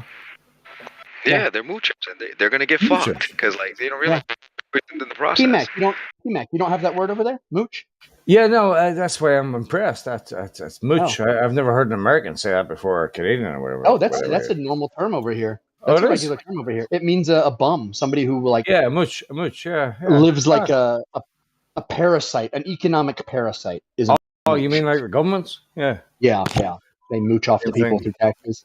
Anyway, yeah, I think like what Dre said, they're giving the worthy enough knowledge to get through it, because there's not going to be any law. And I agree. Strong communities and strong families and strong individuals are what they're going to need. Yeah. You're not gonna- And I think to myself to some extent, if I were to recreate the world, like I would, I'm it sounds a little fucking evil, but it's like no I would fucking do the same moochers. shit. But I think about how much work I did, how much I studied, how much I'm trying my hardest, and I'm trying my best to keep this thing going and keep myself healthy and sane and powerful, and produce happy and healthy kids that are productive. Like you think I would never fucking put my kids in New York City public school with the rest of these fucking losers, fucking kids. I don't want my kids around your kids. You don't want your kids to be taught by Chinese? Yeah. Yeah, exactly. No fucking way. Think about it this way. Let's say you want to rebuild society, but you got to start from scratch. Are you going to find a bunch of godless anti-family people, or are you going to find very virtuous, godly family people? The first one. Who will preserve their family. They will preserve meaning of life. They will preserve structure. Of course. Those are the people you want through. Like this whole idea that they're going to kill off everybody who believes in God. That's a stupid one. No, they're not. That's stupid. They're going to. They They are going That's to so stupid. or the people who are going to end up killing themselves are the people who believe in the system. They don't want the like, people who believe in the system. They're gonna let them kill themselves. Like, think about it this way: if you're gay or lesbian, literally, you're not procreating, you're not producing any life. That means you're useless, bro. After you're done having your fun, just busting your nuts all day, you're gonna die, and then there will be no more of you. Like, they're gonna give you your generation, but they're gonna feed you shit food. Because remember, you're not studying biochemistry, you're not studying neurochemistry. You're relying on someone else to come bring your food to you at the supermarket. Here's the thing: if we live to see it, it may be that the reset is a couple generations long, and we just never encounter the controllers ever. It's not going to be a world you want to live in. It's definitely not. No. Like, the world is currently losing its fucking mind. Yeah. And 10 years from now, it's going to be completely insane. And I mean, if we will, like, what? A man just made a documentary here solely based on going around asking people what a woman is. What is a woman? and they Dude, answer that's the most ridiculous question I've heard in such a long time. That was crazy, man. Hey, Ricky and Gervais. they can't answer him, and they get hostile. XX and XY. But didn't they one of Justice Supremes there? You know, like, you need to find a woman. I can't. I'm not a biologist. Yeah. Well, Yeah, here's the but thing. It's not a hard question, like. It's funny. The YouTube, the advertisement for it just popped up. But it's like it heard me. No, I'm not paranoid. I think the vaccine. I think the vaccine is just like a. Well, sorry, we're not supposed to say that over here. But I think it's just a speeding up of the process. Because if you were too dumb to do your own homework, you're gonna get fucked. See what I mean? But the kids that were smart enough to be like, "Oh, I'm not putting that on my body," they're like, they'll be fine. See, but when it comes to that, imagine it sterilizes you one generation. Like you can't fucking procreate after that. Yeah, when it comes to you that, give it 80 years, you're fucked. You're gone. When it comes to that, I don't know what's going to happen in the next 5 years, but I do see that could possibly be a field test. Yeah, I think so. I think it's all to see who all, or how, on average, how many people will believe them. What do you mean believe them? Who will Their voluntarily, science. who will participate in their own demise, destruction. I think it was just a test run. Yeah, I think so as well. I think so. And it's like, or maybe it wasn't, and we just got to wait 5 years. Who knows? Exactly. Yeah, exactly. So, God, thank God, like, my family actually listened to me on that point. Like, they were like, yeah, I feel healthy. I was like, if you feel healthy, why would you fucking change that? I was like, don't fucking do it. And at least they heard that point. The flat earth, they still can't hear me on, but whatever. Like I said, when I have the compound and the fucking military arsenal, they're like, oh, you fucking prepared? I was like, yeah, Dick, I fucking prepared. I was like, welcome to the party. Now you want to live with me, don't you? I was like, oh yeah, that's why I fucking built enough fucking room for you fuckers, because I know you're gonna fucking have to live with me. You're gonna have to leave New York City, Dick. I already planned for your exodus. The most important preparation is mental and spiritual. Agreed. Yeah, and I don't feel stressed about any of this. I feel just fine because it's like I know at least I'm in that 1% that is actually trying his best and actually thinking about shit, and like I'll be all right. Like I can build companies in my sleep. You know what I mean? If anything, I'm gonna start being prolific with my company launching now. Like I'm gonna start crushing industries because I realize I need resources now. You know what I mean? I don't have any time to waste anymore. I have never agreed with somebody so much as Mimas tonight. I swear, bro. What? No, just agree. Yeah, I agree. It's not in my head, bro. I'm like, yep. He's right. That's just. Well, I provide points I agree with, because I try and that's what I try and do. I try and find points of agreement. Yeah, super logical. That's why it's like, talking to me is super logical. Super logical. It's just you're only usually in here with me when I'm in an argument. When you're in a bad mood? No. That's usually when I'm in a really good mood. I'm looking for an argument. I agree with you, bro. I see most things you said tonight from the start there, like half an hour ago, 100%, bro. Yeah. I'm on board. I'm a lot more chill than people think I am. But not really. There you go. You fucking ruined it there, though.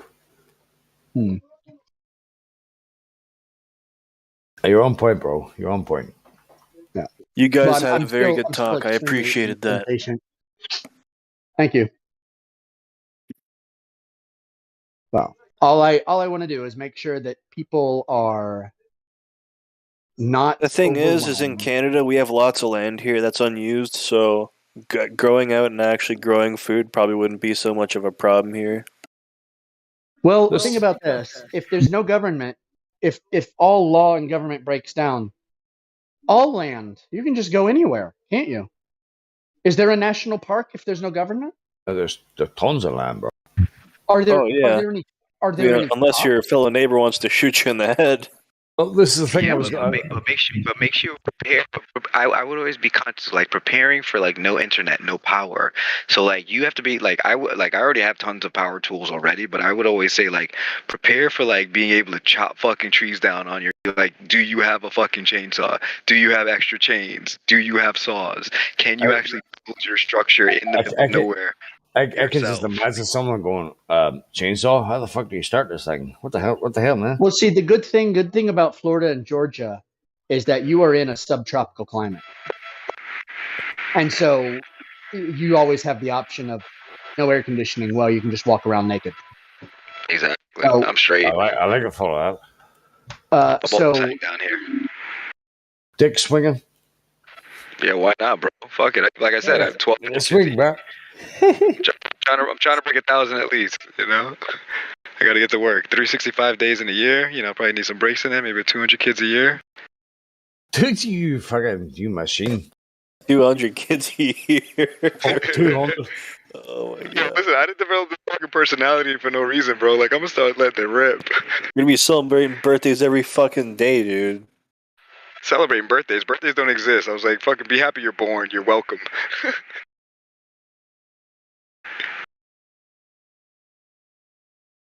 You're fucking ridiculous, bro. You are fucking ridiculous.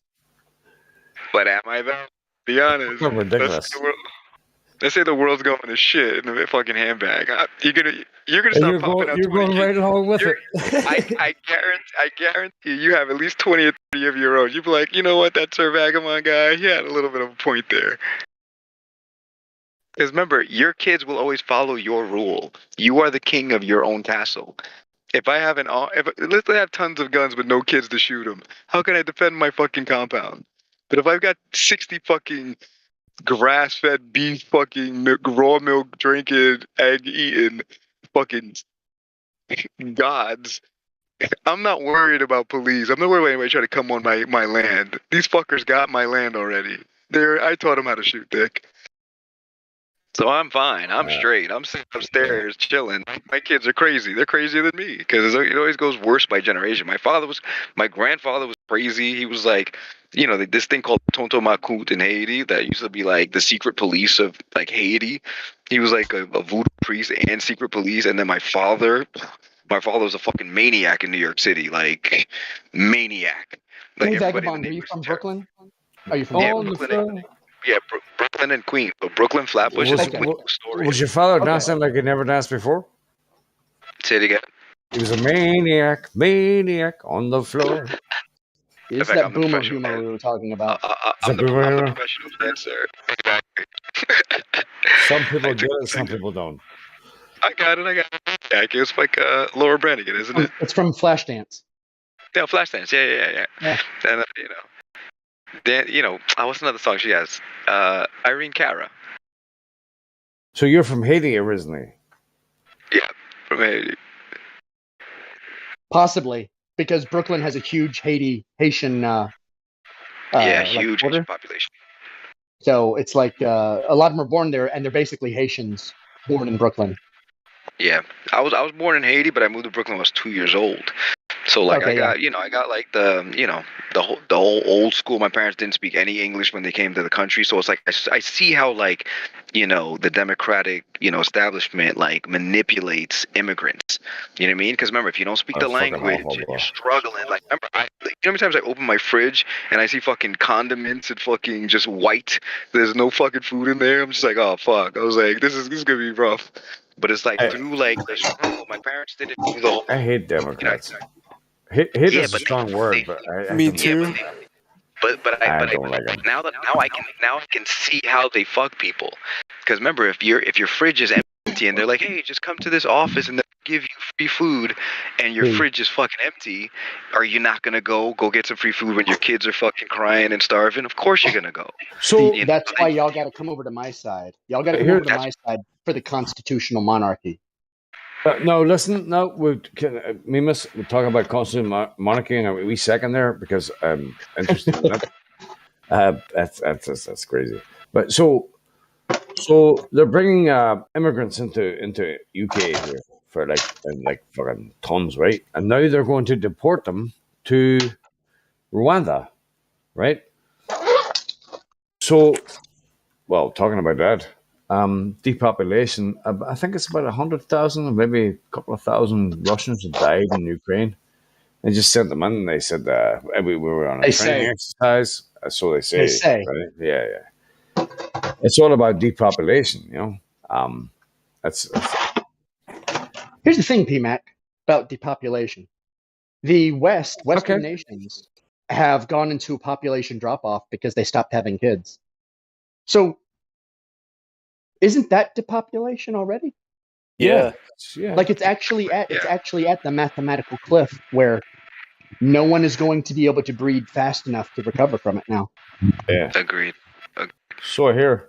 Saying that you bring that up, man, because you know how many people my age in their early 30s that I talk to that are still like they're either married or have a girlfriend for like 5 years, and they're like they all say the same shit. They're like blueprint. They're like, yeah, it's not a good time to have kids, etc. Blah blah blah blah. And I'm just like, what the fuck? Like, what happened to you guys? You know, like, what's funny is the reality is any time is a good time to have a kid because no one's ever prepared for it ever.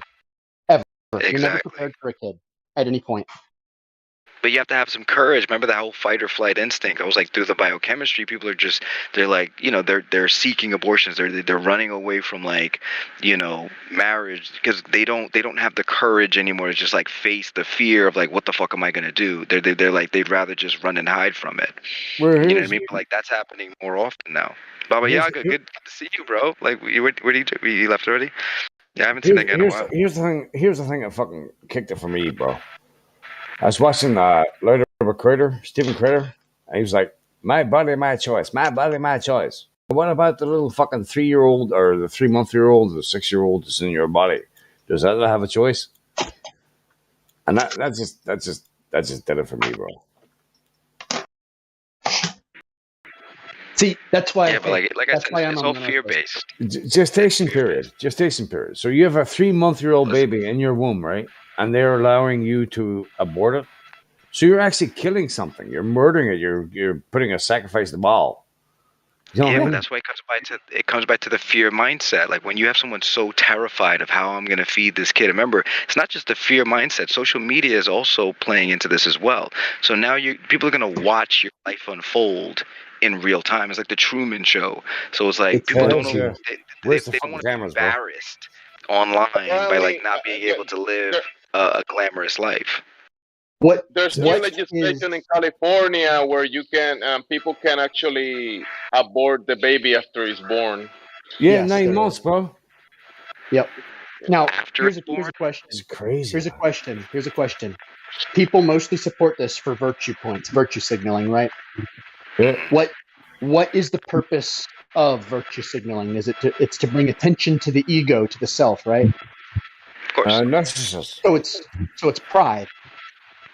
Narcissistic. And what month is it? Pride month. Pride always comes before the fall. Every single horrible thing can be traced back to the worst sin. Pride. Yeah. Well. Don't worry. That's what I mean. I'm gonna put a dent in this depopulation agenda for sure, bro. My dick works. I'm putting a dent in this depopulation agenda shit. Don't worry. Yeah, but the problem is you're at the bottom of the civilizational sink with the rats and the thing. What do you mean the bottom? What do you mean the bottom of it? What do you mean the bottom of it? That means we're I'm not at the bottom of shit, Beam. I'm at the top of every fucking room I go in. We're at the bottom. I walk in and it's like fucking. You only think you are. We're at the bottom of the civilizational sink, and you're going to be one of the beautiful male rats. You'll just be one of the beautiful male rats and there's just no women available. He just wants to shag everything. I think No, listen. I'll start fucking fat chicks if I have to. I don't give a fuck. Like I'll take it wherever I gotta take it. He'd marry his Volkswagen Beetle if it has exhaust off of my dick and that fucking man. Yeah, I'll start with the pretty girls, but like if the pretty girls start becoming infertile, fuck it, fat girls it is. Well, I married a very pretty girl. I've been married for 13 years, and I would shoot myself if I ever had to deal with another woman in my life. I hear you, bro. I Yeah, hate Like, being straightforward. I've dated literally the fucking range, United Nations, like every fucking personality type, every socioeconomic class. I've dated all of these morons, and like I'm tired of all of them actually. But I realize it's like I need to at least, stop my fucking, my pouting and be like, Jerry, you need to start populating, bro. Like, stop fucking around. well, just remember, every child needs a father in their life. Yeah, like I said, compound. Like they're all gonna live with me unless the mother's a fucking moron and she tries to leave. She tries to leave the compound. That's why I kind of hope that the world burns, so she's too terrified Just to leave. claim you're a Mormon. Claim you're a Mormon. You polygamy. Boom, I'm a Mormon. Boom, I'm there. Well, so Here we go. women. I'm starting my Too own bad, religion. bro. That shit. But listen, Chrisfanteism. Listen, they ban alcohol. That's a bad thing. But you can marry three women. That's a good thing. I don't know. Yo, listen. Let's make it official. Who wants to join vagabondism? Let's start it today. Let's make it official. We're starting an official language. We're starting a language, but we have to start with religion. Remember, the king always needs a priest. Who's going to be my priest? The first thing you have to Bueller. do when you start the official language is take a vow of silence. Okay. Time to take your vow. My priest.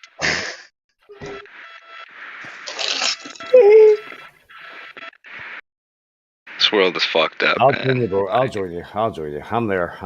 Can I be? That was a little. It was a little reluctant. It was a little reluctant there. I don't know. Like it didn't really feel the right. Well, everyone in here is trying to start their own cults. I see that. Yeah. Imagine everybody in the flat earth turns into cult leaders. Yeah, every single flat earther will be a cult leader in the new world, and we will all go to war over our different models. As L. Von Hubbard That's gonna end up says, happening. if you want to make a fortune, start your own fucking religion. Oh yeah, I'm on it. Vagabondism. It's a wrap. Hey, you're gonna be fucking rich, bro. Every get a ring. Hey, if there's no government, there's no money. You will own nothing, and you will have no money. Be happy. And you will be happy because there will be no taxes, and no one will own anything against you, and there will be no debt. You know what I've been thinking about lately, guys? Because like I want to tell people this type of shit, like, but I realize I can only have these conversations in the server because most people are deaf, dumb, blind, and stupid. Now I understand the concept of a secret society, because it's like you make people go through such an arduous process to like literally Socratically teach them what they need to know. But if you gave it to them all at once, they wouldn't get it. But if you made it so painful and arduous, and it took 20 years for you to just get it, you'd value it and you'd shut the fuck up about it because you understood how long it took you to get it. So the next person that comes along, you're like, I'm not fucking giving it away to this fucker. No way. And like, I get that now. Well, I almost don't want to tell like, people shit. It's like how the MLM works. You have most people who are involved in MLM. They're like, they think it's about sales and making sales when it's not. It's about recruiting people under you. Has nothing to do with sales. What's all MLM? about recruiting Sorry. people under you. What's your But that's MLM? like the revelation. But that's like the revelation of like Okay. how it's supposed to happen. It's like you suddenly wake up one day and go, oh my God, people are my profit. Profit is not profit. And then you just start recruiting people under you. How many people you recruit is how an MLM works. You do not make money in an MLM by sales. It's funny how half of them, they get offended, half of them do, half of them don't when you say the words pyramid scheme from them. Or refer to what they're doing as a pyramid scheme. Multi-level marketing. It's a reverse funnel. You're attacking their intellect. You're basically saying, "Hey, moron! You're just basically a peasant at the bottom of the totem pole." Yeah, nobody wants to think they're the dumb guy, So it's like you can never call people dumb. And like I've observed something. It's like I've observed only dumb people call other people dumb, because it's like I've seen so many dumb people like, "Oh, they're so fucking dumb." Okay, actually, you're the fucking dumb one. Yeah, and like it blows my mind how many dumb people call other people dumb. And I'm like, because if you call someone dumb, instantly they're back on their heels and they're digging in now. So you're never gonna get your point across. If you just ask people questions and like let them figure shit out on their own, they're like, oh yeah, that makes sense. And like they essentially know where they got it from, but you can't let them know they got it from you. You have to kind of like I don't know, you have to tease it out of them. You can't fucking just give answers. They're smart enough. They'll figure it They're out. smart enough to figure shit out, but like you have to like literally tease it out of them. Like if you give people answers, they'll never fucking get it. They won't respect the answer you gave them.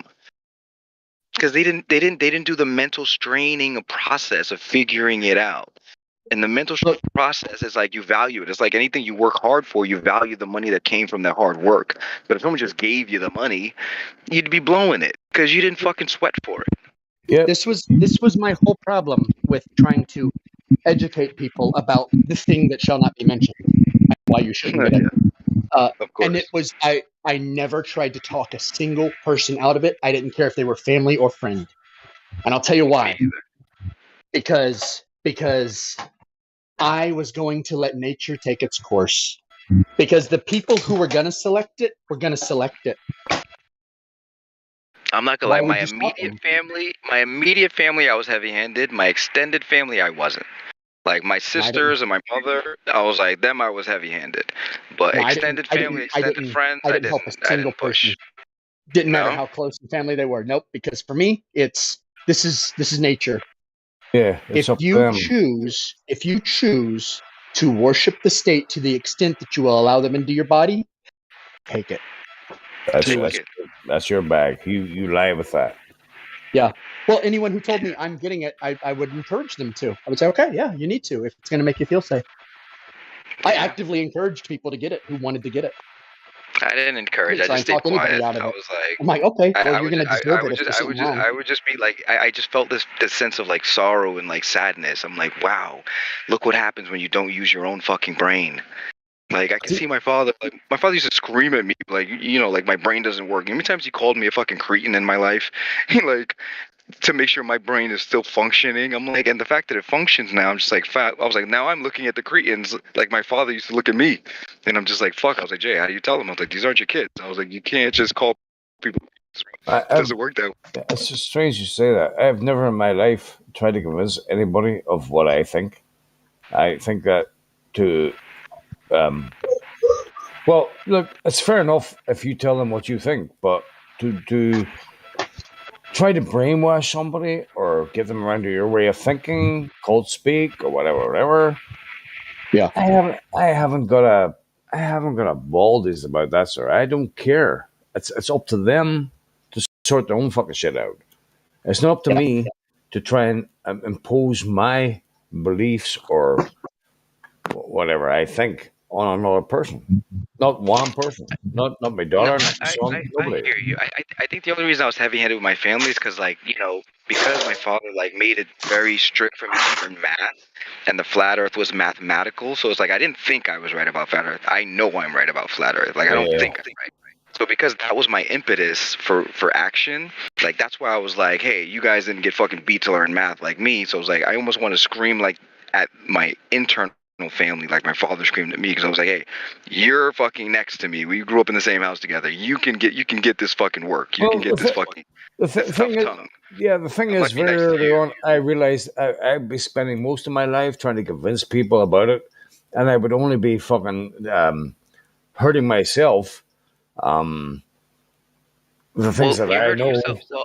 But I think you're only hurting yourself if you're trying to predict the expectation. Yeah, it's not my place to do that. It's not my place to convince another human being of the shape of the earth they're on or where we are. It's up to them. I understand, but the emotional reaction always had to come from the expectation that you had cast.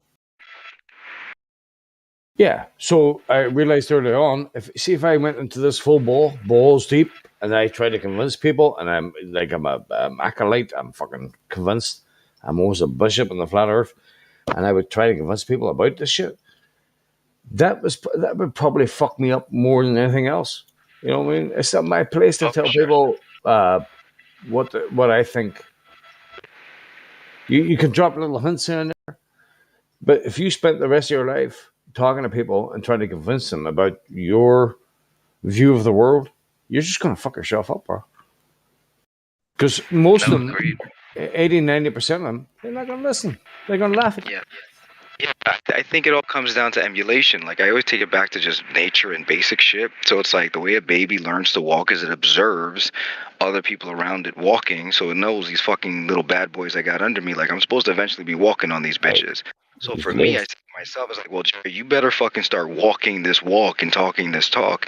And like, I should be able to produce a physical body and a spiritual soul and like an intellect and ability to articulate myself in a form and fashion that it's like, bitch, I'm walking. You need to start fucking walking.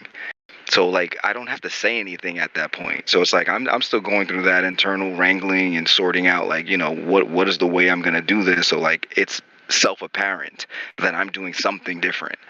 You know, so I don't have to sell you. You could just observe me, and you could either choose to walk like I'm walking, or you could choose to keep crawling around. Like, I don't give a shit. Do as you It's up wish. to you, bro. It's up to you. Yeah, it's up to you. Yeah. But that's for extended family and friends. These Like my fucking intimate legs. family, I'm gonna keep screaming at them. If I stand up and I fucking move these bastards, left, right, and I say walk, fucking hell, bro. That's amazing. Listen, tough love is the only love that exists. I truly believe that. Hey, good point. Good point. Tough love. I'll tell you straight up, if you say something stupid or if you're acting a certain way, I'll tell you straight up, whether you're my friend or not, I'll tell you straight up to your face, I think you're acting like a ball bag. I think you're being stupid. I think you're being this, that, they are. I'll tell you straight up, bro. That's fair.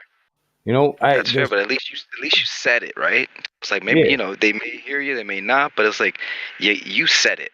You know what I mean? So it's like what I respect the most is like, I'm talking about me and my father. We had a feud for the majority of my life, and like now that I look back and reflect, I'm like, wow, he fucking told you that. Wow, what if he didn't tell you? Wow, what if he didn't scream at you? Wow, what if you didn't get those beatings? Wow, what if you didn't? And like now, the tough love now that I hated, It sounds. I'm almost mad at myself that I didn't get it faster. It You know what I sounds mean? like it didn't I click don't want. I faster. don't. But I it's don't like want to. All right, I don't want to delve into your past or anything like that. But it sounds like your dad was a bit of a bastard. Oh, for sure. Pff, he's a piece of fucking work. But it's like, intellectually, he was actually on point. You know what I mean? Like if I would have brought this topic to him, he would have caught it. What was the one thing that, if it's one thing your dad taught you, what was it? One thing that I had learned From your dad, yeah. If I had to summarize, I would say like he expects me to use my fucking brain. Period. Full stop. I'm not allowed to rely on people for answers. That's a good one. My fucking brain. Use your fucking brain. Figure it the fuck out. That's it. Use your fucking brain. Figure it the fuck out. So like, I solve all of my friends' problems. Like literally, I'm like, they call me. Either they Google shit or they just ask Jerry, and I'm just like I never. Yeah, because it's like I never minded solving their problems because like I was forced to solve my own problems at home. So it was like, you know, I found joy in like alleviating their. I think what you're saying is your dad taught you independence. Mental independence for sure. Good man, man. You know, and you know, he still watched CNN until he passed, but it's like, you know, the fact that he couldn't see past that. Remember, like I said, he was an immigrant, so like he was fed that whole democratic narrative. What? Where was that from again? South America? No, from Dominican. Haiti. I was born in Haiti. No, Haiti. Yeah. Yeah, my whole family's from Haiti. I was born in Haiti. My sister was born in Haiti. My parents were born in Haiti. Right. Well, he taught you. Yeah, like, that's a good thing. Yeah, I appreciate it, man. And like he had a grasp of languages as well. So that's why like I work for a lot of British companies. I spent time in London. Like I was like, oh, perfect. Yo, sorry, if you're in New York, I was like, English is the language they speak here. Go to fucking London, perfect your fucking English. English motherfucker, do you speak it? Say it again. English motherfucker, do you speak it? Yeah, I was like, because if I have a vision of myself that I want to do well, I was like, well, if I'm in these boardrooms, I need to have a command of English. If I want to differentiate myself, I better acquire more skills than other people. I better be stronger. I better be able to fight better than other people. I better be able to like, you know, think better than other people. Be able to solve problems faster than other people. If I can't, then I'm fucked. Did the parents bring you up? Did they bring you up with Haitian and English, or can you speak Haitian? I speak. Well, it's called Creole. So I speak Creole, French, English, and Spanish. Ah, nice. Well, that's a talent. But I'm telling you, I see how it serves me now, man. Like I'm down here in Florida now. Every time I connect with Haitians, and they hear me speak my Creole, and they're like, "Wow, you speak Creole too?" I'm like, "Yeah, I speak Creole." But like they notice English is my primary language, so like I'm still gonna pronounce shit a little off. But like the fact that I can still like have a full on conversation, they're like, "Wow, okay, you're not one of these fucking bootleg Haitians that just disregarded their language for English." I was like, no, I didn't disregard it, but obviously I have to go make money, I have to fucking survive. So I have to compete. So it's like I need to make sure like my baseline foundation has to be like in the language that where the resources are being competed for.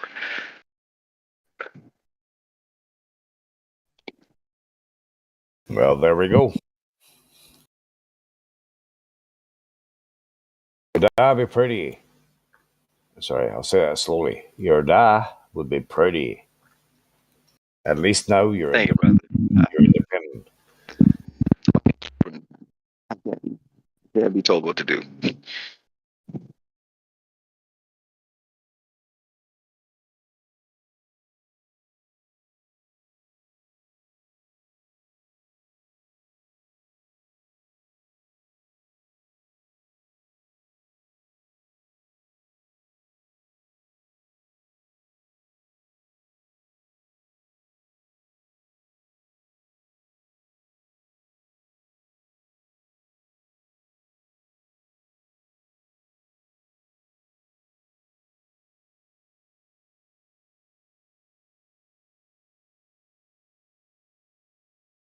We all have our stories, eh?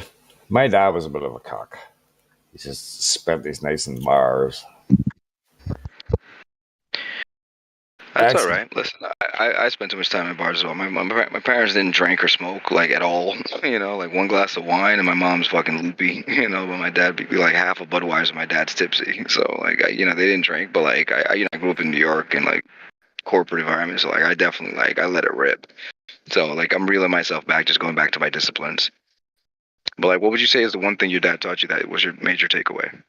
Yeah, that's a good question. I asked you that one. That was my turn. Let me see. Not to drink too much. Well, back. It's a solid one. he didn't even tell me it. He just showed me it. He just fucking drank his life away every day, every night in the bar after work and the bar playing snooker, pool. I understand. Yeah, my father gambled his life away. Yeah, he wasn't a family man at all. Like I wish I had a dad that came home and he go, "Hey, let's take the kids to the park. Let's do it." Nah, not my dad. My dad just wanted to, when he was finished work, he just wanted to go out and fucking enjoy himself, have beers, play snooker. Fuck the kids, fuck the family. My ma used to fight me in my night. I used to fucking put the pillow over my head, bro. No, Well, I wouldn't say that was his mindset. Because remember, it's like you never know what type of mental stress he was wrangling with. Because that's the leeway I gave my pops. Like because any addiction, it's a dopamine release that it causes them to do it. And once you you basically perfect that neurological pathway. Like that's how you get your dopamine hit. It becomes like any drug. Like it's the easiest way for the dopamine release. Okay. So all right. That's drugs, bro. Let's talk about reality here. Hang on a minute.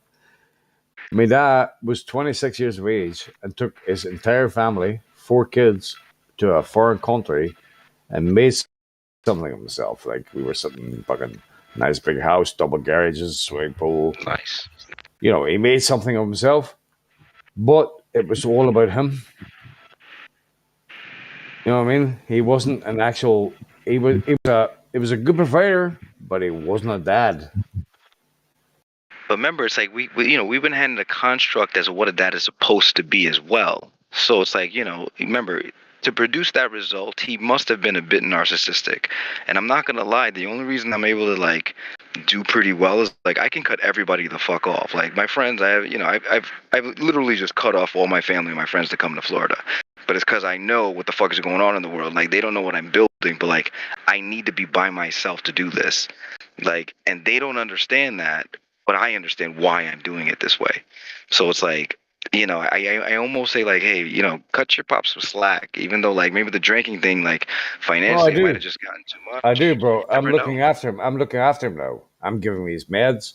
I'm sorting out his electricity. I'm looking after him, right? Like I love him because he's me dad. Hey, brother, Right? I will send you the links, but I'm telling you, go back to the farm, meat, fish, eggs, and dairy. He He will do the best that he can do. All right. I'm telling you, meat, fish, eggs, and dairy. I preach this to my family. Wasn't the greatest dad ever, but I still love him. He's my dad, right? Exactly. He's your daddy. You don't get to choose your pops. You know. So, like, God forgive me, and I've told this to people, if he wasn't here, if he wasn't alive, I'd be away, bro. I'd be living in fucking England or fucking France or somewhere else, bro. I got people, I have friends in England that offer me jobs. The But beauty of this is you're not dead yet, so you can still go. right, it's one of my best buddy, right? When I was growing up, his name was Ronnie McGuire, a Scottish man, and his brother was called Billy. And he showed up in the house one day. I was living in the middle of fucking city with a flat. Paul, I have nowhere to go. I said, Billy, get on there. Don't even worry about fucking rent. Don't even worry about it.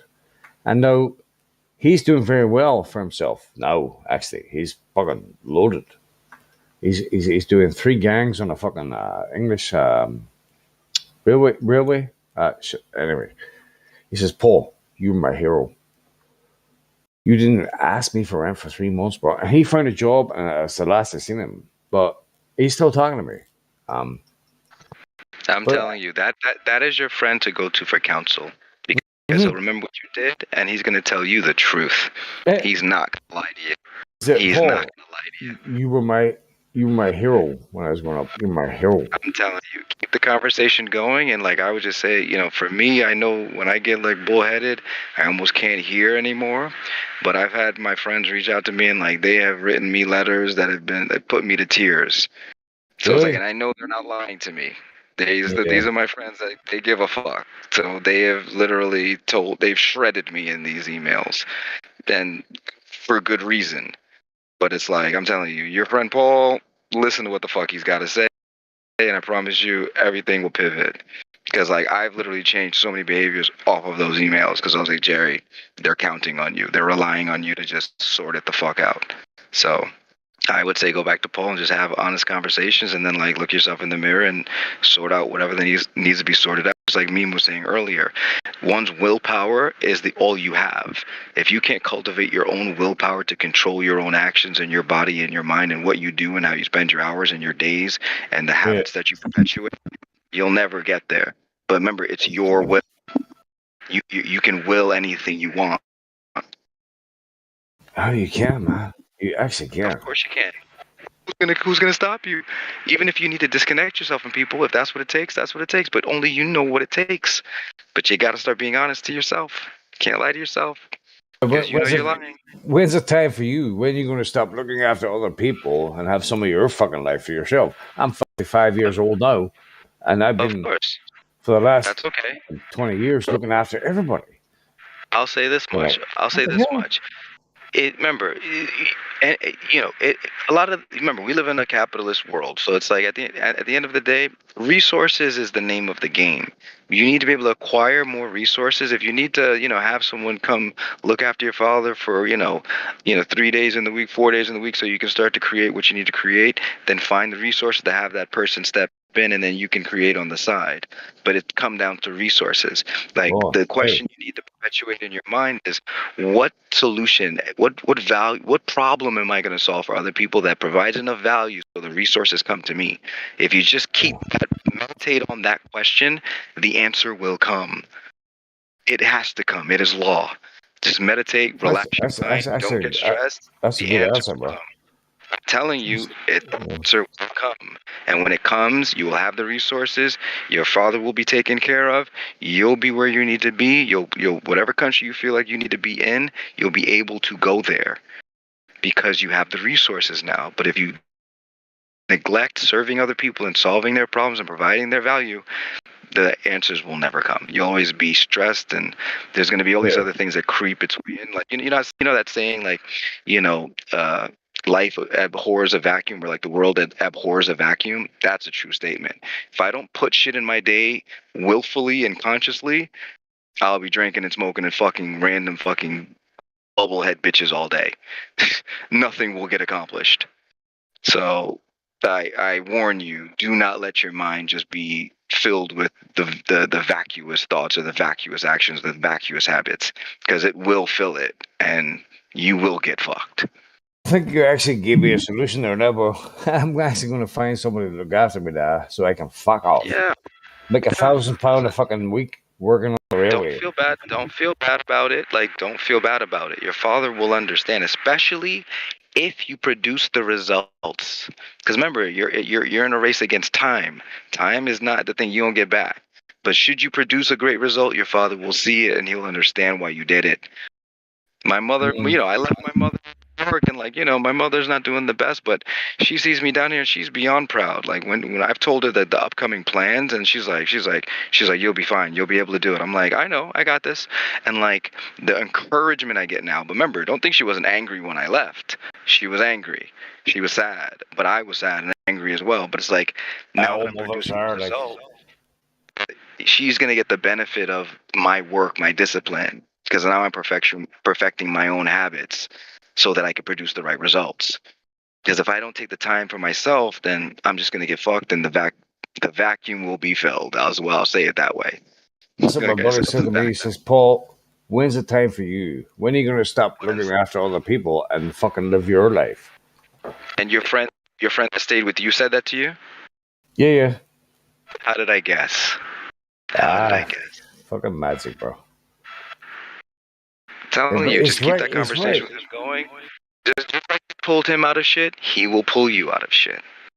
But if you neglect him and you think what he's saying to you is bullshit, and you don't listen to it, or you think it's rubbish, it's gonna keep going the way it's going. You already know this. If you do the same thing you did yesterday, you're gonna get the same results you got yesterday. You do something different, you're gonna get a different result. Yeah. No, he's magic. He is good. He built himself up from nothing. As he deserved to. But remember, he had to do the same process we're talking about. He found a little avenue to provide value that other people needed, and he ran in that direction, and now look, he's fine. But you have to run in that direction too, and you only know which direction that is. You have to take You have to take a proper mental account of what skills you've acquired and how you can put those skills into action towards serving others, and the value will remunerate you in kind. It's law. Yeah. Yeah, he's a civil engineer now. He's like, Paul, get over here. I'll get you a job. You can run a gang. Exactly. Because he knows how to have the mentality to run a gang. Like I talk to people like a fucking human, He already told you how to do. Just watch how he communicates with people, watch how he runs his business, watch how he observes his finances, and just emulate the whole baby walking shit. You have someone to emulate, So I'm the person that my friends are looking to emulate, so that's the pressures on my shoulders. I can't emulate them. They've already given up. All of them already given up. That's funny you should say that. I say the thing over there, how to make people respect you. What was it? Be the thing that they want you to be. Be a good example. No, wait. You made a misstatement there. You said be the thing that they want you to be. No, sorry. See, that is you. Be who you are. That you want to be. Yeah. Yes. Don't say they want you to be, because that's a survey. Fuck me. Yeah. Okay. I just wanted to point it out because I heard you say it, and I don't want to just let it slide like I didn't hear it. I heard it. So not what they want you to be, what you want to be. Because remember, that's when you're going to find your energy to actually do it. Because remember, the energy to do it, if you're excited about doing it, it's not work. You actually want to go do that. The excitement about doing it is going to fuel you daily. Hey, everybody. It's not waking up is not going to be a chore. Doing the work is not going to be a chore because you want to do it. If you do what others want you to do, then it's a burden. If you want to do it, it's light. The levity will come. Hey, Sir Vaga. Hey, what's up, bro? What's going on? Hey, good man. Hey, Sir Vaga, pleasure talking to you, bro. Oh, but P-Mac, always a pleasure, brother. I'm here for you, bro. I'm here for you, too. P-Mac, you're my boy, right? What's up, bro? You're my boy? Oh, fuck. Let's follow. Yeah, what's up, man? What's up, bro? How's your day? Good. How's yours? Great. Nice. I like it. What's going on, Follow? How are you? Good. Done with Elijah? You still on the light train? I'm done. Good. Good man. I've thought about my actions and decided to mature up. I thought you said you're already mature for your age. That was 2 hours ago. Oh well, obviously you've matured. He's cool since then. Exponentially since. 2 Obviously. hours. 2 hours is 10 years. Makes sense. Oh yeah. Oh, yes. Good conversation, P-Mac. Thank you for listening. Yeah, good man. And I'm not trying to talk. I'm trying to talk to you. I hope you don't perceive it any other way. Oh, I appreciate it, bro. I appreciate it. Trust me. I listen to everything you have to say, and I take it on board. I'm just sharing my own internal struggles that I had to mentally wrangle myself through. It took me 5 years to find these answers, bro.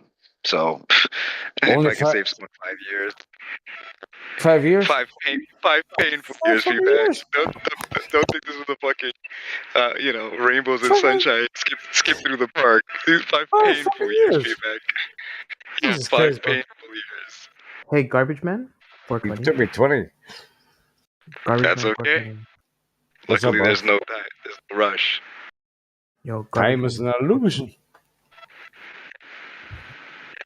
Me, fish, eggs, and dairy. What's up, follow? I'm talking to Garbage Man 420. He's not responding. Did you speak into the mic there? I can't hear you right, bro. Garbage Man 420. That's better. He's not responding. What the fuck? Oh, fuck. Maybe he's getting but that's why he left his mic live. I was gonna ask him where he's from in Canada. Oh, Canada. Yeah. Alberta. I'm from Ontario. Ontario. Mm-hmm. Do you speak French? Yeah.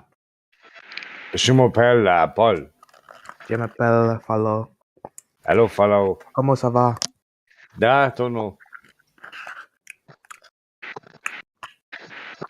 Follow, tu parles français? Si, Parlez-vous français? Si, si. Si, yeah. Mais oui. Bibliothèque. Bombe. Follow, quel âge es-tu? It's better. Good night, everybody. Follow, Good did you hear what I follow? Yo, I what? follow? Good night. Good night. Thank God for that.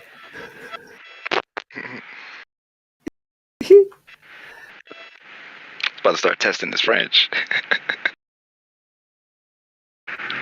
Yeah, that's about all I can say. My name is Paul and fucking garlic bread. Cheese. I like cheese. Yeah, oh, I'm he's just back. an Oh, fuck. I don't know. He's back. I'm back. He's back. He back? Oh, he's back. I brought my friend Zia to introduce Hello? this. This is my friend Hi, Zia. guys. Hi. Hi, friends. Hey, what's up, bud? Hey. How's it going? Pretty good. Nice, good to hear. You sound kind of low energy today. What's going on? If you had to rate yourself, Yeah, it's very on a low scale, energy. if That's you had to very rate low. yourself on a scale of 1 to 10, what would you put yourself at today, sir? Like 1. 1, honestly. Yeah, 1 there. I have a No, follow-up we question. found it. I have a follow-up question. Where did you lose the 9 points? His dog died today. Oh, I'm sorry to hear. That makes sense. But Okay, sorry to hear. At least it made out to Did be his me. dog really die, or fall? Or are you lying again? No, I have to check. It did. It did. Okay, because that's what happens to liars. They just say shit. Follow, you know we don't believe you, right? I've honestly I've been diagnosed with depression for like 5 years, and I have anxiety. Go see a fucking psychiatrist. Okay, well, I would, I'm not a doctor, but I would say if you just thought about anxiety is basically you leaning towards the flight side of your fight or flight instincts. Hormones, matter of fact, every hormone in the human body its precursor to its proper development is cholesterol. So I would say eat more eggs, and you'll feel better. I love But an you egg. just have to give it. I love a nice fried egg. Okay. A lovely fried egg More with a bit eggs. of toast. Eat a lot man. of eggs. As many eggs as you can shove in your I'd eat face. 6 of them in one fucking sitting. And I did 12 to 18 a day in a shake. Fuck off. I would busting with having it. My dick would be rock hard. Like trust me. Here you go about your drink again. I eat I got eggs so many eggs. I started looking like an egg. I just be wary, guys. If you're going to be eating raw eggs, the whites when they're raw, they inhibit a lot of the folic acid absorption. So you do want to be considerate of that. COVID. Yeah. You want to get them from a farmer that you know that are on pasture in the sun, and obviously healthy chickens. So you don't want to get them from like the supermarket or Costco. You want to try to find a farm that actually breeds chickens. Here in Mexico, we have a whole chicken farm, so it's like fresh. Boom. You're not actually exactly. So go there, shove tons of eggs in your face, and like I'd say 30 to 60 days, you'll feel like a new man. Sometimes the chickens turn me on. Sometimes chickens turn you on.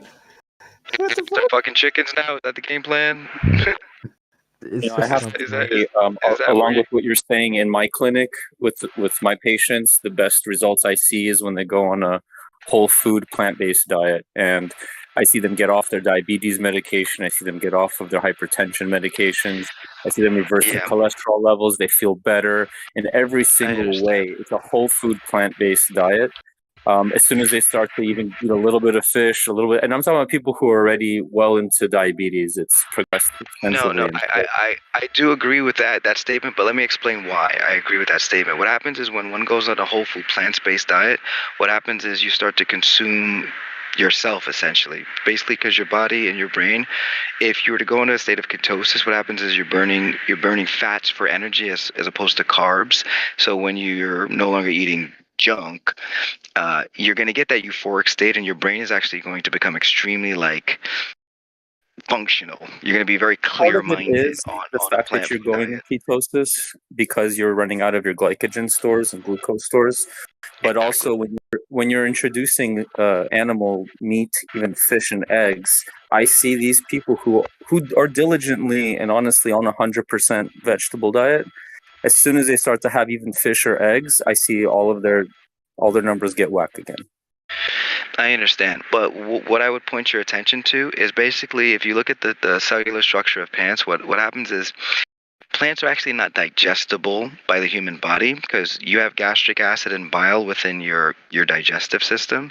So it's actually formulated to consume only animal products. If you were to cut out all I'm gonna have to stop you right there. It's the fiber specifically. It's the fiber specifically that we can't digest, but because we do have the bile, the stomach acid, the mastication and chewing, we're able to access the nutrients out of those the plant products. So yes, the fiber, certain fibers, they're not digestible. They're called insoluble fibers. But again, when you're introducing animal protein, you're creating inflammation, and I'm seeing this firsthand. So think about what I'm saying. Yeah, but think about, okay, there's a doctor in Russia, Natasha Campbell McBride. She disagrees vehemently with this, with your statements. But what I would point your attention to is like the cellular structure of your body. So basically, your body, the cellular structure is made out of primarily saturated fat and cholesterol. So if I were to build I have to stop you again. It's not the cellular structure; it's the cell membrane that is primarily made of fat. Yes, exactly. But so basically, what I'm trying to tell you is because the cell membrane is made of saturated fat and it's basically housing all of those vitamins and nutrients and micronutrients, the cell membrane is dictating what it's going to let in and not let in.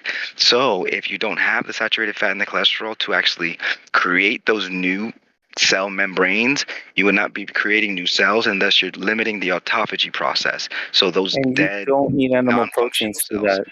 It's called the iconosoid pathway. You create your own omega-3s, omega-6s. Omega-3s are essentially what you're going to be getting and you can create your own cholesterol as well. So that's what the HMG-CoA enzyme is going to be doing, is it's going to be creating your own cholesterol. So you don't need any animal source. I disagree vehemently, but I'm not trying to push back aggressively. I'm just trying to say what happens is that this is what the medical establishment has told us.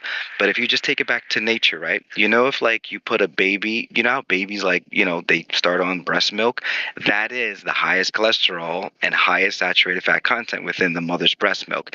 If you were to give a baby only plant foods, the baby would die. Well, that's why the mother is only lactating for a certain amount of time, because it's not meant to be eaten like that the whole time. But just take that little period of time into account, into what I'm saying. The baby would die if you only but we're fed the not baby. babies. I know that, but if you fed the baby only animal products, it would live and thrive. Are you listening to what I'm saying? I believe the only reason that I have the brain I have is my father knew this. He was feeding us cod liver oil, steak, milk, eggs, like at such high levels. It's a very nice anecdotal example you're giving me. I appreciate that. But I'm giving you a little bit more than anecdotal. I'm giving you case studies with over 50 I'm trying to different tell you the cases. case studies are misleading you. If you study It's the not Western case. These are my case studies. These are my experiences in the clinic. So as an adult, it's a different physiology than an infant. So the human becomes a non-human, is what you're saying?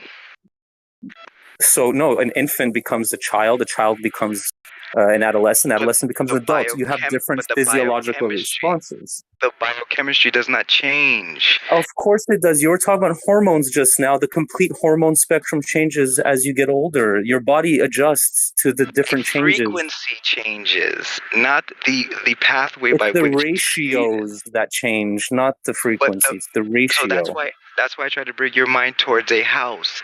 If I were to be building a house and I needed bricks and wood and nails and glue and roofing and whatever, there's certain things that are going to build that house.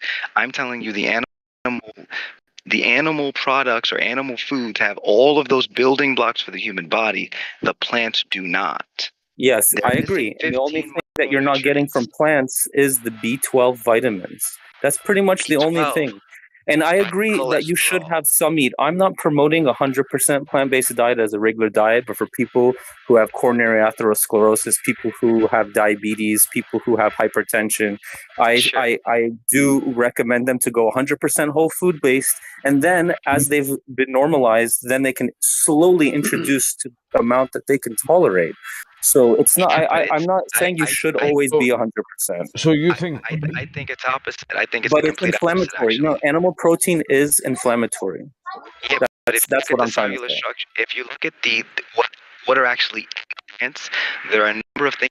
So, for example, there are lectins, there are phytoestrogens, there are there's a myriad of things in plants that your body does not want. And if you consume them, like plants want to live as well, but they don't have teeth and claws to fight off the attacker.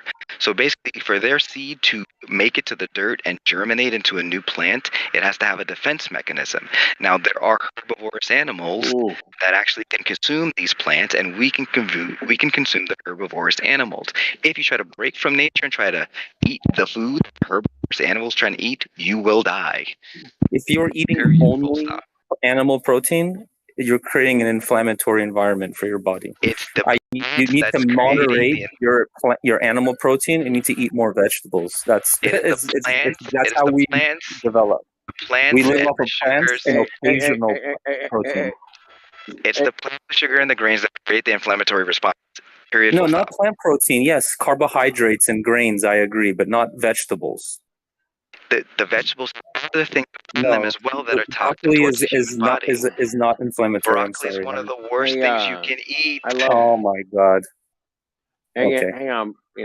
I love health talk, but I'll let it go. Yeah. Can we move on? Can we move on back to? All right. Who was I speaking to? I love it. Don't get me wrong. Traveler. I'm always learning. I love learning. I love Traveler. Yes. Anyway. Yeah, let it go. Just let's go.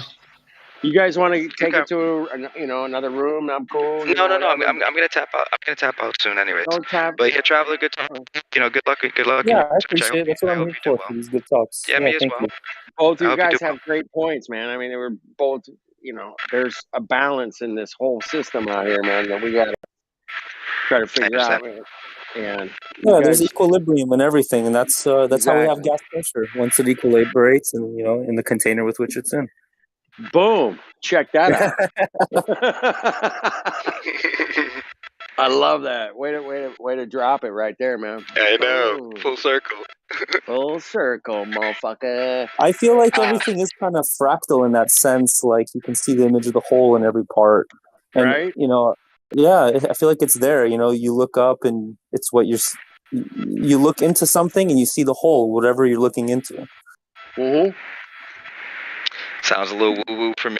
Hey, is beer a vegetable or a protein? Well, it comes from grain. Obviously grain. Beer is has hot, protein.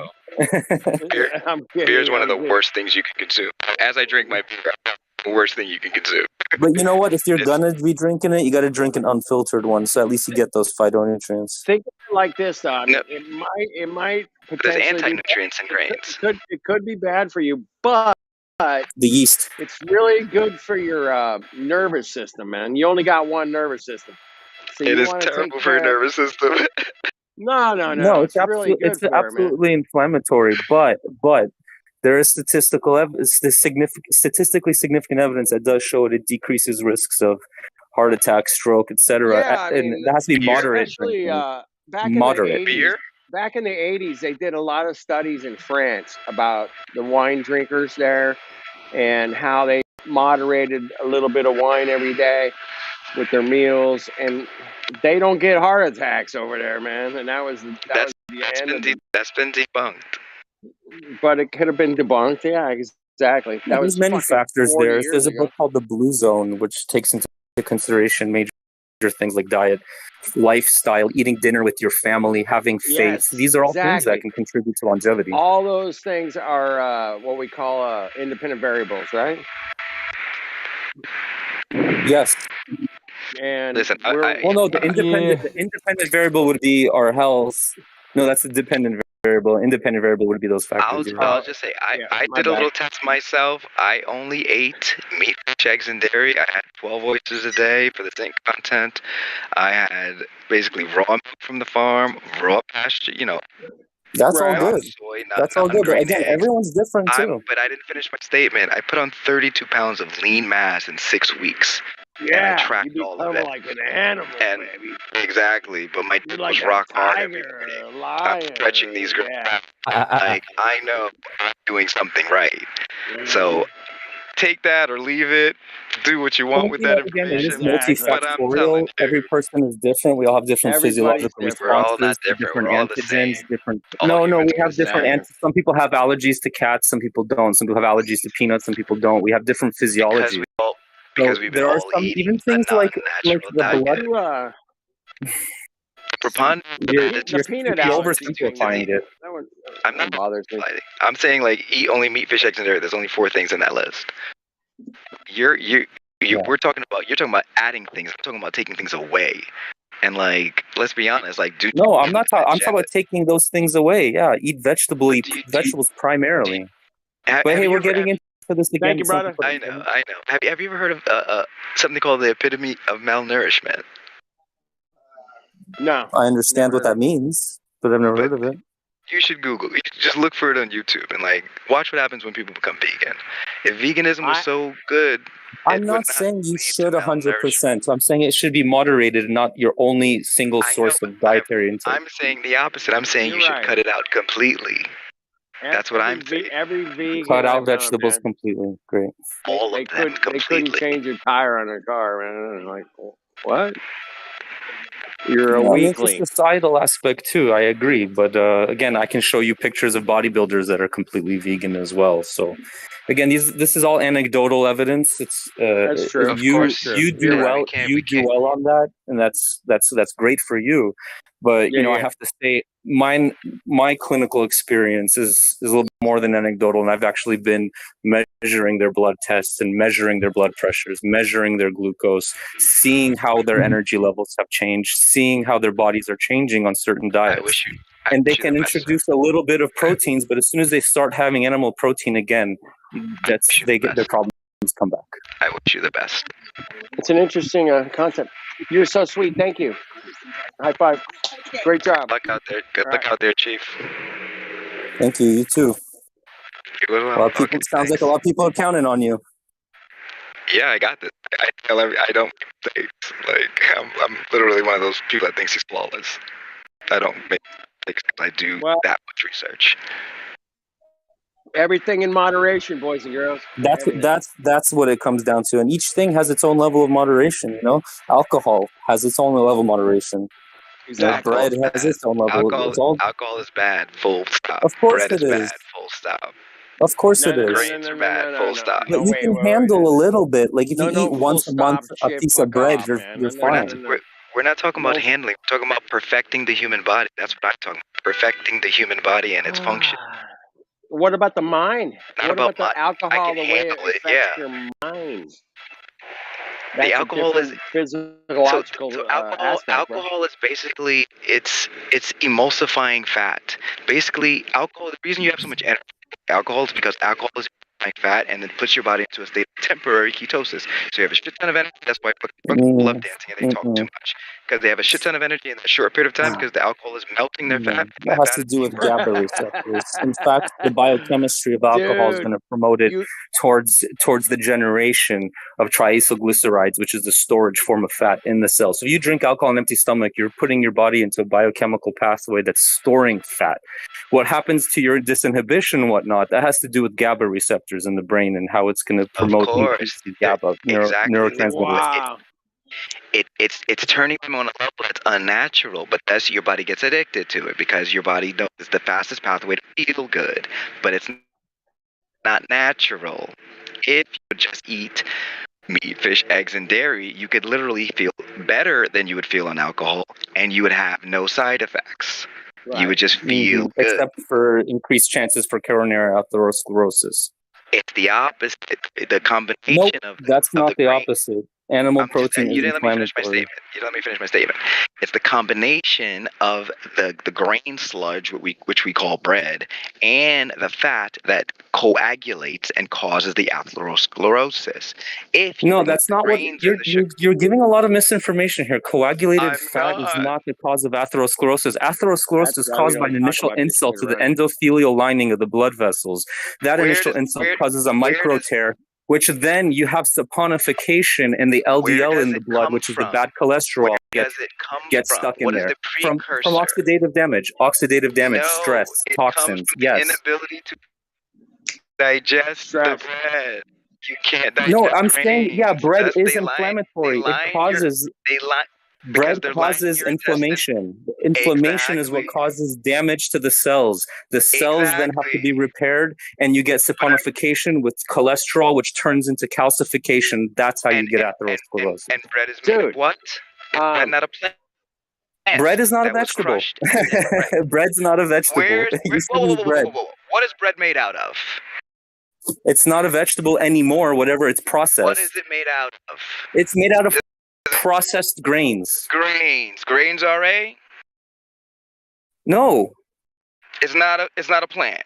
It's something that should be more. I said vegetables. Yeah, I'm talking about all plants, all grains, all fruits, everything that grows out of the ground. I'm talking about vegetables. I'm talking about everything that grows out of the ground. Well, you're doing a sweeping generalization, unfortunately. I'm not. I'm telling you, should you just cut them all out? You're comparing grain to broccoli. They're two separate things. Oh my God. Okay, Okay, let me just let it go there. All right, good luck there, bro. Like I said, Natasha Campbell McBride, the Weston A. Price Foundation, Sally Fallon Morrell. Those are my sources that I can actually share. I can give you a myriad of other sources, but we ain't got time for that. I'll give you hundreds of lists. Okay, but remember, I did it myself. I got yoked in 6 weeks. I did it myself.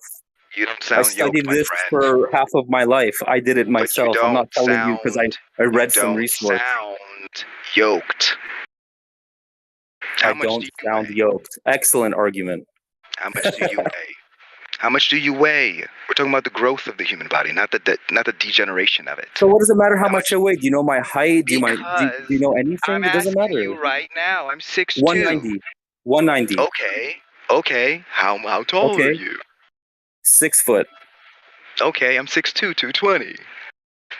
Okay. But I saw how quickly I could grow just I'm doing what glad the you had doctor that in Russia great told me. anecdotal experience for yourself. And like I said before, everyone's physiology is different. No, it's not. It's all the same. You've been led to believe Some people produce more enzymes. Some people produce more stomach acid. Some people produce less. There are different things for different. Even people have different blood types. How are you saying everyone's the same? If I take the blood from someone else that doesn't have my blood type, I have an anaphylactic reaction. I could die. How are you telling me that we all have the same physiology? This is generational. If your parents ate like shit and they ate tons of bread and fruits and vegetables, now the baby's gonna eat like shit. It's gonna be predetermined to be struggling to digest animal proteins. Blood and type fats. is genetic. And it causes different physiology. It's been shown that A blood types produce less stomach acid than other blood types and have increased chances for stomach cancers. This is blood type is not because of the way my parents eat. Blood type is because of their genetics. But you're espousing what you read in a book. We've clearly come to realize that what's been written in books there have been tons of lies So I taught. can change the blood type of my children based on what I eat.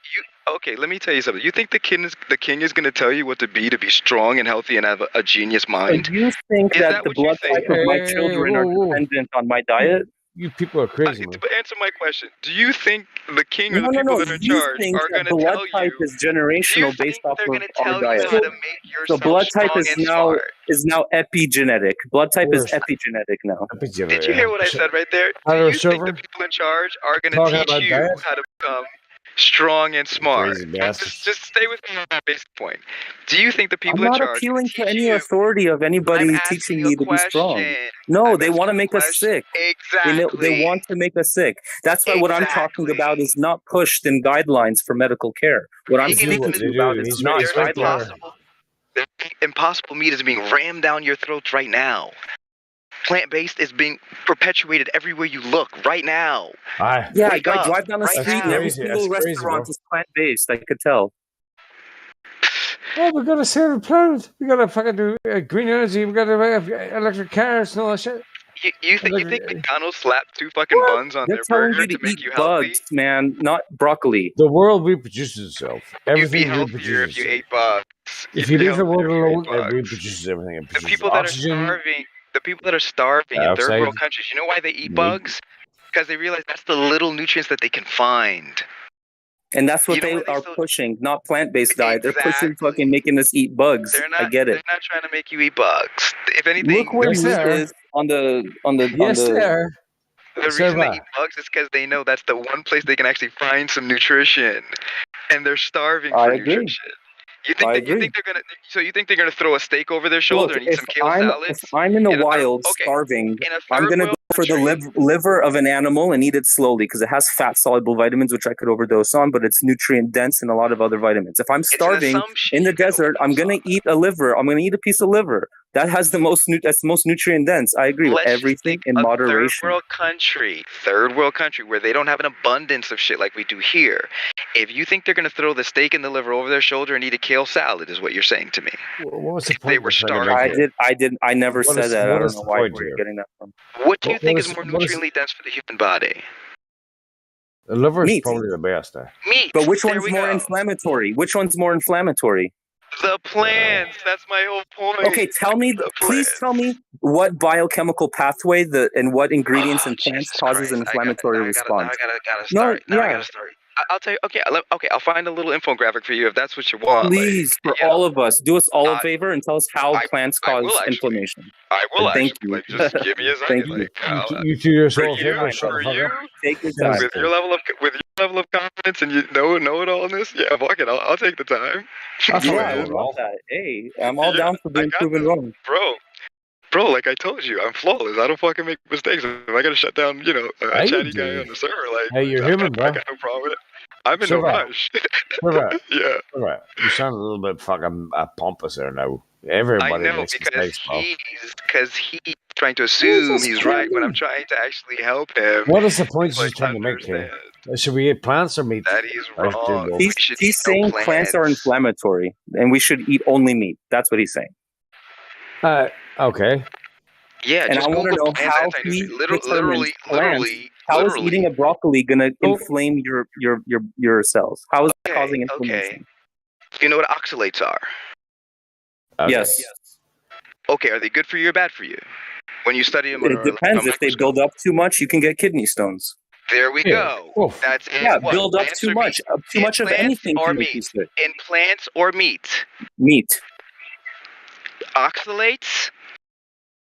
Yes. Wow, you're way off. Oxalates exist in kale, leafy greens. Yeah, If you look some under, vegetables do let have me more finish than my others. statement. Let me finish my statement before you interrupt me again. Oxalates, if you look at them under an electron microscope, they look like sharp toothpicks. They poke holes in your intestinal tract, and they let your shit go into your bloodstream. That's what oxalates do. That's just one. That doesn't sound Then there are good. phytates. Then there are tannins. And then there are lectins within beans. Lectins bind to every And nutrient that's why your you body sprout needs to them produce and the you get building rid blocks. of that. And you're I like interrupting me beans. yet again. You said you want me sprout to them. explain to you, but now I'm explaining to you, and you're still interrupting me while I'm trying to explain it and break it down for you.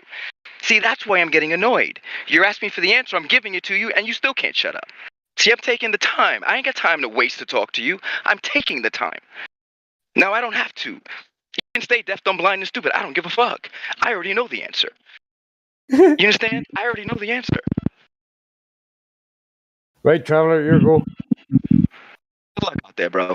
Good luck out there. I hope you do well, man. Good try, I hope Sarah. your research is serving you well, bro. You went for 20 seconds there without being interrupted. That was fucking brilliant. Yeah, listen. I'm letting you. I'm giving it to you. Give me the biochemical pathway. Take your time. The Do fact it. that I took the time to open my Google, find it. You know what I mean? Like I took the time, and you couldn't even respect the fact that someone took the time for you. I didn't have to take I'm the time. not sure what you were referencing or citing or give me a citation for. You just said, yes, oxalates do cause certain problems in the body, which That shows you weren't without listening. moderation, that shows you weren't listening because what I said is, should you just Google plant anti-nutrients? The first thing that pops up. Did you Google plant anti-nutrients yet? in No. response to you, anti-nutrients, if you sprout those things that you mentioned, see, if you listen to, might learn something as well. You can disinhibit those enzyme inhibitors that are anti-nutrients. So sprouting first before you eat them, like beans or lentils or other legumes, you're going to get rid of those enzyme inhibitors. I'm responding to exactly what you said because I heard what you said. Yeah, you both have good points. I haven't a clue what you're fucking talking about, but anyway, go ahead. I'm just saying that meat is good. It's nutrient dense. Once in a while, that's great, but you don't need to beat that as your only source of diet because that is inflammatory. And personally, I've seen it cause inflammation, and I've seen the effects of getting off meat. When you say inflammatory, what do you mean? So there's different pathways in our body that the fatty acids can go towards. So if we go towards an omega-3 pathway, that's going to be anti-inflammatory. It's going to decrease cytokines and other sort of chemicals that some of our cells release. We need some inflammation. We need some inflammation. That's how we fight disease. That's how we fight off infections. We create inflammation. Or wear a mask. Yeah, exactly. That'll save you, like stopping a mosquito with a chain link fence. But anyways, I digress. You have omega-3 pathway now that decreases those secretions of cytokines and different kind of chemicals that are going to promote your body to go into a catabolic state and have to digest itself to get endogenous nutrients from the cell membrane, for example. Of course, in moderation, fasting is good. Don't eat for a day or two and you get all your endogenous nutrients, but don't eat for a week or two. You're going to be fucked. Everything has to have a balance and a proper moderation. And meat is not meant to be eaten all day long every day. Yeah, most things are good for you in moderation. Exactly. Yeah, I get that. Okay, I have a question. Go ahead with your question. Thank you. So I was watching TikTok today and I found this video that just boggled my head. Let me tell you, it was like this flat earther that was trying to prove that the Earth was flat, and then he did the experiment, and then he said that the Earth was round from the experiment. The experiment was that it was like these two planks of wood that were suspended by like I think it was like by 100 or like 200 feet, something like that. And Yeah, I've seen that. Yeah, there was two powerful lights right beside them, and they had these holes that if the Earth was flat, you should have been able to see both lights. But when he looked through like the telescope thing, I guess, he couldn't see both of the lights. And he asked the guy on the other end to pick up one of the telescope or pick up one of the lights, and then you could see the light. So I'm just really confused about that video. Okay. Well, here's a question for you. Yeah. Why, when you're standing on top of a mountain, do you see 156 miles away when everything should be like 187 feet behind the horizon? Like, no, like, you can see a lot on the top of the mountain. We see too far, right? Yeah. We see too far. So it's obviously not a ball. Because if it was a ball, we couldn't see that fucking mountain in the horizon, right? Yeah. Yeah, so there you go. That's the answer to the question. We see too far. But if I can find the video, I'll download it and like post it in the server thing. And yeah, please do. Yeah, please do. Are you talking about the laser test where they're shining across like a lake and they're trying to get the laser to hit another target? Is that what you're talking about? No. There we go. Curb Your Enthusiasm was a great fucking comedy show, bro. Experiment. Oh. I'm gonna have to screen share it. Or I'm gonna have to screen record it. Have you guys seen the guy that he took an infrared camera and from the top of a mountain from somewhere in Southern California, Pasadena, was able to see like 200 miles into Mexico? Yeah, that's too far, bro. I say, ooh, that's the fucking curve, bro. Curvature. Prove curvature. Sorry, no proof. Well, thank you. Good night. If you see too far, it's game over. If the mathematics don't fucking work out, it's game over. It's not a fucking ball, bro. And it can't just be mathematics; it has to be observable as well. Well, yeah, well, we have to stick to scientific proof and all that shit there. But yeah, it's not a ball, and that's just seeing too far. Let's talk about motion. Okay, so where do I need to post this video out? What? Oh, Matthew. Hey, Matthew. Our favorite globe earther, Mr. Matthew Lawrence, David and Joan. Yeah, whoever. I still haven't heard a good argument from him. You never will. He's talking about this clip. Yeah, that's the right clip. Yeah. He usually just says it is because it is.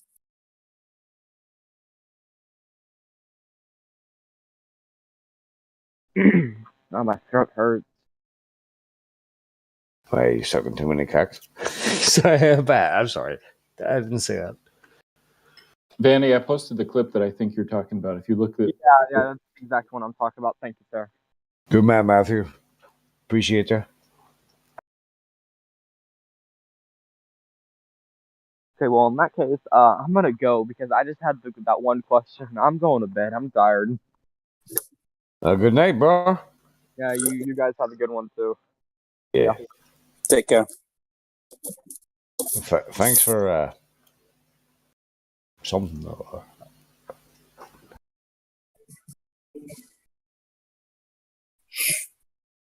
So, Matthew, let's watch the clip and you can explain to us, eh? It's the end of the movie called Behind the Curve that was on Netflix. It's the very end scene. Yeah, I've seen that one. It's a laser test. But then there's so many laser tests that did work. It was, of course, they're going to choose the one that's aired on Netflix to be like, oh, it doesn't work. Yeah, it works. Sometimes it doesn't work. Other times depends on the atmospheric Oh, it conditions. depends on if the Earth is curved today or not. No, obviously the Earth stays the same. The Earth stays the same, so it's the atmospheric conditions that obviously change, like the temperature and humidity and that stuff. Yeah, so when you look at refraction, it goes from one medium to another. I don't think it's enough to let you see 30 miles further than you're supposed to, unless you have a consistently changing from higher density to low density columns of air. And it's not consistent like that. You're not going to have that kind of refraction. That doesn't work with snowfall. Yeah, it doesn't have. It's not consistent very often. It doesn't have to be consistent. It's not. It will never be. It's not hard to work out, bro. Wait, so you say that you can find out the atmospheric conditions and it's never going to be one way or the other? The atmosphere will never simulate something like what glasses can do with light. You will never have that much refraction at that consistent change with using air. What if it bends 0.07 degrees over 10 miles? But do you think it might be able to? Yeah, but it has to consistently bend at the same rate. That's what I'm trying to tell you. You have to have a very consistent change in the atmosphere. And I'm saying that consistent change has to be very tiny. It doesn't even have to be very big. And still has to be, whether it's tiny or not, it has to consistently be getting more and more dense. Are you doing this thing?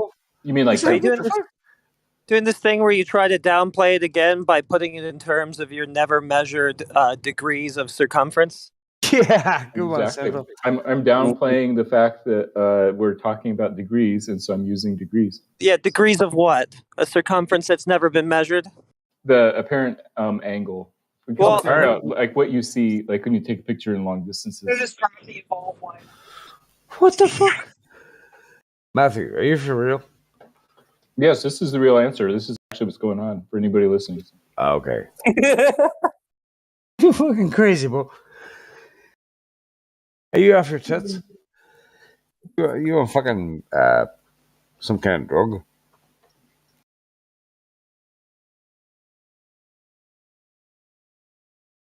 So how'd you get your R? Sorry, that was a real question.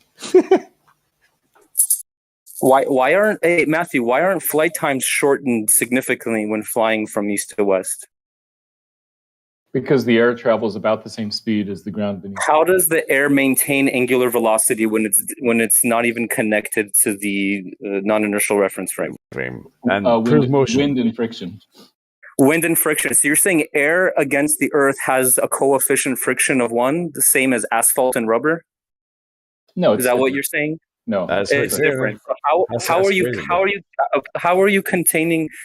getting that kind of friction to have the atmosphere moving at 1,000 miles an hour? Do you not understand what kind of a coefficient of friction that requires?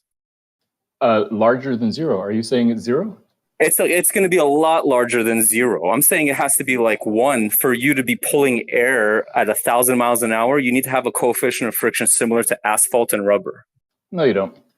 Yes, you do. How are you maintaining air to be attached to the ground at 1,000 miles an hour? How is that happening with a low coefficient of friction? A tiny little bit of friction. You only need a tiny bit. You only need a little tiny bit, and then the air will move at the same speed as the Earth? The same way you only need a tiny bit of friction between you and this airplane seat. You can go 500 miles an hour within like 3 minutes. And it doesn't even That's in a contained system. Yeah, but the air isn't like the thing making you go 500 miles an hour. It's the seat. How is the Earth dragging the air along using friction? I don't understand how you're saying the friction between the Earth and air is enough to drag it at 1,000 miles an hour. Yeah, clearly you don't understand how. No, that doesn't make any sense at all. That's illogical. You're right. No, it doesn't make sense to you. I agree. Well, explain to us, how does that make sense? I don't think I'll be able to explain it to a way. Exactly. Exactly. It's because it's your belief. Good night. Right, I believe it. Exactly. You can explain your belief or your knowledge of something. I can explain it to some people, yeah, but okay. Well, what's the coefficient of friction between Earth and air? What is the coefficient of friction? Non-zero. Non-zero. That's just like saying 0. What's that? What has a less coefficient of friction than air? What has a less coefficient of friction than air on our Earth, what against the ground would have less of a coefficient of friction than air?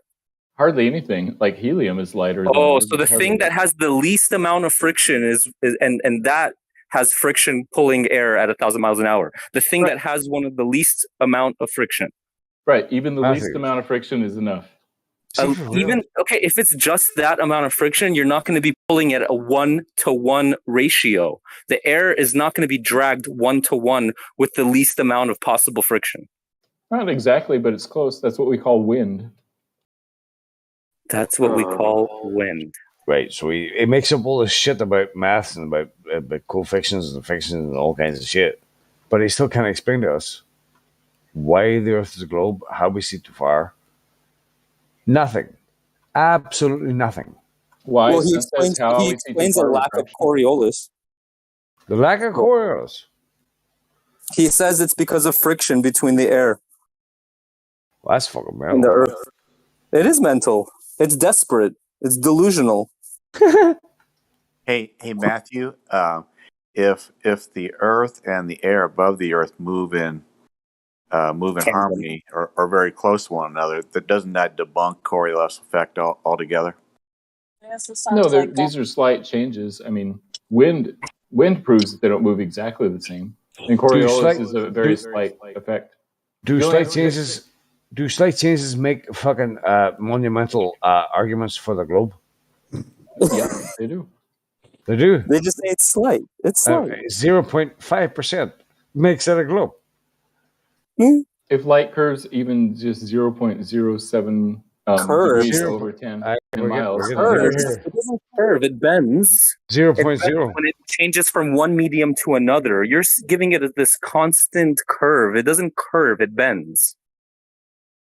It can be within the same medium if the medium changes density, like air temperature. That's a negative. That goes against Snell's law. Now remember, everybody, Matthew is here to help sharpen our debate skills when we go up against true Globers. I'm so glad he's here. So be nice to Matthew. It makes me feel better about myself. Matthew is actually helping us become better debaters. Matthew is actually a professor. Matthew only eats steak and eggs every day. Couple of broccolis. Just a couple, though, when he's feeling dangerous.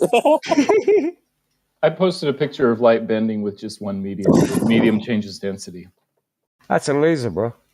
Matthew, you've done that about 4 or 5 times now, and it still makes absolutely no sense. What do you think is happening in that picture?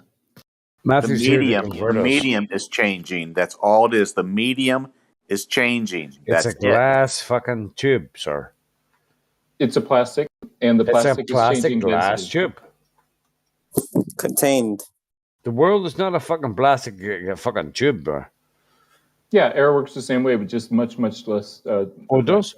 0.5%?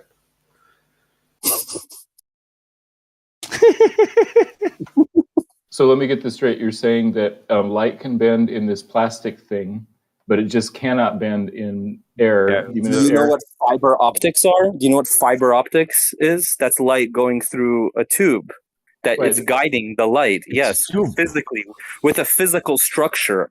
You're talking about light going through the atmosphere. What physical structure are you talking about guiding that light? There is no physical structure, just like there's no physical structure in the picture that I showed. It's not a fiber optic. Matthew, you're a diehard fucking Glober, right? Because it's true. Yeah, well, proof. Give me 1 point. 1 point. Bring me back to fucking Glober. Oh, the evidence that I think is worth just one thing. Just one thing, bro. Eyewitness testimony, pictures, GPS, sunsets. I don't know. GPS is not fucking proof. Well, this guy is showing light inside of a piece of glass or plastic, and he's saying it's not a structure. I'll go back to fucking Star Trek.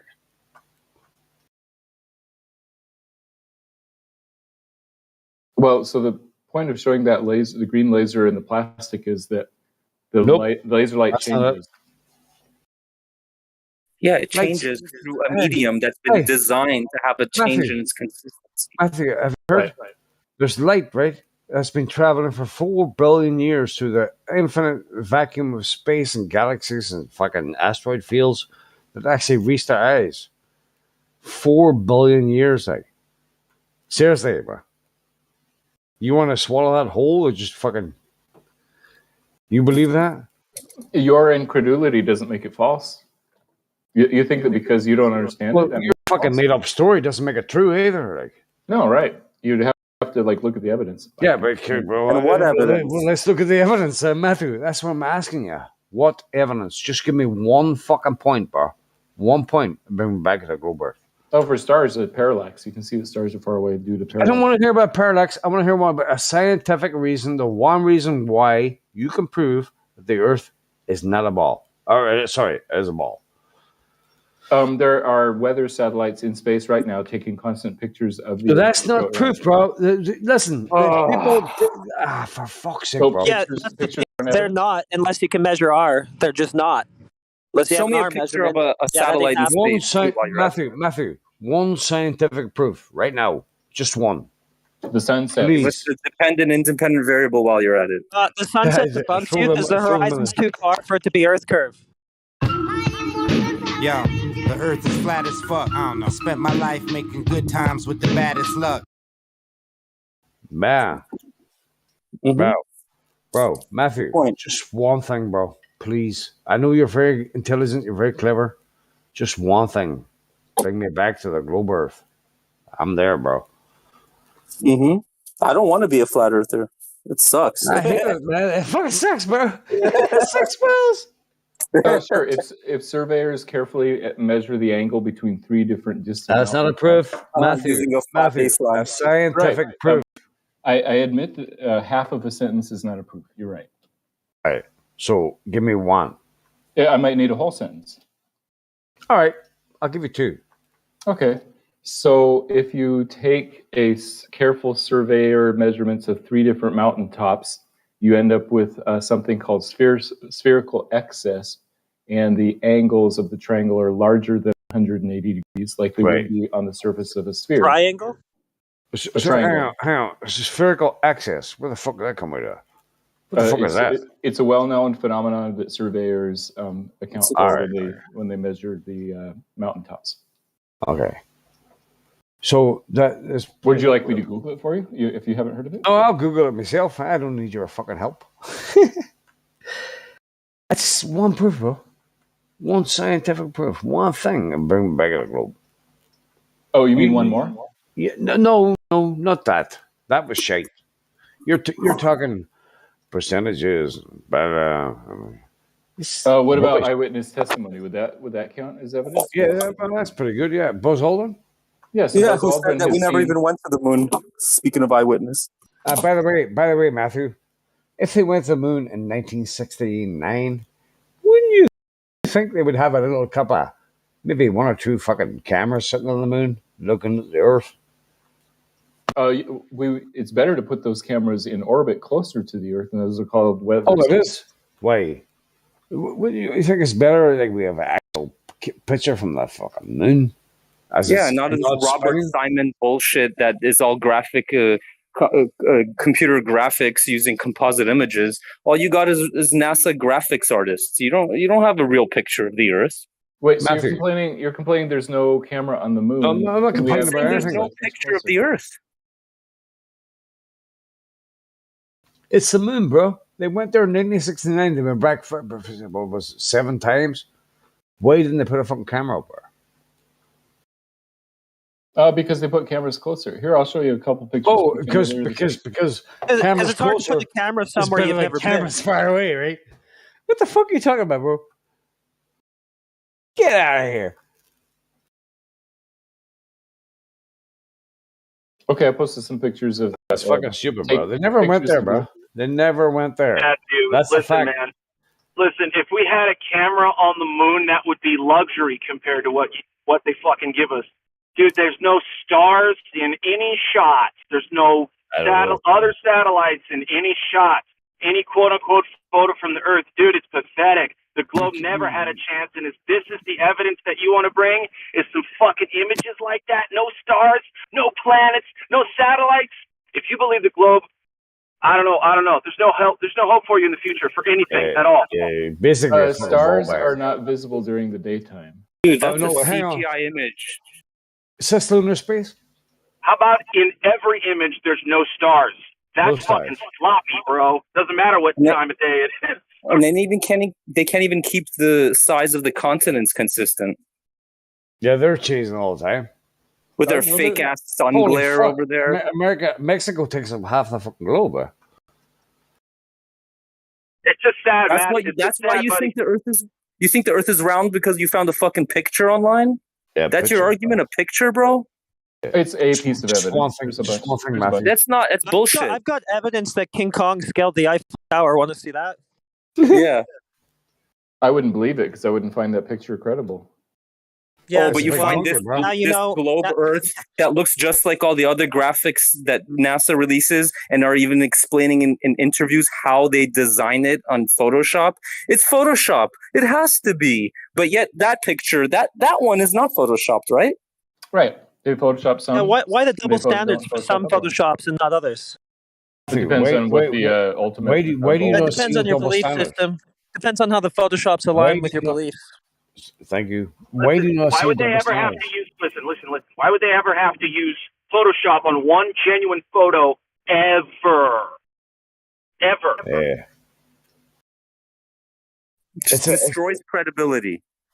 So if there are paintings of the Eiffel Tower and pictures of the Eiffel Tower, does that mean it's fake or not fake? Like, why do they have pictures sometimes? Those are Yeah, but this is falsifiable. scientific. Why are you photoshopping when you're creating scientific evidence and trying to prove that the Earth is round? Why are you using Photoshop to show a real picture? So does a painting of the Eiffel Tower mean it's not real? If Oh, they it's a painted, painting. I can There's a go. painting of the Eiffel Tower. It doesn't mean anything either way, brother. Exactly. It just means there's a painting of something, dude. And Sorry. Yeah, so if there's a painting of a unicorn, does that mean that is real? What are you trying to say? You can paint things that aren't real. Don't you know this, Professor? I'm saying that you can also paint things that are real. Professor. Yeah, that doesn't mean that they are. That they've been painted doesn't mean that they're real. I don't but it doesn't understand mean that, how you're not getting this. But it Matthew, doesn't mean that they're fake either. Matthew, you're a smart guy. Why Yeah, you it's got to shut be your real mouth? in order to paint it. Yeah, good one, Matthew. No, it's false that painting something makes it fake is what I'm saying. Matthew, it does not prove it's real. It doesn't make it real. You don't have positive I proof. agree That's with the you. point. I agree with you, but it also doesn't prove that it's fake. Okay, It doesn't prove but it's you're- real, it doesn't doesn't prove prove anything. You're the one making the positive claim. Yes. So there's no proof trying to for it. prove. Okay. You're trying to I prove the agree Earth with is you. round. It doesn't prove either way.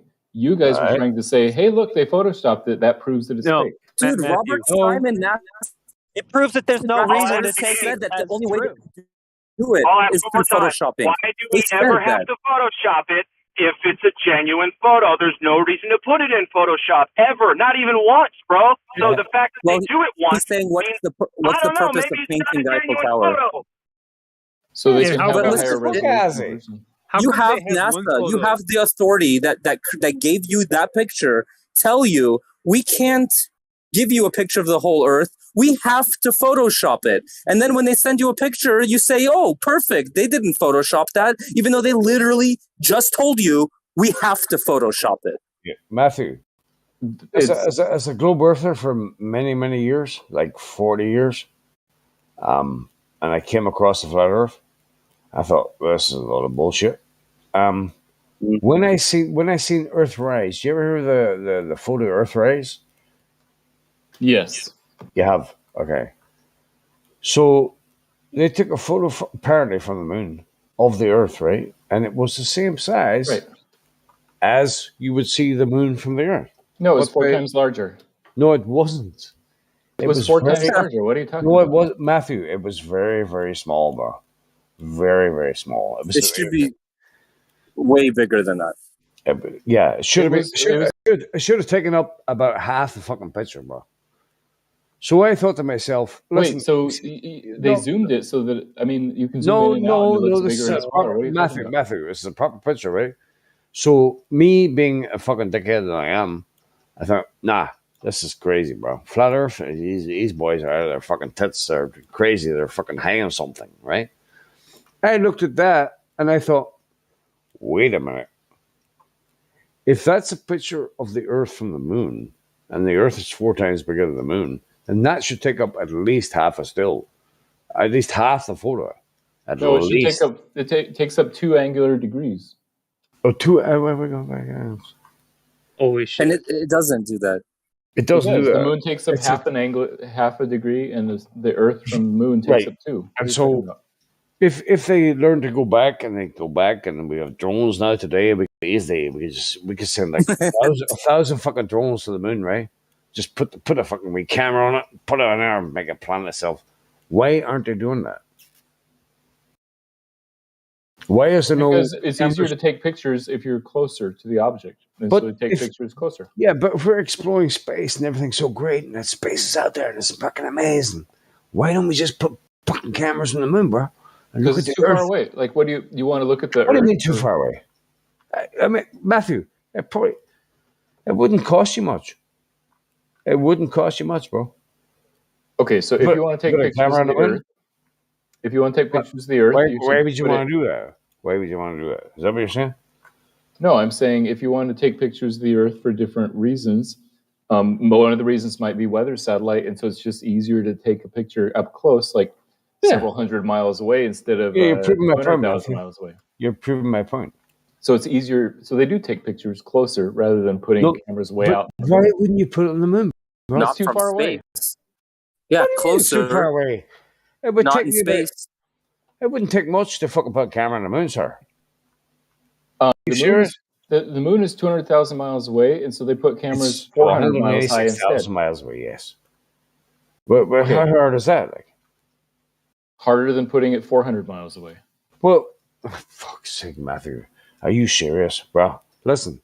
They put cameras 400 miles away, and you're saying, no, they should put it farther away, way out on the moon instead. Just put it on the Right. moon. Right? Matthew, how many numbers are there between 400 and 200,000? A lot. What do you think? The roll orders of magnitude. Guy's a retard. Oh, man. Sorry, go on. Matthew, you're a very clever man, but you're fucking stupid.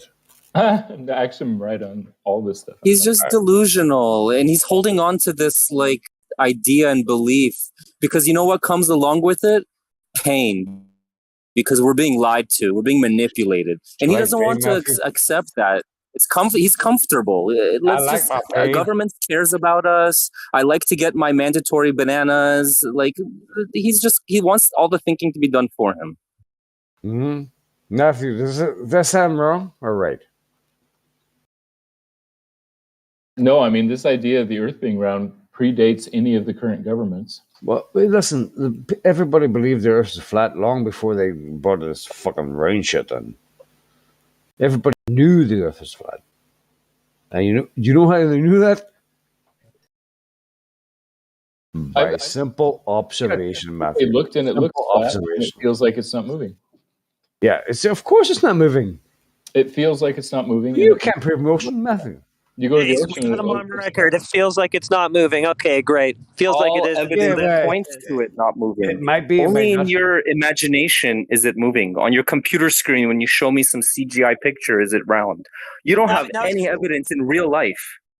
Now he's going to tell you a story about how there are times when you're moving, but it doesn't feel like you're moving, so therefore we must be moving. But I can just tell a story about how when I'm not moving, I don't feel like I'm moving, so now what? I'm on a train. Something about a train. It's not moving, Matthew. There's no observations. There's no mathematical fucking formulas. There's fuck all to prove Earth motion. Not one. That's why I'm asking you if you could show me one proof of Earth motion or Earth shape. I'll go back to globe Earth, bro. But you can't. You know why you can't? Because it's fucking fake. Also, the evidences that I list, you keep discounting them. So that's Okay, what evidence? Where's the Earth curve measurement? I still haven't seen that. All I get are reifications and explainaways and excuses for no Earth curve measurement. Oh, we've been measuring the No, you radius of haven't. the Earth for a long You time. keep telling us that you can't do that, actually. You tell us that you can't measure a direct drop over distance because the bendy light makes the bendy Earth look so flat. So Right. what's going on? Yeah, right. Okay, so where's the drop over distance measurement? So you are right. We cannot directly measure the radius Okay, of the thanks. Earth. That's all. Thanks a lot. Good night. Anything you say after this, Matthew, is bunk. You mean the second half of my sentence? Anything you say after that, you cannot prove Earth's measurement, and you said you agree with that, right? You said yes, we cannot prove Earth. So anything you say after that is bunk. Okay, I won't say the second half then. Well, you say so, if you want to say something, we're willing to hear it. But okay. In that case, if you're willing to hear it, don't hurt me if I laugh. You are right. We cannot directly measure the radius of the Earth or the Earth's curvature. However, we can measure other things and then calculate it. Right. You can provide all sorts of excuses, explainaways, workarounds, reifications, but you can't directly measure this drop over distance. He says there. I got it. I can calculate the length of Superman's shoelace. Does that mean anything? It's here's a better analogy. We can't directly measure the height of Mount Everest. We use indirect measurements and then I can see it. No, we use direct measurements. You can though. A direct you can view it. Yeah, you can view it. No, you can observe definitely it. can. You can climb it. No one's ever seen this thing that you're doing calculations instead of measurements for. No one's ever You seen it. can I've seen Mount You can Everest. shoot radio waves and infrared at Mount Everest from the sky and measure it. In the time it takes for these things to come back. This is direct measurements. What are you talking about? That's That's a a good false example. No, that's a analogy. good example. That's a great It's example. a false analogy. Let him finish that. What you said is a good example that you can bounce a radar off of Mount Everest. But guess what? You're directly measuring the time it takes for that echo and then calculating the Oh distance. my from the god! time. Why the fuck are we going to Mount Everest? Just go over the ocean. radars Just and go any shit? curvature You fucking anywhere. see it, man. I'm trying to explain the difference between direct measurement No, you're and just giving a calculating. false analogy. This False is way equivalency. easier. Yeah, it's not equivalent at all because you can see Mount Everest, you can observe it, we know it's there, this Earth curve thing that you're trying to calculate instead of measure, we don't see it. You admit that yourself. I So, We can't directly measure it. You're It's right. like the weirdest fucking globe in history that you can't show a single example of Earth curvature anywhere. It's like we see it all over the place. No, you don't. Where? No, you don't. Anywhere. You just told us a few minutes ago that because of refraction, you don't see it. So that's not equivalent, even according to you, to Mount Everest. I You see asked that. you, I asked you 5 minutes ago, Matthew, for proof of a curve, and you couldn't. Okay, so that's basically it. Squinting at the horizon isn't going to help you measure anything. No, I asked you Yeah, 5 it's going to minutes help us ago. measure the distance to the horizon, actually, which is too far for it to be a ball. So. Yeah, I asked you 5 minutes ago, proof of curvature or anything like that. There. And I listed like 7 things, none of which you accepted. Right. Anyway, so Because they're all 4.2 bullshit. degrees. Calculations. It's all bullshit, bro. When are you going to be a flat earth, Matthew? When the evidence stacks Join up us. to be better. Join You're us, gonna be bro. logical and reasonable. I have to, you're a clever guy. You must, at some point, your brain must go, for fuck's sake, these bastards are right. Do you hear that? I know it's a bit crass, but fuck, these guys are fucking right, man. I can't prove shit. Hey, my man Matthew is a closet flat earther. So he's here. He's here to help our debate skills. So get your debate skills better by talking to my man Matthew. True. Matthew. He reminds me of myself as a globe head. I remember when my friend first tried to tell me it's flat. I gave him all the refraction arguments and atmospheres moving in tandem and this and that. But, eventually you got to have some intellectual integrity. What finally convinced you? What finally convinced me? Celestial navigation, lack of Coriolis, vacuum pressure, PV equals nRT. You can't have it without a container. And I was already, distrusting of the authorities. That I learn everything from, including. Yeah, it's just a bullshit, bro. It's just bullshit. Yeah, you can distrust the government and still be a glober. You don't have to. Yeah, but that was the last thing I said. The first thing I said was gas pressure without a container, lack of Coriolis, celestial navigation. Zero. Are you aware of any glober answers to the lack of a container argument? Please be my guest. Let's hear it. I wasn't going to explain it. I was asking if that was. Oh yeah, of course. I know all of their rebuttals. To you, Matthew? Believable. So, why are the rebuttals not compelling to you? Well, the first one that I had to overcome was, my own rebuttal, and that was gravity's holding it down. But gas has Brownian motion, It expands in all directions. It doesn't have a downward bias, and it fills the container with which it's in. It doesn't puddle. It doesn't collect at the bottom of anything. Gravity doesn't hold it down. Gas expands in perfectly elastic collisions, and they go in all direction with no bias because they must fill the container with which it's in. And to create the P in PV equals nRT, you need the V, which is a volume, a surface area for the gas molecules to press against, for there to be pressure. Now, having a vacuum of space adjacent to a pressure violates ideal gas law. It violates second law of thermodynamics. You see gas moving from high pressure to low pressure. We have a 10 to the negative 17 torr. So you're trying to tell me that the gravity, which can't even pool helium at the bottom of the balloon, is holding down all of the atmosphere against a 10 to the negative 17 torr vacuum space. Okay, so good. You've thought it through, and I would agree with almost everything you said. And actually, you're right. If there is no downward bias, then that wouldn't make sense. However, there is still, even with Brownian motion, a very tiny, slight downward bias, and that's why the pressure at the bottom of an air tank is slightly higher than the one at the top due to the weight of the air. But And very over tiny. I'd like a distances, that's not- citation, please. Very tiny. Very tiny. Yeah, it's called pressure gradient. Okay, how tiny? is it? Yeah, but for there to be a gradient, you have to have pressure. That tank is a tank. It has a container. You can't have it without a container. Yeah, but the fact that let's talk about just having a tank in a container. There is a slight difference in pressure at the bottom of the tank versus the top of the tank, even in a completely closed container. A P, regardless. Can you provide a reference, Matthew, for that? Pressure gradient. 0.2. Pressure gradient is a V. Pressure gradient is a concept. I need a reference for your claim that the pressure is slightly higher at the bottom. This is a well-known phenomenon. No, Matthew, if you ever try to get published, if you say it's well known, that's not going to make the referee happy, right? So you got to provide a citation. I'm not trying to prove this. I'm just telling what everybody I'm unaware that anybody disagrees with that. It's a basic. So it's a belief. Observation. You're telling us your belief.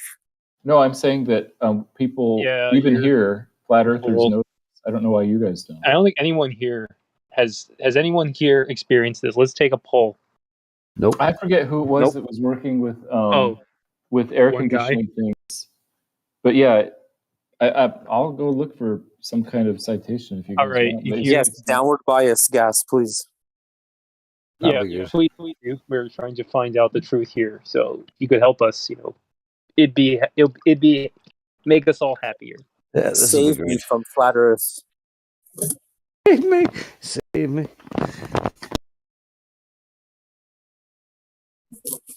Yeah, so that was one argument, that you have to overcome. Other rebuttals that globe heads give me, for gas pressure. I mean, I've heard some real crazy stuff. Oh, here's a really funny. This isn't a good rebuttal, but it's just a really funny one. Like at that point, I laughed. I asked him how he gets a straight line on a curved surface to get the 9D in celestial navigation, and he draws a line on a piece of paper, and then he rolls the paper into a tube and says it's a straight line. And he's a mathematician. Who's he?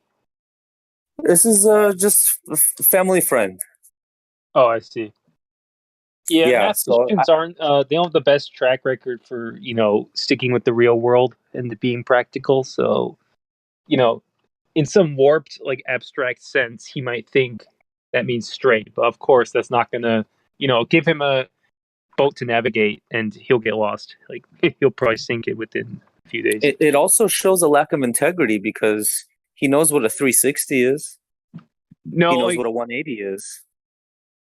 Dude, these mathematicians, they get so kind of lost in their world where they sort of lose touch with like reality, and they convince themselves that their kind of abstract realm is the reality.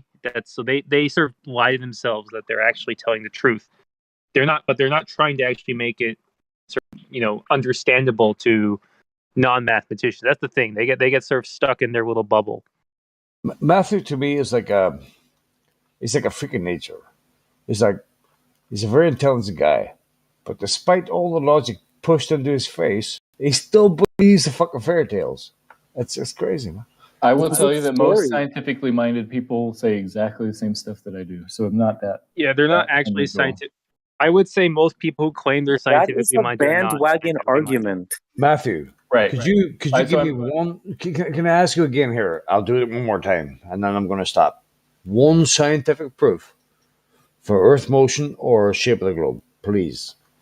Yeah, ring lasers would drift by 18 Not degrees per hour. lasers, not fucking just proof, bro. So you asked for a proof that the Earth is rotating, and I mentioned a gyroscope. No. And you said no. Yeah, okay. So you asked for evidence, and then I give evidence. You say no, evidence doesn't count. All right. So gyroscope. Go ahead. Sorry. Go ahead. Prove the globe. Go ahead. Ring laser gyroscopes drift 15 degrees per hour everywhere on Earth. Now, what does that mean? It means that the ground is rotating at 15 degrees per hour. Yeah, okay. All right. I'm going back to the globe, bro. What is a ring gyroscope? Is this one of those things only like some highfalutin academic institutions have access to, and then if we try to get it, it won't work? Like if we just try to do this experiment, we can't replicate it. If we don't work for NASA or something. No, normal people can buy ring laser gyroscopes. Laser gyroscope. Ring lasers. What the fuck's that? Hey, Matthew, was that a ring laser gyroscope in Behind the Curve, the documentary that Netflix put out? Yes, the one that Bob Nodell bought one. So how about the fact that when they went to a higher altitude, it didn't show as much evidence of spin, and so it could have been something else and not what they claim down on Earth. Had you heard about that, or is that a possibility? And did Netflix leave that out on purpose just to confuse the daylights out of the people to run back to their globe?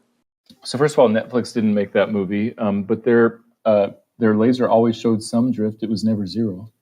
Okay, cool. It was on Netflix. So it was on Netflix. Yeah, so I gave Netflix $9 a month to watch it. So it was on Netflix. I don't care if they produced it or not. They got my money to watch it. Yeah, I don't know who produced it. Whatever, they promoted it. Matthew, if we've been to the moon, why don't we have fucking cameras all over the moon looking at the Earth? Because it's better to get cameras closer. No, listen, that's a stupid reason. No matter what's better or not, why don't? It's better to have it in satellites and shit like that. Listen, bro. If man actually went to the moon, I'm telling you now, right here, right now, the first thing I would do if I went to the moon, I would put a camera on that motherfucker, and I would charge people $5 a fucking day to watch the Earth rotating from the fucking moon. Oh yeah, that would make so much bank. I'd make so much money, bro. That would be my permanent wallpaper. I'd be like Elon Musk. Just money. Matthew, you know why there's no cameras on the moon? Because it's too far. Because man had never been there, bro. Never been there. If I put a security too far. If I put security, your argument was no, it's far better to put it closer. Well, that's not an argument. Okay. What about the liquor store down at the convenience store has a security camera pointing to the parking lot so they can see if somebody robs the store, they can get a picture of them. The fuck are you talking about, bro? And your argument is, why don't they put a camera on the... What the fuck are you talking about? I just ask you, Matthew, why are you obfuscating? I'm making. I want that. I just ask you why. I want the perspective from the moon, and I'm sure there's plenty of people that want the moon's perspective of the Earth. I don't care if you think it's better. I want the view of the Earth from the moon and its perspective, regardless of what you think is better or not. Yeah, Matthew, stop obfuscating. You're just making shit up, bro. I agree that would be interesting. However, it's not cost effective, and so cost effective. Jesus Christ! How much would it To cost to shoot put a a fucking fucking camera on space the moon? drone into the $2 billion. fucking sky? No. Oh, less but than we that. can sink $1 million in the toilet in the ISS, right? Exactly. Some green screen bullshit Holy- harnesses. No, Matthew, dude, the toilet's $1 million apparently. it's unbelievable to me, bro. But you're the epitome of a glober that doesn't want to see the truth. No, I like the truth. I love the truth. Yeah, you don't actually, Matthew. Because if you did, you would know that we'd never been to the moon. And Matthew, you've conceded in the past that if you put a camera on the moon to look at the Earth, it'd have to be looking straight up, perpendicular from the moon's surface, because the Earth would always be straight above the moon. Is that right? It depends where on the moon, but yes, the Earth would stay in the same spot in the sky. Yeah, and it'd be 90 degrees perpendicular to the moon, or looking straight up. 90 degrees sounds good. It depends on where you are on the moon. If you're in the center of the moon, yes.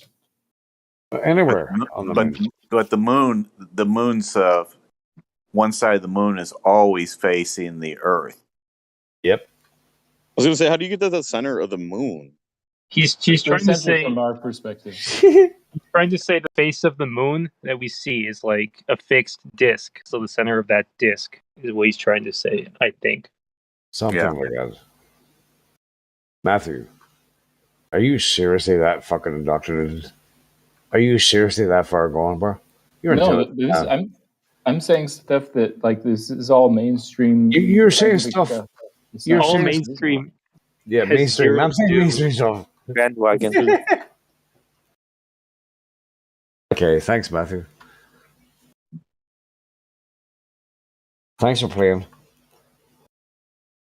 If you go to like a scientific conference and you say, "Oh, this is all mainstream," Neil deGrasse Tyson said it. What would your colleagues say? Would that be an acceptable standard of proof? They would say that's not proof. Matthew, do you know the one proof that what do you call that bastard? Fucking English bloke. I can't mind his name now. He came on mainstream TV and he said that the one proof of the flat Earth is they questioned him and said, "What about all these flat earthers and talking shit here?" And the one thing he gave as proof was ships going over the horizon. Now, Matthew, you're an intelligent that's man. one of the oldest and most accepted. You know that's bullshit. Yeah, but that's bullshit. Why is that the most accepted? You just zoom in, it comes right back up. How is that the most accepted? Brian Cox. It makes it bigger, but it doesn't make it reappear completely. Brian Cox. New Horizon. Matthew, how the Zam hell do you accept that and then also accept the statement that you can't see any curvature from 100,000 feet? I just never got it. I mean, if you know any mathematics, there's just no way you can be honest with yourself and accept According to your refraction claim, the curvature that's supposed to be blocking things is invisible, so why would it block anything, Matthew? I didn't say it wasn't visible. I was saying that the atmosphere changes, and so Well, if you can't see the curve, then it's invisible. If it just looks flat, even though it's curving, if you can't see it, bro, it ain't there, bro. Do you know what the rate of atmospheric changes is? It's 7/6R. Do you know that? That Doesn't do anything. That doesn't do anything to patch the hole in this model. Yeah, exactly that too. Oh, we can measure R lots of different ways. Oh, now you can yeah, measure but he got it. He has the answer. He's the one. Tell us how we measure R. Eratosthenes assumed that here we go again. You're measuring shadows, not drop over distance. Try again. See, the reason that you say that you can do it lots of different ways is because you can't do it the one way that would have any validity, which is directly measuring drop over distance. Why do you have to measure it that way? A circle could be measured because that's what you're measuring. Everything else is just a reification. Just you looking at something else and then inferring from that. Oh, okay, yeah, this must be the curve. Yeah, but it's not because you can't. We also have to assume the sun is 93 miles away in parallel lights. But when we need to put a number, we can decide to have non-parallel lights. Yeah, Matthew, it's not valid because you've admitted yourself many times that the whole sticks and shadows thing just rests on an assumption that it's a ball in the first place. It rests on other assumptions about where the sun is. So that's why that ain't going to work. Yeah, I thought you were talking about measuring the radius, not proving the Earth is. It's not having to presume all these different things. Well, you have to presume that the Mount Everest has height before you measure the height. Yeah, but we're not talking about I observe it. It's So obvious. I'm going to have to presume that the Earth is a globe in order No, to I measure don't have the to radius. presume that Mount Everest has a height. I look at it and I see it has a height. Yeah, That's fucking. That's a big. I That's a don't big fucking presume. man. So once you know that Mount Everest has a height, then you can measure the height.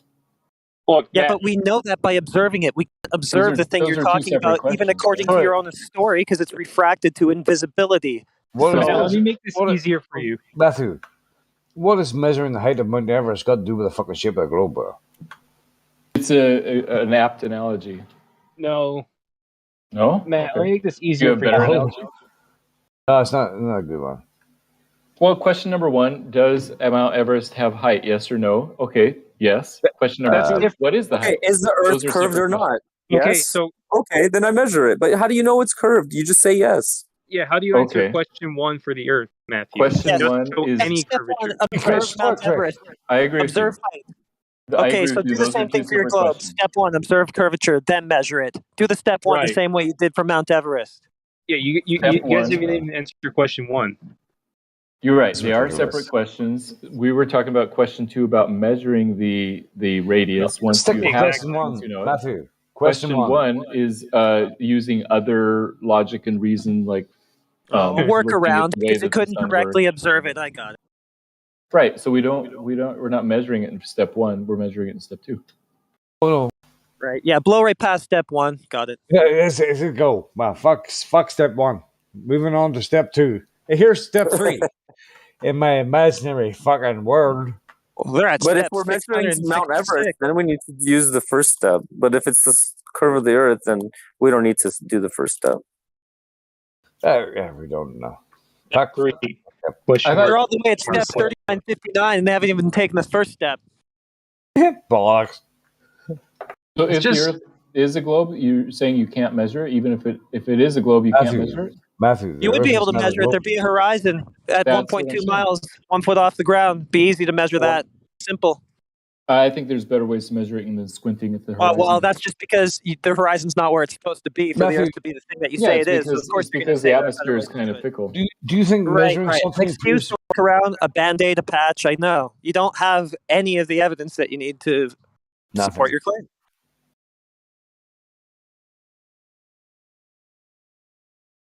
Of course, you say there are better ways. Because if the horizon was the thing that you said it would be where it was supposed to be, but it never is. So you say, yeah, there's got to be a better way to do it then. No, I don't say never. I say sometimes it is and sometimes it's not. When is it where it's supposed to be? We're consistently seeing it way too far. No, you're not. And even if we see it way too far once, that's already too much. Wait. You only see it way too far in special cases. Well, we've probably, I don't know, how many observations in this server are there of us seeing too far? And laser think- tests that do show you that there's think no the- curve. What, 1,000? I don't know how many there are. There's tons of them. And which observations do they put in the server? They're all through this thing. I think that you've probably seen them in the chats quite a few times. I know. I'm saying in There's which the ones? wind turbines. There's the Black Swan, obviously, various variations of Black Swan, that location. I don't know. And all Even the once is too observations, many, though. all the observations where you don't see too far, how come Yeah, they're but not? that's in the server? irrelevant because if you're seeing too far once, then that means that physical obstacle that's always supposed to be there obviously just isn't there. No, it just means that the observation changes due to the atmosphere, It invalidating changes both of because them. there isn't a physical limitation there that would always be there. It is just optics, like you just said. That's why it changes. It would have a maximum distance based on the geometry you're claiming if that were a thing.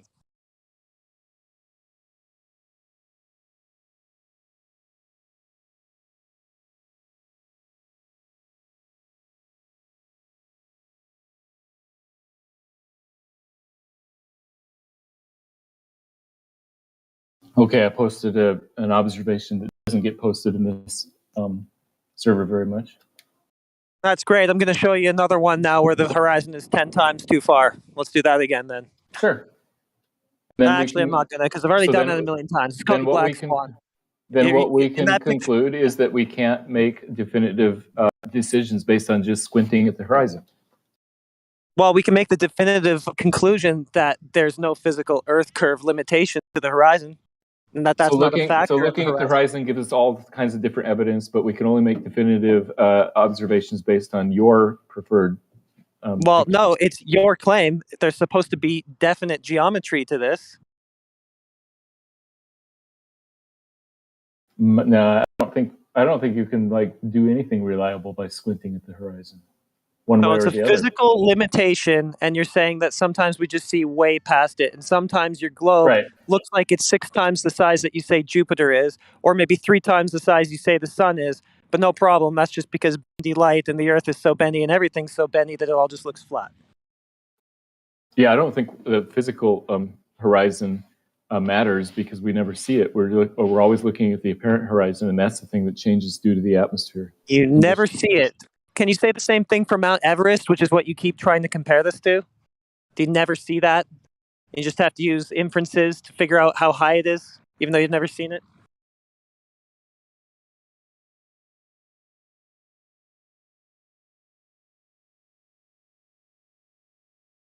Just one proof, Matthew. Matthew, your picture of the horizon being closer and the items out further could easily be waves and wave heights.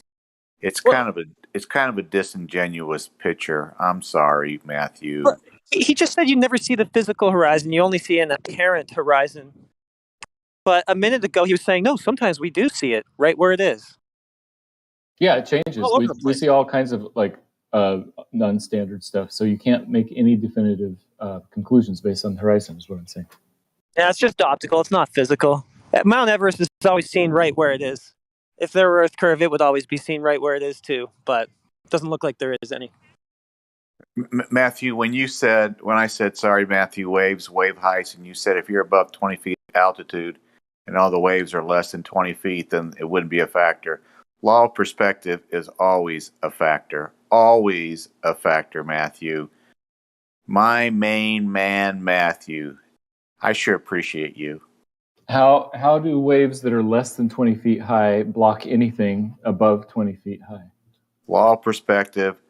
Law of perspective. Law of perspective. I'm sorry, Matthew.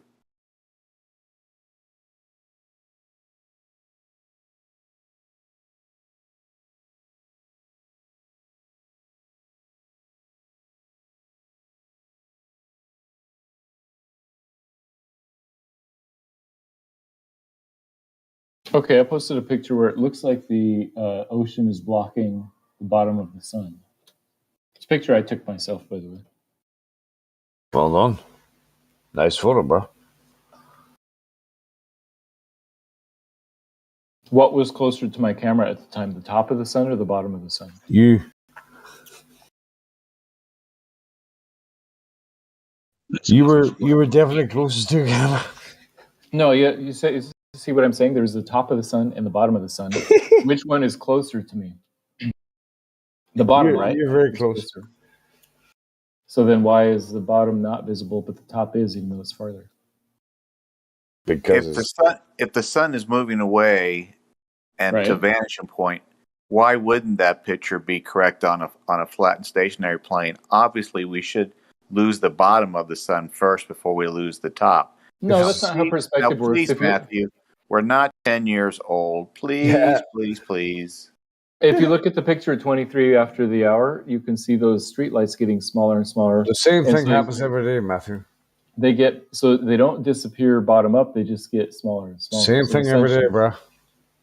I live near the ocean. I watch sunsets over the ocean fairly often. It's the same thing, bro. What are you saying about change? No, I'm just curious if there's any good explanation for why the bottom of the sun isn't visible. It's not due to perspective, because the distance to the sun is the same. It's because it's coming up.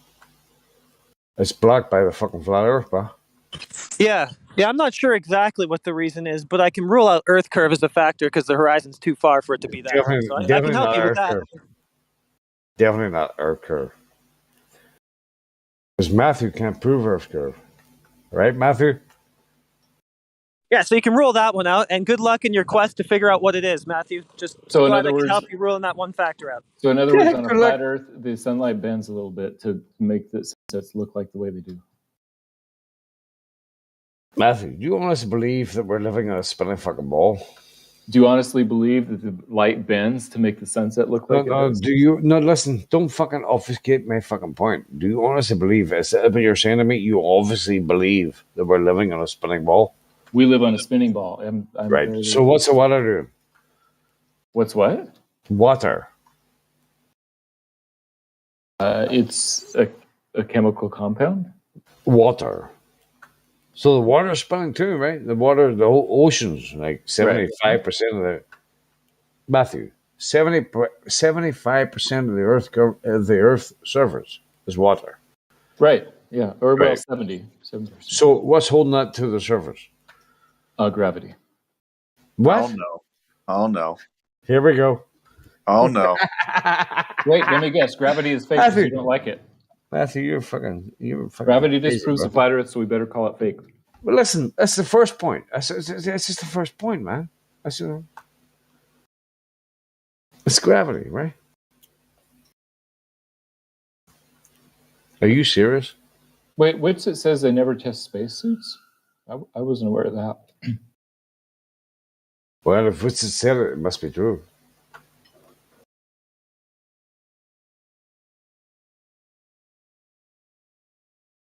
You've been following this argument this long, and you didn't know about these SpaceX, Matthew. Come on. Hey, Dave. Dave, how you doing, buddy? Still exists, P-Man. All Shut right, up. bro. What? I'm just fucking with you. Fuck you, bro. Y'all doing good, bounce. yeah. Matthew. I'm just trying to keep it one so people don't overtalk each other. Sorry. So, Matthew, what is water doing? 75% of the Earth's surface is water. So, right. What is it doing? Is it spinning? Yeah, it generally spins about the same speed as the Earth beneath it. Not exactly. That's what water currents are, but about the same speed. Right. So this whole big body of water is just fucking moving across the universe and spinning at like 1,000 miles an hour, moving. You believe that? Right. You do? Right. Yeah. You're a bit strange, bro. I love how you said that. Do you live in the UK or Australia? Ireland. Ireland. That's right. You told me that. I'm sorry. Yeah. I'm a funny bastard. And Ireland is part of the UK, but they wouldn't want to admit it, right? Yeah. You're right there, Matthew. It depends what side of the fence you're sitting on. We just had the Queen's Jubilee there for 70 years. Oh my God. 70 years? 70 fucking years, bro. That's older than I am. Yeah. yeah, I know. See, if I live to see 70, I'd be fucking happy, man. Do people like the Queen or not really? No, I don't think I do. I think it's, the popularity is fucking decreasing. I have a wee story about that. But anyway, about 2012, the popularity was really fucking decreasing, and they brought fucking, what do you call it, the Queen's speech, the King's speech, or some kind of shit like that there. And she jumped out of a helicopter in the 2012 Olympics and all this here. And Harry went out to fucking Afghanistan and did his fucking time, real hero, all that there. And you seen the money going to action, bro. But I think that British people are finally, one day, after Prince Andrew, pedophile, gonna fucking go, see this Monica thing. See the, Matthew, you see the what do you call it, the wedding of Prince fucking whatever his fucking name is. Levelist, that's hilarious pictures. Yeah, they actually got the taxpayer to pay for that. The Queen, it wouldn't make a dent in her wallet, but they got the taxpayer to pay for it. Just sucking us dry, bro. It's just feeding us lies like the Earth's a globe. It's sucking us dry, bro. It's all an illusion.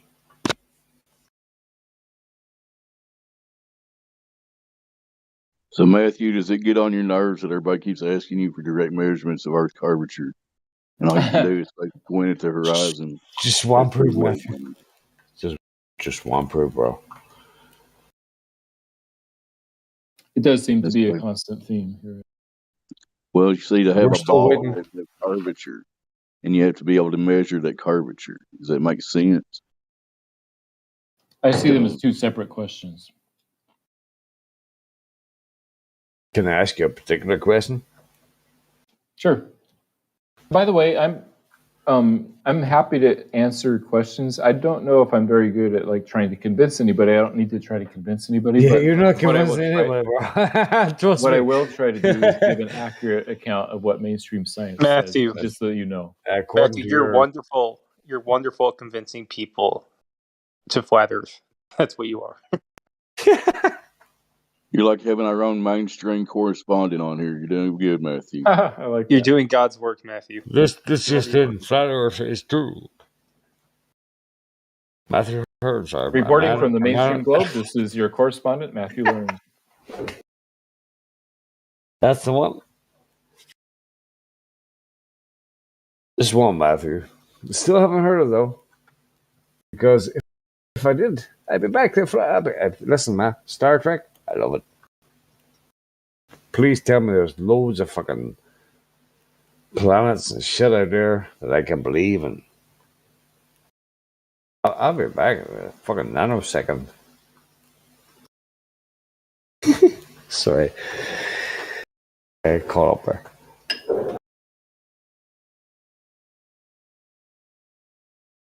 Okay, we got a new guest here we need to say hi to.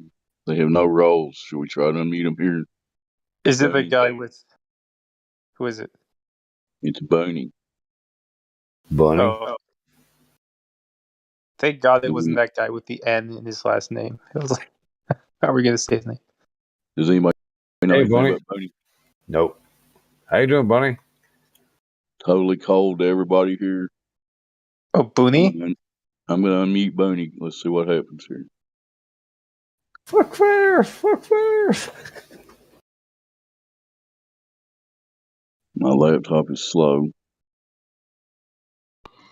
Yeah, I've been unmuted before and talked. I'm a globe guy, but I guess they never assigned roles to me. So what's the main reason you're a globe guy?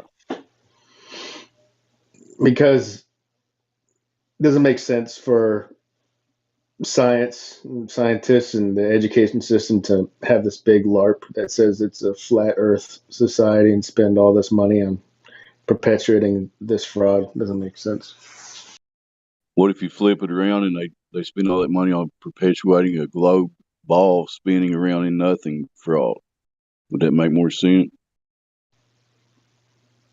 No, it just doesn't. Like, why? What's the secret? Like, why do that? What if there's more land they don't tell us about? What if there's more suns 100,000 miles to your left, and we don't know about that? But you think that the amount of effort that you'd have to do to continue that, and everybody in on the secret? Around us to tell everybody you couldn't go there, and end the story right there, and make up the whole ball thing. There you go. No, I mean you have to. It's with the YouTube age now. Everybody has a camera, and anybody can go visit anywhere. You can even get to the Arctic or Antarctica without getting on land. Can't put a camera on the moon, bro. I mean, it's try to go to Antarctica or the North and send us some footage, man. I'd be glad to see it. But presidents can barely keep secrets on who they sleep with, let alone like this. Like you're talking about thousands of people. Why would they lie? Somebody else take over here. Oh, Dave. Yeah, I just flew in from Antarctica, bro. I just flew in from Antarctica, and boy, are my arms tired. Think about Take this, my wife, please. The way that planetary, the bodies of stellar bodies are made up. Like, why is the Earth going to build up in a disc shape when everything else builds up in a ball shape from particles? Who said the Earth was a disc shape, bro? Why are you saying the Earth is a disc shape? Why are you assuming that? This is the common narrative I hear. It's a disc shape, almost like a snow globe looking kind of thing. I know, but you're just assuming that, though. I mean, if you have an alternative opinion, then it's different from what I've seen I don't commonly. I don't need to present an alternative, bro. Your model doesn't work. I'm not saying that it's any shape particularly because I don't have a model, but I'm saying the globe model is faked. It's been proven wrong. It's not been proven wrong by consensus. Not at all. Falsification is independent of replacement, bro. He did say Flat Earth Society when he came in. Flat Earth Society is controlled opposition, so he did say that. I never said Flat Earth Society. The Flat Earth Society ruins flat earthers as a whole.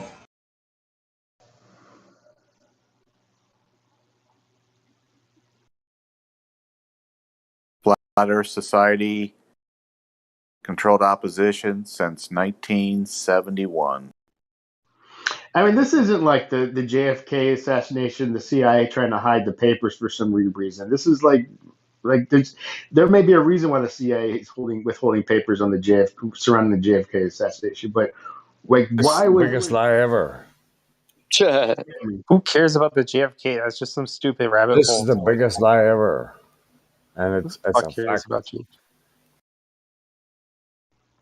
And you know what's weird though is every conspiracy they throw on the news that's a major one after Watergate has had a gate at the end, like Deflategate, Pizzagate. Think about all of them. They all start with a gate. You know what I mean? Or Gate. Even Bill Gates, bro. Bill fucking Gates. Who's the comedian that always steals the jokes? Amy Schumergate joke? What's it called? She stole the jokes. She's not even funny, man. He sucks. Love Amy Schumer. He sucks.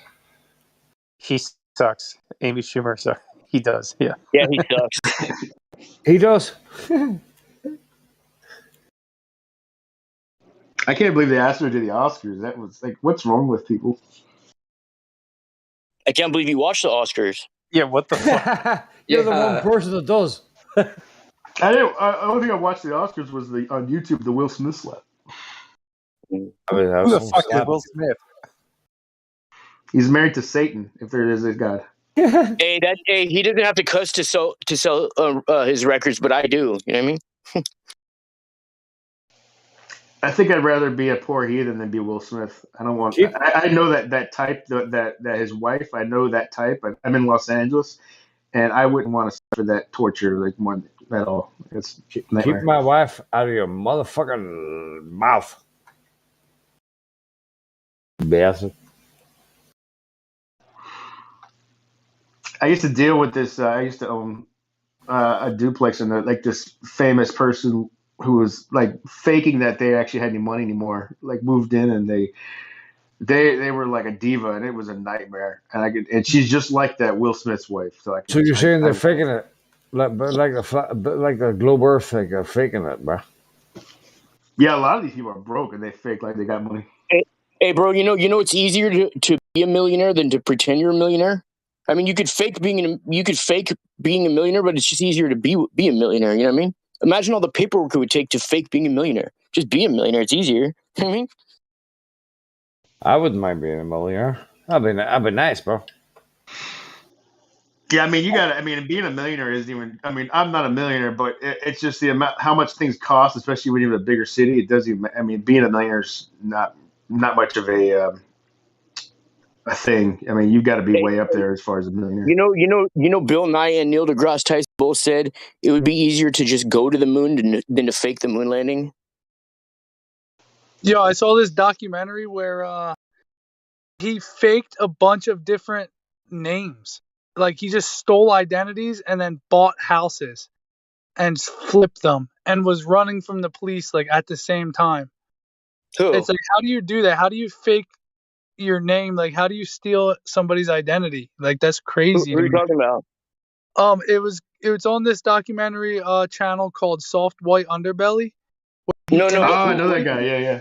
Who are you talking about, though? People, and he was like an ex something or other. You know what I mean? Con man, ex con man. That's what it was. Professional con man. I saw that one. Yeah, no, yeah, dude. And he was just on the run, just like he would Yeah, get. but who are you talking about? He would get like surgery, like plastic surgery and shit, so he didn't look the same.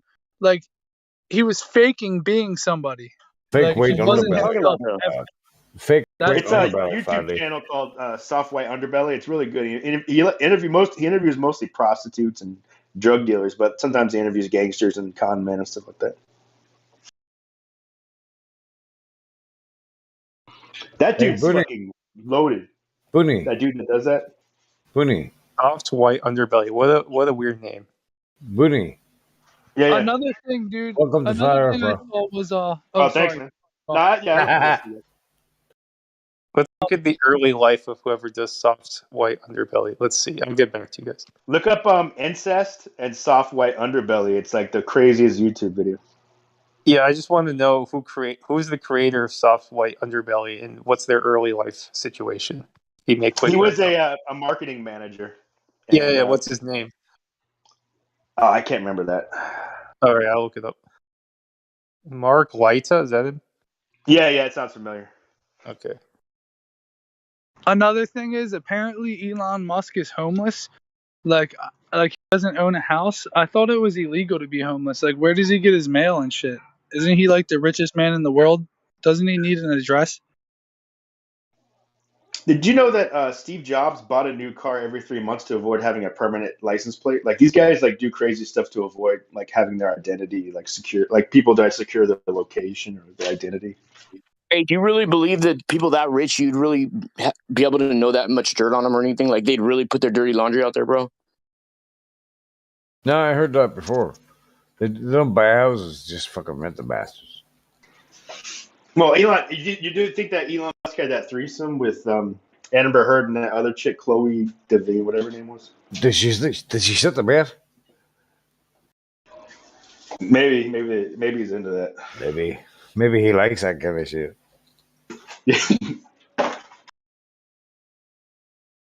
All right, back to Flat Earth. Somebody direct it back to Flat Earth, please. Thank you.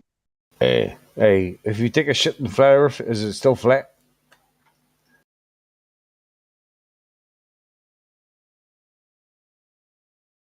So, Bonnie, were you aware that there's a claimed radius of the globe, and we can actually verify if it's true or not? We falsified it. Are you aware of this? I probably not. No, I don't think so. I'm not aware of most of it. Like getting like into the physics experience and all. I don't know. Have you ever seen the Black Swan? The Black Swan thing, is that the one with the oil rigs out there in the ocean? Yes. Yeah. But I saw that was disputed because they said if you take it just right, it makes that effect. So what they're disputing is the horizon is appearing at least 10 times further. That's being kind to the globe. It's 10 times further than it's supposed to be. And they can't come up with any magical refraction and demonstrate it to us that makes the horizon move 10 times further than it's supposed to be. So it has not been debunked. Thank you. Yeah, look, I'm gonna get lost because you guys, I've studied this stuff more than I just go at it like, why would people? What's the motive for doing this? Like this whole huge thing, and it just is impossible to me to have a secret like this, like so big among so many people. People can't even keep secrets with between two people, let alone like this many so many people that would know this secret. Yeah, where would they lay? How many people? No, hold on. How many people are lying? Go ahead, Huey. I mean, you gotta think there has to. I mean, how many people would know if the Earth was flat? How many people would know? How many people? How many people are lying? I mean, you're looking at tens of thousands, hundreds of thousands. Really? Start naming them. Start not anybody not with name, NASA. but Anybody involved with shit. Anybody involved with GPS, missile launching. You're just talking out your ass. Shut the fuck up. No, Quantum, let him talk, bro. No, he's being too general. He is? Okay. Yeah. Just generalized horse shit he's making up. Why would they lie? I was just going to say that. Why would they lie? We don't really care. We already know it's a lie. Yeah, well, that's true. Yeah. So, show a curved fucking angle.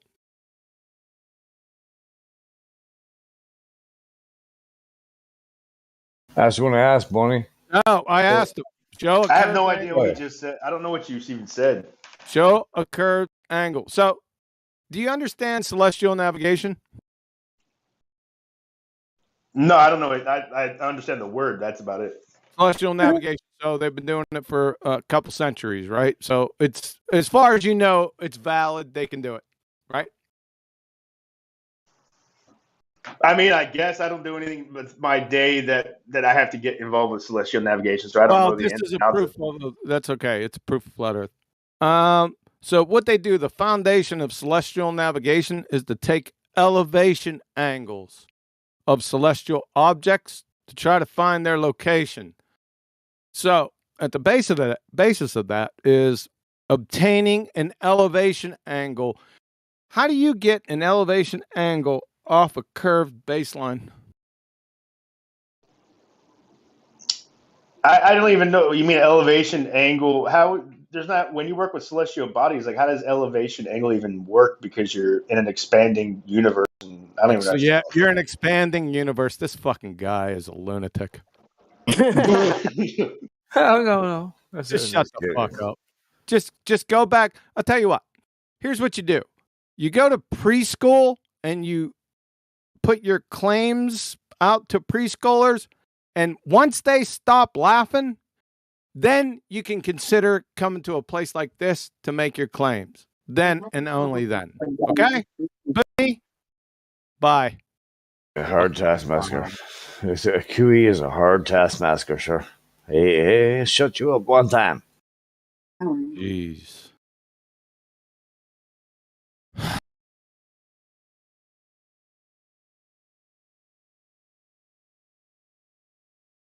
I just want to point out real quick that as soon as I asked him to acknowledge the black swan, he went straight to why would they lie? Yep. Yeah. Red herring fallacy.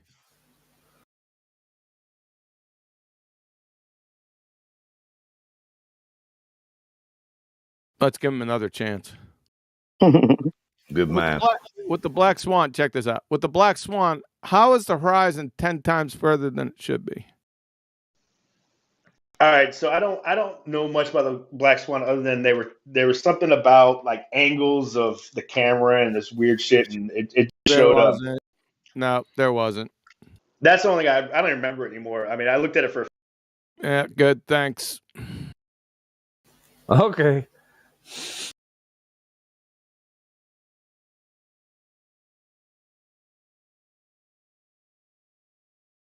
That was his last chance. All right. Maybe come back when I'm not around. Maybe you can get somebody to entertain your fucking retarded horseshit.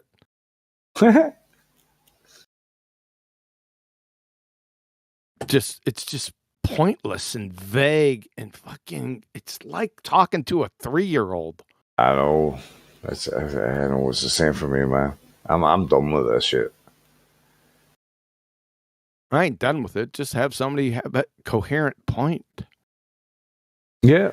If you can make one point and get me back to the globe, I'm there, bro. But 3-year-olds are pretty cool, dude. I have a 3-year-old, and she has really good conversations. So I don't know what you're talking about. Sorry. Okay. Well, then a second grader.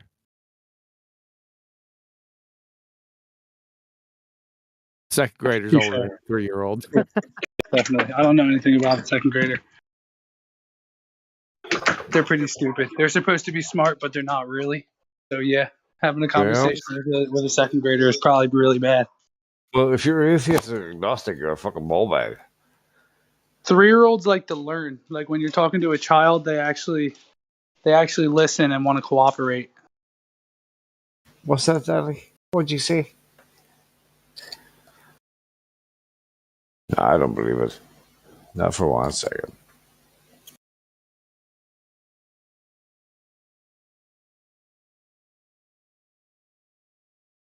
I just don't believe everything anymore. It's like a fucking clown world. Seriously.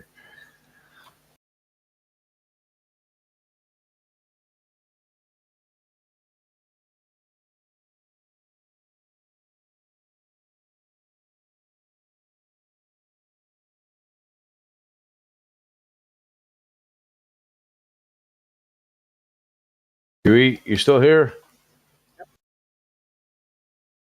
Would you unmute Billy so we can hear more shit he's got to attack? Who? Booney. No. Not All while right. I'm here. That's up to you, bro. Yeah.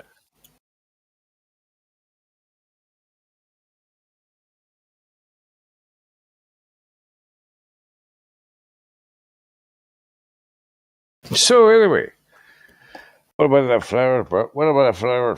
I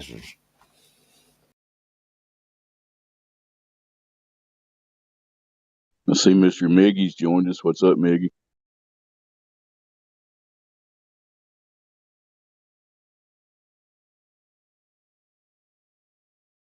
Must not be near his mic.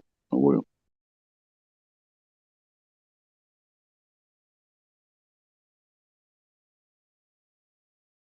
Well, we were listening to Matthew Lawrence earlier. Oh my God, man! I see Matthew's back on shift. You know what I mean? He took a couple. I guess he had a couple days off. He's back on track. He's on shift. This is his part-time job right here. Can anybody actually be that delusional? Your percent. No, I mean, I'm saying he gets paid to be here and just get information, like just so they could run algorithms on us. You know what I mean? Yeah. No, I don't get paid to get here. I'm usually doing other stuff like I was eating earlier. What up, Matthew? How's it going? Hey, Matthew, they told me that you'd say that too. You know what I mean? Good job. Oh, it's in our script. When they pay us, they tell us to say, oh, wait, I wasn't supposed to say it. That's all right. They told you to say that too. Matthew. I didn't get my NASA check yet, though. You said you don't get paid. Does that mean you do it for free? I do for fun.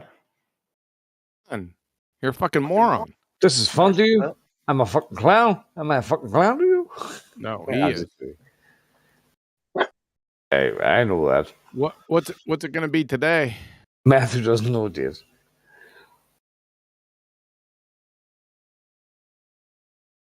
So 0.02.2 degrees refraction and shit, Matthew. Really? He doesn't know what refraction is. Hey, Matthew, I once asked a dude if he was a Freemason, and he told me, no, I don't do nothing for free. Right, Matthew? Right. Where's the Matthew? And you're actually a professor, Matthew. A part-time teacher. He teaches the Bible, too, to kids in college. Oh, Matthew, on the side? I teach at a school that is a Christian school. They learn the Bible from other classes. The Bible and the globe together in one, huh? In the same school, yes. Doesn't the Bible teach flat Earth? None of the professors at my school say that it does. Of course not. It's not in the script.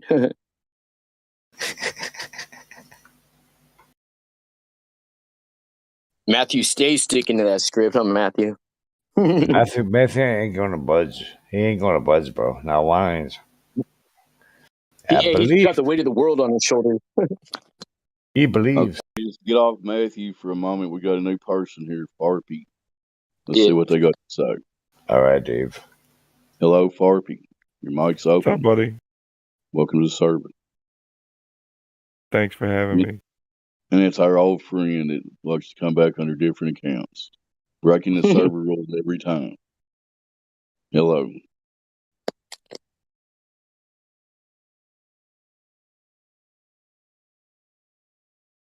All right, continue whatever y'all were doing. No, yeah. Who are we talking to now? Yeah, it's the same guy that always comes back. And he's a flat earther probably, but I'm not sure of his motivations. But he keeps coming back under different accounts. All right, what's his name? You could ask him, but you can't get a straight story out of him, so I don't know. It's not even his name. Is it the drinker guy? Yeah. Oh, God. We're in for a fucking ride Pete here, Drinker. bro. Pete Drinker has landed. Should just bring him in. Fuck it. He's still persisting. Let's see what he's got. His mic's open. Hello. What do you got to say for yourself tonight, Farpy?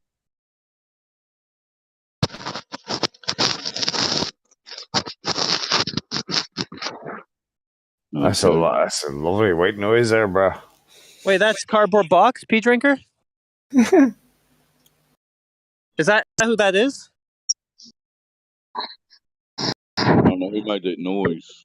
Is that who? Is that the account that Pete Drinker is coming through now? Cardboard Box. He's currently. I verified that guy a few hours ago, and it was a different guy. So I guess he's upping his tactics. I'm not upping. I'm not. No, that's It's Farpy. Oh, okay. Yeah. I just joined the server like a couple of days ago. Okay, Well, yeah. you joined I'm it. just confused I there. just Sorry. put his video. I just put his video in the live stream. Huh? I don't put know who you're talking the about. video in the live stream. I don't know who the other guy you're talking about is, to be honest. Yeah, man. I was just I was all confused. Sorry. I saw you light up. Yeah, I saw you light up when they were talking to what was supposed to be P Drinker. So yeah, my bad. All good. So welcome to the server, Cardboard Box. What's your stance on the subject? I'm kind of a firmament believer, flat and firmament. You agree it's not a spinning ball in nothing? Yeah, I do agree. Yeah. Fair enough. I think it's a flat plane under a firmament, kind of like, how the Bible, I guess. Could be. You can't prove all that, but that could be all right. That's speculation. What's Right? that? That's just speculating, but stuff you can't prove. That's fine, but I just point out that you're speculating. Just Yeah, and he also believes that the firmament is like a flat ceiling, and it's well, it's beige all brown, like and it's made a of cardboard. dome, like a dome.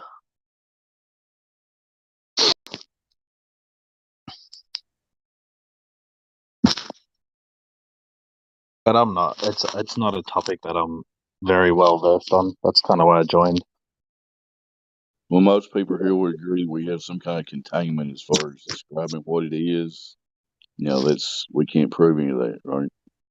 Yeah.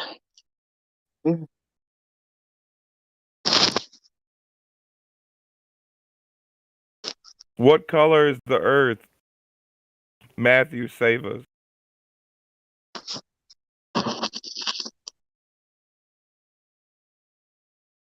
It's color 17 on the color palette. Mostly blue. I thought the Earth was brown. Why do Blue you and think white. it's blue? Oh, the planet Earth is blue and white mostly, with some brown. With the planet? Oh my God.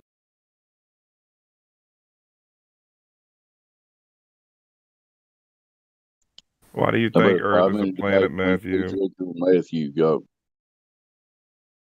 Wait a second. Matthew learns the pressure differential. I just stumbled on the chat. I usually don't do this, but it's pretty boring here so far. Cardboard Box, go on mute unless you're going to talk because you're providing a lot of background. Oh, sorry. It's all right. So Matthew learns this is abject fuckwittery here. You're a math teacher? I am. We're going to see this. So this fucking idiot says the pressure differential between a container with 15 psi and 10 to the negative 17 torr is about the same pressure differential between a container of 15 psi and 10 to the negative torr, or negative 2 torr. Really? All right, hold on. We're going to do a math fucking test. Show. Oh my God. Yep. Yep, we are, because he's a lunatic because he's playing around with different units, but he doesn't know what he's fucking doing. So what we want you to do, Matthew, is at 59 minutes after the hour, that problem, it's very fucking easy. I'm not trying, there's no tricksies here. This is very easy question. I want to see all your work right fucking now.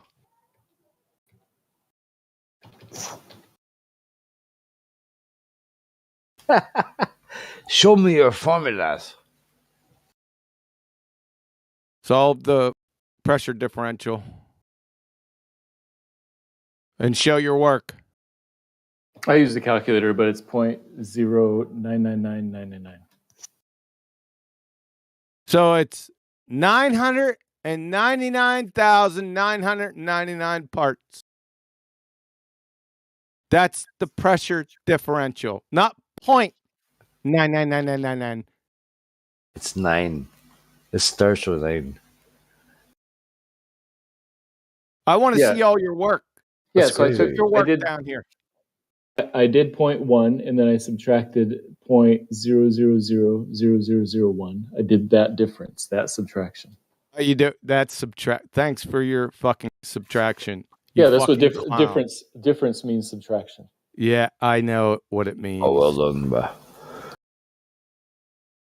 So it's 999,999 parts. That's only a difference of what? How many decimal places? You might as well call that 0.000%.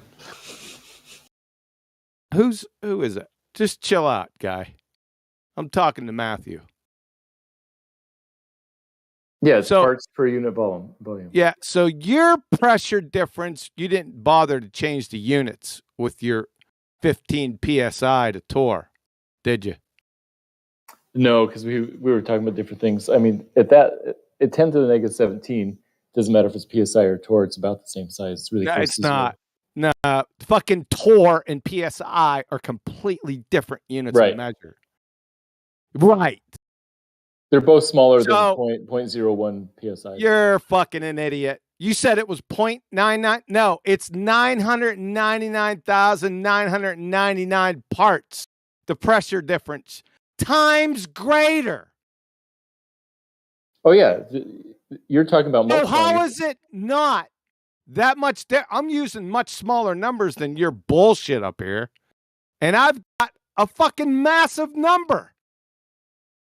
Are you asking about the difference in magnitude or the difference shut in? The fuck up. I'll have to do his work for him at 2 minutes after the hour. So in that little problem we had above, first you have to find the least common denominator, right? That's the volume. Got it? Second, convert 1/10 to the equivalent measure. I did that calculation for you right here. So yeah, I know it's fucking right. So is it 0.999 or 999,999 parts, you fucking clown? Yeah, it's 999,999 times greater. Thanks. So not 0.999, right? It's not 0.0999 times thank greater. you. I You're was doing the fucking difference, not exposed. the times. I wasn't doing the magnitude. Yeah, you forgot, right? Fucking idiot. So how many times? Shut the fuck up. How many times have I debunked you, eviscerated you on this very forum? It's got to be in the high fucking hundreds consecutively. Why the fuck do you still come back here? What the fuck is your problem, dude? Are you like some kind of masochist or something? You're a dumb fuck. You can't even math, and you're a math professor. Holy shit. Shut the fuck up before I slap you, you half a sissy. Hey, don't need to be a dick, man. Hey, Quantum Eraser. You shut the fuck up too. I'm about tired of you interrupting me. Hey, Quantum Eraser. What's up, man? What's up? Good night. Yeah. What else? I'm in a rosy mood. Why is everyone muted? Oh, he was trying to say the atmosphere is moving in tandem with the Earth because of friction. Yeah, that's fucking brilliant. Of course, that violates, I don't like 1, 2, 3, 4, 5, 6 laws and Brownian motion. That's all. Yeah, I agree. That is false. Oh, and he has proof of downward bias gas. Oh, God. This is going to be an early night. I can see it right now. Hey, how would they ever send someone to outer space in a spacesuit if they never even tested a vacuum on the Hey, before what's it? Good to hear you, man, Uh, but you're roboting bad, dude. Get some better internet before you talk to us, piece of shit. Hey. Dang. Yo, it's you got told, man. Hey, what's it? Try to jump out and come back in again, man.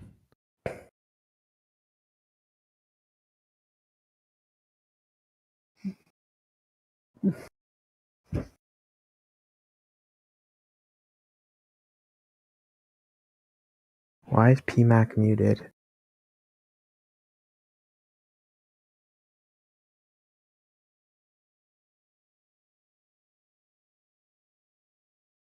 Hey, can I just ask a question? Well, I just want to say this. I don't really know about all the mathematics and all that sort of stuff you were talking about. I'm not really good with maths, but one thing that I'm kind of curious about is, has anyone actually provided an answer as to how President Nixon was able to have a conversation with some astronauts on the moon without delay before the invention of satellites? Yeah. Has anyone actually tried to answer that? Yeah, I think we've been over it. We don't really go there. We go to the root cause or the root problem with the second law of thermodynamics and the fairy tale vacuum. We don't worry about phone calls. Fair enough. What's up with that ring laser gyroscope? How is that supposedly proving spin of the Earth?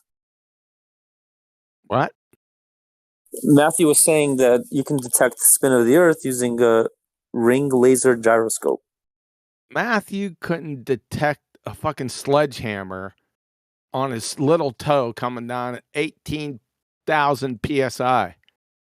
I've heard other people claim that too, but I don't completely understand how that works. Yeah, we don't either. Supposedly measuring drift 15 degrees an hour using gyroscope.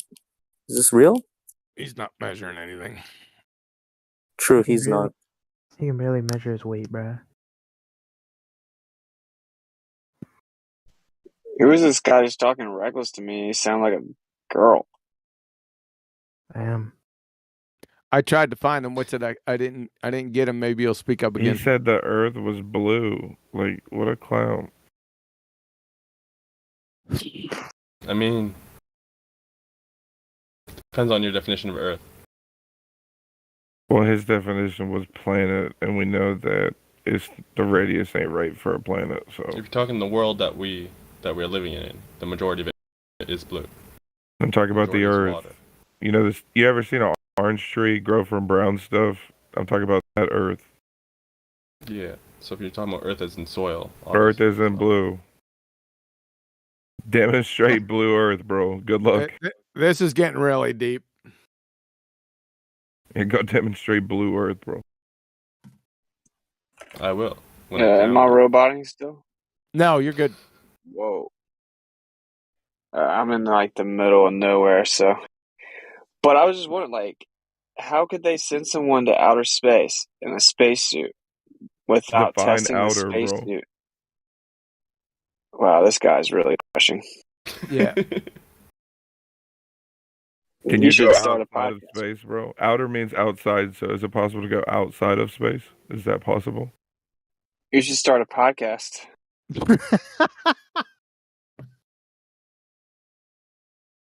Shit. Demonstrate going outside of space, bro. Okay.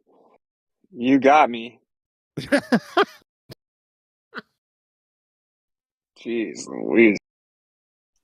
Anyway, so if they claim they sent people to outer space, how could they do that if they can't even test a spacesuit in a vacuum on the Earth? Think about how ridiculous that is. That would be so irresponsible. Don't they claim that they tested the spacesuit in the vacuum? Just not Well, the I've same yet level. to see it. I've yet to see any evidence of that. I saw. Well, I mean, I don't know if it was how old it is, but it's relatively recent. This video, it's like it provides a 360-degree view, and it's supposed to be some dude in a spacesuit in pressure chamber. You've probably seen it. Yeah, his name is like James May or something. It's from 12 years ago, and there are 2 other people in the room with him, not wearing spacesuits, just wearing gas masks. They claim that it imitates the pressure at 90,000 feet, and he's moving his head around in it. So that's clearly not going to cut it. They admit it's not a vacuum. I don't recall the other people. The one that I remember. It's some guy, outside of the door, and then he's like inside this room. I don't know if there's anyone with him. And there's a gauge, and you can't really make out what the pressure is on the gauge. Yeah, if it's like the May guy, they claim that it imitates the pressure at 90,000 feet. So that doesn't help us, and they admit it's not a vacuum. But I've asked all the Glovers, like the All-Star Glovers or whatever you want to call them, Kosho, you name it, they cannot find anything. All-Star Glovers? All-Star Retards, maybe. Oh, that's the synonym, bro. Oh, okay. Sorry about that. Yeah, but like the anti-flat earthers that'll come up with an answer for everything, they cannot provide me with any proof that they. Of course, we've all seen that they tried to test it that one time, and the guy's tongue started boiling. Yeah, that's the one I remember where they had to call that shit off and get him out of there. Yep. Hey, Matthew was trying to tell me that you wouldn't have to actually test it in a really strong vacuum because it's just about the pressure differential inside to bring up tires. He was already before you joined. I destroyed him for the 870,678th time in a row. Explicitly, he doesn't know. He can't maths, man. Doesn't he teach that? Yeah. Quantum is our daddy. Who is this guy? I don't know. Control. Why are you talking so soft, bro? You need to put some umph in your voice or something, bro. His balls didn't drop yet. Clearly, bro. I'm 14. Traveler, I see. Oh, you're 14. You need to watch your mouth, buddy. It's past your bedtime. Yeah. His boyfriend's asleep beside him. So No, it's not Traveler. It's Follow.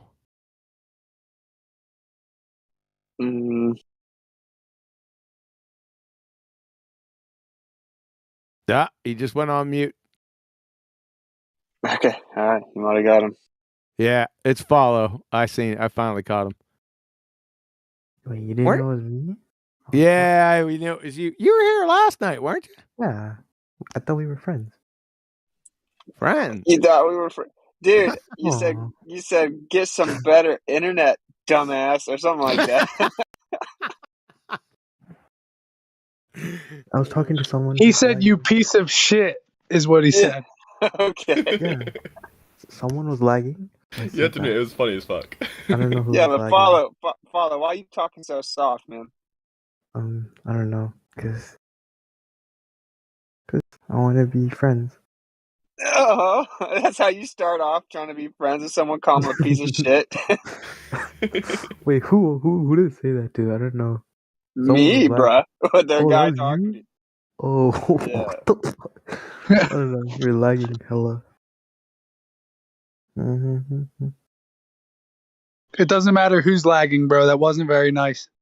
Okay, I'm sorry. I sincerely apologize. Okay, apology not accepted. You think the Earth's the ball? No. Oh, you better say that. I was about to rip your head off. No, Metaphorically. At school I do, but here I don't. That's a good answer. At school, then my teachers fucking fail me.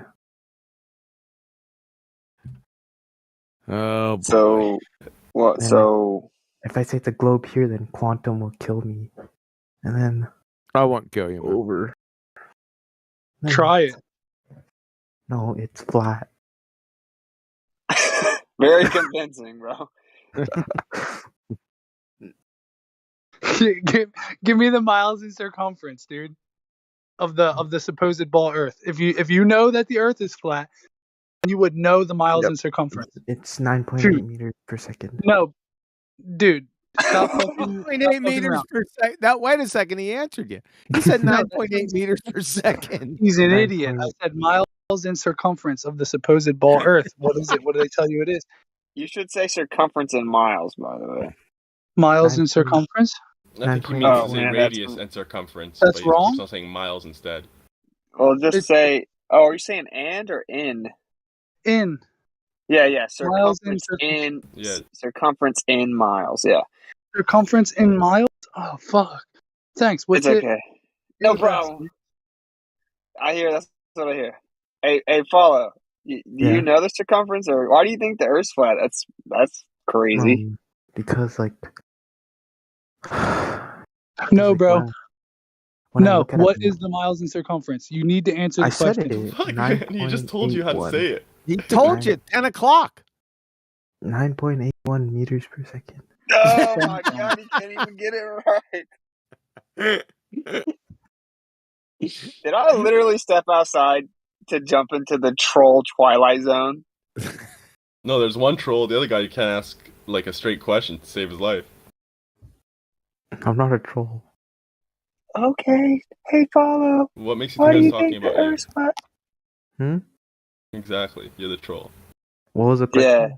Have you ever heard that a kick dog is the one that hollers? I'm sorry, I don't have a PhD. I'm 14, bro. Like, I just wanna. Okay, why do you think the Earth's flat? Cause when I look at a map, like on my table, so it's flat. Okay, dude. Wow. So the Earth. We don't want you. Yeah, not at all, really. Why? He's not Go wrong, back though. home, bro. He's not wrong. Yo, he's living true to his name.